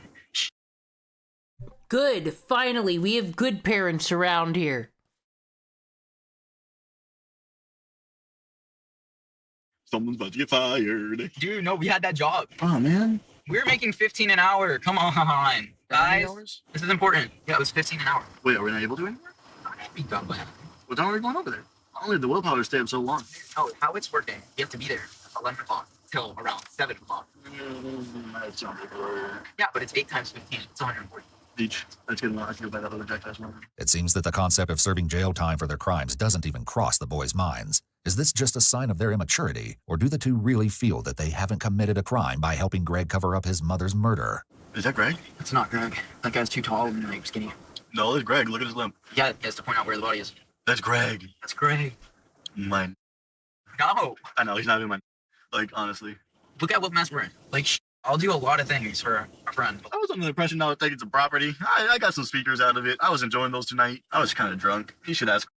The complete lack of accountability from Dylan and Brian is appalling. However, their utter absence of remorse only becomes more apparent when they bizarrely decide to sing Alien Boy by Oliver Tree. I was sitting there singing Bruno Mars and all that, just like blasting the speakers. I had them all hooked up and it looked nice in my room. I fell down to earth. I was listening to that too. 3 doors down so you can't ignore it. I'll hunt you down like Tyrannosaurus. Think they're proud of themselves now? Eventually, all 3 boys are transported back to the police station. After a hectic night of processing, Gregory, Dylan, and Brian are reunited in the back of a patrol car and transported to the Department of Juvenile Justice. I do love when all the children get to hang out and fucking have a reunion show after their vile crimes. It's kind of funny. Where it's very clear they have no idea they're being recorded. Because, like, I was asking for a bottle of water so much. The one that he was like, the water's in that fountain right there. And I'm just like, I'm not drinking out of that. Like, I'm just going to get AIDS straight from drinking from that water. You're gonna get AIDS from murdering and carrying a decomposed body. I'd be more worried about that, loser. I know. That's just... You have handcuffs in cell, like, where they bring you behind you? In front. Okay, I was gonna say, but how the hell are you gonna do that? You're gonna have to do some, like, garbage. Oh, no, when I had to, like, flush the toilet, I literally had to, like, kick the button pretty much. Yeah, I need to be quiet for 1 second. 1 Delta 65 Central. 3 juvenile males in route 2, TJJ. Starting mileage is 581. All right, you guys go ahead and talk if you want. Dude, seriously. See, this is where the cops are, they're not helping these kids' defense at all. This, I don't know if they're going to juvie or prison. They'll probably say right here at the end, but this shouldn't be allowed because they're just going to incriminate the fuck out of themselves on this car ride. Oh, I was not sitting down on that toilet. It was like steel and there was white stuff all over the toilet. I'm just like, I'll pass on that. My dad, dude, why my dad here? I can't believe these... Why is your dad here?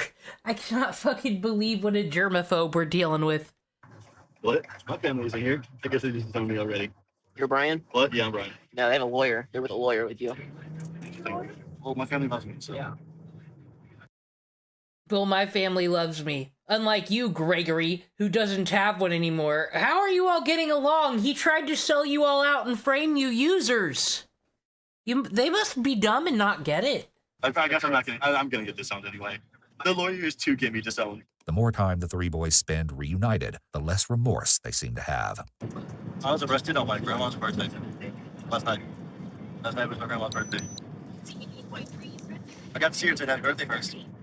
Happy birthday, got arrested. I already was doing that. I didn't need this to help. Oh my god. Cat's gonna kill me. Why? She freaked out when I didn't answer her for 30 minutes. She had everyone she knew blow up my phone, and she called me like 30 times and texted me about 100 times. Instead of being worried about what Kat will think of him after she learns about the horrible things he's done, Brian only cares about her being mad at him for not responding to her texts. This just showcases the utter lack of understanding from the boys. I'm ready to die and get slapped about 30 times when I get back to school. Shit. You mean you were going to walk back to campus? I had online work I had to do. I'm worried about school still graduating, you know? Yeah, all the What? Okay, right. It's my senior year. I was supposed to graduate this year.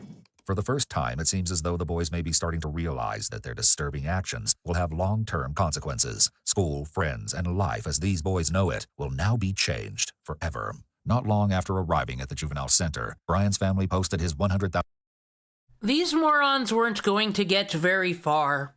They were gonna go to school the next day and brag about it. It would have lasted like 2 fucking days before it all fell apart.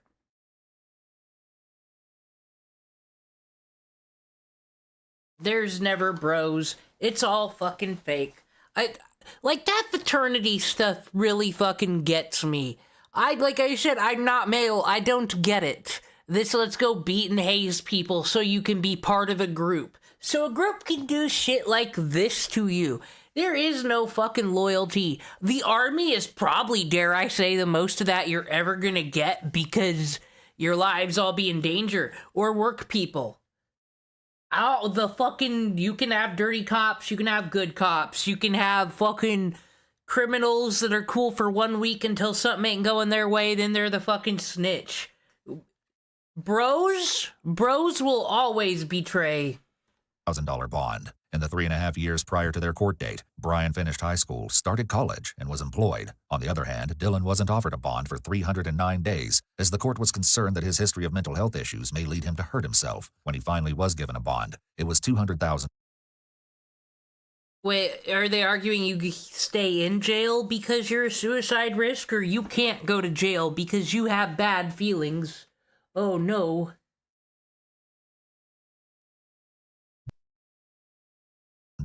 Meaning there was essentially no way for him to post his bail. For his part in the crime, Dylan was sentenced to 828 days in jail, followed by 10 years of probation. Despite both boys having been charged with accessory after the fact to second-degree murder, Brian was given a different sentence. At his hearing, Gail's sister spoke on the pain their family had suffered as a result of the actions taken by Gregory, Dylan, and Brian. In response, Brian said that he was sorry the tragic killing had happened, but that he was simply naive at the time and didn't take Gregory's murderous claims seriously. Even at his sentencing, it seemed that Brian was wholly unwilling to take full accountability for his actions.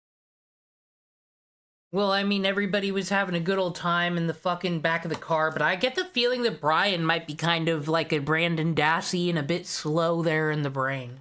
In the end, he was sentenced to 14 years of probation, with the first 364 days of that term being served in the Volusia County Jail. According to Volusia County Sheriff Mike Chitwood, Gregory Ramos is one of the top 3 sociopaths he's ever come in contact with. For and real, it's easy to for see real. why.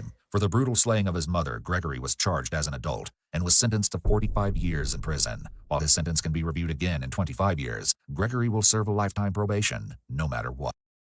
We watched this one earlier. This was very interesting. This straight up is user content right here. This guy a dick. But I didn't mean to have it in the background, but I'm gonna end on a drama. And I was gonna see what Hassan and the Orbit's up to, but I enjoy days where I don't as well. Gave him the last time. Let's look at, this Digital Circus t-shirt drama. Yesterday, the voice actors for the YouTube indie animation show The Amazing Digital Circus got into some controversy, where on Twitter, a clip went around from 2019 of a couple of them playing Jackbox together, and during one of the rounds, a shirt shows up where someone wrote NEGA on it, causing them all to laugh. The shirt and joke was also referenced multiple times throughout the stream after this happened, and many online said that this is just "I'm not touching you" racism, like how a child would joke. Technically not doing it, but teetering on the edge. They ended up apologizing on Twitter. Awesome, Digital Circus is racist, so I don't have to feel bad about not watching it now. But even then, this wasn't enough for some, with many still furious and refusing to accept it, labeling them racist or canceled forever. But there's lots to get into, so let's just jump in. Welcome to the internet versus the nega shirt. It starts when various users posted the clip on Twitter. Some of them got deleted, but one that is still up is this post by Frankenstein's Gay, who posted the clip with the caption, "Genuinely insufferable clip. From the sexualized baby talk to the I'm not touching you racism to the slur to the forced laughter." Hello, Daddy. I love that both of my phrases are, I think both of those phrases are mine. And the angel drawing was mine. Oh, thank you, Daddy, for the vote. Versus?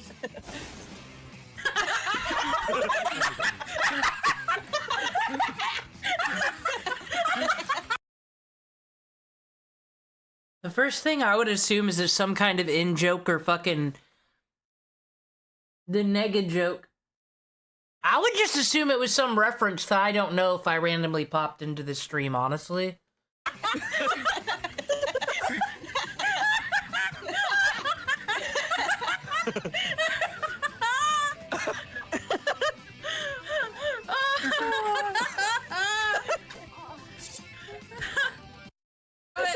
Caitlin, why? How could I not? Oh my god! Oh my god!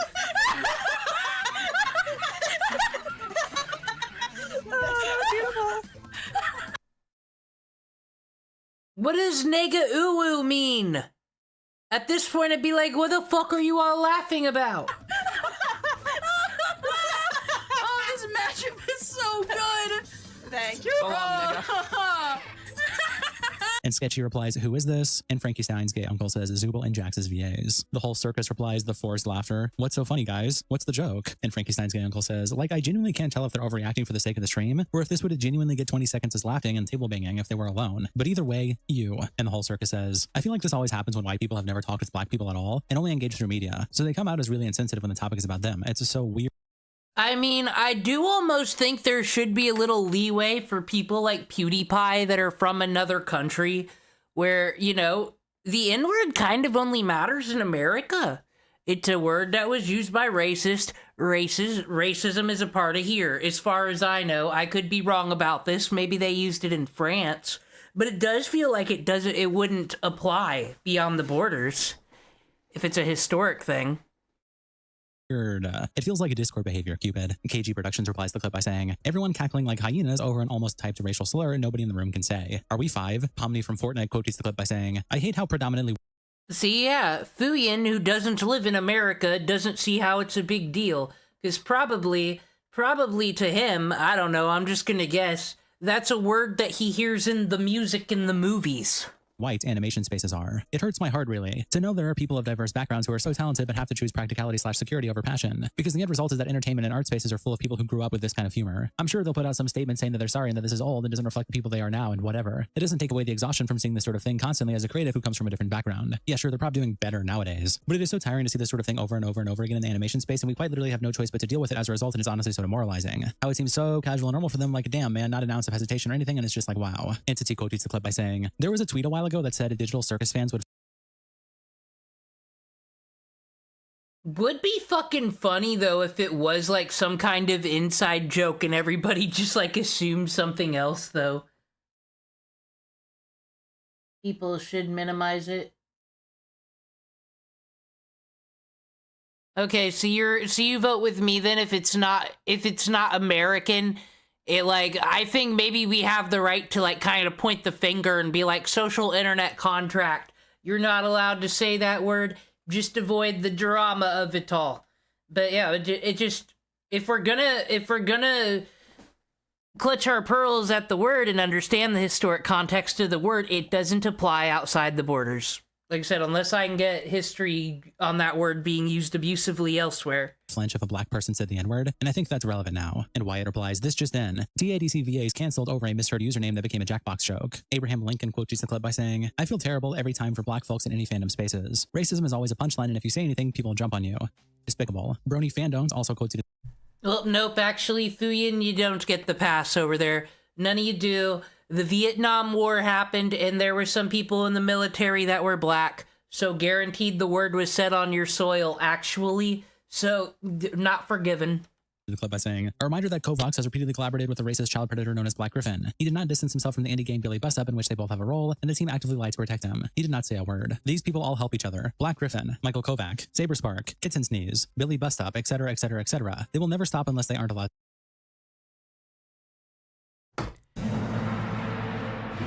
Nobody likes Saber Spark. We know this. We know something's wrong with him, and he's the PNG tuber of Bosch, and he's up to something. But no one has no fucking evidence until the day you do. Shut the fuck up. Because I'd be down for a Saber Spark cancellation, but we gotta do it for real, for real. Stop fucking around. To continue, they will not change if they never have consequences. And Taffy Bites replies, I thought this stuff on Griffin was false. Please correct me if I'm wrong, but I remember being told twice that the evidence was fabricated, so I'm just genuinely confused. And Brony, no, you don't need to say the N-word, Fuyin. I'm saying a white person might have said the word on your soil, therefore it's got terrible history, and now you can't use it. Maybe if you were in Norway or some shit. Fandone says people claim that, but they don't even try to pretend they have counter evidence. They just say the information shown is wrong, then say it's because they don't think it's bad. Then back to the original clip, Detective Spooky quotes it by saying, I think Digital Circus might have the largest gap between creators and fan base ever. Creators, well-adjusted, occasionally cringy adults who are past taking themselves too seriously. The fan base, the quarter-lifers that somehow never made the switch from Twitter to Blue Sky. Goth. Did that user just imply that becoming an adult is getting a Blue Sky account? Delete yourself off the internet, please. You too, at GothTransFem, and I don't even know why. But actually, you know what? This was 2019 is honestly insane how people keep moving the goalpost for what years is acceptable for an internet figure to be racist.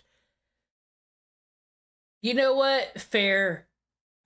How does that goalpost keep moving? It is weird that, like, millennials are asking for the pass when Zoomers are already out here like, it was 2014, let me live. Transfem quotes the post by saying, this was 2019. Is honestly insane. People keep moving the goalpost for what year it's acceptable for an internet figure to be racist. Slinky quotes the clip by saying, I'm confused at what they're even laughing that hard about. Do they laugh this hard every time they hear a slur? Is it that funny? Like, objectively, do you literally just have to say a slur to make them burst out laughing? Then over to independent tweets, ITXL tweets out, never mind, I saw the clip. If you're genuinely mad at Michael Kovac for this you need to log off the internet and clear your mind. I'm sorry. You can see what he was actually saying on the screen. And Mr. Donaberger replies to this picture saying, this is how I feel about the drama. And it says, kill all TADC fans. Southern Lemons also tweets out a post that is now deleted that used to contain the clip saying, come on. And Sky VA quoted Southern by saying, this hurts because I've always wanted to meet him and talk about how much I looked up to him and how he's one of the reasons I got into voice acting. Fuck you, Michael Kovac. And 9name TV replies, I'm literally having a panic attack right now because the voice actor for my favorite cartoon show said a naughty no-no cracker word 7 years ago, and now I must act like an annoying. Thank you. Thank you. Where you deserve a Frogan Twitter user. Based? Based?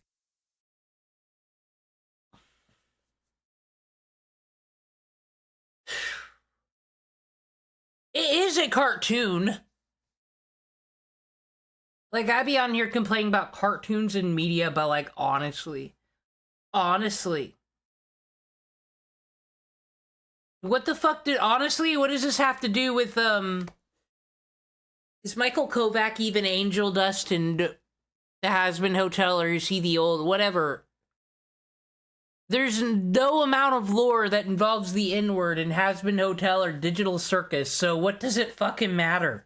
Consider to show people how much I hate it so they know I'm wholesome and unproblematic. Jay tweets out, friend got me a cameo from Michael of Jax, basically insulting me for my birthday, and I could not be more happier. This is amazing. And then after the controversy, they quote tweet their post saying, okay, so Prap tweets out this clip showing a tattoo they got of Jax with the caption, my statement. Southern Lemons tweets out, genuinely devastated and extremely disappointed. I'm not going to speak heavily on the matter because I feel it's not my place, but I want to make it clear that I do not support that kind of behavior or language, and I will no longer be supporting Michael Kovac. And Holly Blue replies to this tweet by Commander Akari, who says, the fact that I'm at risk of seeing a 14-year-old's opinion at any point during my day is a human rights violation. Mushi tweets out, indie creators need Based?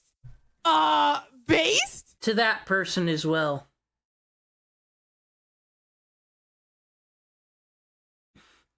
Why would you get that tattooed? Because internet is most important country. To start doing background checks on people they hire. This is getting ridiculous. Michael then goes to Twitter to address the situation and says, I've just been made aware of this. This is absolutely an insensitive joke. Earlier in the stream, we heard Ashley read out a username that contained the word nega, short for negative, and all of us, including chat, freaked out because we misheard what was said. Once the misunderstanding was cleared, we poked fun at the absurdity of it. However, the joke relies on the fact that it's teetering on racist, which ultimately is no different than making a legitimate racist joke. I apologize for any harm this has caused, and for the fact that we ever thought it was humorous to joke about in the first place. Racism is never okay, and we should always strive to be kind and lift each other up. And Floxy quotes the post by saying, every black person has their own opinion on this situation, so...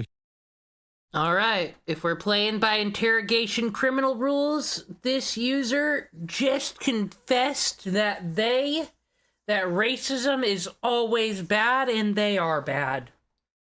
No one get any commissions from any of these people involved with this drama, though, because they're mentally ill, and giving them art money won't help them. Here's mine. I've been scrolling through my TL thinking this man committed a hate crime, only for it to be the unfunny nega joke. I'm sorry, but this felt so Once a month I put on an episode of Boondocks, trying to remember the good old days when TV was good. See, just the whole Riley speech about fucking, when someone pisses, I get the fuck out the way!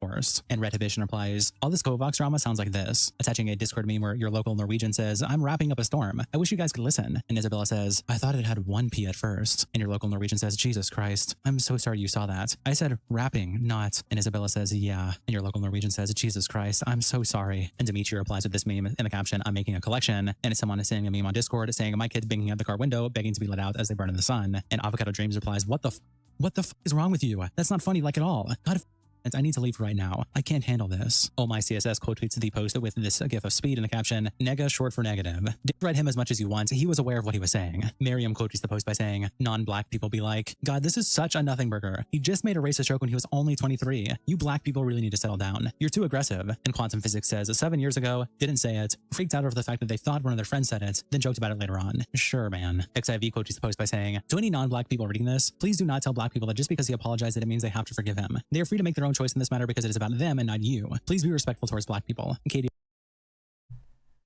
Excuse me? Okay, though. Okay.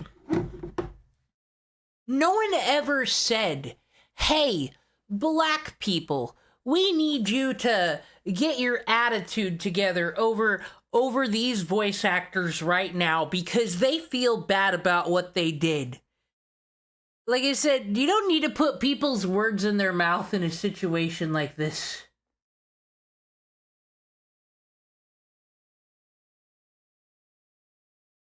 Well, yeah, it's a good thing you got out of the safe space fucking server. That's how they get you, you know? Your hot quote is the post by saying, oh my God, y'all, this is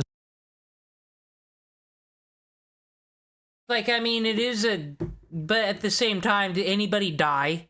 Is everybody okay? Fucking nothing burger. Some of y'all need to log off. Is it okay that they made this joke? No. Is it worth pressuring the cast to grovel even farther after publicly apologizing? Also, no. What the fuck are we doing here? Like, yeah, no, man. Keep trashing the bathroom of the site that's already been swarmed by white supremacists by harassing a VA for your favorite show. That'll totally fix everything wrong with the world right now. Y'all have lost your goddamn minds. Ashley also quotes the post. This is the Zubel VA by saying, I want to apologize to any of the jokes in my stream harmed. Racism is never okay, and even joking about a misunderstanding is racist is also not okay. I should have known better back then, and I want to continue to grow and be a better person. Racism, racists. The VOD is still up and will remain up.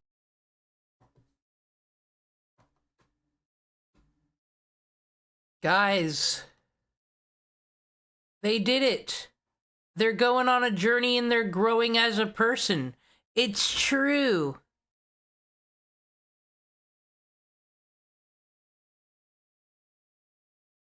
You got kick. Because I have no intention of hiding anything. Also, I apologize my replies are off as I've been continually doxxed and spammed with a gore by the UTTP. Please share your thoughts in the QRTs. And Juice quotes the post by saying, UTTP is a bunch of fucking children. You deserve it. My God, little kids, use the fucking block button and shut the fuck up, sensitive little fucking babies. No one was harmed because you said a nega. Calm down. Now to independent tweets, Bows and Bubbles tweets out. Now I've never heard anyone use a nega as a short way of saying negative. Girl, you meant N-word. And Cringe Hank replies, I mean, just because you never heard of it doesn't mean it can't exist. And Bows and Bubbles says, Nega Chin, every Pokemon or Digimon variant that's evil, they put Nega in front of. Like, it's a trope. But yeah, no one's ever said that word before.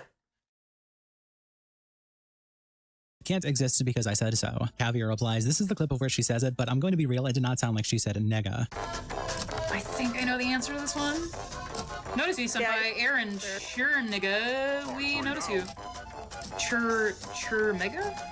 Sugar Ride replies, last time I saw someone use it, it was Sega and the Fairly Odd Parents, showing Eggman Nega and Nega Chin. Phantom tweets out, Michael Kavik laughed while in a VC because someone said the word nega 7 years ago. Everyone makes edgy jokes about anything ever. In a group VC, who wouldn't laugh at the stupidest shit? Like, bro, it's just starting to start dudes genuinely acting like this. It's etching the meme that we looked at earlier of the banging on the window. Sam DeFox replies, ha ha ha, it says nega, Twitter, and then a shocked face. Gibbet tweets out, Michael admitted to saying the slur, not being racist. Plus, saying the N slur isn't even the worst people can do. Holocaust. And much worse. Then attaching the ref pic being to an old Wilbur Sud meme, where it said Wilbur admitted to biting, not to the abuse. Plus, biting isn't even the worst people can do. Holocaust and much worse. And Mindus replies, I can't miss a day on this app sometimes. Shout out to our tier 3 members, internet representatives, Kiko, South, Coldest Bandito, Captain Crash Out, Dear Boy, and the Noobster. Thank you guys so much for the support. And you might be thinking, wow, what's an interesting DC?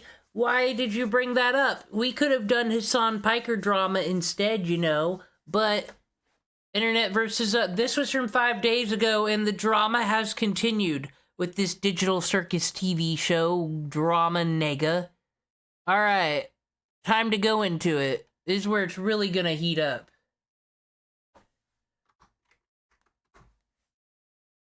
Earlier this week, the controversy in the Amazing Digital Circus fandom has continued to rage on, when a 2 million sub YouTuber, Plain Rock, went to a glitch event and recorded himself walking up to the Jax cutout, referencing the first thing I thought, is he gonna go to that Jax cutout and do an IDUBBBZ? Is he gonna look at that camera like IDUBBBZ did with Tana Mojo and go, say Nick? Yeah, fucking Black Goku.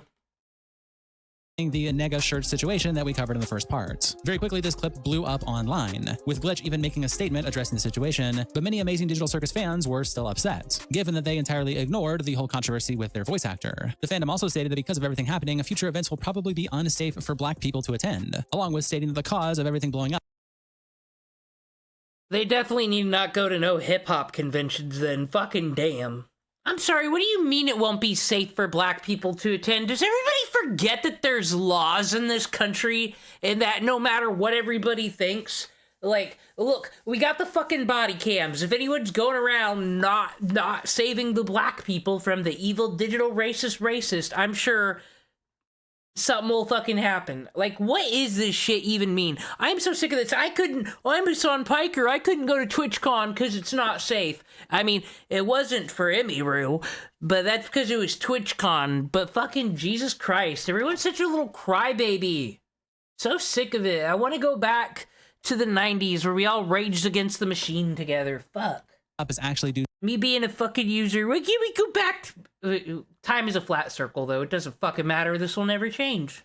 To people's indifference on the situation, emboldening actors like Plain Rock to wreak havoc. However, despite everything, Plain Rock was even able to still sneak into the event afterwards, simply wearing a furry mask to get inside. But there's lots to get into, so let's just jump in. Welcome to the Internet versus the Nega Shirt Part 2. It starts when the clip starts making the rounds online when Plain Rock posts it with the caption, gave Jax a name because he's so negative all the time. Yo, it's my nigga. What's up, nigga?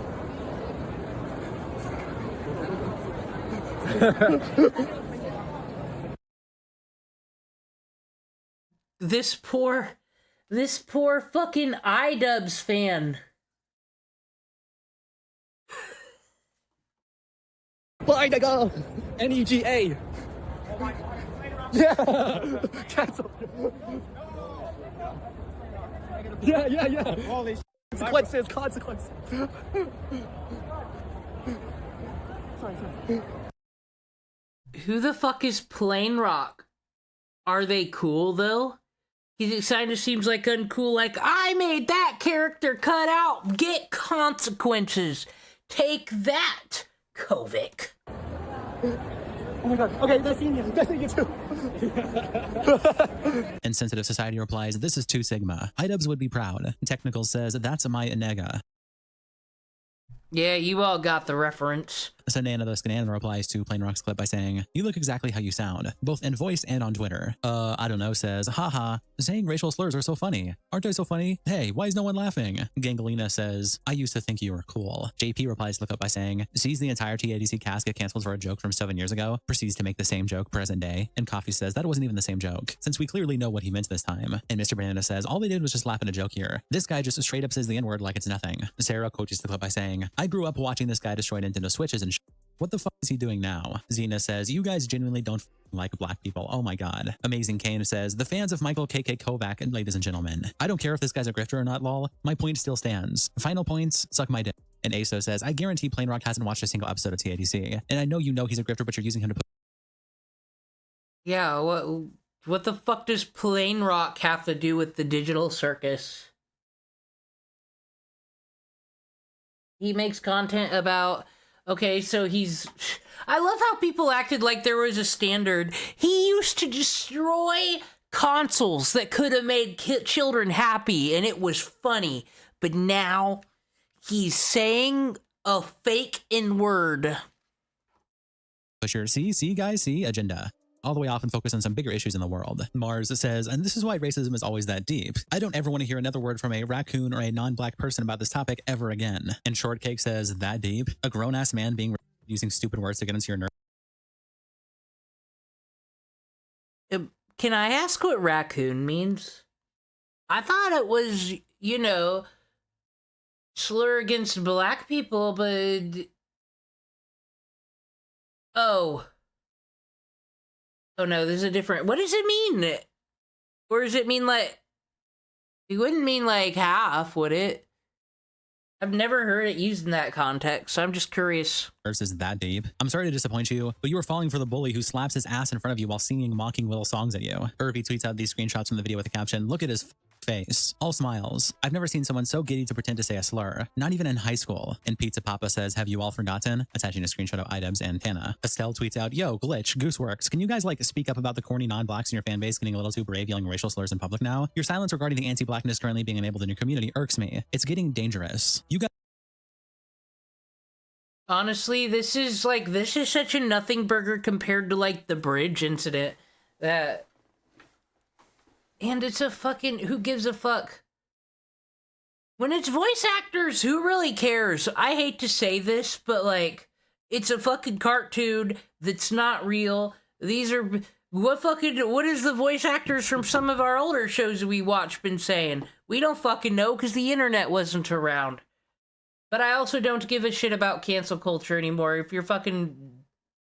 If you make money doing shit on the internet, you can lose money doing shit on the internet. That's my official fucking stance. Grifting money off of black outrage and showing up to pop-ups in person yelling slurs. Next, it could be black fans facing physical harm. This is why it's fucking infuriating to see crew members engaging in jokes like this at black people's expense. It enables fools like this and can lead to the safety of non-black fans. Can anyone name a time that a joke has led to actual fucking violence that wasn't like... someone actually being offended and trying to assassinate something for, like, political or religious means? Like, when has that ever happened? Actually, though? Being threatened. If you guys gave a you would try to say something. Because now what happens if people start taking this joke to the theaters? Level Up Expo, ban this guy. Do something. And no, guys, I don't give a who this choppy grifter is. I'm making sure consequences will come of this and that the ongoing anti-blackness happening isn't being ignored farther. And Player says, this is Plain Rock we're talking about. After all, he bought a Switch 2 the moment it released just to absolutely destroy it in front of multiple people in line. And Estelle replies, I couldn't really care who this is. The fact of it is, at the end of the day, this situation has led to the safety of black fans being threatened in public spaces now. Vivian says, this isn't a real issue, and people are using this as an excuse. Well, yeah, fucking Apu was, God, I used to remember all the voice actors of... Apu's Harry Shearer. There's only like fucking 4 voice actors on that show, and they're all white. What do you want from them?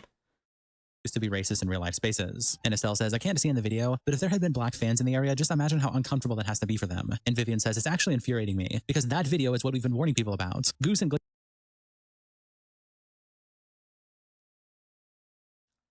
You know, how many people died in Bloomington, Indiana last night, which we learned is a dangerous location where there's a lot of murders And I would say most of the murders are African Americans. And here comes Indiana running politicians acting like we're an evangelical, loving fucking Republican state when that is not at all fucking true. I would say it completely fails the black community. It completely fails the criminal justice. It thinks criminals are actually more important than citizens. That's probably why I think Indiana actually votes red. It would go blue if not fucking for most of them being felons and not able to vote. I mean Democrats is what I mean. Like, said, there is... criminals do well in fucking Indiana. I don't know what my point is here, but I'm just saying there's fucking microaggressions where people are being fucking safe, edgy, and shitty, and like actually racist in real life, destroying people's self-esteem. Don't like that. The effects of redlining and shit. Can we complain about something fucking real instead of motherfucking digital circus, please? Such as dismissal of saying anything about the rise of racism in their spaces is seeping into real life. But Goose is too into her drilling to give a fuck. JoJo quotes the post by saying, "Wow, you mean to tell me that the fandom's indifference towards black people's feelings on a racist joke made popular creators comfortable enough to say it in public? I didn't see this coming." And Pterodax replies, "Wow, you mean to tell me that when people online cry about something dumb and minor for days, that others will latch onto it to antagonize? I did see this coming because I'm not stupid." Good job, Pterodax. You see the blueprints of the world. Or 12. And Anisa replies to the quote tweet by saying, "Oh my god, you people are a circus. Y'all made a huge shit out of a basically non-issue and a grifter got a hold of it and made it actually racist. Are y'all surprised? Welcome to the internet. Now real racists are being given a platform." Can I say, though, that no one's actually said the N-word? They said nigga. Technically, no one's guilty. Usually we debate in the court of law with this if it was a soft A or a hard R, and there was neither. Or because of UMFs, nobody else. And Sai replies, "Well, no. Grifters feel emboldened because of people like you not caring and calling it a nothing burger." Okay, this is what I mean, like microaggressions, Mike. We seen it with Hassan Piker way earlier, basically saying that gamers should just be gaming and they're unfuckable and they should never, ever, ever get with a woman because why are they setting expectations for themselves? They're great at gaming, but not great at game. You see, let me give you an example of that on how that would suck if you're black, okay? Let's say, you know, you're just a college student living your life, work a couple shifts a day, getting money, you want to study the law. You go work at your stupid fast food job where fucking Kentucky Sharon says, "Why, I can't believe you're black, because you're very well spoken for a black man." And to you, it's like, I grew up in a family where I learned how to speak decent. And it's like, just some of you all like just talk thuggish. It's like the rappers. And it's like, well, you want to kind of forgive this stupid Kentucky Sharon, right? Because she's ignorant. But at the same time, if you just take that, it continues. Like there is some real shit that adds up that I think needs to be fought against. But the problem is when you got these fucking morons that latch on to stupid shit that has you thinking what you just said, Mike, that microaggressions aren't real and don't lead to anything. They are. They affect people bad in real life. They don't exist on Twitter, though. How about that? If y'all actually cared about others that aren't white, then grifters wouldn't have done this. And ASO says, "I'm not even white, MF. What are you trying to say?" Grifters seeing people making a big reaction to literally the most minor absolutely emboldened them to rage bait. And it worked, clearly. Technicals quote tweets the post by saying, "Bro, how is Plain Rock getting flagged as a TADC fan in a cancel thread on my timeline?" Unicorn Thorns quote tweets the post by saying, "This is what we mean when we say this shit serious. A couple days ago, people said we were overreacting. It's a nothing burger. Once again, I'm not surprised, but this is what happens when you treat it like an edgy joke." This is why you should never support the artist community on Twitter or Blue Sky, because when they should be making great art for you, the client, they're crying about their cartoon voice actors. Black people can never catch a break. CubeSnap says, "I don't think people realize how dangerous it's going to be for black TADC fans to watch episode 9 in the movie theaters now, especially with how openly racist the community has been." Yep. Someone said nega. You know what that means? They're gonna be burning fucking crosses in the middle of the goddamn movie theater. You're never gonna see something that's so fucking insane, because that's really where the alt-right fucking people with swastikas on their arm goes the digital circus fucking movie. Yeah! I just try to say, take their argument and imagine their argument is actually happening in the real world. And then don't it fucking look stupid, because we live in a society, folks. And Mark replies, "Oh, Jesus Christ. Stop acting like the Ku Klux Klan is going to hate you at the movie theater." Glitch then puts out a statement on the situation where they say, yeah, Plain Rock isn't even a fan of this. What do they mean this whole family is super racist confirmed, this fandom? "We were made aware of horrific and hateful behavior from a specific individual around our Glitch booth today, and we have contacted Level Up staff to take action and have them removed and permanently banned. We've also told our staff not to serve him, others featured in that video, or anyone exhibiting any behavior that would make members of our community feel unsafe or unwanted. These idiots are not representative of our community and our fans, and we want to make any Glitch event as safe as possible for all." These people shouldn't even have to say anything, but you know how it is. But I almost wonder if they never did say anything, if it would only be the psychos that latch on and everybody would forget. "We condemn absolutely any hateful, discriminatory, or dumb quit behavior. Be kind to each other. And if you can't, then piss off. We don't want you here." And Chris Chad replies, "Reminder, this post is about Plain Rock 124 for referencing the same joke that Kovac and Goose made years ago. Massive L for Glitch and Goose for being hypocritical." Reels attaches a screenshot of Plain Rock's YouTube How is that fucking, if this user hates all anime, what, fuck? channel and his Twitter, and the caption, "This is the guy, by the way. Obviously don't harass him. Please, however, do report this racist loser." Pizza Bro quote tweets the post. Don't harass him, but report him massively. TOS, does that TOS apply on Twitter? Because it fucking should. Get a life, hall monitors. What do you guys do all day? I'm sorry, I don't care if you're all right or wrong. This is too much Twitter use. This is too much of a waste of life. I'm sorry, isn't there wars or something happening? By saying, "You can tell they're losing their patience with this fandom." Tai Ye quotes the clip by saying, "Meet Plain Rock 124, breaking stuff for money, getting rich and buying his own house, lose audience as time goes, going crazy, love Elon Musk, become right-wing and Trump support." Hey though, actually, you're not a good leftist if you're anti-Plain Rock. Why are you pro him not destroying the shitty capitalist stuff? Why are you not approving of him destroying consumerism? Being transphobic, being racist, do more rage bait for money, getting called idiot by Glitch, fell off. Plain Rock quote tweets the original post that he made with the clip.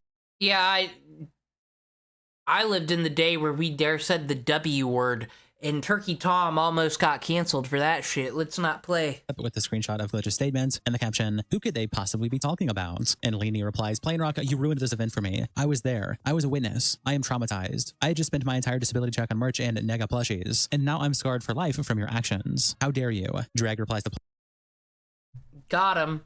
Yeah, if you're thinking, his thing is rage bait though. He gets off on it. This was like a W for him. Plain Rock, "Bro, you rage baited them so good, you legend." Swag Lord says, "Horrific and hateful behavior." Some Asian dude saying a nega in front of a Jax cutout. The humble Russian/Ukrainian soldiers screaming for the right now as a kamikaze drone slowly creeps towards them. Amtrak replies to Plain Rock by saying, "You're a dumbass. You were rude and caused a disturbance." Angel says, "Dude, being a piece of shit and racist isn't a flex. You're part of the reason why the TADC fandom is getting a bad name. And you're not even a white guy, yet you're being racist as shit. You should know better than to do stupid shit like this." He then follows up his own.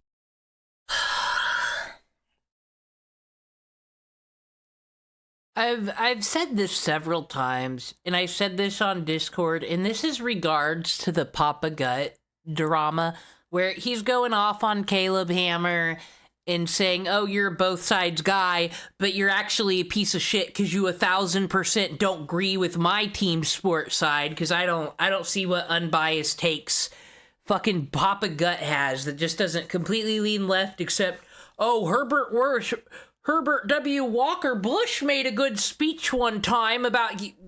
Well, fuck, first of all, you being sympathetic to a Bush, that makes you a fucking terrorist, Papa Gut. So I'm already fucking out on that. And number two, it was the comment that he made about that pick-me Asian.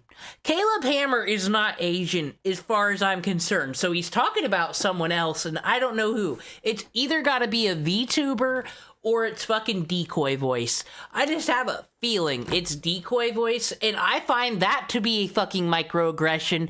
Am I wrong about this? Same with here of, how could you're not even white, be a part of racism? Hi, minorities. You might think that you're allowed to do whatever you want and have freedom of speech, but don't you forget about the white mentally ill women that put you on that pedestal.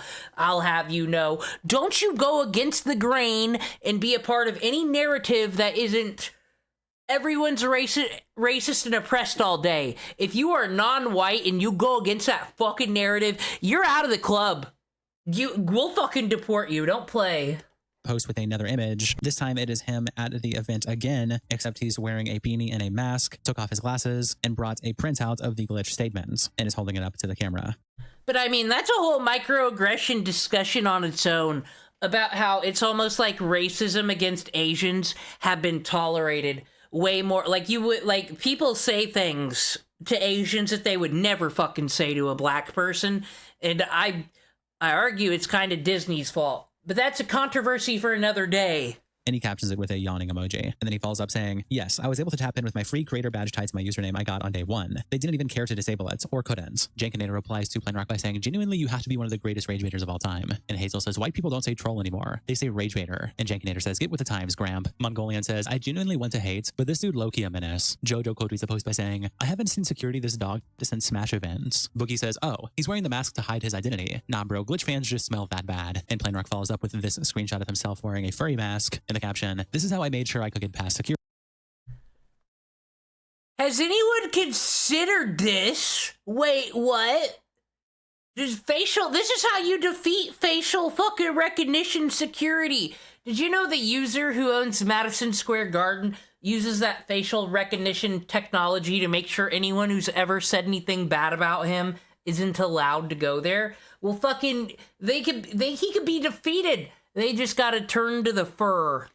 By the way. Borrowed, by the way. And 3 people asked me for photos just because they liked how it looked. And Cray Cray Chu says, bro is genuinely making an entire fandom have a generational crash out over a joke, and pictures of him still getting into the event. This man has aura. Gooseworks tweets out, I feel like I should say, if you think you're on my side by saying genuine racist, hateful things to black people in the fandom, then it is my personal belief that you should shoot yourself in the head with a gun. And Plain Rock replies with this picture of himself.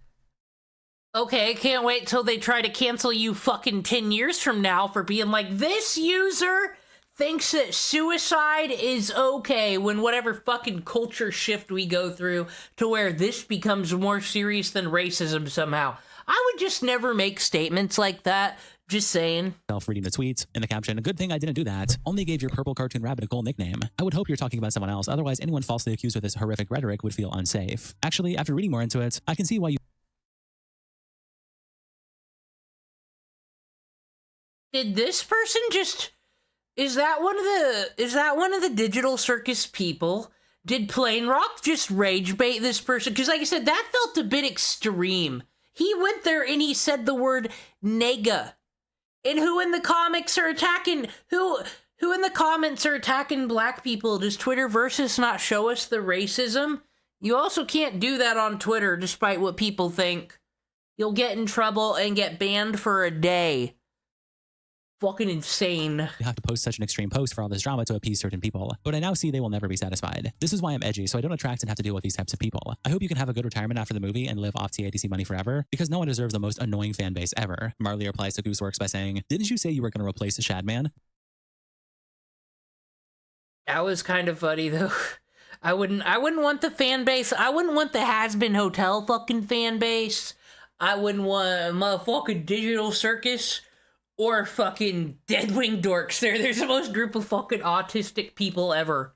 Don't try and save face now. B replies to Gooseworks saying, ain't this you? Attaching tweets from 2021 where Gooseworks says, Exploshi's a good egg. If you're taking any of this call out bull... Hell of a boss is awesome though.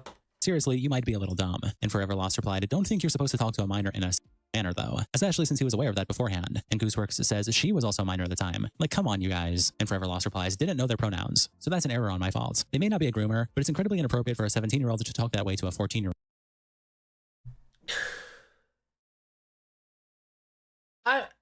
Like I said, I really don't care anymore unless someone goes to fucking prison or at least goes to court. This is why I enjoy watching the Ewoos in contrast to that. How many fucking murders have we seen just in a random sampling of, oh, this title looks cool? We haven't seen any of these terrible things, these terrible realities people see. It's because of mental illness and just sociopathy. No one got taught to be this bad. No one saw their cartoon and a voice actor said a slur and it put them on a bad path. I swear to God. Marie quotes Gooseworks by saying, "This all here, damn ass tweets. Genuine racist, hateful things, as opposed to non-genuine, girl bye." Sybil says, "I'm glad I'm not the only one who thought it felt kind of half-hearted and made it just to silence people." And Marie says, "Most definitely. She didn't even outright apologize for them weird-ass joke tweets, her coworkers behave or anything. Just, hey guys, racism is kind of bad. Like, girl, we know that." Cupcakey says, "Placing bets. Both Glitch and Goose wouldn't have response if it weren't for Plain Rock 124 doing what he did." Yeah, that's why Plain Rock's actually kind of funny. He's actually kind of winning my vote in this, because I think these people are just... Well, because what can you say? If you're white, what can you say? To appease the mob. You can't. You should see and reference the episode of South Park known as the N-word guy, when Randy accidentally says the N-word on Wheel of Fortune, to see how you can get out of this mess. Juice quote tweets Gooseworks by saying, "You 100% deserve your fan base." Jocelyn says, "White TADC fans are about to glaze this nothing burger deflection so hard." Carissa Chad says, "Goose is a fan of Shadman and is friends with Oni Plays, who consists of people saying N-word and F-slur." Hey, yeah, thank you for mentioning Oni Plays, because I'll never understand how everybody else is getting canceled for this fucking connection, but nobody here is. That will continuously be something I don't understand with the drama community. Since 2015. But since someone made some joke as Michael Kovac, it is now time to virtue signal. "So when will you punish Jax VA for doing the same as the band guy?" Then attaching this post from Gooseworks. This is back in 2021, talking about Shadman, where they said, "If I were to make a tweet about Shadman, it would be way more direct and way more edgier. Like, something like, who's gonna fill the shoes Shadman left empty? I'm not gonna enjoy it, but I guess it's gotta be me." Something like that, I think. Ethan Broad tweets out this tweet with the caption, "Time to settle this once and for all. Which childhood content creator fell off the most?" Attaching this picture of Plain Rock and FGTV. And Plain Rock replies, "You can't make us pick between two goats," shaking my head. Robert says, "I only know about FGTV. What happened to Plain Rock?" And Ethan says, "He said the N-word in public." Captain Stickernoodle says, "What happened to FGTV?" And Ethan says, "He became a right-wing Christian grifter." And He doesn't agree with my political views, so he's bad. Can more people just start posting that everywhere in response to these fucking slops?